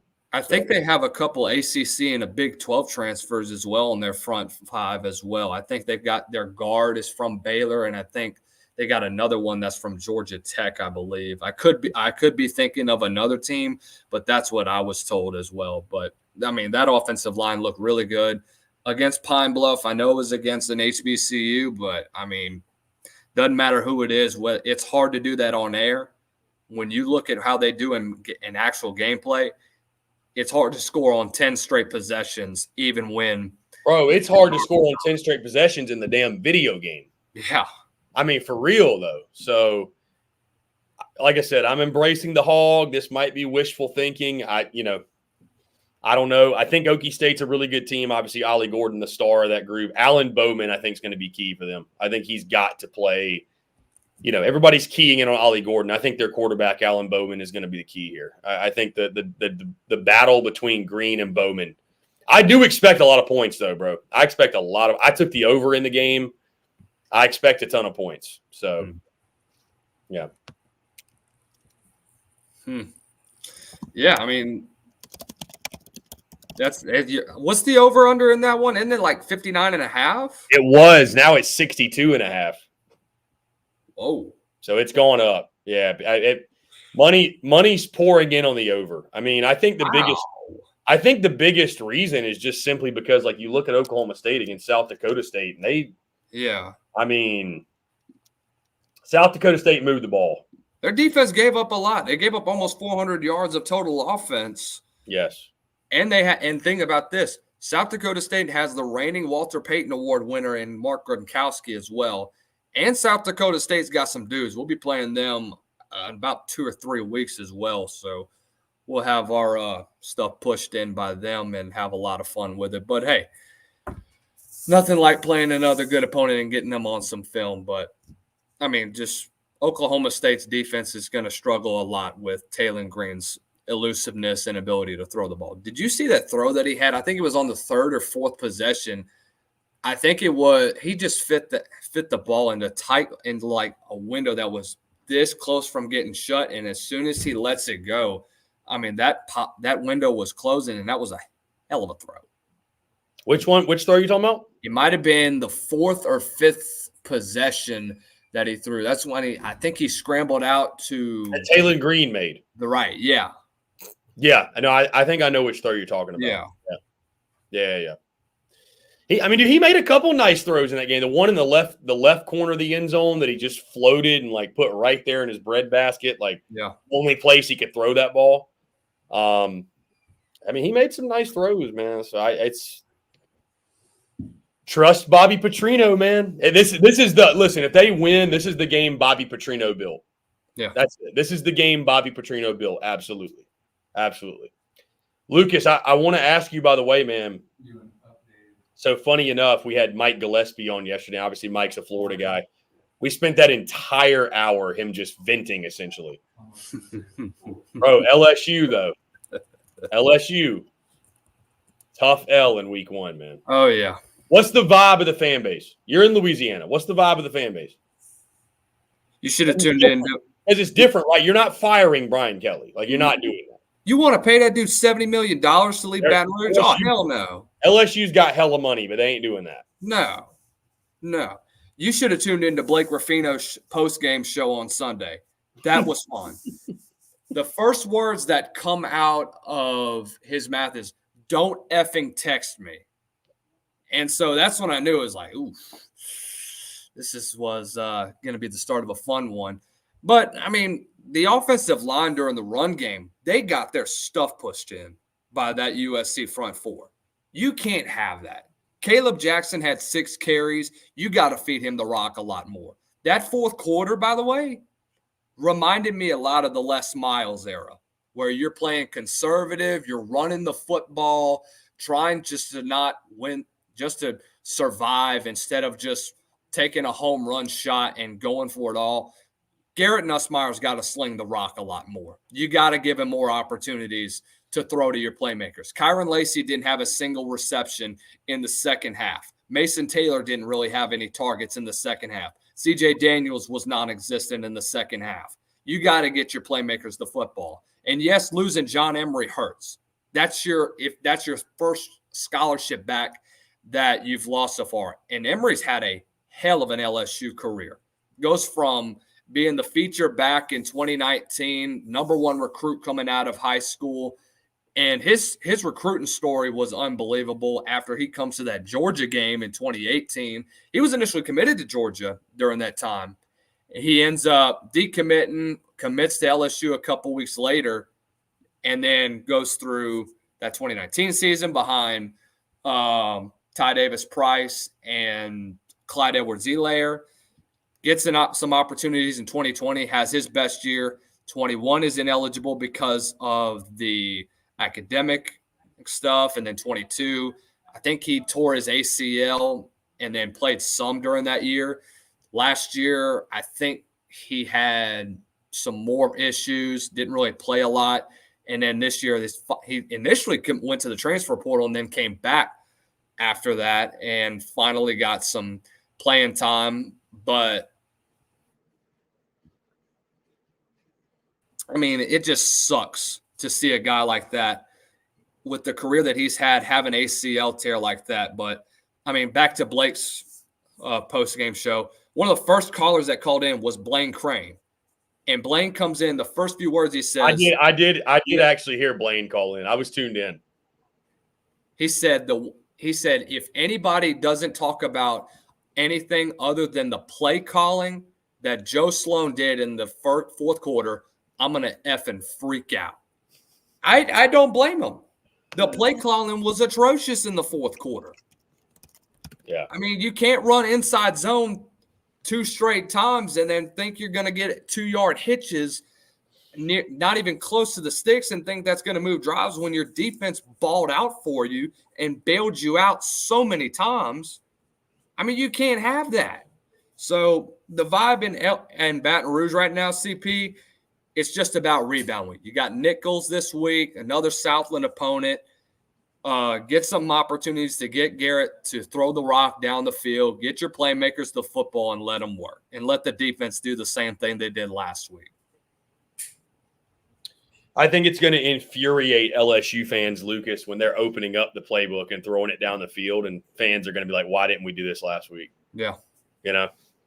I think that's what's going to be infuriating. Yeah, and this technically is Sloan's first full year as an OC, because whenever he was at Louisiana Tech, he had Skip Holtz that was technically calling the plays. Right. And you know about Skip Holtz, who's doing wonders with the Birmingham Stallions in the UFL and what he did at Louisiana Tech.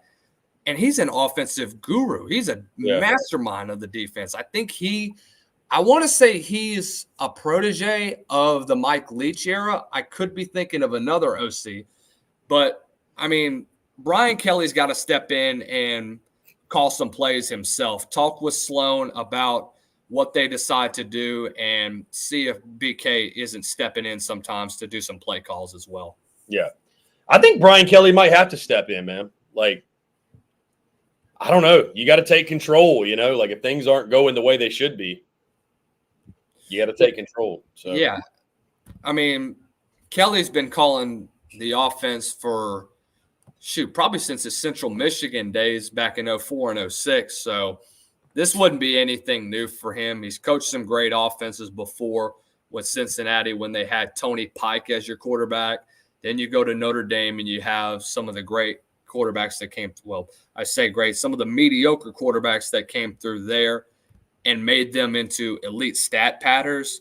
But I wouldn't really worry too much about this LSU offense. And from watching them, from the multiple times they've started 0-1 and how they finished the season, I wouldn't be too worried about LSU this year. Lucas, are you and I going to link up when I come to Baton Rouge? When you coming? Ole Miss game.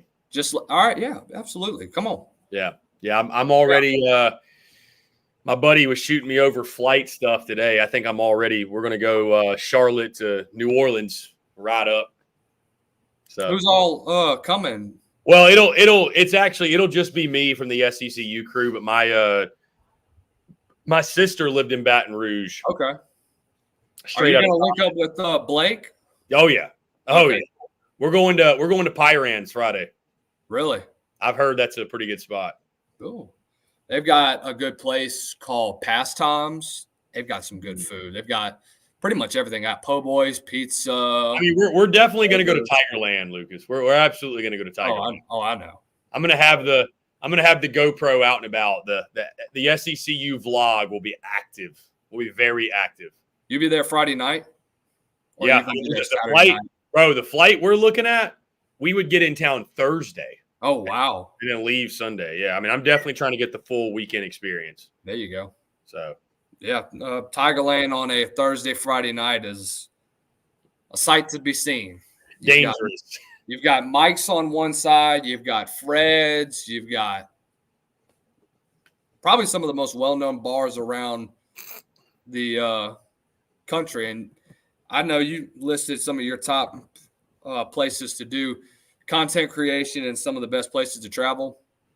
I would encourage you, Tigerland, Pastime, the Chimes, make a trip to Canes sometimes and get you Canes? Raising Canes? Do y'all have Raising Canes in South Carolina? Yeah, dude, yeah. Okay. Absolutely. Okay. Yeah.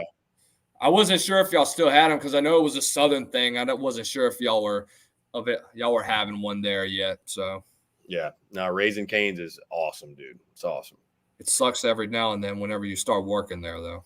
But yeah, next couple of weeks, Lucas. I mean, I'll be in Charlotte this weekend. I'm like 99% sure I'll be in Lexington next weekend for Kentucky, Georgia. I just need Kentucky to beat South Carolina, and then it'll make it a 2-0 versus 2-0 matchup. And then I'll be in Norman the following weekend for Oklahoma, Tennessee. There you go. So how was the vibe in Gainesville after the game? Oh, it was dead. Totally. You know what I did? I literally, dude, after the game, I literally went back to the place I was staying and just watched the A&M Notre Dame game there. Like, I was just like, I'm not going out. Like, I'm not just going to go out and it's just dead. And like, none of the guys that I like met up with down there, they obviously didn't want to go out because they're all Florida guys. I was like, bro, I'm just gonna chill. You could have linked up with the guy that went to Denny's. Could have linked up with the guy that went to Denny's. Bro, you know, I won't be going to Texas till like end of season. Really? Yeah, I'm gonna go to Texas, Kentucky. Texas, A&M? Kentucky. This is the second to last game of the season. Oh, okay. Bro, the home slate's weak outside of Georgia and the Kentucky game. I mean, Yeah. I Are mean, you going to Dallas at all? No, I won't. I won't go to Red River this year. LSU Ole Miss is the same Saturday. Gotcha. So I'll make Red River a point next year, but gotcha. I just can't. You know, I got to go to LSU, bro. Right. Why wouldn't you? Yeah, I got to go to LSU. So, dude, what about Auburn Cal this weekend, Lucas? I feel like we're not talking about that game nearly as much. That's another one. Auburn fans think they're going to absolutely wreck Cal. It's going to be an ugly game. You think so? It was pretty ugly last year. Inconsistent play on both sides, honestly. And you know, there's going to be a lot more than 24 combined points between the two. I think that the rushing game that Cal has, that's going to be their biggest point that they're going to try to attack. But I think Auburn's defense is just going to be doing just enough to shut down the run that Cal has. I think Peyton Thorne had a fantastic – I mean, for a guy that threw for 300 yards for the first time since September of 2022. Really? With the receiver, I didn't know that. Since he was at Michigan State. Jesus. And the receivers that he has, I mean, dude, you're getting some dogs. Now you not only have Peyton Thorne, who should be much more improved, you also get a guy that was a transfer from Penn State and Keandre Lambert-Smith, who's Dude, going to their receiver room's loaded. Oh, my gosh, dude. When you have him, you have Perry Thompson, you obviously know about Cam Coleman. Those three guys really showed out last week, and they got a lot of their guys the football, and they spread it around really well against Alabama State. Jarquez Hunter's going to have a pretty fun game. As crazy as he only had 4 carries, and he went for 53 yards. Malcolm Simmons is going to have a little fun game. He's also another freshman. So you've got 3 or 4 freshmen that'll be playing a lot next week. First big game for these guys as well in what should be a definer for Hugh Freeze so far of the season. Yeah, the Heat would be scorching if they somehow lost this game. I don't think they will, though, dude. I took Auburn to cover 13 points. I think Auburn's actually going to beat them pretty soundly. Oh, yeah. Dude, you stop Jaden Ott. I mean, that's about it for Cal. It's about it for the Cal Golden Bears. So over-under is 53. I go for the over, honestly. I think that – over in that? I think Auburn's going to put up some points. Yeah? They're going to put up at least 35 at least. I think Cal will keep it close with 20. But at the end of the day, the score is going to look closer than what you think. But on the stat sheet, it's just going to look like an Auburn blowout, honestly. Yeah. Dude, I tell you, man, it's crazy. If Auburn beats – I mean, dude, think about how much crazy momentum they will have most likely. I mean, I think Auburn-Arkansas is going to be a little more interesting now than people think. But, like, bro, if they win that one and they're 4-0 going into Oklahoma at home, and then God forbid they won that one, Lucas, and then they're 5-0 going to Georgia. 5-0 going to Georgia. Dude, I'm gonna be at that game. Georgia Auburn. That'd be fun. That's gonna be an electric game. It's either gonna be I think people will start comparing Peyton Thorne to Nick Marshall all of a sudden if he just pops off all of a sudden. Miracle worker Nick Marshall. If people will have to calm down on the Nick Marshall comparisons then. But yeah, like you said, miracle worker. It would be amazing to see just the transformation that would have happened from 1 year in the Hugh Freeze era to now look at what Peyton Thorne can do now. when he has talent around him. Yeah, I mean, it's Alabama A&M. I think that's something we have to keep in mind. It is Alabama A&M, but Auburn was not beating people like that last year. No, they were not. They were not beating people like that. So, no. Dude, what about Colorado, Nebraska? That's a game that I know it's not SEC related, but I mean, are you intrigued by that at all? No.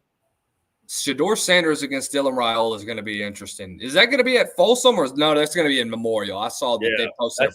That's in Husker country. That's going to be a fun little atmosphere. I mean, dude, Nebraska gets rowdy. Oh yeah. Yeah. Every time they show that opening tunnel run, that's a long tradition. That's always awesome to watch. Yeah. Dylan Raiola is going to have a fun game against this secondary. You look at 5 stars all around. Stars get you beat, and that's what happened in North Dakota State. They ran absolutely buck wild on this Colorado defense. They had no answer for them. You think that they're going to do the same thing against Nebraska, who's much improved on the offensive side of the ball, with a coach like Matt Rule, who, let me remind you, if they'd have had an offense last year, you could be looking at this team as a 7 or 8 win Nebraska team. Now you're going into this year, they have a legitimate opportunity to start 7-0 this year. And I think that Nebraska does pull off the win. I do think that they're much improved from the Jeff Sims era that was a complete disaster last year. Dylan Raiola's legend begins out in Memorial Stadium. Is this their second home game or is this their first one? No, they played at home last week. This will be the start of his legacy then, as probably if he continues to stay at Nebraska, he may go on to have one of the all-time great careers there. And I'm very high on Raiola for a reason. Just look at what he's about to do to Colorado this weekend. This is going to be a passing barrage. Yeah, they beat UTEP 40-7. Yeah. They beat UTEP 40-7. Okay. In their season at home in their season opener. I'm trying to look at. Let's see. Raiola went 19 of 27, 238, 2 touchdowns, no picks. Not a bad game. Not bad at all. Hey, I talked about. They also ran for 223 yards. They ran for 223. Oh wow. Yep. Wow. They were very productive offensively. Good. How about the SEC head coaching slate, bro? I mean, does Shane Beamer, I talked to you, I think this was one of the first times we interacted, and I asked you, would Shane Beamer be fired at the end of the year if the same results come up? And you said, no, we'll give it a year. They got a young staff. Now you look at how they performed last week, and now you start to get concerned. And like you mentioned already, South Carolina may be the worst team in the SEC. If that is the case, do you think the athletic department goes ahead and cuts ties with Beamer and goes out to look for somebody? Should they? Yes. I mean, listen, I've always listen. You ask me what are they going to do? I'm going to give you my opinion on what I think they're going to do, which is I think 5 and 7 or better. He's back. You ask me what they should do, what I would do. 5 and 7 or worse, he'd be gone. Yeah, just easily. No ifs, ands, or buts. Gone. I'll say this though, Lucas. This is the same thing with Billy Napier too. And a lot of it, context matters, but I was one in the offseason, Lucas, that I said, I picked them to go 5 and 7, and I thought Napier would be back next year. Just because of the schedule, you know, I don't know. I felt like he'd be back even with a 5 and 7. But it would have to be how close these games were. And after what you saw last week. Right. It has to look a certain way. Right. So for both Napier and Beamer after 1 week, Napier's a dead man walking. I mean, he's finished. I don't know what else to say. He is the way they lost to Miami. I'll tell you this, Lucas, the only way I think he can save his job is if DJ Lagway comes in and shines. And they could still start 4-1. That's the crazy part. They need to beat Texas A&M, but after that, I mean, they've got Samford this weekend. They've got A&M at Mississippi State, which is very winnable, a bye week, and then UCF, which they could start 4-1. They could start UCF, and he'd be fired by that Sunday morning. Absolutely. They could lose to UCF, and that would be the final nail in the coffin, Lucas. That'd be it. That would be it. But I'm back, surprised there's no money line to that game, too. yeah. So back to Shane Beamer. You know, they looked horrific in week 1. Year 4, week 1, they looked about as poor as you could possibly look. Could have lost to Old Dominion. So what I always say, Luke, is it's really easy to sit there in June and July and be like, yeah, 5-7, he's back. Give him a 5th year. Give him till 2025. But when you're going through it and you're watching it play out on the field and you're going through those emotions, it's a lot harder to stand by that. You know what I mean? Like when you're in the thick of it, when you're in the emotional roller coaster that is being a fan of your team and watching college football. So, right. Listen, I still believe if they go 5-7, that would be winning, going 3-1 in your non-conference with the one loss being to Clemson, beating Vanderbilt in SEC play, and then winning one more game. Right. Winning one more game, right? Which game is that? I don't know. Maybe it's Kentucky this weekend. Maybe it's an upset over an A&M or, God forbid, a Missouri or, I don't think – maybe LSU. I don't think that's happening. I don't think you're beating Ole Miss. You're not beating Bama. You're not beating Oklahoma. No. So I think 5-7, he's still probably back. Should he be back? No. No. No. I don't think he should. I mean, it's year 4. No, Lucas, no program with any semblance of real expectations would keep their head coach in year 4 with back-to-back 5-7 seasons. Nobody. I mean, you got rid of a guy that had, 2 or 3 straight New Year's 6 bowl games, and then at the slightest bit of failure, you let him go. But you know what I could see happening? I could see Shane Beamer kind of getting the Sam Pittman treatment, where Sam Pittman could have been fired last year. Some will say he should have been. But you know why? One of the reasons why he wasn't? It's because he's so liked, Lucas. He's so loved. He's beloved there. He's loved by everybody. And Shane Beamer, as corny as he is and as goofy as he is at the podium and whatever, he's built up enough goodwill in Columbia to where people still stand behind him. They still, people look at him as like a culture fit, and he really fits South Carolina, right? Like fans look at Shane Beamer, he's one of us, right? The way he gets all emotional and blah, blah, blah. That's kind of what we do. They see themselves in Shane Beamer. So it'll have to go completely off the rails for him to get fired this year.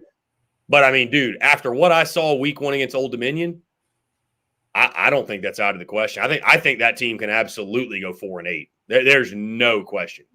Bro, I think that team could go 3-9. I think that team could lose to Vanderbilt.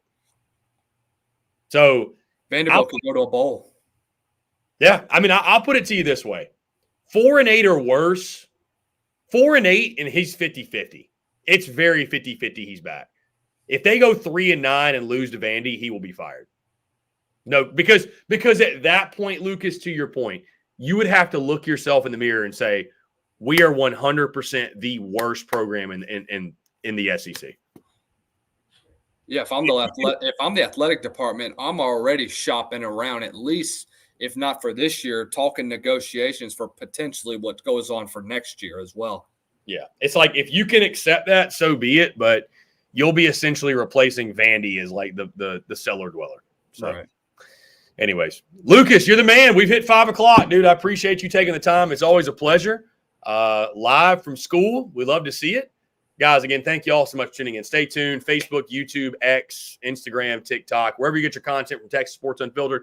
You can find us there as well. And we'll close this thing out in style tomorrow. Yours truly will be live from Charlotte, North Carolina, the site of Tennessee and NC State. Lucas, again, thank you, sir. Always a pleasure. Appreciate your hard work. Thank you so much for doing this.